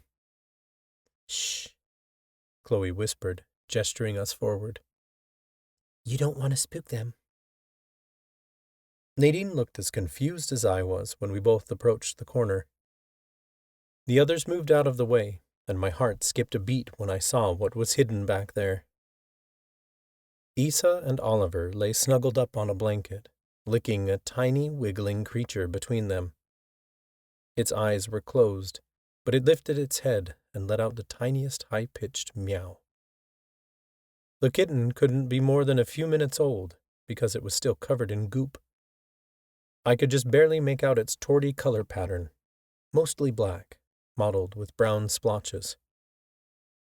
Nadine gasped. So this is where you were all night. I guess now we know where these two have been running off to for the last few months. I chuckled. Yeah, they've been getting it on, Grant joked. Nadine adjusted a corner of the blanket to get the cats more comfortable. There's only one kitten. Issa looks perfectly comfortable, though. Where's the rest of the litter? Maybe she only had one, I suggested. That might be why no one realized she was pregnant. Can I see? Talia squeezed in beside us, then pulled out the seer wand. She reached out to pet Issa's head, and the end of the wand glowed. Lucas is right. There's just the one. Talia tickled the top of the kitten's head as her voice rose several pitches. And he's so precious. She stopped dead in her tracks. Oh, my goddess. What is it? Nadine demanded. What's wrong? Talia's jaw hung open for several seconds before she composed herself. Everything is just right. You guys, I can feel him. I can feel Dean. Dean reincarnated? I could hardly find the words. I was so stunned. I didn't know why I didn't consider the possibility before. Our loved ones reincarnated into cats all the time, but when we lost Dean, it seemed like he'd be gone forever. I never pictured him coming back to us like this. Nadine grabbed my arm. Grammy was right. She said Dean was meant to be here, and he is. Talia drew back. He has a great destiny. I don't know all the details, but I can feel it. Whatever Marcus is meant to face when he grows up, Dean is meant to be right there alongside him. A beat passed as we all stared down at the kitten, admiring him. Then Oliver lunged forward, grabbed the kitten by the back of his neck with his teeth, and took off running. "Oliver!" I screamed. We all went running after him. Oliver scurried up the stairs and raced down the hall. I followed him into our bedroom. He hopped up on the bed, then on the top of Marcus's incubator. Gently he placed the kitten on the plastic top. Marcus moved ever so slightly. "Wait," I told everyone. "I think Oliver is trying to tell us something." Nadine slowly approached the incubator. The kitten lifted its head and let out a tiny mew. I think he's trying to tell us they belong together. This is Marcus's cat. I turned to Onyx. "Can we put the kitten inside with him?" I think it should be safe, she said. Carefully, I lifted the kitten and opened the incubator. I placed the kitten next to Marcus, and the most beautiful thing happened. The kitten wiggled his way into the crook of Marcus's elbow, and Marcus's tiny arm curled around the kitten in an embrace. Nadine sniffled. Marcus and Dean are together again, like they were meant to be. Rishi, Talia corrected her. I felt it when I touched him. His name in this life is Rishi. My heart melted as I stared down at the babies. Rishi, I repeated. Welcome to the family, little kitten. I went to stroke Rishi's head, and something hit me. It's interesting. that even though Dean died, he came back to be here, as if fate is correcting itself. I always figured each incarnation was separate from the next, but maybe I've been looking at it all wrong. I thought life and death were these two separate things, that death is final. It's why I've always been afraid of it, because I'm scared of all this coming to an end, of not living my life to the fullest. But death doesn't have to be an ending or a permanent thing. It's not separate from life, but all part of the same journey. It's just a transformation from one chapter of the journey to the next. That's why I can harness death magic through transformation, because they're one and the same.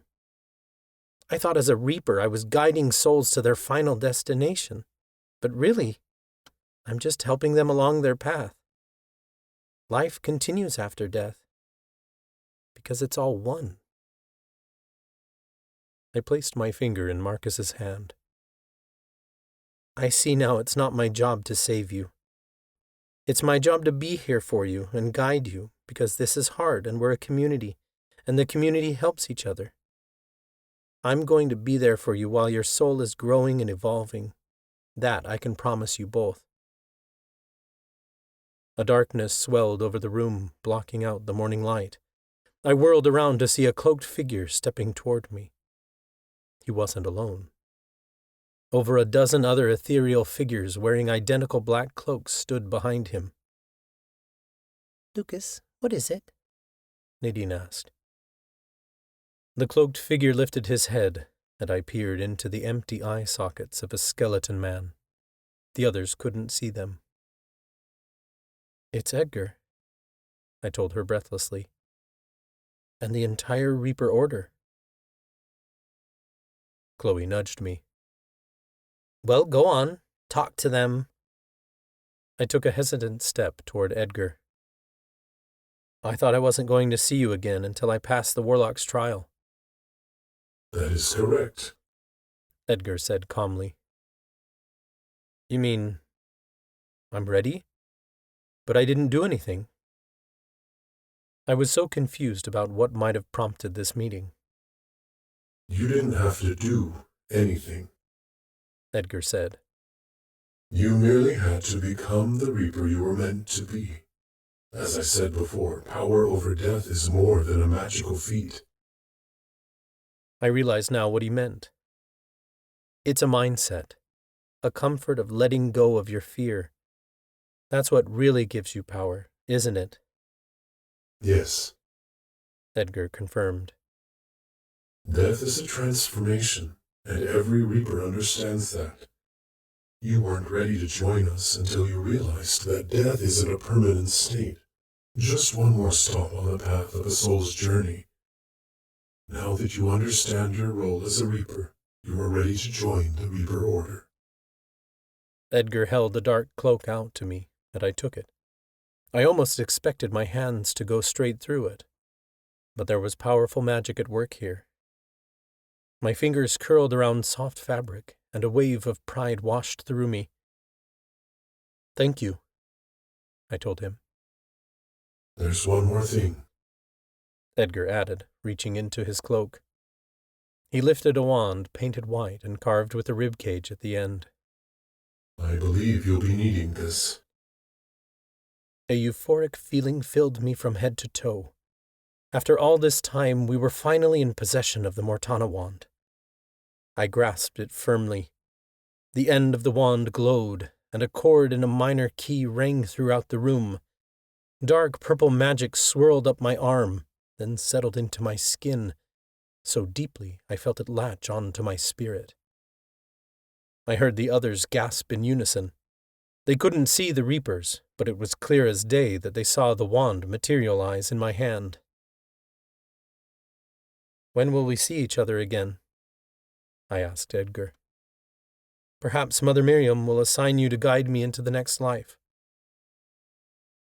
Edgar tilted his head. Mother Miriam does not make Reaper assignments. It's our choice which souls to reap. We choose our own assignments, Lucas. So, all those souls I've helped cross over, I wasn't given some magical order to help them? I realized. I chose to help them all on my own. Edgar nodded. Yes, it is the reason Mother Miriam chose you as a Reaper. You have always wanted to help others, and you will continue to do so. Now go, live your life. When one of us comes for you, it will be a welcome meeting. Warmth filled my chest, and I truly felt like I understood then what it meant to be a Reaper. The Reapers disappeared, and I turned to the others. "We have 4 wands," Chloe exclaimed. "We should move in on the priestesses as soon as we can. We have the power to take all their magic so we can beat them." "We can't," I insisted. "We aren't ready. Marcus is just a newborn, and Nadine needs time to recover. It's going to take at least 6 weeks until they're back to full strength, and they need to be healthy enough to be moved if something goes wrong. If something happens and we're forced to flee, we won't have time to bring Marcus's medical supplies with. He needs to be able to survive off of support. We'll be safe here for now, because if the priestesses want to come for us again, we'll be ready for them." "My grandmother isn't going to wait around," Chloe argued. "We've almost been discovered multiple times. 6 weeks is too long to wait." "I want to go after the priestesses as much as anyone, but I agree with Lucas that we need more time," Grant said. "You said it yourself at Yule, Chloe. We can't go in guns blazing. We don't have enough intel to destabilize the cult, and that needs to be done before we face the priestesses. Otherwise, their supporters are going to rise up. We can't just walk in and kill them. If we do, others will take their place, and nothing will really get done because we'll just have to kill even more people. We aren't the bad guys. We need to have the support of the coven before we move in, or at least have enough people on our side that they're willing to think about changing their minds. If we take the priestesses out now, it's going to be a mistake, because there will be resistance from the public and Miriam's chosen if we don't do this the right way." Talia stepped forward. "I agree. Chloe and I haven't been able to get close enough to town to gain a firm understanding of the cult's mentality and learn how to destabilize them. If we're going to do this the right way, we'll have to go undercover so we can infiltrate the cult and retrieve solid intel, because what we've been doing hasn't been working." Chloe backed down. "All right. We'll do this the right way, but we can't wait longer than a few weeks. You guys need to promise me we'll make our move, and soon." "We'll give Nadine and Marcus 6 weeks to recover," I decided. "We'll move in when we're ready, but not a moment sooner." Nadine and I spent the next 2 weeks snuggled up in bed, watching Marcus wiggle or reading him stories. We finally got to hold him for longer than a few minutes, and it was amazing. He was getting stronger by the day and gaining weight rapidly. With Luana's healing treatments, he was stronger than any preemie she'd treated before. Nadine was recovering quickly from labor, though Luana was still monitoring her closely. Onyx said they wanted to keep an eye on her up until at least 6 weeks after delivery, but her blood pressure had come down, and she was doing much better. Luana was finally able to work her healing magic on her, which Nadine said helped immensely. Issa had recovered as well, and she spent most of her time in our room, usually nursing Rishi. The kitten was already growing so fast and had so much fur. He'd gotten so big because he was a glutton who had no siblings to compete with. Rishi often made gagging sounds while nursing because he drank so fast. When he wasn't nursing, he was whining for more food. He was clumsy and always falling off of things, and he had a stupidly cute little face. Rishi always wore a bug-eyed expression, and his tongue was always sticking out. He was the most adorable kitten. Slowly, Marcus was taken off his tubes and monitors, and he was transferred from the incubator to a heated cot. After 2 weeks, we were able to take him out of the room. I sat in the living room, snuggling Marcus in my arms, the first night he was able to leave his cot for more than a few minutes. We were celebrating his progress, and all getting together for a big dinner. Nadine was in the kitchen with the girls, laughing while they cooked and snacked on appetizers. The guys were outside, doing nightly patrol on the ward borders. I just sat there, taking in the joyous sounds of the friendly banter filling the house. "You're surrounded by good people," I told Marcus. He wiggled a little, snuggling deeper into my arms. Each time he did that, my heart melted a little more. "How's he doing?" Verla asked brightly as she came into the living room. "Great," I told her. "He's made so much progress." Verla sat across from me on the couch. "I can see that." "Can you believe how small he is?" I sat up straighter to show him off. She smiled softly. "No, I can't. He's so precious." "Do you want to hold him?" I asked. Verla looked touched. "Do you even have to ask? Come here, baby." I chuckled as I gently placed Marcus into her arms. It was strange handing him over, because no matter how much I trusted the people close to me, I never wanted to let him go. It terrified me that someone was going to drop him or something. As a new dad, I was a bit overly cautious. "Aren't you the sweetest thing on the planet?" Verla cooed at him. She stroked his cheek with her finger, and the room went silent. We sat there for several beats, just staring down at Marcus, until Verla broke the silence. "Do you ever think about bringing him back?" I reeled back a little, stunned. "What?" "Dean," Verla clarified. "Do you ever wonder what would happen if you could?" I shot a glance across the room. Issa lounged in front of the fireplace, and Rishi kneaded her belly while he nursed. Dean was here with us in spirit, but he could never come back as the child he once was. I never gave it much thought, because it's impossible, I admitted. Verla cocked an eyebrow. "Is it, though? You have the Mortana wand. With it, you can access all the power of the Coven's death magic, all the power on Earth and in Alora." "And yet it wouldn't be enough," I said. "Even the gods don't mess with bringing the dead back to life." "What is it to them?" Verla wondered. "Life goes on after we die, yes. I'm sure it makes no difference to the gods. But to us, having our loved ones here, it's everything." I realized why Verla was asking. She had lost a child of her own, and was wondering if it was possible to bring her son back to her. I choked up a little and cleared my throat before I spoke. "If I had a choice between Dean living and dying, I'd choose his life every single time. But we can't go back and undo what's already done. Even death magic isn't enough to bring the dead back to life."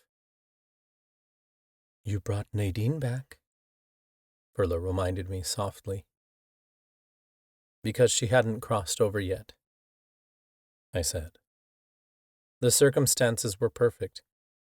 If we brought Dean back now, or any spirit after they crossed over, we don't know what kind of consequences that could bring. It could damage his soul, which puts both him and Marcus at risk." "Souls are far more complicated and nuanced than we understand. They can fracture and exist in multiple places at once. Marcus and Dean shared a soul, and now a piece of that soul is within Rishi, which means Marcus and Rishi are parts of one soul existing on Earth together.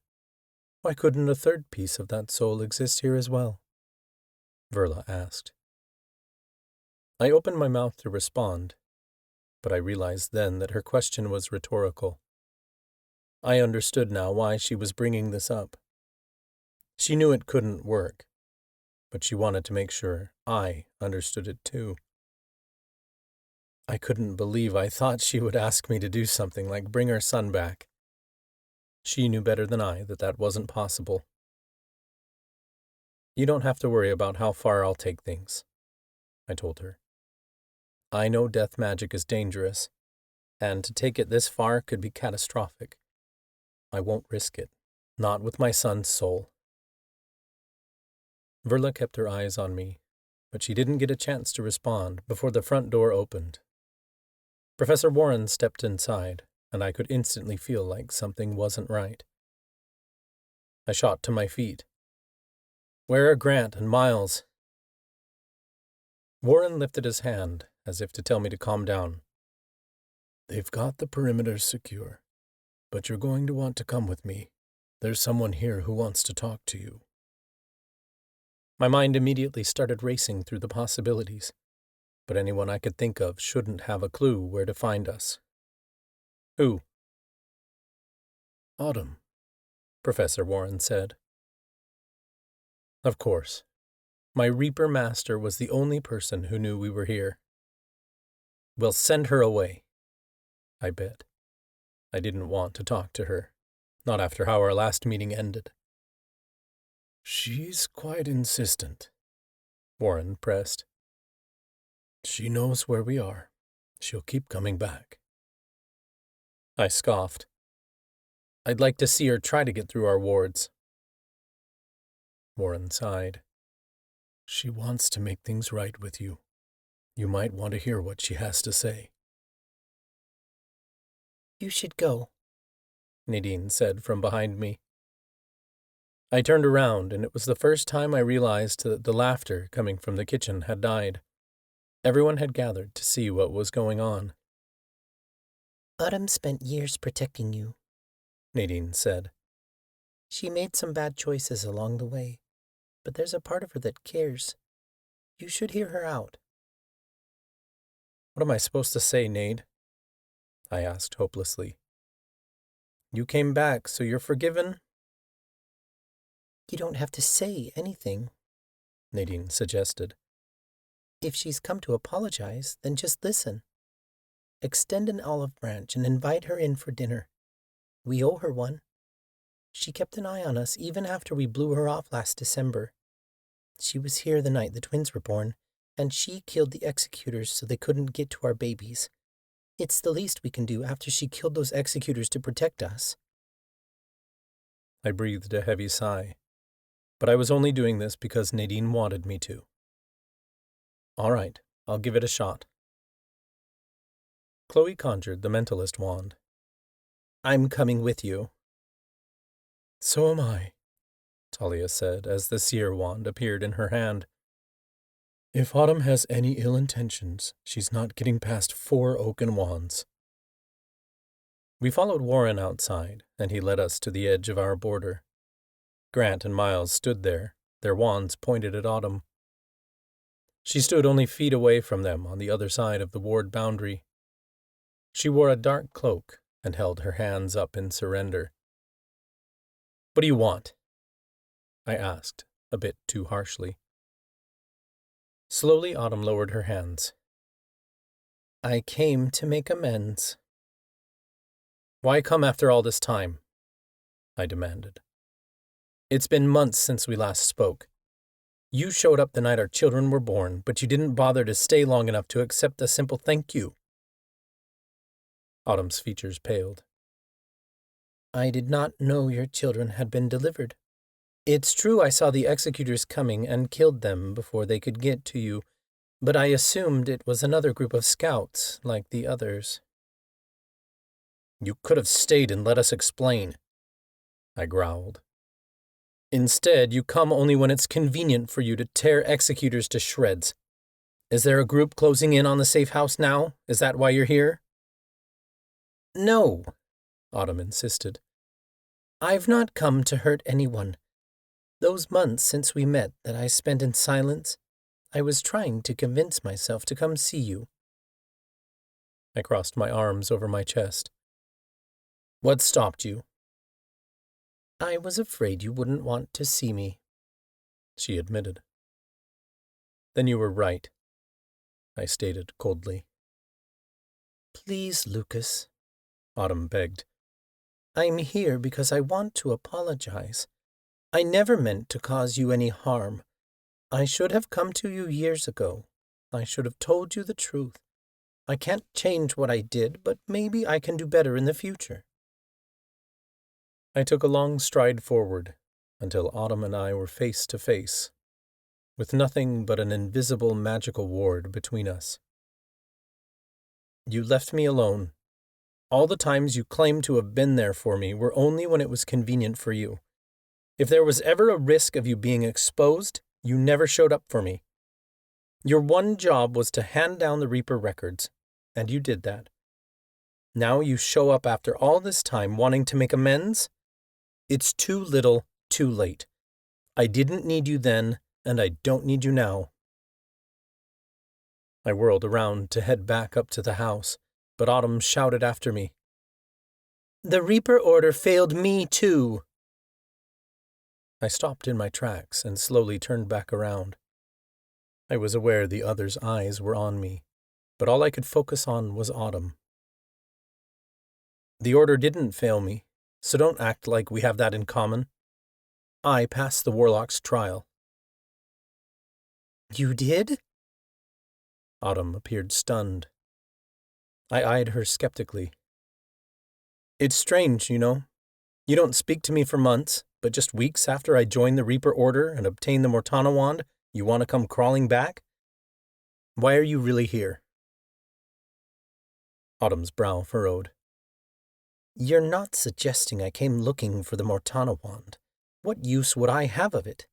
I didn't know you'd passed the trial, Lucas." There were very few people I trusted in this world, and Autumn was certainly not one of them.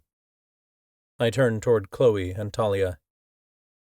"Read her mind, see if she's telling the truth." The girls lifted their wands in unison, and Autumn didn't even flinch. "Do what you must," she said. "I am telling the truth."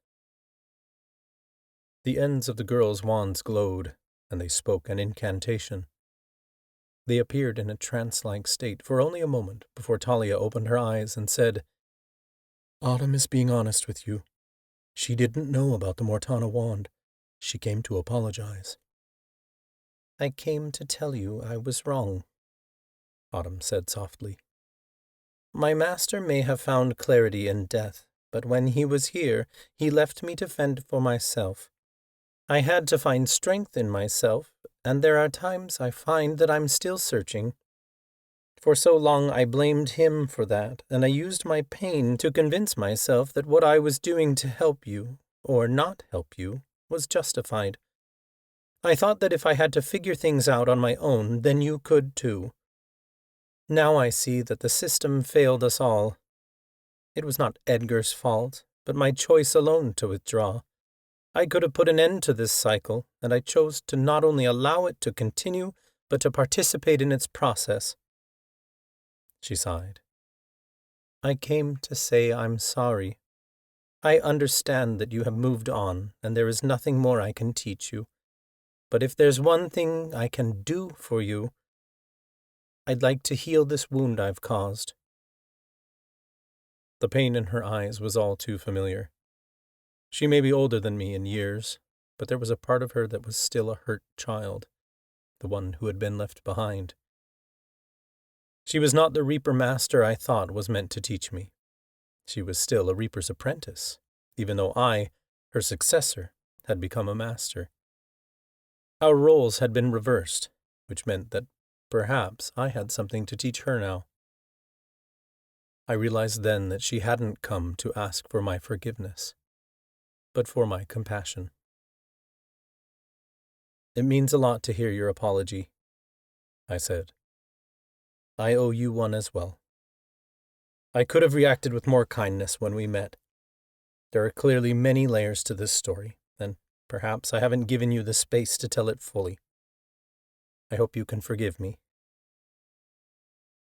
"You don't have to ask for my forgiveness, because there is nothing to forgive you for," Autumn said kindly. "Your reaction was well warranted. Maybe we can start by mending things over dinner," I suggested. Autumn smiled. "I'd like that very much." I reached out my hand, and Autumn took it. With my invitations, she stepped through the ward. Miles and Grant pocketed their wands, as did Chloe and Talia. Professor Warren shot me an encouraging smile. It was clear he thought I was doing the right thing. When we entered the house, Marcus was crying. Nadine sang him a song as she rocked him, but she quieted when she heard the door. Her eyes locked with Autumn's, and she nodded kindly. Welcome to our home. Thank you all for inviting me in, Autumn replied. Dinner's almost ready. Nadine gestured toward the dining room. Please, have a seat. Marcus continued bawling, and Nadine's attempts to calm him weren't working.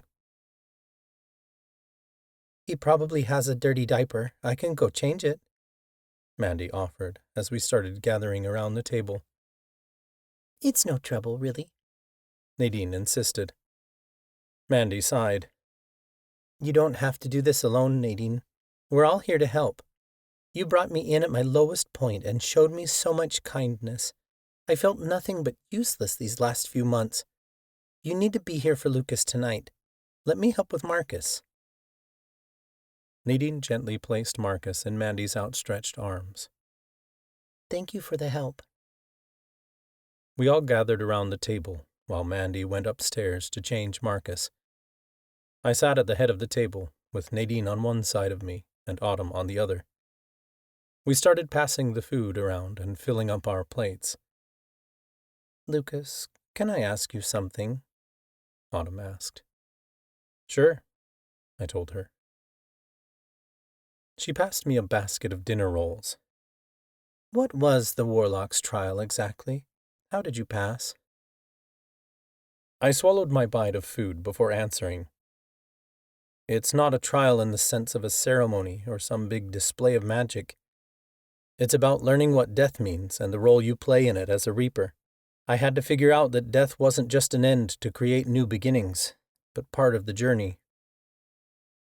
That's quite insightful of you, Autumn remarked before taking a few bites of food. I kept my eye on her.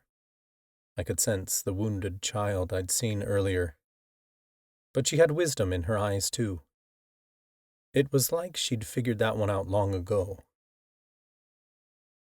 What do you think is holding you back? I wondered as I scooped up a green bean.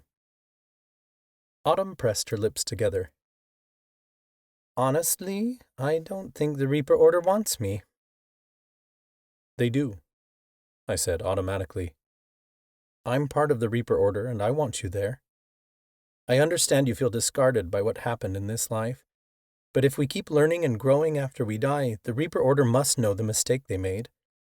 They may not be able to intervene now, but I think things will be different once we get to the other side. Autumn's gaze dropped to her plate. You really think they'd want me, after all I've done? I left the coven.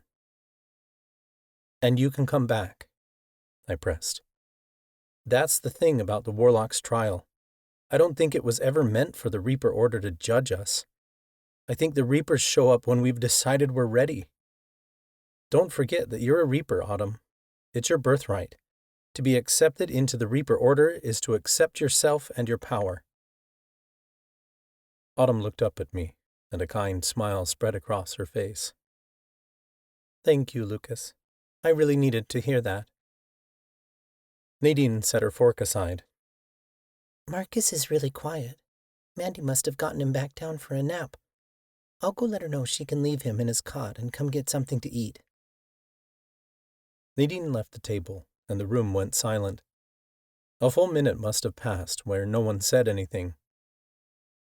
Finally, Verla wiped her mouth with her napkin. So, Autumn, tell us a bit about yourself. I was born in Octavia Falls and lived there through my early 20s, Autumn explained. You may have heard of my mother, Nina Lauren. Nina's a lovely woman, Verla said. We worked together at the college. She's a very good professor, but an even better mother, Autumn praised. She raised me well, and I thought I would become a leader like her. Then I received the powers of a reaper in my evoking ceremony, and nothing was ever the same since.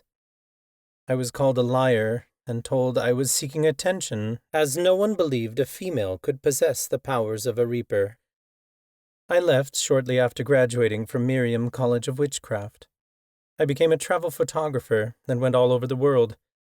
I'd have gone anywhere as long as I didn't have to live in Octavia Falls. It was on my journey that I met my wife while I was photographing national monuments in Arizona. Her features brightened as she began talking about her wife.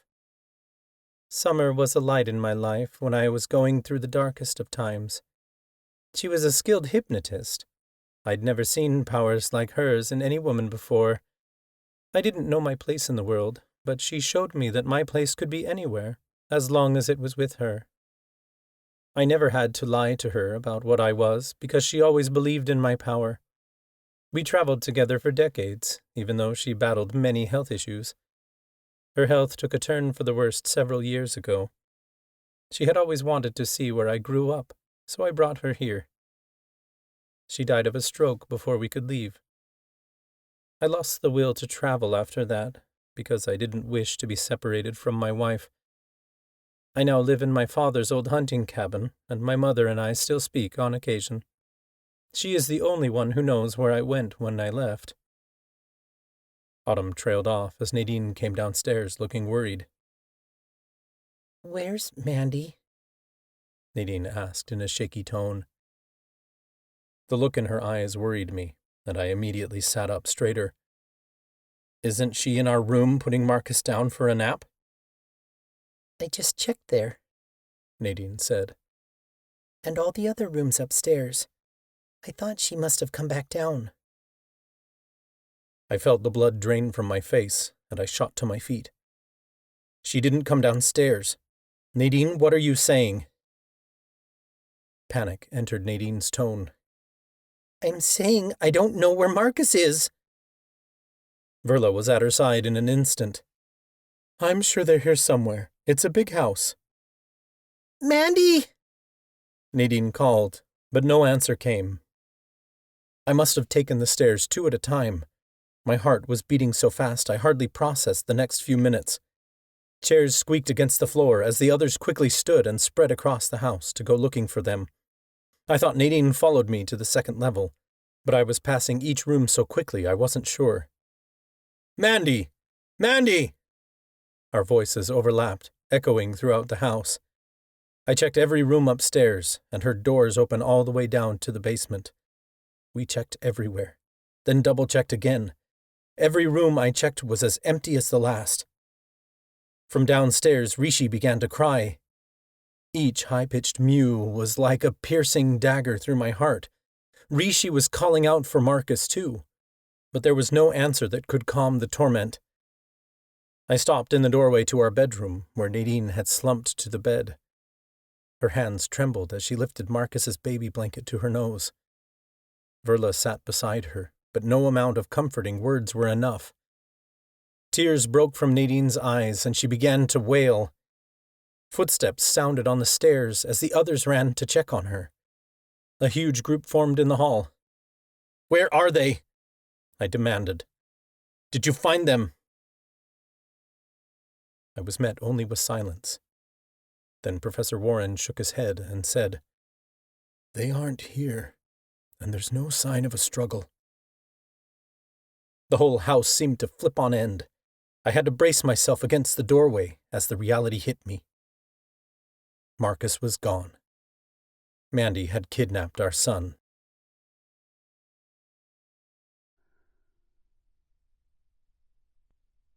Chapter 22.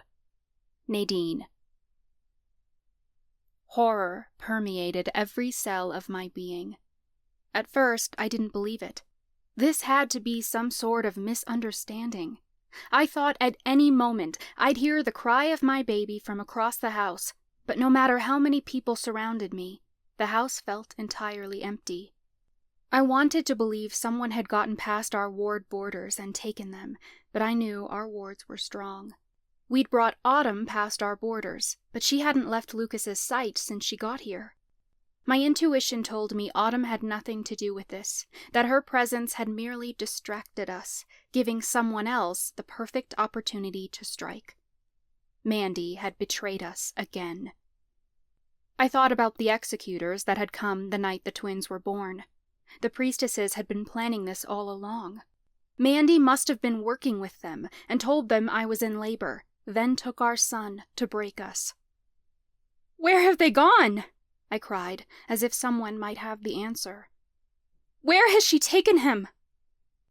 Talia pushed past Lucas and grabbed my shoulders. "We're going to find him, I promise. Let's see what I can learn." She withdrew the seer wand and clutched it tightly as she slowly walked around the room, touching various objects to trigger visions. She closed her eyes and tilted her head. "My visions are blurry. I don't know what I'm looking at. It's like something's blocking me." "How's that possible?" Onyx asked. "You have the seer wand. It should be stronger than any ward or protection spell." "I'm not sure," Talia said. "Give me more time." My sadness quickly turned to anger, and I slammed Marcus's blanket onto the mattress beside me. "I can't believe this. We took Mandy in. We gave her a second chance. I believed that she never meant to hurt us, but she's been working with the priestesses the whole time. How could my intuition be so wrong?" "We don't know that she meant to do this," Grant tried to assure me. "If the priestesses are manipulating her—" "I don't give a shit what the priestesses have over her. I would never give up an infant, for anything," I yelled. Miles looked confused. "I don't get how Talia didn't see this, or that the wands couldn't read her mind and see her intentions." "We didn't have a reason to suspect her, so we didn't know to look into it," Chloe said. "The priestesses tortured her. We never imagined she'd still be on their side." I pressed my face into my hands as tears streamed down my cheeks. I hate myself for putting my trust in her again. "Nade," Lucas said gently, "this isn't your fault. She took advantage of your good intentions. We're not going to let anyone hurt Marcus. We'll find out where she's taken him, and then we're going after him." I wiped my nose with the back of my hand. "Good intentions be damned. Our choices led to this, despite having the best intentions, and the outcome was still terrible. Good intentions aren't enough. Is it worth making choices at all and continuing to fight?" "You're right," Lucas agreed. "It's not enough to be good people. All we can do is the best we can, and right now, our best means going after our son." "You do realize it's a trap," Verla pointed out. Autumn scoffed. "Of course it's a trap. The priestesses took your son to lure you in." "We still have to go after him," Lucas insisted. "What are the priestesses going to do to us? We have 4 Oaken Wands. We're more powerful than they'll ever be." "I'm certain that's precisely what they're after," Verla said. "They're going to want a trade." "What point are you trying to make?" Lucas growled. "I don't give a damn about these Oaken Wands if my son's life is at stake. I've already lost one son. I'm not losing another." "I'm merely stating the truth so that you know what you're getting yourself into," Verla said calmly. Lucas's hands curled into fists. "I've already walked through hell and back for these wands. You think I wouldn't do the same for my son? I don't give a flying fuck what the priestesses want. We're getting him back, even if we have to exchange the wands for him." "How's it coming, Talia?" Professor Warren asked. Talia furrowed her brow in concentration. "I can't seem to get a clear vision on Mandy, but maybe if I focus on Marcus, I'll get something." Several moments passed, and then she gasped. "I see it! Marcus is being taken to the priestesses at Octavia Hall." Lucas went over to the dresser and pulled out his Reaper robe. It was made of black fabric, with images of a skull embroidered along the hem, the mark of the Mortana caste. When he put the robe on, it was scary how deadly he looked, and yet every part of me wanted to march into Octavia Falls at his side. The hood loosely framed his face, and the ends of the sleeves were tattered so that they swayed like a warning of death when he walked. "If you don't want to fight, you can stay behind. But I'm going after my son," Lucas told the others. So much for not going in guns blazing. The priestesses hadn't given us a choice. I stood and took his hand in mine. The tears dried quickly as stone-cold resolve came over me. "I'm right there alongside you." Autumn stepped forward. "As am I." The others chimed in with agreement. "Then let's get moving." Lucas lifted his hands, and a massive portal bloomed in front of us, big enough to fit all 10 of us. The cat stayed behind to guard the house. Our sanctuary had been compromised, and we needed them to hold the ward so we had a safe house to come back to. Lucas didn't bother with secrecy or the element of surprise. He portaled us straight onto Main Street and out in the open. He was so furious, he wanted the priestesses to know we were coming for them. The dark streets of Octavia Falls loomed in front of us, and Octavia Hall rose above the trees. Hundreds of executors in dark uniforms stood in front of the doors to the council's headquarter building. Every soldier the priestesses had at their disposal must have been standing in the street, waiting for us. They wore cocky grins, as if they thought they were strong enough to stop us. They'd been planning this. Heat flared in my bones as pure rage overcame me. These bitches thought they could take my son? They had no idea what my friends and I were capable of. "They're here," an executor shouted. "Kill them all, except the Cursebreaker. She's the only one they need." Lucas immediately threw up a shield. Magic slammed into it from all angles, and I could feel the edges of it cracking. "Together!" I shouted. The others let their magic pour into me, and I combined it with Lucas's. The shield grew stronger, until the hundreds of spells raining down on us simply bounced off. We marched down the street until we were face to face with over 100 executors. Sheriff Baker stood at the front of the group, smirking like he'd find joy in watching us die. My stomach twisted at the sight of him. He'd been the one to arrest Professor Daniels over a year and a half ago, and she'd later been hanged. He'd dragged Professor Wyckoff out of school after she wrote a letter to the editor at the Miriamic Messenger. He'd been vicious to the students whenever he was at the college, and he forced searches of our stashes. He'd arrested Lucas before our trial and cruelly followed any orders the priestesses gave him. He'd been nothing but horrible to my friends and me since I became a priestess. He'd wanted to get rid of me then, and it was clear by the glimmer in his eye that he hoped to see my demise tonight. Wasn't going to happen. Lucas's Reaper robes billowed in the wind. "I'll give you one chance to step aside. If you don't, you will die." The executors didn't even blink.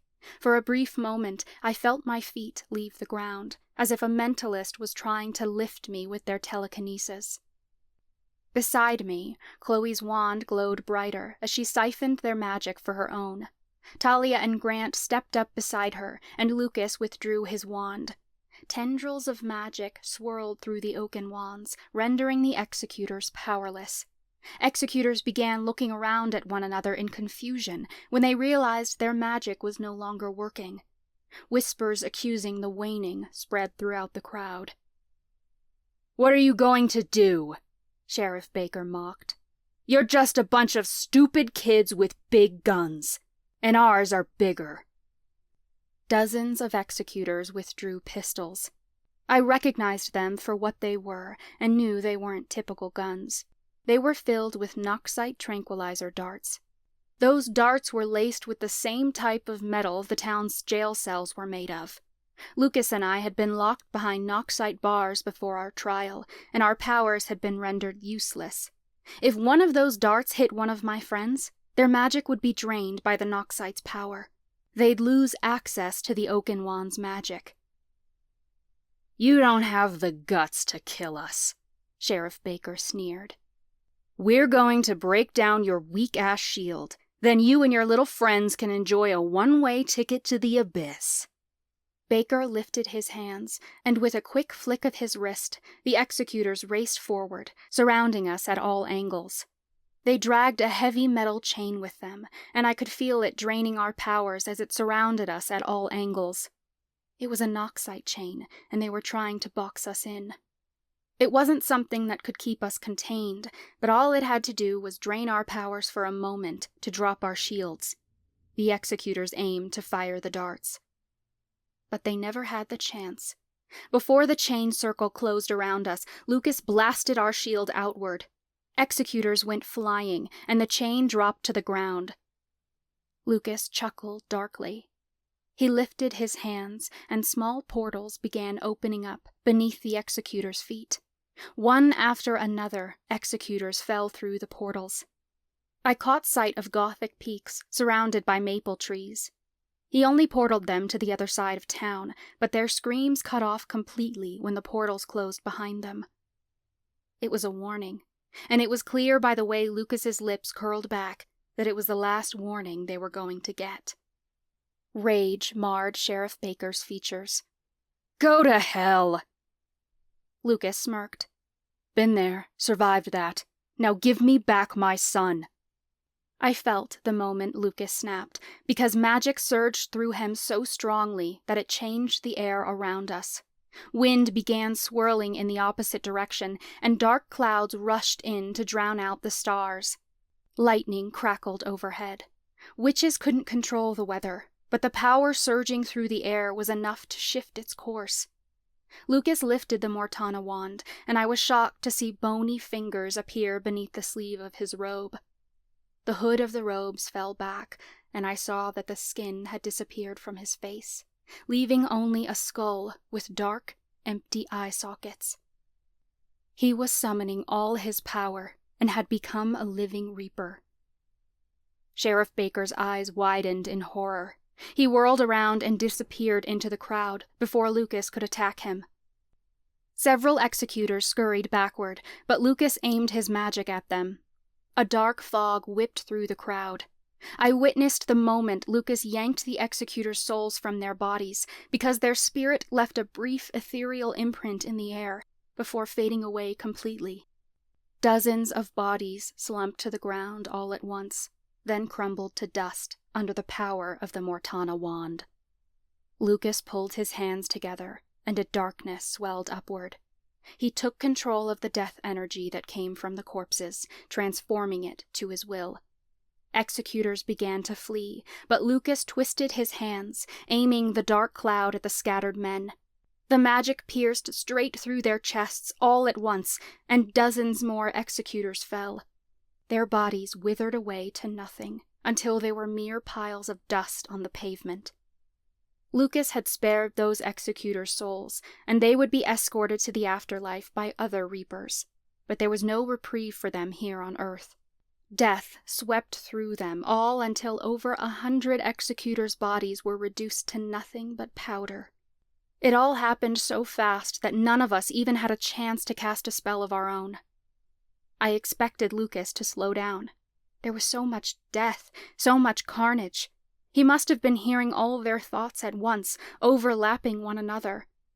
But Lucas stepped forward confidently, as if the voices were nothing more than whispers in the background. Several men lunged for him to stop him, but he merely conjured his scythe and swung it at them. He sliced 6 men in half in a matter of moments. Blood pooled across the pavement and began trickling down the street. Screams of terror echoed throughout the town. I should have felt something sickly when I witnessed all those people die, but all I felt was the satisfaction of revenge. I felt no mercy for these people who had stolen our son and were terrorizing an infant. They deserved death. Lucas released his scythe, and it began flying down the street as if it had a mind of its own. It chased down the few surviving executors who were fleeing, then swung at them. They were dead in moments. Sheriff Baker was the last man standing. He sprinted away from the approaching scythe, shooting terrified glances over his shoulder. He tried to shoot magic behind himself, but nothing worked. Sheriff Baker tripped, landing flat on his face. He quickly rolled over and held his hands up in front of himself, like he was trying to conjure a shield. "Please, no!" he screamed. "It's the priestesses you want!" His words halted on his tongue as the scythe sliced through the air, lopping his head off in a single swing. His bloody body slumped to the ground, and his head rolled several feet away. Eerie silence filled the air. Lucas had single-handedly killed them all, hundreds of them. Dust scattered the street, along with the remains of broken Noxite pistols. Only 10 bloody bodies killed by the scythe remained. Lucas's scythe flew back into his hand, and he subconjured it. He bent over, bracing his hands against his knees. I could hear his labored breathing from several paces away. Slowly, I approached him and placed my hand on his back. "Lucas?" He stood upright and turned to me. The skeleton-like reaper I'd seen only moments ago was gone. He looked like himself again, though his features were ashen. "Are you going to be okay?" I asked. He let out a heavy breath. "I'm a bit worn, but I'll make it. Let's keep moving." We stepped over unmoving bodies as we raced up the stairs to the entrance of Octavia Hall. I threw open the doors and stopped dead in my tracks. Ghostly moans filled the foyer, and dozens of ethereal forms floated inches off the ground, staring back at us. At first, I thought they were the spirits of the executors Lucas had just killed, but they all wore different types of clothing. There wasn't an executor uniform in sight. Before any of us could react, the ghosts surrounded us, flying at us from all angles. Hands materialized into solid form and began attacking us. An icy cold finger curled around my ankle and yanked my feet out from under me. I fell to the floor with a heavy crash. Blood pulsed in my ears. I quickly went to kick the ghost off of me, only I hesitated when my gaze met a familiar face. It was Scott, Meredith's husband. We'd seen him at the Festival of Chosen when we'd snuck into town. The priestesses had forced him to stand on stage and disavow his marriage. It struck me that he'd done as the priestesses had asked, and he had still died for it. "How are they doing this?" Chloe screamed. "We shouldn't be able to see them, let alone feel them." "I don't know." Miles kicked one of the ghosts off of him. "Something about their magic doesn't feel right. They don't feel like ordinary ghosts." Another hand came down on me, but I grabbed it before it could reach my face. I felt into its magic and was surprised to feel a high-frequency buzz. The taste of citrus filled my mouth. It was all too familiar. Then I caught sight of Scott's brother, Simon, who the priestesses had poisoned on stage in front of us. It made perfect sense. "It's alchemy magic," I told them. "These are the victims of the priestesses' poison. They were manufacturing it with the alchemy wand before Hector died. He told us it was designed to control their victims, even in death." Professor Warren rolled across the ground as he dodged a ghostly attack. "So they don't have a choice but to attack us? They're just following orders." "Grant," Lucas cried. "Use the alchemy wand to free them. We'll do it together." Lucas ducked a fist as a ghost tried to attack him. He quickly made his way over to Grant, who was trying to fight off 3 ghosts, but his hands just kept going through them. They could touch us, but we couldn't touch them. The ghosts tried to pull the alchemy wand from Grant's grasp, but he struggled against them, refusing to let go. The end of the wand began to glow as it siphoned the alchemy magic from them. A loud snap reverberated through the foyer when he broke the spell. The ghosts backed off. Lucas whirled around, as if he could see something the rest of us couldn't. "Go!" he shouted to the ghosts. "Quickly!" The ghosts rushed in the direction he was looking, then one by one they faded away. I realized then what he'd been seeing. It was a Reaper portal. He'd crossed them over the moment the hold the priestesses had over the ghosts had ended. Lucas looked even paler now. I could tell this much magic was taking a toll on him. Even though he had the Mortana wand now, He hadn't utilized it for every spell. He'd been drawing on his own magic this whole time, too. It was a lot of power for one person. I quickly got to my feet. "Come on, let's keep moving." We hurried up several flights of stairs, keeping on high alert for another attack by the priestesses, but it never came. We reached the top floor and burst through the door to the Imperium headquarters, only to come face to face not with the priestesses, but with Mandy. She raced around the room, gathering valuable artifacts that the priestesses had on display. One by one, she subconjured them, until she came to an immediate halt when we charged through the doorway. The nerve she had! She'd been working with the priestesses this whole time and took our son for them. Now she was robbing them? It was like she was trying to get herself killed. If we didn't kill her, the priestesses would. It was so unlike her that I could hardly believe what I was seeing. Mandy didn't get a chance to open her mouth and defend herself, because Lucas had crossed the room in an instant. He grabbed her with all his strength and slammed her back against the wall. One of his hands curled around her throat, while the other pointed the Mortana wand straight between her eyes. Mandy kicked her feet and tried to fight him off, but Lucas was a hell of a lot stronger than her. A blazing fire burned behind Lucas's eyes, and it was clear to everyone that if Mandy made one wrong move, he wouldn't hesitate to kill her. "You kidnapped our son, you evil bitch," Lucas seethed. "Where are the priestesses? Where have they taken him?" Mandy made a choking sound. Lucas loosened his grip on her throat, but he pinned his forearm across her chest so she couldn't get away. Mandy turned her face away from him without a word. "Answer me!" Lucas roared. He curled the Mortana wand in his fist and smashed his knuckles into the wall beside her head. The wall cracked, and the sound echoed down the staircase. Mandy said nothing. "Don't want to talk? Fine. We don't need you to talk."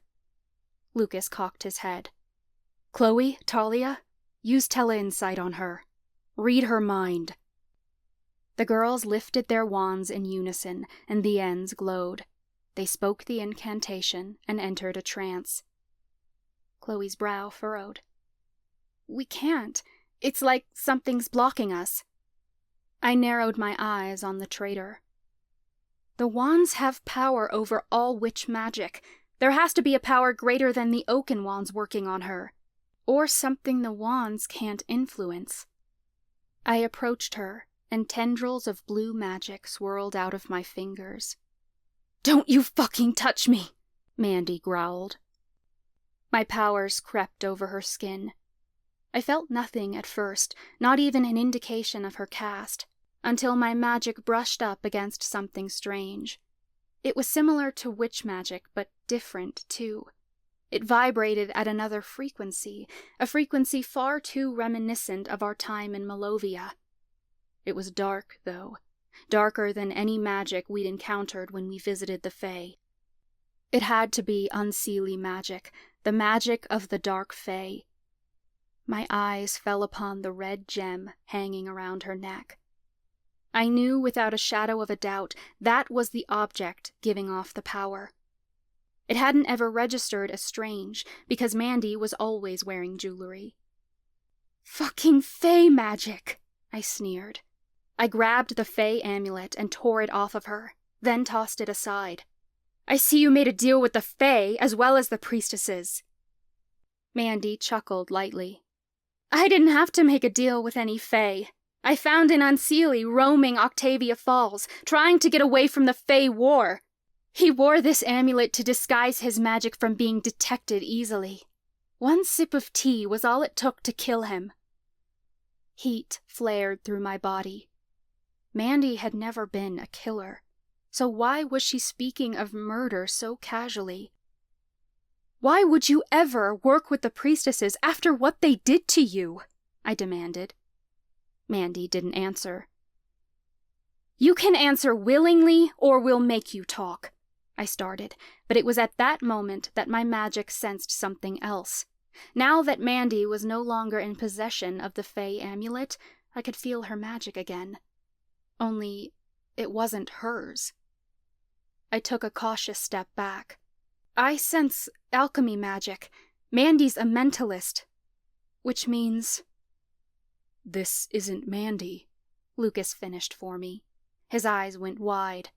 All this time, Mandy was never with us to begin with. It was an alchemist with one hell of a transformation potion. Lucas dug the tip of his wand under fake Mandy's jaw. Tell us everything. Why, so you can just kill me? The alchemist said in Mandy's voice. You're not going to let me go now that you know. Doesn't mean I can't get answers from you first, Lucas said darkly. He cocked his head, and Chloe stepped forward with the mentalist wand raised. Lucas dropped his arm. Fake Mandy rose into the air, her back pressed firmly against the wall. Chloe used her telekinesis to pin her there until her toes dangled off the ground. Who are you, really? Chloe demanded, the end of her wand glowing brighter than ever before. Now that the Fey amulet wasn't blocking their magic, Talia and Chloe could use tele-insight to get inside fake Mandy's head. Only this time, their spell was stronger, because they used their power to force fake Mandy to utter her own confession. She had no choice but to answer in a rasping voice. Magnus Knight. My heart should have stopped in my chest. I should have felt the world tilt on its axis and experienced it all come crumbling down. Instead, all I could think was that it made perfect sense. If there was anyone in this coven as bad as the priestesses, it was this man. He was the alchemist behind Nightshade, the one who'd been working with Priestess Stella to try to obtain the alchemy wand from the Crock of Death. He'd killed so many innocent people to do it. The priestesses had discarded him after he'd failed, but clearly they'd found another use for him. I recalled the last time we'd seen Magnus. He had been throwing up behind a dumpster in an alleyway. It was no surprise that he'd made some kind of deal with the priestesses. I couldn't believe we'd let this man into our home. For months, he lived alongside us, attended our Yule celebration and baby shower, only for him to do the unthinkable and take our son when our guard was down. It was all coming together. We'd gotten into Octavia Falls so easily the night we rescued Mandy and Tate.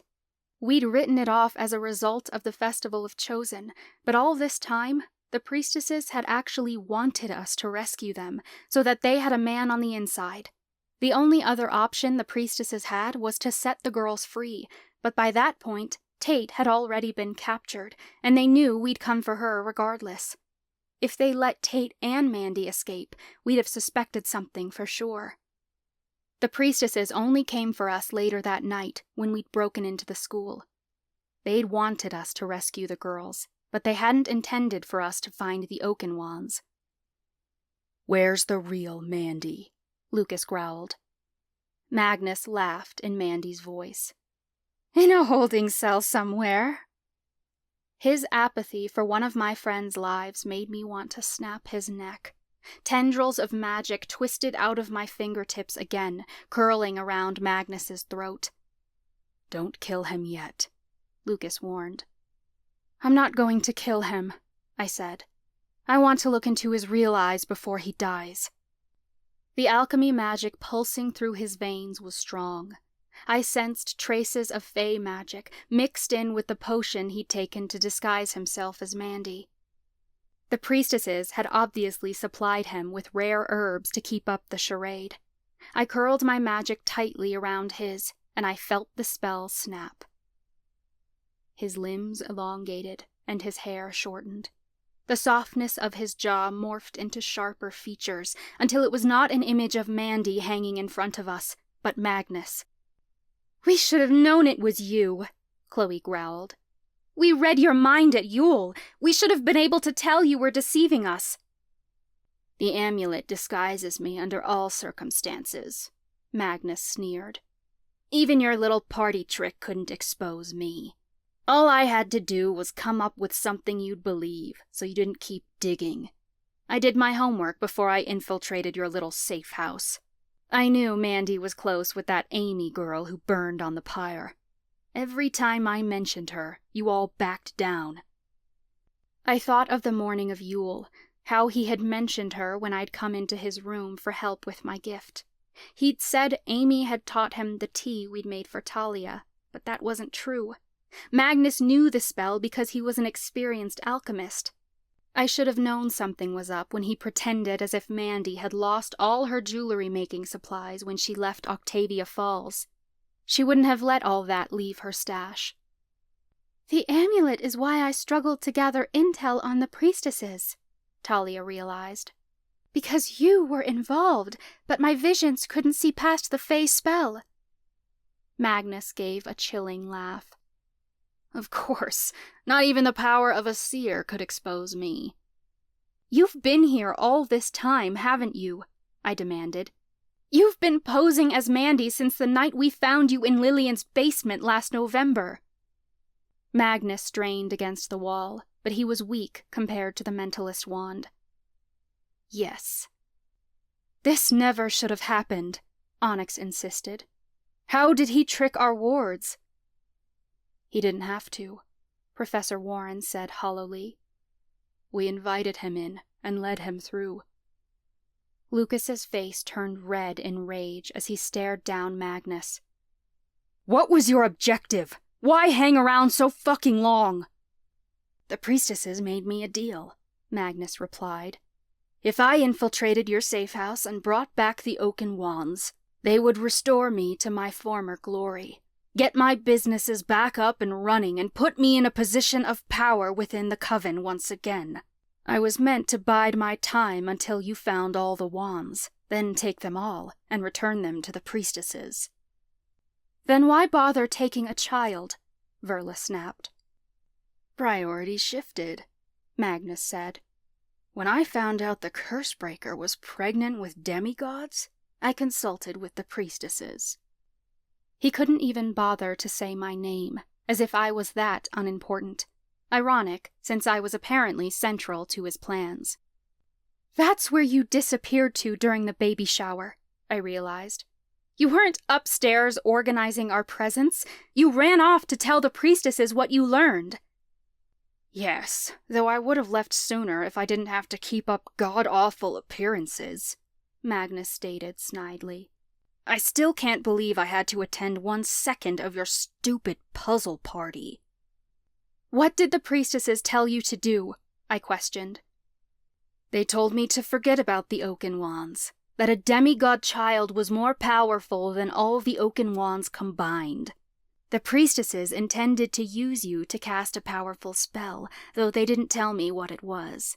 The poison was meant to remain dormant inside of you until that spell was cast. Then, once you performed the spell, the poison would take effect, and you would die instantly." I scoffed. "Well, you screwed that up." "How was I to know there was ginger in the iced tea?"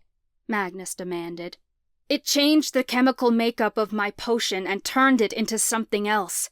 The poison took effect immediately, though the altered properties weren't enough to kill you." "So my ginger didn't poison Nadine," Grant realized, sounding relieved. "You did. My ginger actually prevented her from dying." "What about the sugar scrub you made me for Yule, or the tea we made for Talia?" I demanded. "Were those poisoned too?" "The tea we made was safe," Magnus scoffed. "It was merely a way to gain your trust. The sugar scrub was my own recipe. Each time you used it, it collected data that was sent back to the priestesses in order to monitor your vitals and track your pregnancy." Talia furrowed her brow. "But if you were working for the priestesses this whole time, why were they sending executors to attack the safe house?" "They didn't come to attack you," Magnus spat. "They came to exchange information. After you killed the first group of messengers, they sent groups of executors to the next ridge to throw you off, to lure you into a false sense of security, as if your stupid plans would ever work. They knew you were watching them." "You're the reason the executors knew to come the night the babies were born," I realized. "You told them I was in labor." "Of course," Magnus sneered. But I knew the babies wouldn't be able to make it on their own if they were born that early. I told the priestesses to hold off, that we had to be strategic, but they didn't listen. They came that night to take your children. After your friends killed off the executors, I convinced them we had to wait until the time was right, and to give me more time to obtain the child that survived. What are the priestesses planning now? Lucas asked. A trap, of course, Magnus said. I was to take the child to lure you here. For what? I demanded. That executor outside said they needed me, a curse breaker. If they already have Marcus, what do they need me for? You were planning to kill me anyway. Why bother keeping me alive now? Magnus curled his lips back. They don't tell me everything. I simply follow orders. Well, we're here, Lucas said. Where are the priestesses? Magnus let out a chilling laugh. Oh, they're here, waiting for the rest of you to die. Do us all a favor and cork off so we can finally get this over with. A loud snap filled the room, and Magnus's head cranked so far in one direction that it looked like it was on backward. His body slumped to the floor lifelessly. Slowly, we all turned to Chloe. What? She asked innocently. He told us everything we needed to know. I was sick of listening to him talk. Always hated him, to be honest. Lucas took one last look at Magnus, then turned away. The priestesses must still be nearby with Marcus. Let's go find them. Lucas hurried out the door and down the stairs. Wait, we need a plan, Verla started as she followed behind him, but a distant sound gave her pause.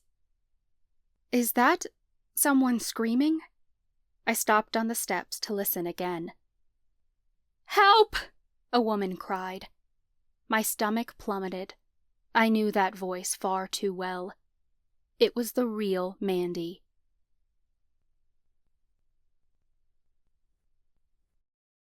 Chapter 23. Lucas. We sprinted down the stairs and through the hallway, hearts hammering to the beat of our racing footsteps.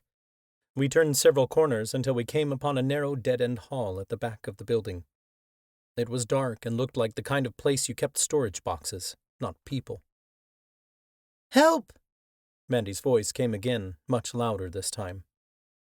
I hurried to the door the screaming was coming from and flung it open.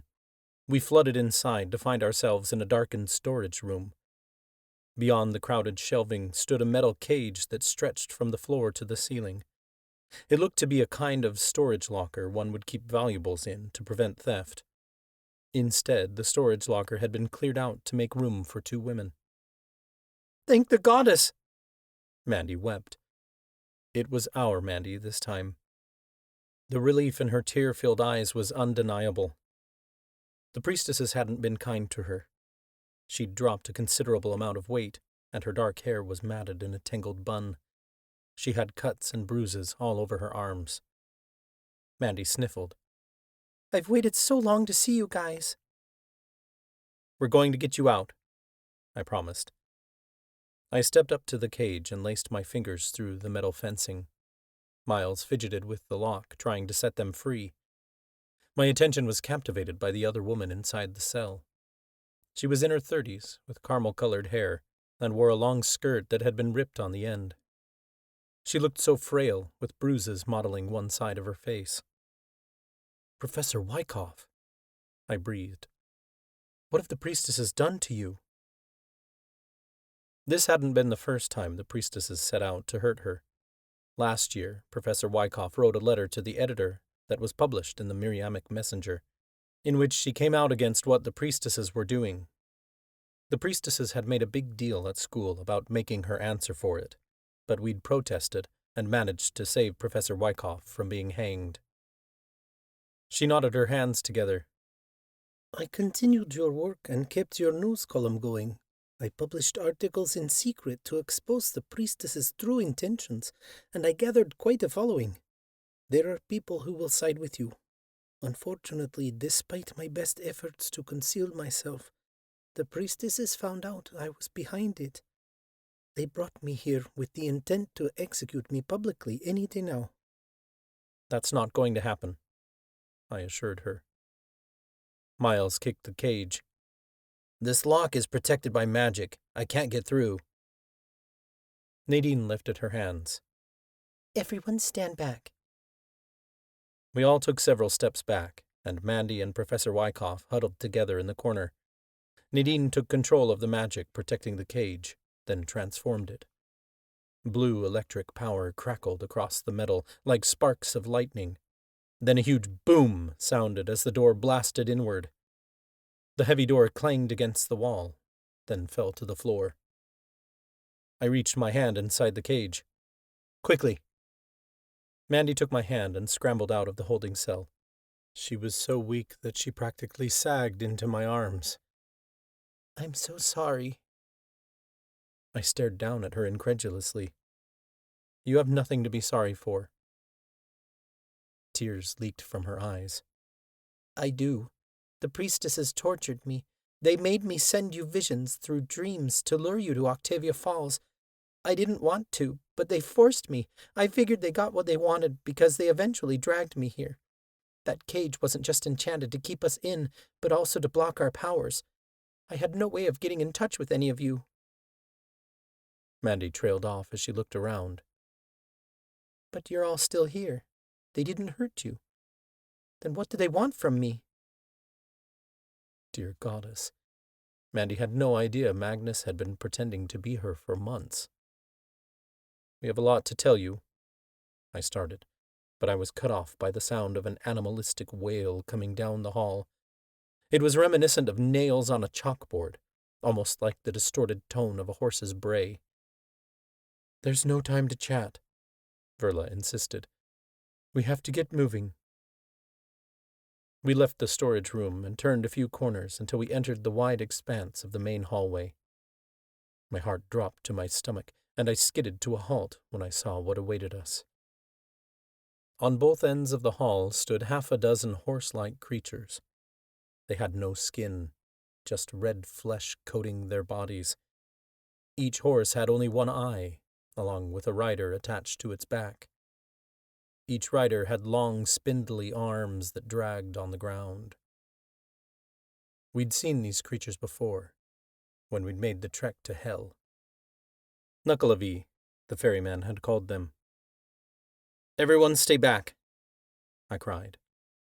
Professor Wyckoff grabbed Mandy, who was shaking at the sight of the beasts. Slowly she dragged Mandy back down the hall, out of sight of the Knuckleavee. Mandy was in no condition to fight right now.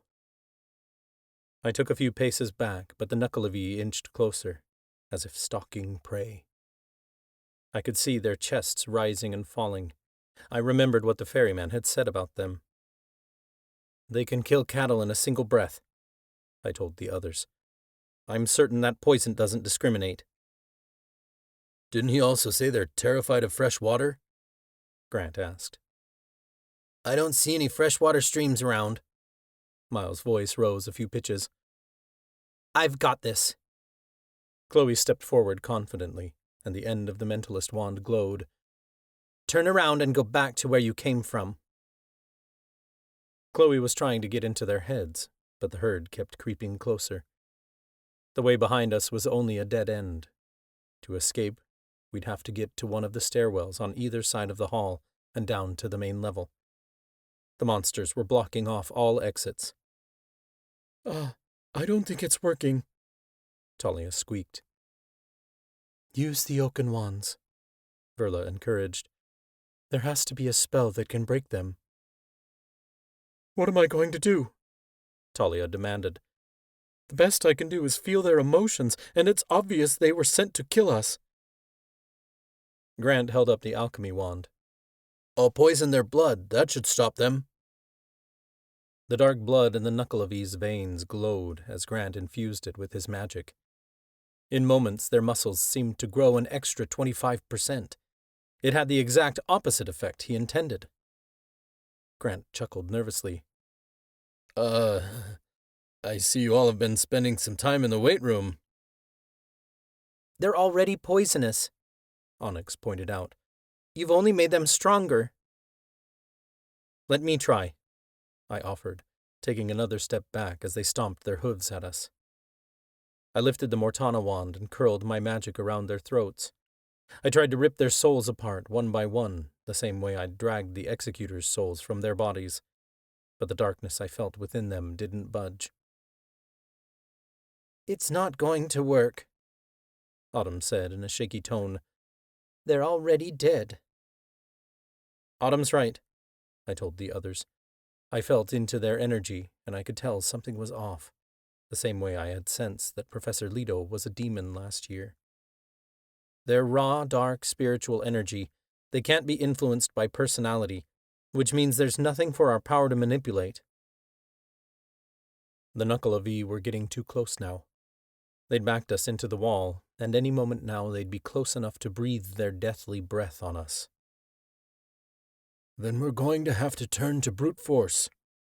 Professor Warren lifted his hands, and I quickly caught on to what he was doing. Footsteps sounded on the stairs, the heavy boots of dead executors from downstairs, reanimated by Professor Warren's necromancy magic. Several Knucklevi turned their heads to see what was coming. In the moment they were distracted, I gestured to the others. We quickly slipped to the side and raced toward another stairwell at the other end of the hall. We weren't fast enough, though. 2 Knucklevi got to the stairwell before we did, to block our path. They huffed and stomped their feet. I shoved the others back. "Don't let them breathe on you." Chloe shrugged me off and stepped forward to face a Knucklevi. "For fuck's sake, get the hell out of our way!" She thrust her hand forward, and the 2 Knucklevi went flying backward in response to her telekinetic magic. They tumbled down the stairs, but immediately jumped to their feet on the landing. They narrowed their eyes at us and scraped their hooves on the ground. I threw up a shield to hold them back. "All you did was piss them off," Nadine cried. She barely got the words out before a group of Knucklevi came charging down the hallway. I immediately conjured my scythe and swung it at the nearest monster. The horse's head rolled off its shoulders, and its rider screamed a high-pitched cry that reverberated through the walls. I ordered my scythe to fly down the hall and swing at the second closest Knucklevi. All I had to do was think about it. But before the blade could make contact, the Knucklevi caught it in his spindly fingers and tossed it aside. My scythe clattered to the ground. My shoulders slumped. I'd already performed so much magic, and it was wearing me out. Nadine thrust her hand out, blasting the closest creature's back with battle orbs. It wasn't enough to get rid of them, though. How were we going to kill something that was already dead? Down the hall, 10 dead bodies had reached the top of the stairs. Professor Warren moved them like puppets, ordering them to attack the Knucklevi. Blood dripped out of slashed wounds in their abdomen, and they slumped over. My scythe had delivered so much damage that even in death they couldn't walk right. 2 of the corpses had been sliced clean in half by my blade, and their bottom half marched up the stairs, while the top half dragged itself upward by its hands. The dead tried to climb onto the monsters' backs, and the Knucklevi turned their heads to deliver their deadly breath. Naturally, it didn't work on the dead bodies. When the Knucklevi realized this, they began punching and scratching at the executors. They tossed the bodies off their backs, then stomped them with their hooves. The crunch of bones echoed off the walls. It all happened so fast. "Lucas, portal us out of here," Verla cried. I lifted my hands, but only sparks appeared. "I'm drained," I admitted breathlessly. I couldn't perform much more magic. Not when I'd already done so much to kill the hundreds of executors. Whatever power I could still do was up to the ability of the Mortana wand. "We're not leaving without Marcus," Autumn demanded. "If it's portals you want, then let's portal these creatures back to the hell they came from." She stepped in front of me, but I wasn't about to let her do this spell alone. It was a powerful one, even for a Reaper. I grabbed Autumn's hand and lifted the Mortana wand in the other. Together. Autumn looked up at me and nodded. Magic swelled through me, filled me up from head to toe. A powerful gust of wind swept through the hallway. Then the shimmering edges of a portal bloomed at the Knucklevi's feet. I could hear the snap of bubbling lava below us, the red glow of hell reflected off the walls. One by one, Nuckelavee let out horrifying cries as they were sucked into the portal. A single monster remained at the end of the hall. He set his sights on me, then began galloping in our direction. Autumn and I only funneled more magic into the spell. Our portal expanded until it was so large it touched each wall. I could see the lake of boiling lava below us, even feel the heat of it on my face. The Nuckelavee jumped, soaring over top of the portal. I was certain he wasn't going to make it and would fall into the pit. The monster's front hooves touched solid ground, but its back end dropped into the portal. His feet scraped at the floor, desperately searching for a handhold. When he didn't find one, the long arms of his humanoid half reached outward and connected with my ankle. I was swept off my feet in an instant and felt myself being dragged across the floor. My heart jumped into my throat. "No!" The word echoed around me, and I was certain multiple people had screamed it. My legs slipped into the portal, being dragged down by the weight of the Nuckelavee. I felt the heat of hell on my clothes as the monster attempted to drag me into the portal down to hell with it. I thought for certain I was a goner, and that the fires of hell would consume me. But at the last second, my friends reached me. Multiple hands grabbed my arms, my clothes, anything they could reach. Autumn clung to me as she kicked at the Nuckelavee, trying to force him off. I felt his hand break free. It was at that same moment that Autumn's eyes filled with terror. A split second of panic hit, and then her hands left my body. The Nuckelavee had grabbed hold of her instead, and she'd lost her grip on me. "Autumn!" I screamed. I reached out for her, but it was already too late. Her fingers slipped from mine, and she went tumbling into the lava below. I looked through the portal to hell. It all happened so fast that she was a mere flash of color, reduced to a splash. And then she was gone. I hope my sacrifice has redeemed me. Autumn's voice rang through my mind. My friends pulled me back to solid ground. Tears welled in my eyes. I shall see you in Alora, I whispered, hoping that somewhere out there Autumn could hear me. The portal slammed shut. In front of us, the dead bodies Professor Warren had reanimated lay sprawled out on the ground. The Nuckelavee were gone. They'd all been swallowed up by the portal. Or so I thought. Hooves stomped up the staircase. Somewhere in the chaos, my shield had broken, and the two Nuckelavee left in the stairwell came charging at us. They had their sights set on the nearest person, Nadine. I wasn't close enough to stop them. I choked back my tears and immediately sprang into action. I lifted my hand to cast a shield, but I wasn't as quick as Verla. She threw herself in front of Nadine and lifted her palms. A crackle of magic made the hair on my arms stand on end. A moment before, battle magic unlike anything I'd ever seen burst from Verla's hands. A thundering boom consumed the following moment. It was as if a bomb had detonated, sending a wave of magic blasting down the hall. The two charging Nuckelavee were reduced to a pile of ash in the blink of an eye. Windows exploded outward, and the sound of glass filled Octavia Hall. My friends and I were thrown backward. The wind knocked out of me when I hit the wall, and my ears rang. My friends lay scattered across the hallway. I thought it'd be over in a second, but the building began to creak, and I realized the ground was shaking beneath me. A loud crack broke through the air, and building materials rained down from above us. Half the building gave way all at once, and a gaping fissure opened in the floor. Professor Warren didn't get a chance to move as the rift split under him. His legs slipped into the opening. "Professor!" Nadine and I screamed at the same time. We both lunged forward, but Professor Warren had already fallen. I heard the hard thud of his landing on the level below us, along with the snap of what I assumed to be building material. My heart hammered as I peered through the opening. I found relief when I saw Professor Warren lying on the floor below us, trying to catch his breath. His leg was twisted at an odd angle. I realized the snap I heard had been bone.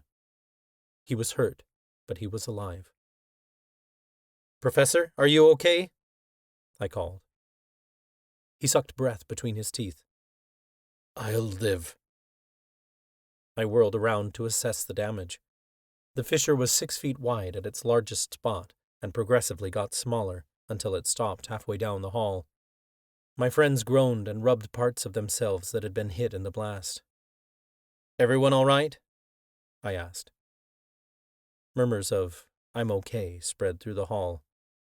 Apart from a few bruises and Warren's broken leg, everyone looked to be fine. The Knucklevi were gone, and we were all still alive. Mandy clung to Professor Wyckoff as they slowly inched out of the hall they'd been hiding in. Nadine turned her gaze to Verla. "How did you do that? A blast that big should have killed you." "I had to stop them." Verla took a step forward, but it was shaky. All at once, the blood drained from her face, and she collapsed. Nadine and I were at her side in an instant. I quickly flipped Verla over and rested her head in my lap. "Stay with us," I demanded. Verla winced as she tried to get up. "We need to keep moving. Marcus needs us." "No, Clarice," Nadine pressed. "your magic is completely drained. If you cast one more spell, even a small one, it could take the rest of your energy and kill you. You can't fight anymore. You and Warren need to get out of here. You need medical attention." "But Marcus," Verla rasped. "We'll bring him home," I promised. "Onyx, can you help?" Onyx stepped forward. "I'll take them to the hospital and make sure they get the medical care they need." "You'll need help supporting Warren on the way out," Miles said. "I'll help." "Take Mandy and Wyckoff, too," I added. "I'll stay," Professor Wyckoff offered. "I'm prepared to fight." She was still banged up from what the priestesses had done to her, but the confidence in her eyes told me she wouldn't leave even if I made her. "All right," I agreed. "Onyx, Miles, get Mandy, Verla, and Warren out of here." Verla slumped in my arms, and I realized she'd slipped into unconsciousness. Mandy hurried over to lift her up, and Onyx helped.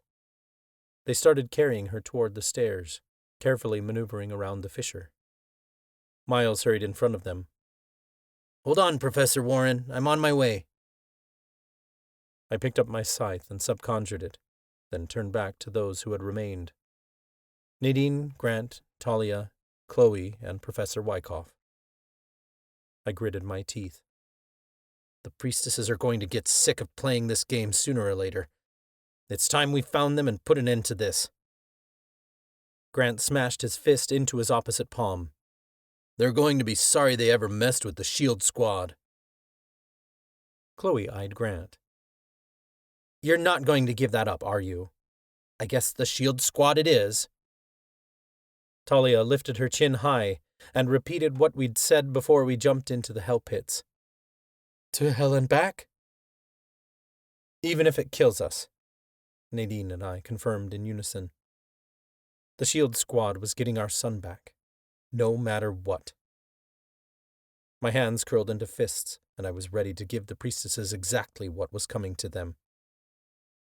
"Tall, now that Magnus's Fey amulet isn't blocking your powers, can you see where the priestesses went?"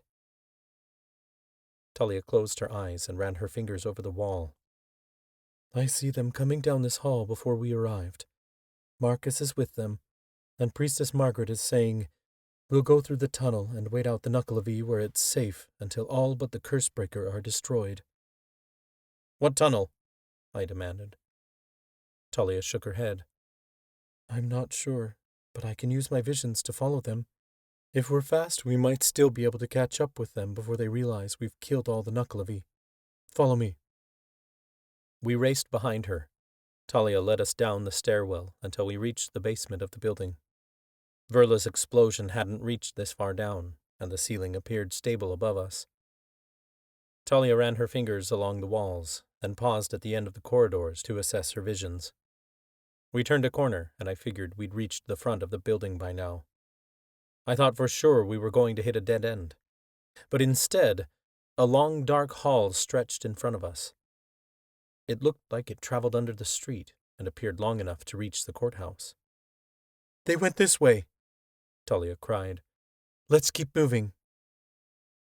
Nadine cast a witch light, because the hall was so dark.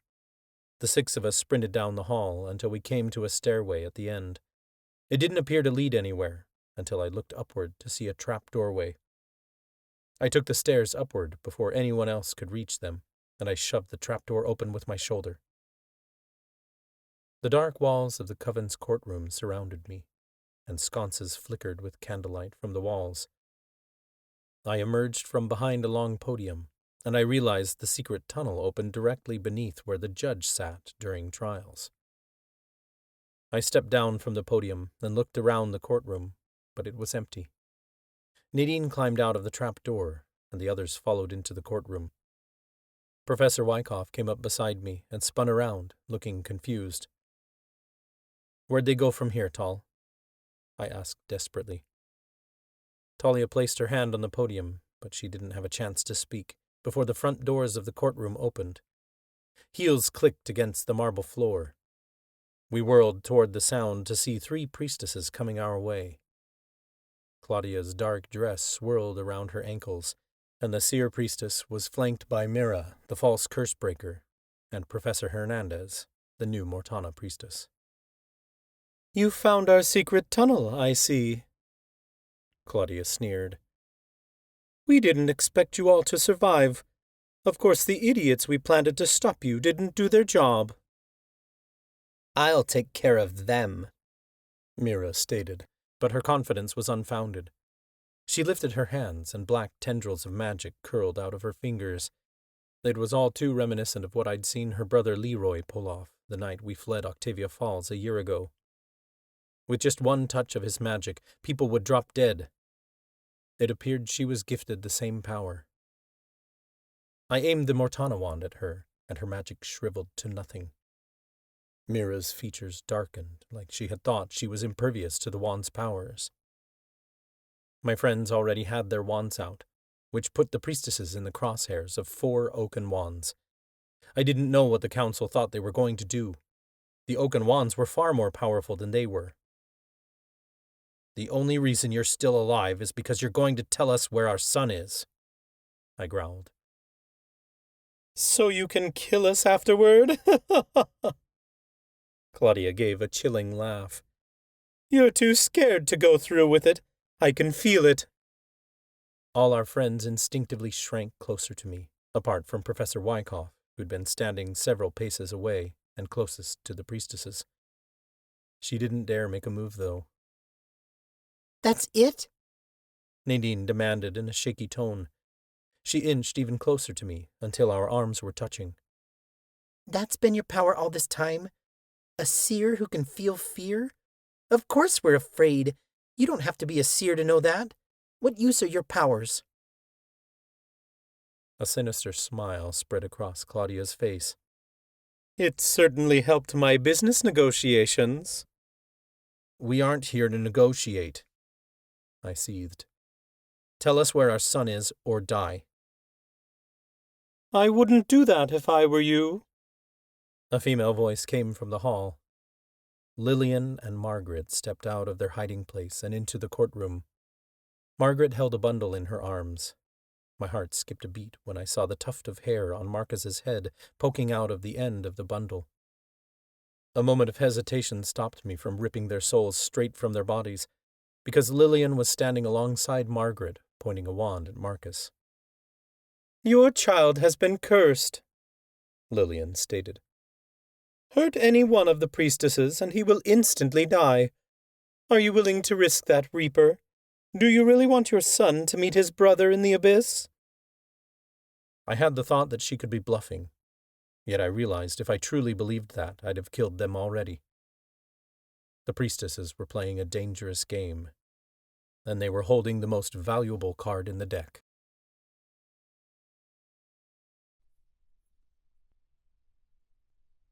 Chapter 24. Nadine. "Name your price," I stated. I took Lucas's hand in mine, because it was the only way to keep from falling completely apart. I didn't really care what they wanted. They could take the Oaken Wands, or have my life. I'd give it to them, as long as they didn't hurt my son. Lillian got right down to business. You will help us create a Master Wand, an all-powerful wand that rivals the power of all the Oaken Wands combined. This wand I'm holding was carved from a branch of the protection tree. It is much like the Oaken Wands you possess, but it requires an enchantment to hold true power. Why not just take the Oaken Wands from us? Lucas demanded. Why go through all this trouble? The Oaken Wands are 5 different wands, and therefore must be in the hands of 5 different people, which requires trust, Lillian said. Any one of its wielders can stab us in the back. It's better to have all that magic in one place. I narrowed my eyes. That's why you needed me alive. You needed one person from all 5 casts to complete the spell. Lillian laughed, like she found me naive. Even the making of the Oaken Wands required cooperation from the entire coven and proper alignment of the stars. One singular member of each caste would not be enough for their power. But the Oaken Wands can only utilize magic that is already in existence. True power would be that which can create energy from nothing. What we need is a demigod, such as your son. Demigod magic is not given up easily, Margaret added. The child will only lend his power to someone he trusts, to his mother. It just so happens that his mother is a curse breaker, able to transfer magic from one place to another. Help us create the Master Wand, and your son will live. Refuse, and he will perish in the abyss for all eternity. I realized this was the spell Magnus had mentioned. The priestesses had been planning this ever since they found out I was giving birth to demigods. We have the power to control your son in death, so you don't have a choice, Margaret continued. All it took was a small modification to our potion, which he's already taken. The potion spell will activate if you refuse to do this for us. A chill traveled down my spine. She was talking about the potion they'd forced Hector to make with the alchemy wand, the one that not only killed people, but controlled their spirits. I thought of the ghosts we'd encountered in Octavia Hall, and how they'd had no choice but to follow the priestess's will. I couldn't subject Marcus to such a fate. There had to be a way around this. Don't try anything clever, Lillian warned. We've cast more than one spell upon your son, so that you cannot break the magic. The potion we gave him is to ensure your compliance. You will create the Master Wand, or your son will perish. The second is a curse to ensure our safety. If you cast another spell before completing the enchantment on the Master Wand, or if you try to harm us, your son will die. The only thing that will ensure he survives is if you complete this enchantment. There's no need for this, I insisted. If it is power you want, the coven has already given it to you. You have complete control. Lillian smirked. Not entirely. But we will. We must be able to negotiate, I begged. Your soldiers are gone. People are dead. What good is your power if there's no one left to rule over? No one else has to die for this. Lillian twisted her fingers, and an invisible force squeezed my windpipe. I gasped for breath. Her mentalist powers curled around my neck like a noose. Chloe must have made a motion behind me, because Lillian pointed an ugly finger at her. If you dare try to siphon my powers with the mentalist wand, the child dies. The same goes for every one of you. Any use of the Oaken Wands will be treated as an act of aggression against us, and the curse we cast will kill him. I wouldn't risk it if I were you. The priestesses had thought this through. They'd created 2 spells to work against one another, so that if we tried to break one, or we tried to use the Oaken Wands, the other spell would take my son's life. They'd completely backed us into a corner. Margaret strolled forward, staring down her nose at me. "You're wrong, Nadine. People will continue to die, unless you do as you're told." "How do you expect your plan to work?" I rasped. Lillian left my airways open just enough so I could talk. "He's just a baby." "His full power won't awaken until he's older, but he still has traces of demigod magic inside of him," Margaret explained. "We can't put demigod power into us, so we must enchant an object with his power. You will draw his magic out and put it into this wand, so that we can utilize it for our own intentions. What will it be, Nadine? Will you do this to save your son's life?" We couldn't lose another son. I was his mother, and it was my job to protect him. He incarnated at this time for a reason, and he had a destiny to fulfill. I wasn't letting the priestesses take him. Lucas and I exchanged a glance. If we did this, the priestesses would be more powerful than ever before. They could use the Master Wand to create spells we couldn't even dream of. And yet, the answer was obvious. We would do anything to save our son. "You swear he'll live?" I choked out. Lillian wore a triumphant smile. "Yes." For how long, she didn't say. The priestesses wanted to play games, but all I saw was a puzzle worth solving. If they wanted to play, we could play. "And if we do this, the spells you cast on him will be broken?" I added. "The second you complete the enchantment, the potion we gave him will lose all power," Lillian confirmed. She said nothing of the curse they'd cast. I couldn't break the curse before enchanting the Master Wand, and we couldn't harm the priestesses either. We had to tread very carefully. Lucas gave me a subtle nod. "I will make your wand if you can promise my friends will walk out of here alive and unharmed," I offered. Lillian exchanged a glance with Margaret. I saw the twitch of her eye that said they'd agree to my terms, but it didn't mean they wouldn't kill us the second we stepped foot out of the building. It didn't matter, though. All we needed was those few moments of safety. We could get out of this. We just had to play the game. Lillian released her hold on me, and I gasped a greedy breath of air. I took a step forward. "Nadine, you can't give them this power," Chloe insisted. Mira crossed her arms. "She's already made up her mind." "Quiet, Mira," Professor Hernandez hissed. I took it the two of them didn't get along well. I turned back to Chloe and gave her a desperate look. I hoped she understood what I was trying to say. "Please, Chloe, you have to let me save Marcus." I shot her a look that said, "Get ready to fight." Whether she picked up on it or not, I wasn't sure. Chloe was very good at masking her emotions when she needed to. I turned back toward the priestesses and reached for Marcus. Margaret pulled him away. "You do the spell first." Stealing my nerves, I swallowed the lump in my throat. "All right, we'll play by your rules, but I need to touch him." Margaret held tight to Marcus, but she let me put my hand on his head. His eyes fluttered open, and he looked up at me. "It's okay, baby boy," I whispered. "Mama's here for you."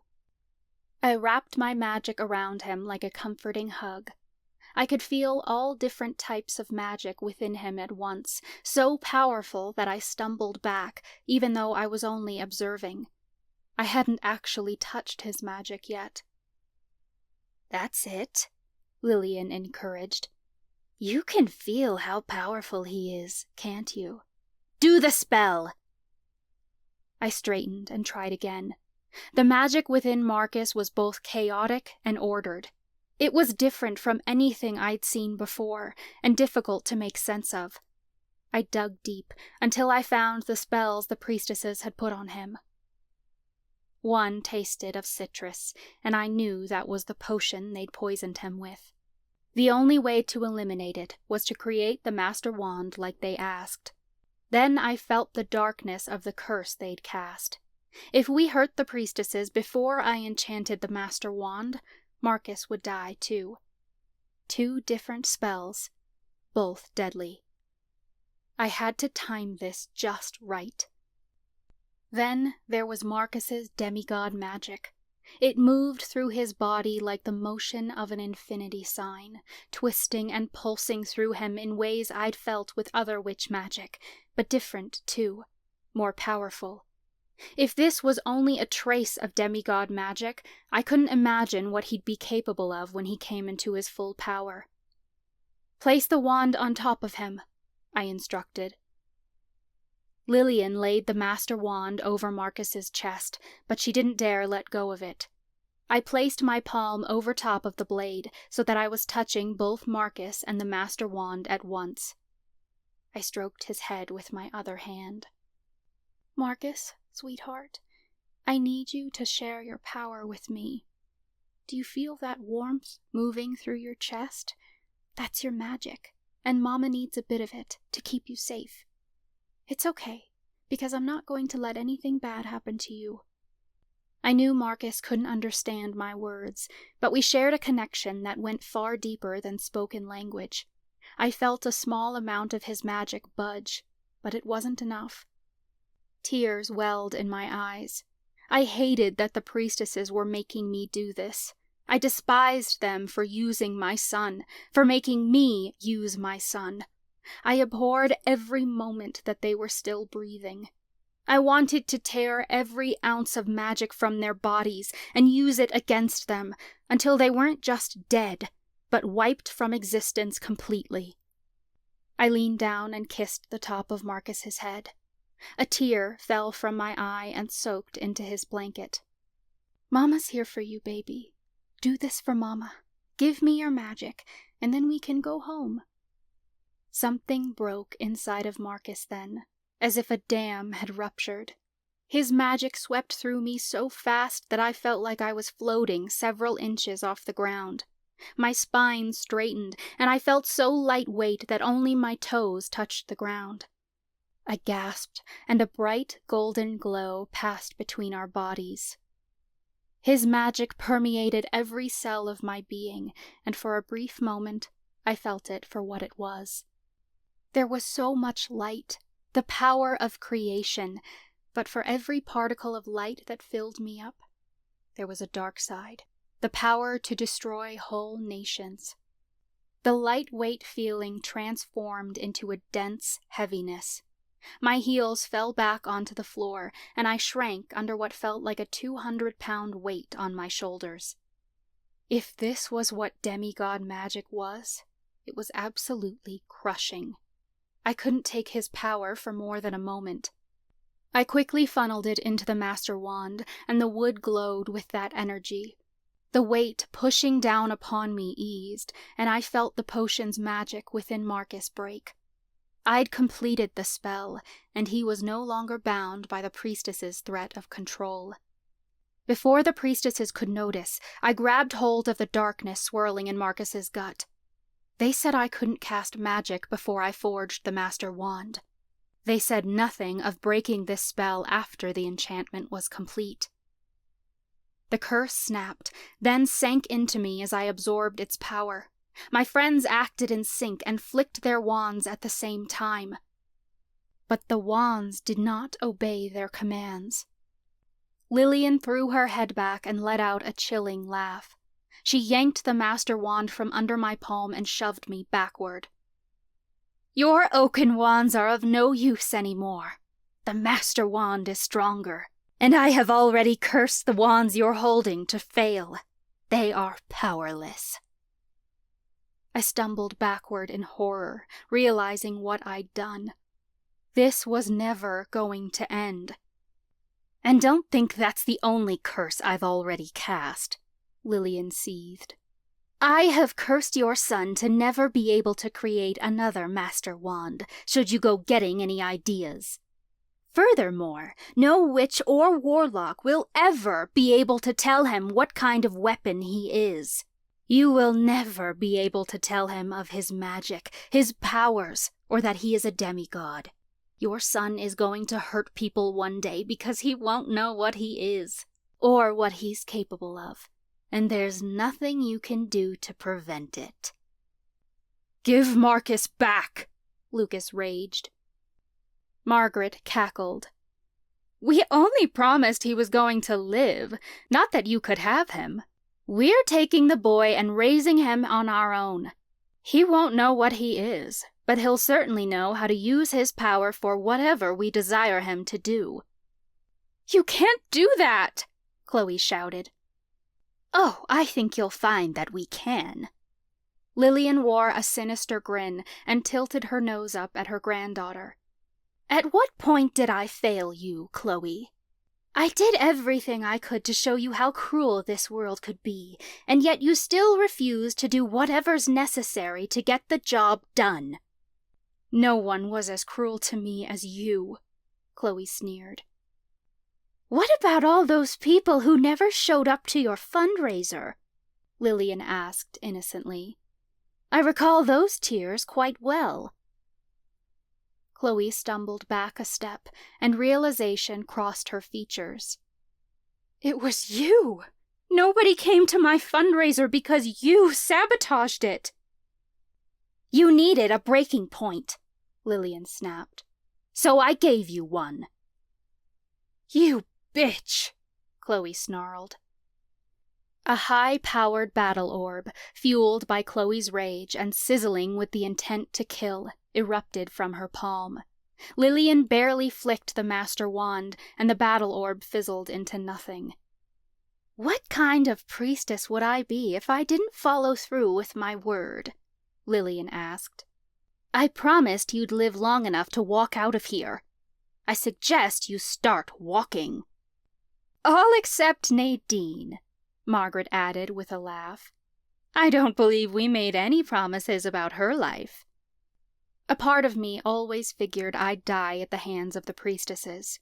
The power they wanted from me could only keep me alive for so long. Now that they had the master wand, they had all the power they desired. I was of no use to them anymore. Lillian aimed the master wand straight for me. I should have felt terrified to die, and yet for some reason I felt totally calm. It was as if a loved one had reached around me to offer their comforting hug, like they were whispering in my ear that everything was going to be okay. I heard nothing, but I felt everything. It was the kind of feeling where you just knew you had to trust the person you loved. It didn't make any sense. The following moment passed by in a mere second, but it was like it was happening in slow motion. A loud cry broke from Marcus's lungs, the same time an ethereal shape formed between us. A ghostly creature over 8 feet tall appeared, with dark fur covering his human-like body, long claws dangling at the end of spry arms, and curled ram horns growing out of his head. He was facing away from me, staring down at the priestesses with pupilless, pitch-black eyes. It was Santos in spirit form. He'd come to save us. A deep, animalistic roar shook the courtroom. The priestesses took a frightened step back, and Mira's high-pitched scream pierced the air. In their moment of hesitation, Professor Wyckoff lunged forward and yanked Marcus straight out of Margaret's arms. Wyckoff ran to the other side of the courtroom to protect our son. Santos swiped his claws at the priestesses. His ghostly hands became solid for a moment, slicing through the bodies of 3 priestesses at once. Blood splattered across the walls at his claws. They didn't get a chance to cry out in pain before their bodies collapsed into a heap on the ground. Claudia, Mira, and Professor Hernandez were dead in the blink of an eye. I witnessed the brief moment of utter terror enter the remaining 2 priestesses' eyes. They may have the power of a demigod in that wand, but it couldn't rival the power of a god. Santos lowered his horns to charge at them, but they had already made their move. Lillian flicked the master wand, and a portal bloomed beneath the 2 priestesses. They went falling through it. Santos leapt at them at the same moment, but his ghostly form landed on solid ground where the priestesses had been standing a moment ago. The portal had disappeared, and the priestesses were gone. I didn't know where they had gone, but I hoped it was far away from here. I took a step back, trembling. Lucas reached out for me, and he too was shaking. Santos turned to us, but he didn't speak. Slowly, we both got to our knees and bowed our heads before our God. Our friends followed our lead. "Thank you," I told Santos. "You saved our son." Santos bowed his head, and then he vanished. Just like that, he was gone, like he'd never appeared in the first place. The courtroom went completely silent. Lucas sagged beside me in relief. "Our family is saved."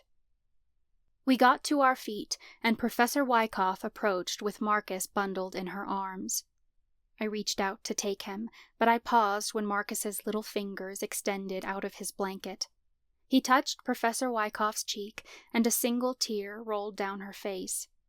"I do not have children of my own," Professor Wyckoff said gently. "I cannot imagine what it's like to be a parent, but I know that I'll always be here to protect this child." She gently placed Marcus in my arms. "If you ever need my help for anything, you only need to ask." "That's very kind of you," I told her as I pulled Marcus close to my chest. He closed his eyes and snuggled in close. It was incredible how he seemed wholly unbothered by what just happened here, like to him it had all just been a dream. Good. I didn't want Marcus to know the horrors that faced him here tonight. I wanted nothing more than to keep him safe. Lucas wrapped an arm around my waist and stroked Marcus's cheek. He sniffled like he couldn't believe it. "We got him back." "What just happened, though?" Talia asked. "It was almost like Marcus's cry summoned Santos." "Maybe he did," Lucas theorized. "Summoning the gods requires powerful spell work, but Marcus is powerful. He's a demigod, so maybe he can reach out to our gods and bring them here." "It's interesting, though. It's like Santos knew this was going to happen. The last time I saw him at Hattie's, when we banished the demon's spell from Nadine, he promised we'd meet again." "I felt him," I admitted.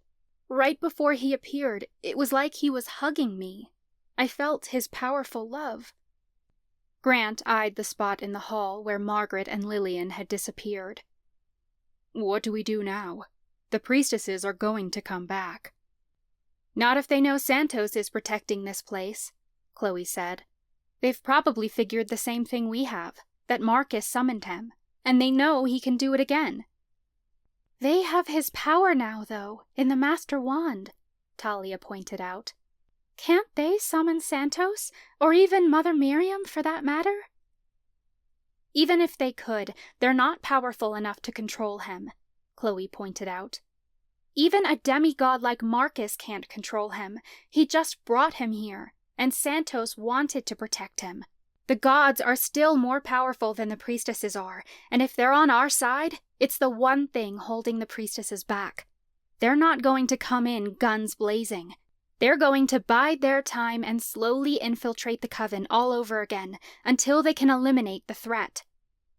"Eliminate us, and Marcus," I said hollowly. "They don't want a child to grow up that has the ability to summon a god." "They'll try," Chloe confirmed. "But this time, we'll be ready for them." "So what do we do in the meantime?" Grant asked. "There are 5 openings on the Imperium Council," Professor Wyckoff pointed out. "The coven will need leaders to fill them." I shook my head. "The coven doesn't want us to lead." Professor Wyckoff peered out a window. "You'd be surprised. Why don't you ask them yourself?" I followed her gaze to see a crowd had formed outside Octavia Hall across the street. Hundreds of people had come to see the damage. Lucas looked out the window with heartbreak in his eyes. The least we can do is tell them the truth about what happened here tonight. I nodded. The coven deserves to know. We have to be careful, Chloe warned. The priestesses didn't always keep secrets just to manipulate their people. Sometimes secrets are for the better. We can't tell them about the Master Wand. It'll create a panic. Others might get their own sinister ideas. Lucas nodded in agreement. We'll tell them what they need to know, and we'll figure out where to go from there. We made our way outside. Across the street, Octavia Hall was in ruins. Windows had been blasted out, and debris littered the streets. The building was technically still standing, but it looked like it might come crumbling down at any moment. The streets were eerily quiet when we stepped out of the courthouse, despite the large crowd that had formed. People looked around, trying to figure out what had happened, but it was like they were waiting for someone to speak. Lucas glanced around at the piles of dust that had once been executors that were scattered over the street. I didn't think he'd quite processed how many people he'd slaughtered earlier. I thought I saw the pain of regret in his eyes, but it quickly turned into something else entirely. "What is it?" I asked him, quietly, so only he could hear. "Maybe there is a part of me that deals in gray areas," he admitted. "But I know one thing for damn certain. We saved our son tonight, which makes me the best fucking dad out there." Joy filled my chest as I stared down at Marcus sleeping in my arms. We could have lost him tonight, but he was still here with us. It felt like a miracle. I smiled up at Lucas. "It certainly does." People began to notice us, and murmurs spread through the crowd. Someone shoved their way to the front, a younger man with long hair, suspenders, and mismatched socks. It was Professor Clark, my Miriamic law professor. The last time I'd seen him, he'd been passing out flyers at the Festival of Chosen last November. He didn't look happy to see us. "You did this!" he raged. "What happened here? Who's that child in your arms? Tell us, or—" "There's no need for threats," Lucas insisted. "I intend to tell you exactly what happened. This child is our son." Professor Clark wore a look of disgust. "A bastard child, born of 2 castes. "Half of us were born of 2 castes, someone in the crowd shouted, though I couldn't locate who had said it. "Let's hear them out!" The crowd quieted, awaiting our response. Lucas stood at the top of the stairs to the courthouse and raised his voice for all to hear. "I'm sure you're all wondering what occurred here tonight. The truth is, the priestesses kidnapped our son to lure us here with the intent to kill us. What the priestesses have done to the coven is wrong, and we've been fighting to make it right. We spent the last year searching for artifacts that can help end the waning. The priestesses, however, were trying to stop us from restoring your magic. They've escalated to stealing infants.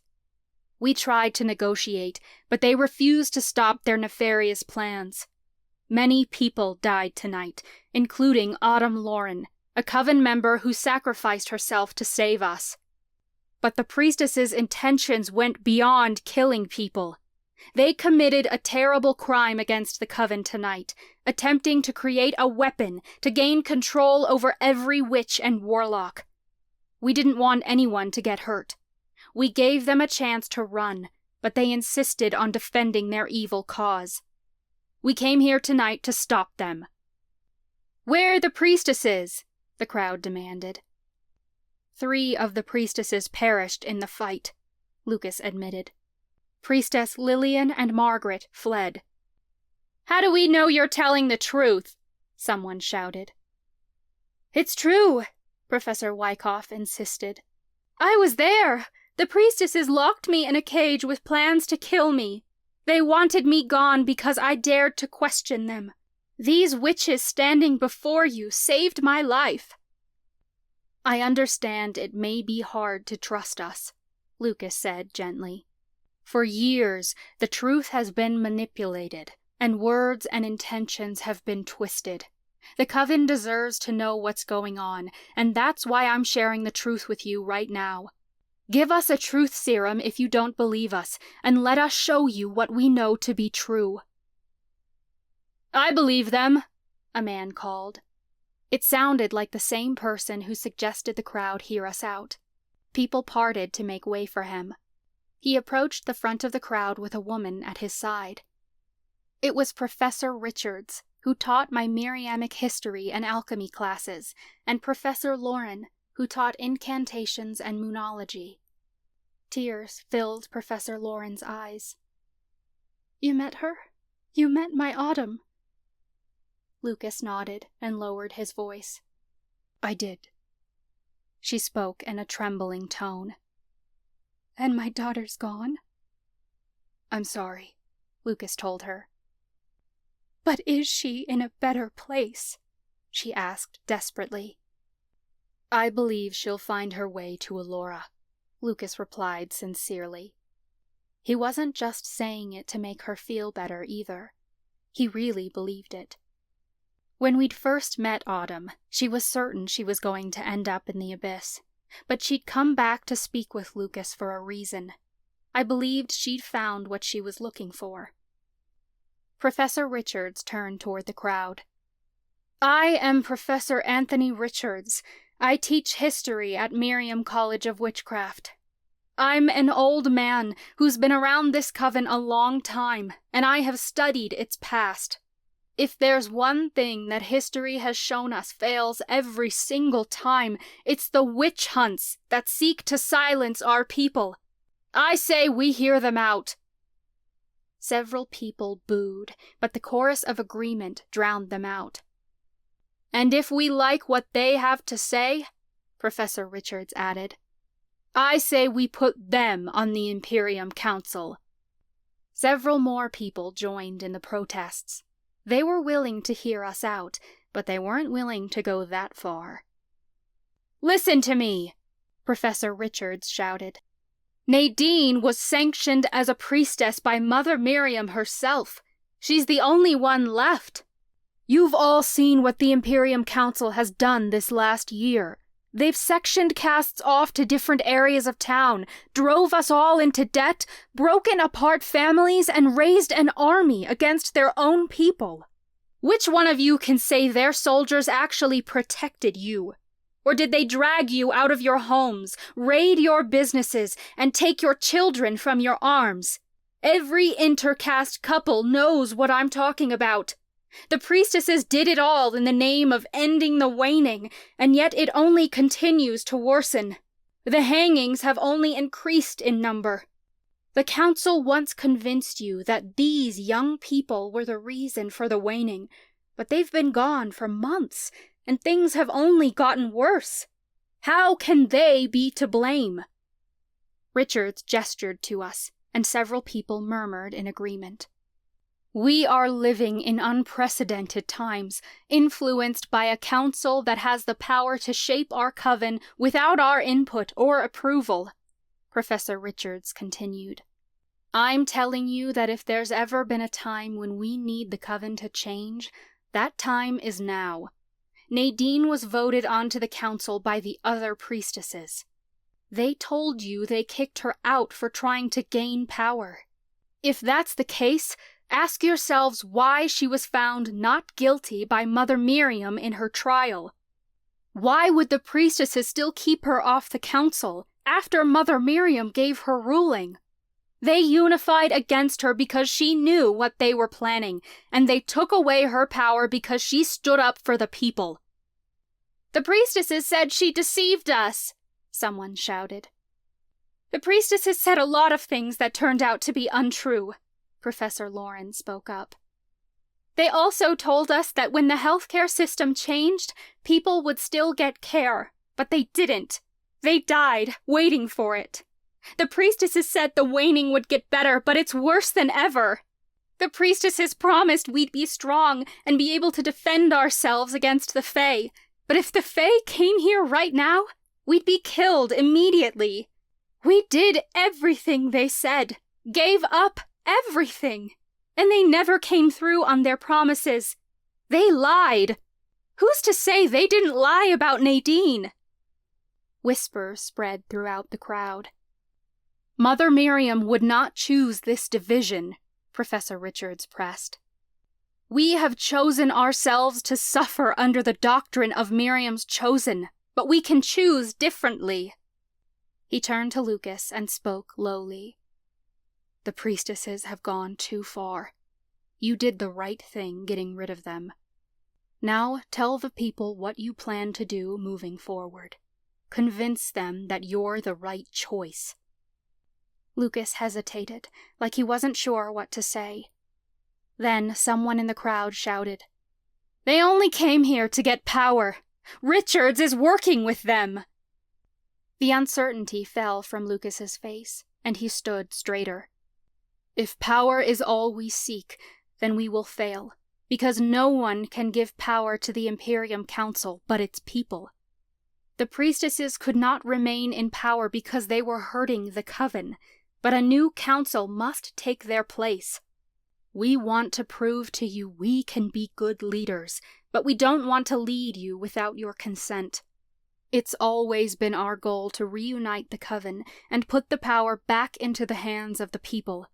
If you allow us to, we will rebuild. We'll bring an end to the waning and bring magic back for good. We will forgive the predatory loans the priestesses gave out, give business back to the people, and restore your normal lives. You can't promise that, someone shouted. We've lost people we loved. Things will never be the same. You're right, Lucas said, without missing a beat. Things won't go back to the way they were, because not a single one of us are the same people we were when this conflict began. But all your dreams and your goals can still be realized if we choose to lift each other up and become something new, together. A chorus of cheers came from the crowd, but not everyone was so convinced. It was easy to see we still didn't have their full approval. Give us a chance, Lucas requested. If we don't change things to your satisfaction in a year's time, we'll hold a general election, and you can vote someone else in. What the priestesses did to hurt you is going to take time to recover from, but we will do everything in our power to change things for the better. Why you? A voice came from the crowd. Why not hold a general election now? The priestesses are gone, which leaves the council seats empty, Lucas said. We need coven members sitting on that council now to help smooth things over before an election can be held. It's too dangerous to organize an election when we need to be taking immediate action against this weapon that Margaret and Lillian have. All I'm suggesting is an interim council, nothing permanent. As for putting us on the council, we've been investigating the waning since it started. We can help stop it, but we need more time. In the meantime, the priestesses possess a powerful weapon, but we have the power to protect you. You're trying to use fear to rule over us, someone insisted. Professor Richards climbed a few stairs and raised his voice. If they're as powerful as they say they are, they're at risk to admit it. By being open with us, they're putting themselves at risk, something they'd only do if they were willing to risk it all for you. Chloe stepped forward. There are two sides in this war that have extreme power, us and them. I used to be on the priestess's side. I was raised to believe in everything my grandmother stood for. But I know who she truly is now. If you want a full council, you need Nadine on it, because she's the only curse breaker we have. For that council to accomplish anything, you need her working with people who aren't going to stab her in the back, as the priestesses have done to each other so many times before. Everyone in this coven knows the beef Nadine and I had with each other. So if I can align myself with her, so can you. I held my head high and spoke to the coven. This isn't about me, but about us, together. It's about who will stick up for you in the face of danger. Lillian and Margaret wouldn't stand and fight against the gates of hell for you. They'd turn and run. I wouldn't, because I believe in this coven, and I believe in you. They'd sacrifice any one of you for a shot at power. But we will go up against them and give ourselves to this coven, even if it means giving up our lives. Half the crowd looked ready to grab their pitchforks and march alongside us, while the other half looked like they wanted to just go home. They were sick of fighting, and I understood them far too well. I can't promise that no one will get hurt, I added. But I can promise the coven will survive if you follow us. Let us go up against the priestesses so you can live your lives in peace. We're not asking for power over you. We're asking for your help and cooperation. We'll get through this together, but we need to come together, because it's up to all of us now to do the right thing. Come together, Professor Richards repeated. Professor Lauren shot him a glance. Come together, she called. Slowly, more and more coven members began repeating my words. It was one by one at first, until voices overlapped one another. They soon became one, a massive crowd chanting as if they were one voice. Come together! Come together! There was no denying the coven's vote. They wanted us on the council, for now at least. It was a tall order to fill, and we'd made a lot of promises, but I was wholly confident that one way or another, we would fulfill each and every one of them.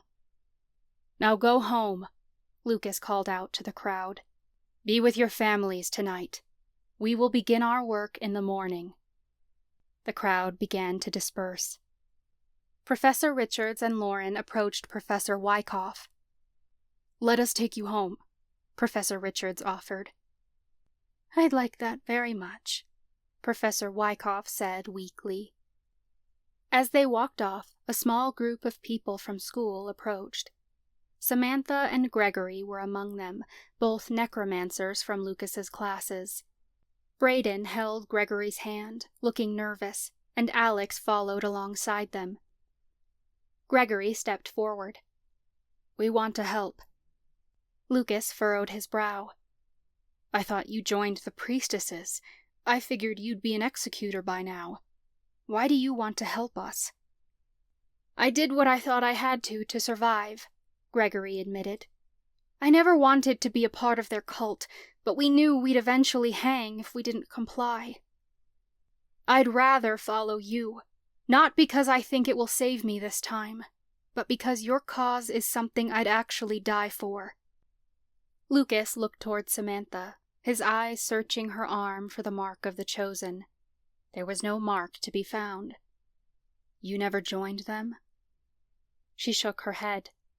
I was going to, but then I thought of you and Nadine, and how much you fought against this. I just knew you'd be back, and I told myself once you came, I was going to fight on your side.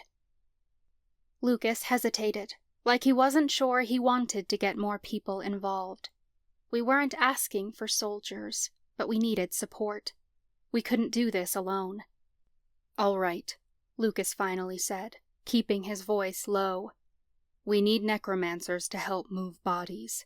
There are 10 executors inside Octavia Hall, and 3 priestesses in the courtroom. Gregory and Samantha, you need to get rid of them so nobody tampers with the corpses. Move them to unmarked graves and don't tell anyone what you're doing. Gregory gave a firm nod. We're on it. The two of them hurried inside the courthouse. Alex, Braden, I have a special job for you, Lucas said. I portaled 12 executors across town, which means they're still roaming around. They'll kill us the first chance they get. I need you to find as many people as you trust to work with you to hunt those executors down. We'll lock them in the city jail tonight and decide what to do with them later.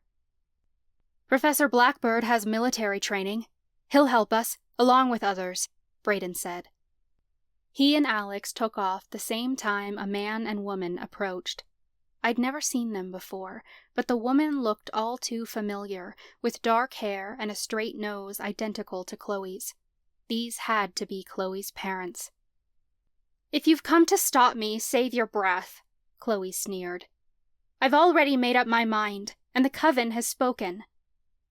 "Chloe, honey," her mother begged. "We aren't here to stop you. We're here to tell you how proud we are. We were out there in that crowd, cheering for you." "Do you really think we'd side with your grandmother?" her father added. Chloe spoke slowly, appearing stunned. "Well, she is your mom. Aren't you on her side?" Chloe's mother scoffed. "Your grandmother is a coward who ran from her own people. You always came first, Chloe. We always knew you were destined for greatness. We'd rather see you on the council." Tears welled in Chloe's eyes. It had to be the first time I'd ever seen her cry. She told me stories about her parents, how they'd always pushed her to be the greatest. She never thought anything she did was good enough for them, and it was clear all she ever wanted was their approval. "You really mean it?" Chloe whispered. "Of course we did," her father said.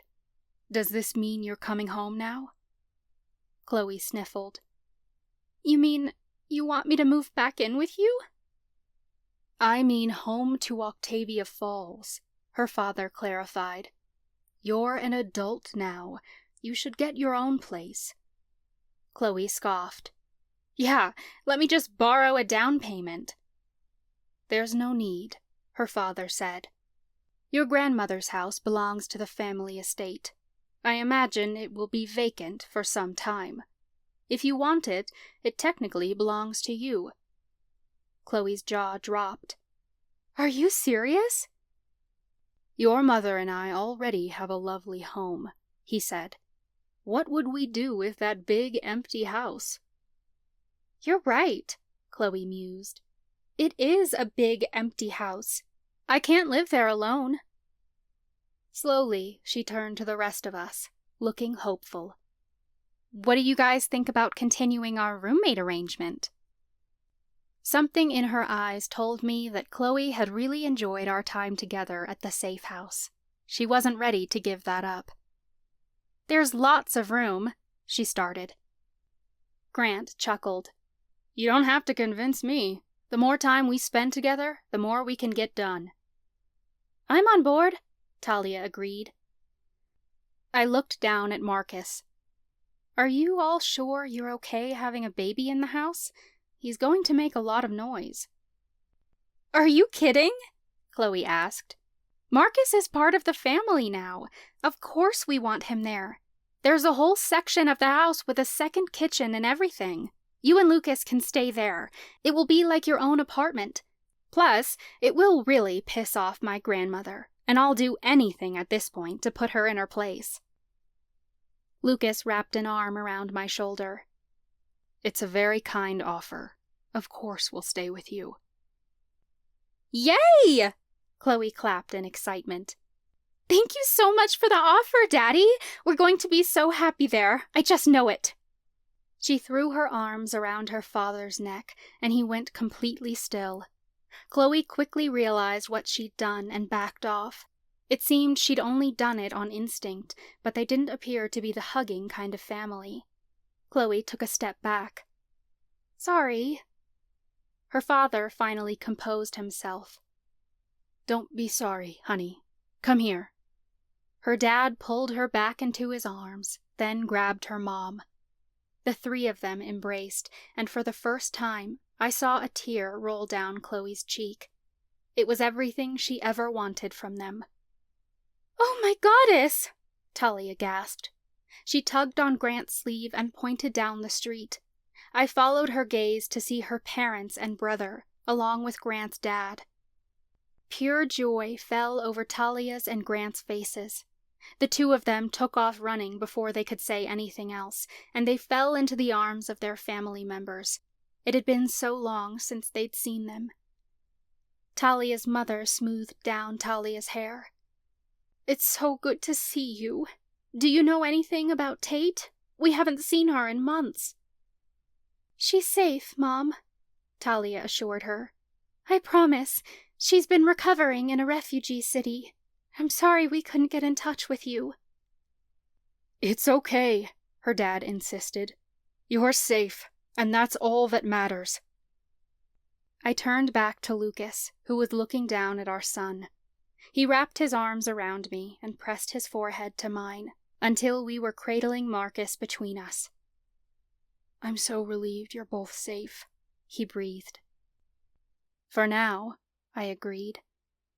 Lucas sensed my hesitation. "Nade, we won tonight.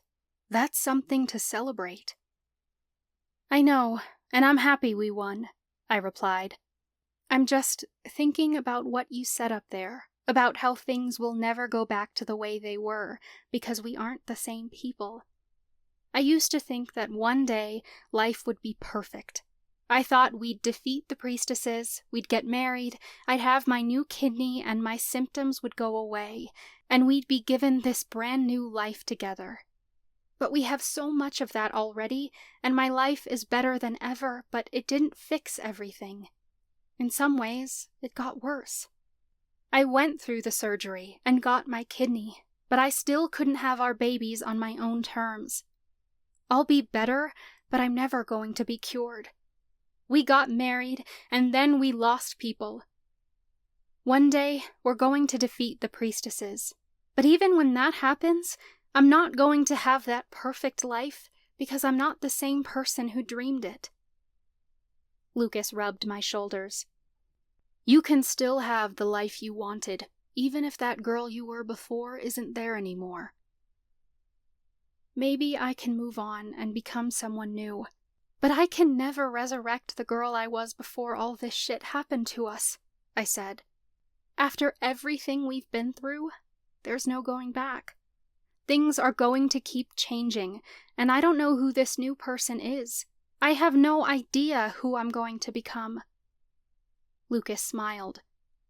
"That's exciting, though, because we get to meet her along the way. I'm not the same either, which means we get to meet each other all over again." I looked around at the coven. Dozens of people had stepped in to help with the cleanup, and I still could hardly believe they wanted to help us.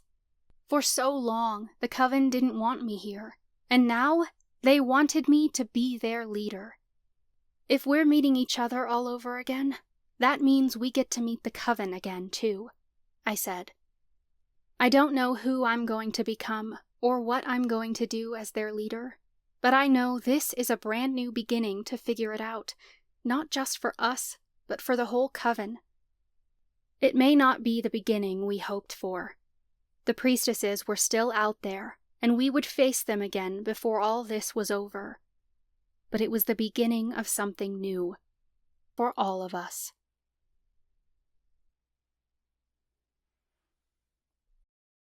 Chapter 25. Lucas. Our new beginning started with a sunrise the following morning.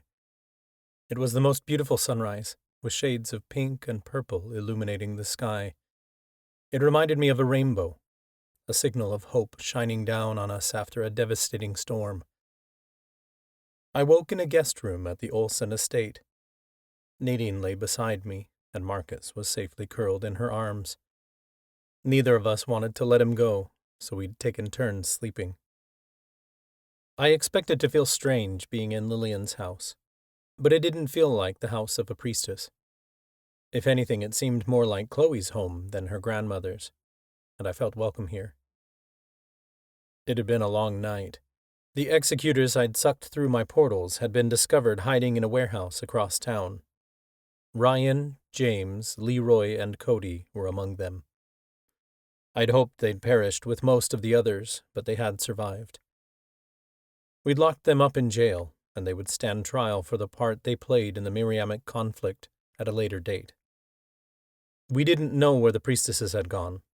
They had enough power now to create ironclad protection spells, so we couldn't track them even if we wanted to. We all managed to make it back to the estate safely. We'd stopped by the hospital on our way and were able to bring our friends home to rest. The doctors had given Verla a clean bill of health, and Professor Warren had to get a cast on his leg. Mandy was shaken up, but she was able to get her first decent meal in a long time. We'd filled Onyx, Miles, and the others in on everything that happened once we arrived at the estate. My eyes landed on Nadine, and I pushed a strand of hair out of her face. "How are you feeling?" "I'll be all right," she replied. She said so much in so few words, and I felt it deep in my core.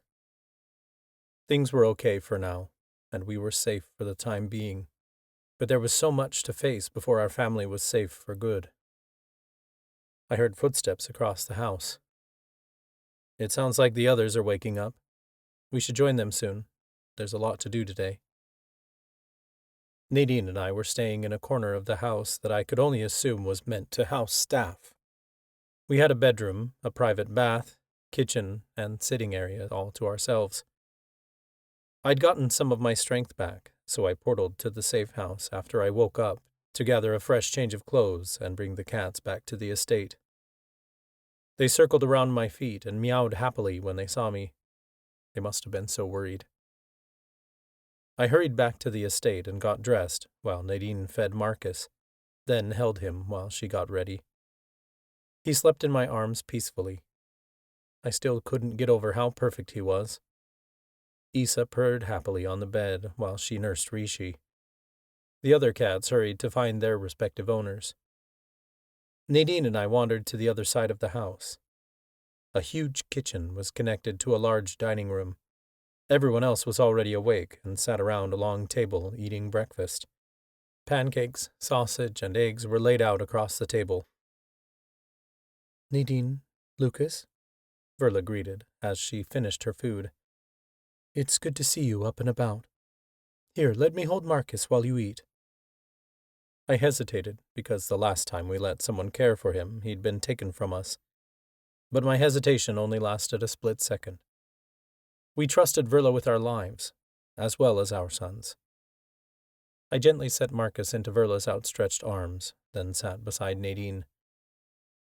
"Now that everyone's here, it's time to get to work," Verla said. "First things first, Nadine needs to decide on her council members." Nadine poured syrup over her pancakes. "The coven voted us all in." "Technically, they voted for you and whoever was going to support you best," Chloe pointed out. "There are other seats on the council that need to be filled, and several of us to fill them. It's up to you to decide who's going to serve best alongside you." "I want us all on the council," Nadine decided. "We all have ideas and insight we can provide. I want us working together." "We will," Verla promised. "But the coven is going to want a singular figure to look up to from each caste. We need to be clear with them about who their council members are." Nadine nodded. "All right. I want Lucas to be the Mortana priest." I furrowed my brow. "The role typically goes to a woman. Are you sure?" "Yes. Nadine stated without hesitation. My grandfather served as a priest on the council. Why not you? I trust you completely, and you're a great leader." "You have my vote," Professor Warren said. He sat at the head of the table with his broken leg propped up on another chair. I eyed him. "You're Mortana too, and you have more experience than me. Why don't we make you a priest?" "Because you showed last night how powerful your voice can be," Professor Warren pointed out. "You know how to rally the people, and a large portion of them want to follow you. Don't forget that you were found not guilty by Mother Miriam, too, and that's earned you quite a bit of respect. Besides, my place isn't on the council. If we're going to work together, we need people in specialized areas reporting back to the council. I'm better suited to helping get the school up and running again." "As am I," Verla added. "The school is a cornerstone of the coven, where young witches and warlocks come to learn their power. They need the best education they can get, not just magical instruction. We need to restructure the entire curriculum with a holistic approach, or we're bound to repeat these mistakes in the future. I am not done with being headmistress yet. You're one of the most powerful alchemists we know, Nadine argued. You've always had respect from the people. You'd be a huge asset to the council. I understand that, but I do not desire to be in a place of such power. I need to be leading the school, not the whole coven. Verla insisted. I will be here every step of the way to consult with you, but nobody else in the coven understands Imperium College of Witchcraft the way I do. Professor Warren and I have the experience and expertise to get the school up and running again, and so that's where our focus needs to be. I think Grant should serve as the alchemy priest, Onyx suggested. If it's not Verla, it's between him or me, and I think it should be him. That's kind of you, but I know you'd make a great leader too, Grant said. Maybe someday I will, Onyx agreed. But my place right now is in healthcare, helping as much as I can. You didn't see what it was like in the ER last night. People were being turned away. They didn't have enough help. The priestesses screwed up our healthcare system, and the coven needs nurses and doctors who really care about their patients to provide healthcare while we work on fixing it. Onyx is right, Nadine agreed. She needs to be working in the medical field so that she can help us restructure the healthcare system. Having a strong ally in the medical field will help facilitate communication between the council, medical providers, and patients. She's a great nurse, and Grant will make a wonderful priest. Grant smiled, looking proud to be a part of the council. I'm honored, and I'm glad to help. We need Chloe on the council, too. She knows how to speak to people who oppose us, and we need a strong voice like hers. She trained for this since she was a kid. She knows what the fuck she's doing. Absolutely, Mandy agreed.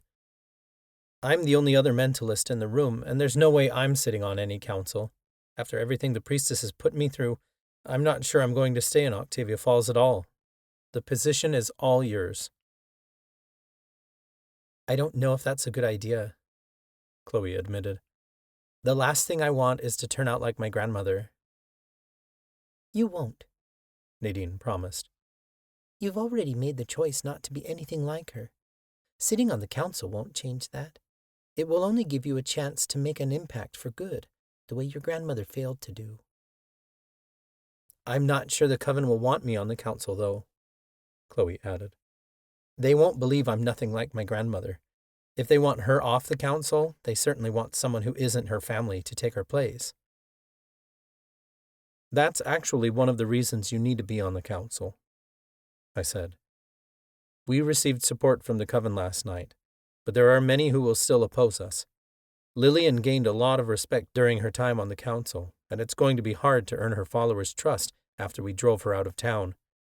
You'll be able to win them over because you remind them of your grandma.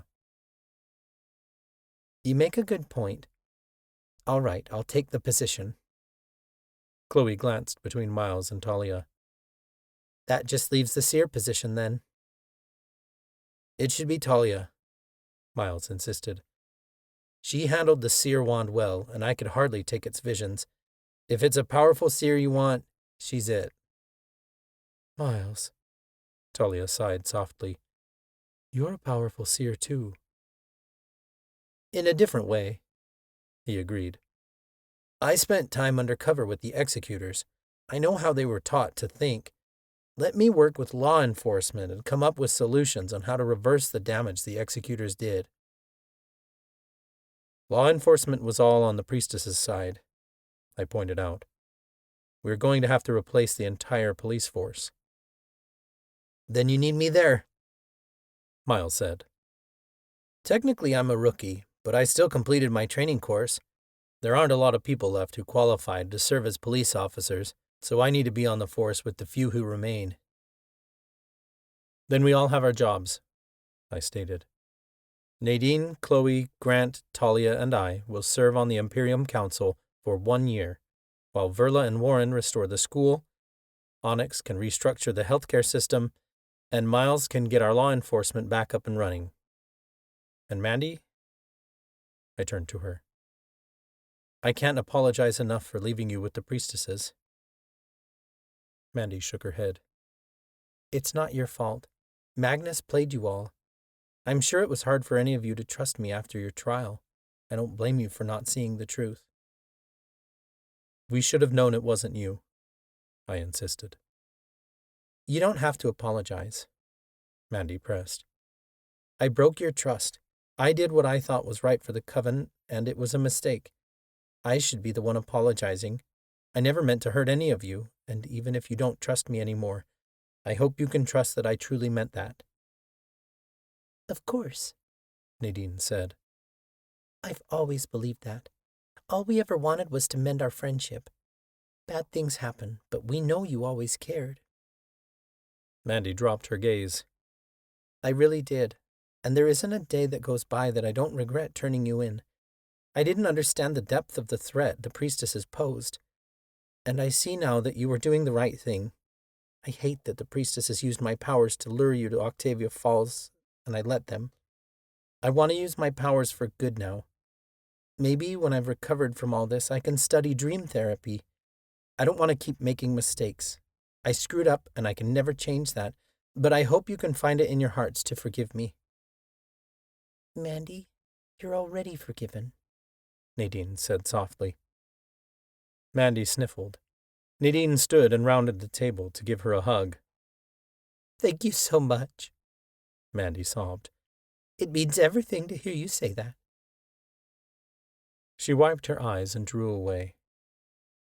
Thank you all for taking me in after what I did. I can't thank you enough, but I also can't stay here. There's a refugee city in California called Hokavale, I told her. Tate's there. I can portal you there as soon as you're ready. Mandy stood. I'm ready now. Is there no one you'd like to say goodbye to first? I asked. Mandy shook her head. My family fled the coven over a year ago. You're the only people I have left to say goodbye to. Talia stood, and the two exchanged a tearful farewell. I opened a portal to Hokavale, and Mandy waved before stepping through. The portal closed behind her. Moments later, the doorbell rang. Are we expecting someone? Professor Warren asked. It's Hattie, I told him. There's something Nadine and I need to do before we begin our work, and we asked her for help. I went to answer the door.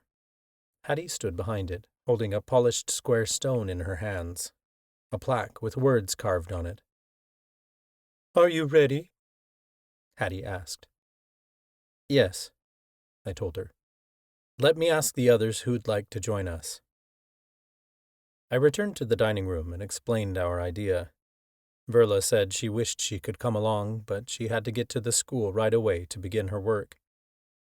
Onyx decided to stay at home in case Professor Warren needed anything, since he wasn't going to be up and about for a while. Miles must have not wanted to intrude because he offered to clean up breakfast so we could leave right away. Talia, Grant, and Chloe agreed to come, so I portaled us across town to the cemetery. Nadine held Marcus in her arms, and he slept soundlessly. A small group of people gathered on the other side of the cemetery. I could swear they were shooting daggers our way the moment they noticed us. Pay them no attention, Hattie said. They're family members of executors who died last night. They're searching for their graves. My stomach sank. It was easy to kill the people threatening my family, but harder to remember they had families of their own. Even though the coven voted us onto council, it was clear we weren't completely trusted. I'd reduced over 100 executors to ash, and none of their families had bodies to bury or graves to visit. After what I'd done, I didn't blame them, and I didn't know if I could ever make it better. Are they going to hurt us? Talia asked warily. No, Hattie assured us. The coven put you on the council. Hurting you would only make them a target. You're safe for now. The group left the cemetery shortly after we arrived. We were alone. Hattie guided us over to an empty corner of the graveyard. "This is where we will honor them." She handed me the plaque, then reached into her pocket and placed an acorn in Nadine's hand. Hattie lifted her palms, and the dirt moved to her command, opening to create a small hole in the earth. Nadine sniffled. "Thank you all for coming. Lucas and I wanted to put together an area of remembrance for Grammy and Dean. They deserve a proper resting place here with the coven, but we didn't want to move their bodies, so we decided to plant a tree in their honor.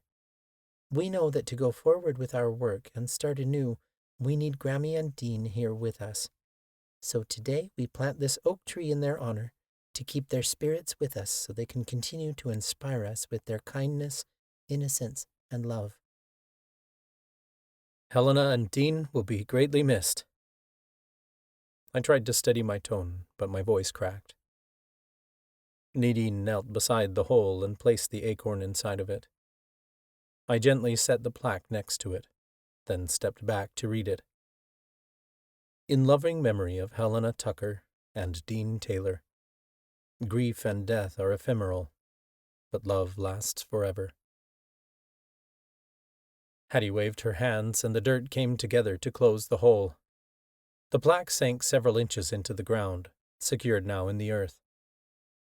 With her power of earth magic, a sprout began to grow from the ground. Nadine leaned into me, and tears streamed down her face. She reached for Talia. "I need you guys," Nadine sobbed. For so long she'd been trying to handle her grief alone. Now we could all grieve together. We gathered close until we were all circled in a group hug. Tiny oak leaves grew bigger and bigger as the tree grew from the coaxing of Hattie's magic, reaching toward the sun. Twigs turned to branches, and the trunk thickened until it was as wide as my arm. A young oak tree filled with luscious green leaves stood before us. I glanced down at my son's name, and it was like a dagger to the heart all over again. I'd wanted to protect my sons from all harm, but it was clear to me now that I couldn't shield them from everything. The world was going to hurt them. All I could do was teach them how to keep fighting. We stood there a long time, taking in the memorial. My eyes scanned nearby graves, and my breath caught when I saw a fresh grave with a name I recognized. Nadine looked up at me in concern, then followed her gaze to the gravestone. Willa Poppy. I read aloud. Professor Poppy had taught crystal studies and astral travel. She was one of the older professors, but couldn't have hit 70 yet. I was surprised to see her name here. I turned to Hattie. "Do you know what happened to her?" "It was a horrible viral respiratory infection," Hattie said sadly. "It's been going around human populations for years now, but it swept through the coven a few months back. Willa got it worse than others. She should have been put on a ventilator, but she died waiting for care." My stomach twisted. That's not right. The priestesses had plenty of money. If they were low on medical resources, they could have brought in more supplies. They could have set up a temporary clinic. They chose not to. Hattie dropped her gaze. "There's more you should see. I shared what news I could with you while you were gone, but it's one thing to hear about it, and another to see it firsthand. Follow me." Hattie instructed me to portal us to the center of town, near the main shopping district. When I opened the portal, I didn't recognize where I was standing. The mom-and-pop shops were gone, completely bulldozed to the ground. Heavy machinery stood in their place, along with piles of rubble from what remained of the buildings. "The priestesses bought up all these businesses," Hattie explained. "They tore them down to build a shopping complex. They were selling franchise licenses, so that small business owners had to operate under the priestesses' trademarks, earning them money for every sale." Talia's features paled. "That's horrible. Not only would it earn the priestesses profit, but they'd get to decide what was sold in every store. They could control the whole flow of commerce. Hattie nodded. That was their intention. But there's more. We should visit the catwalk. I opened a portal to the catwalk. At first I thought that I'd portaled to the wrong place. Then I noticed the ruins of Pinewood Manor in the distance across Lake Santos, and I realized the location was right. Everything else was wrong. The catwalk was an iconic shopping area in town, the site of the original settlement. The original cabins had once been preserved and turned into shops. There used to be a trail twisting through the trees, but now it was all gone. The buildings, the trail, the trees, everything had been completely cleared, until there was nothing but dirt that remained. All of our historical buildings, and everything that had lasted through the years since the 1600s was no longer here. My heart ached for the neighborhood we'd lost. Chloe's voice became hollow. Why would they do this? They claimed it was the best view on the lake, Hattie said. They were going to build a luxury lakefront apartment complex. So they could control people's living situations too, Grant raged. They've wiped out our history, Nadine said in a horrified tone. Those buildings stood for centuries, and now they're gone. I shook my head, unable to believe what I was seeing. The coven is worse off than I thought, and it's been going on longer than I realized. All the dying thoughts I hear are so depressing. We shouldn't be treating our people like this. None of this should have happened. The priestesses had gone too far. They obviously didn't care who they fucked over to gain power. It was clear that to them anything out of their control had to go. But their quest for power had completely devastated the town. Now we had to rebuild from the ground up. Grant looked around at the devastation. This is horrific. We tried to save the coven and defeated the priestesses. But what if we came too late? We might not be able to save the coven now because the priestesses destroyed so much of our world. We have a lot of work to do. Just because the priestesses are gone doesn't mean this is over.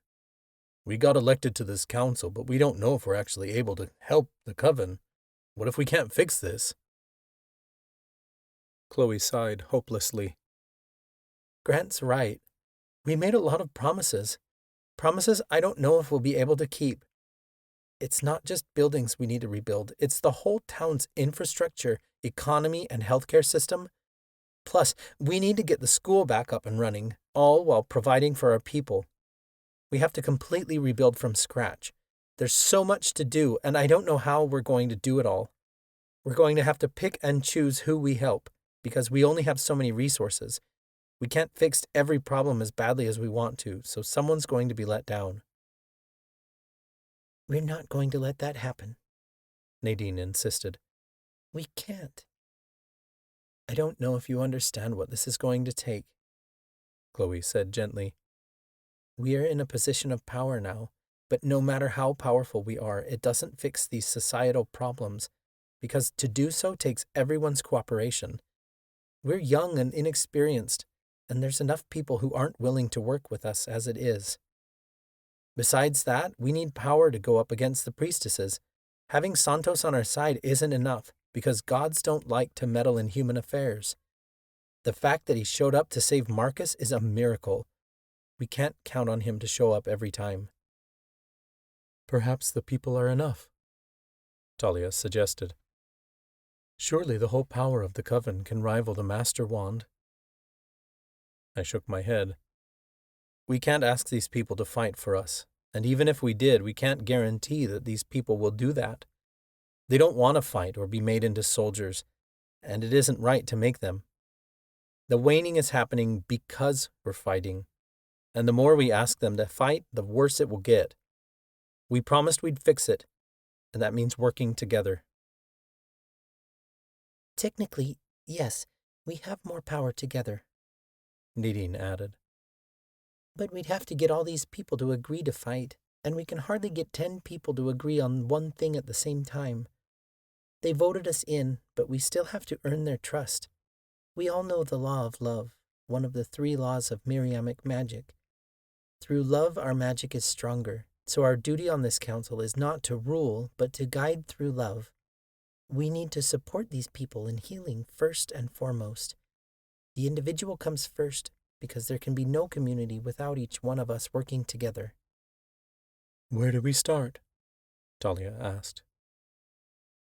We need to get this town working again, or no one's going to fight for our cause.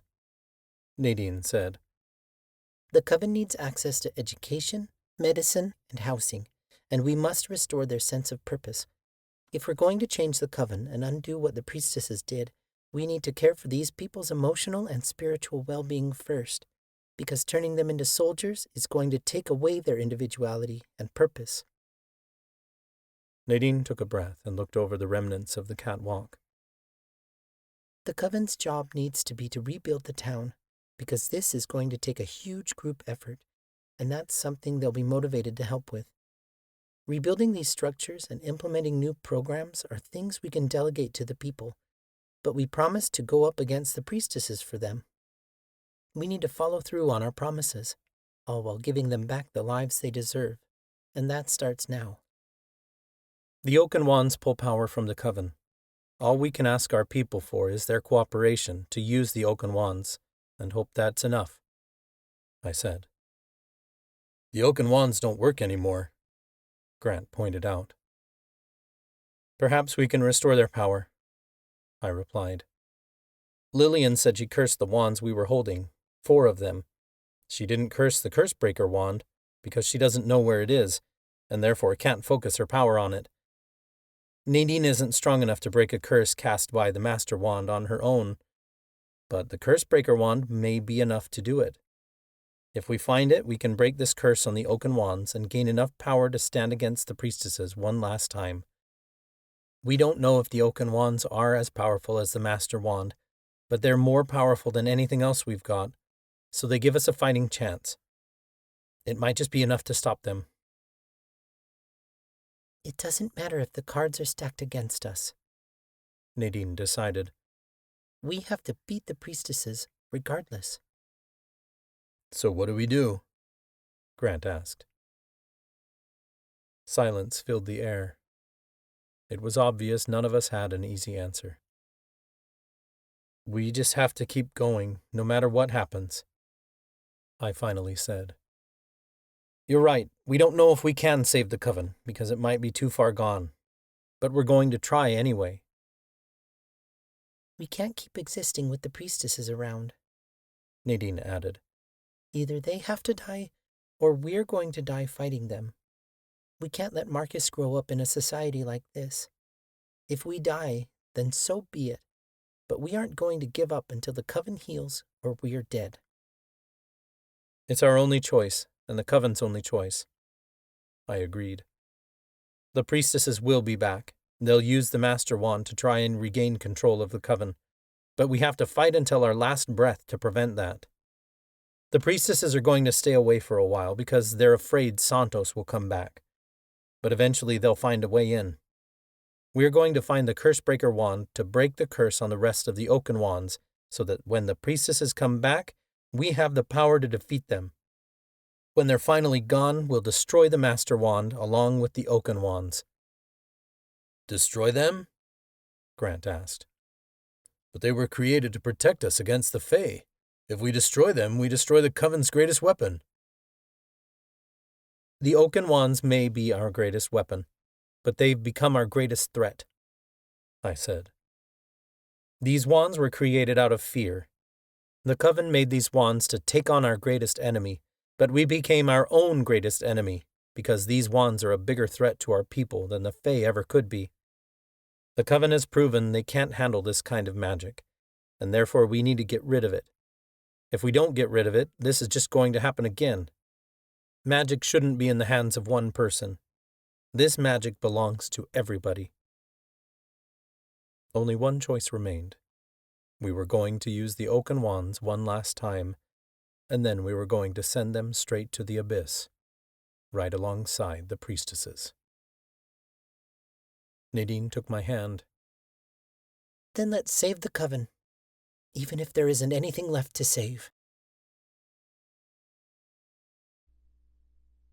This story will continue in The Witch's Fate, College of Witchcraft, Book 6.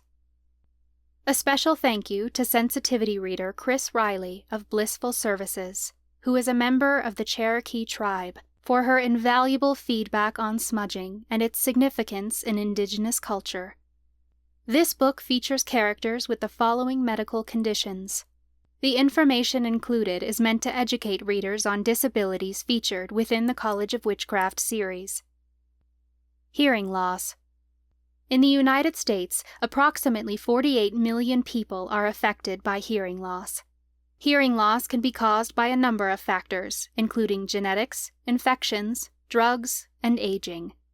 Individuals with hearing loss may use hearing aids or cochlear implants and may communicate with American Sign Language, or ASL.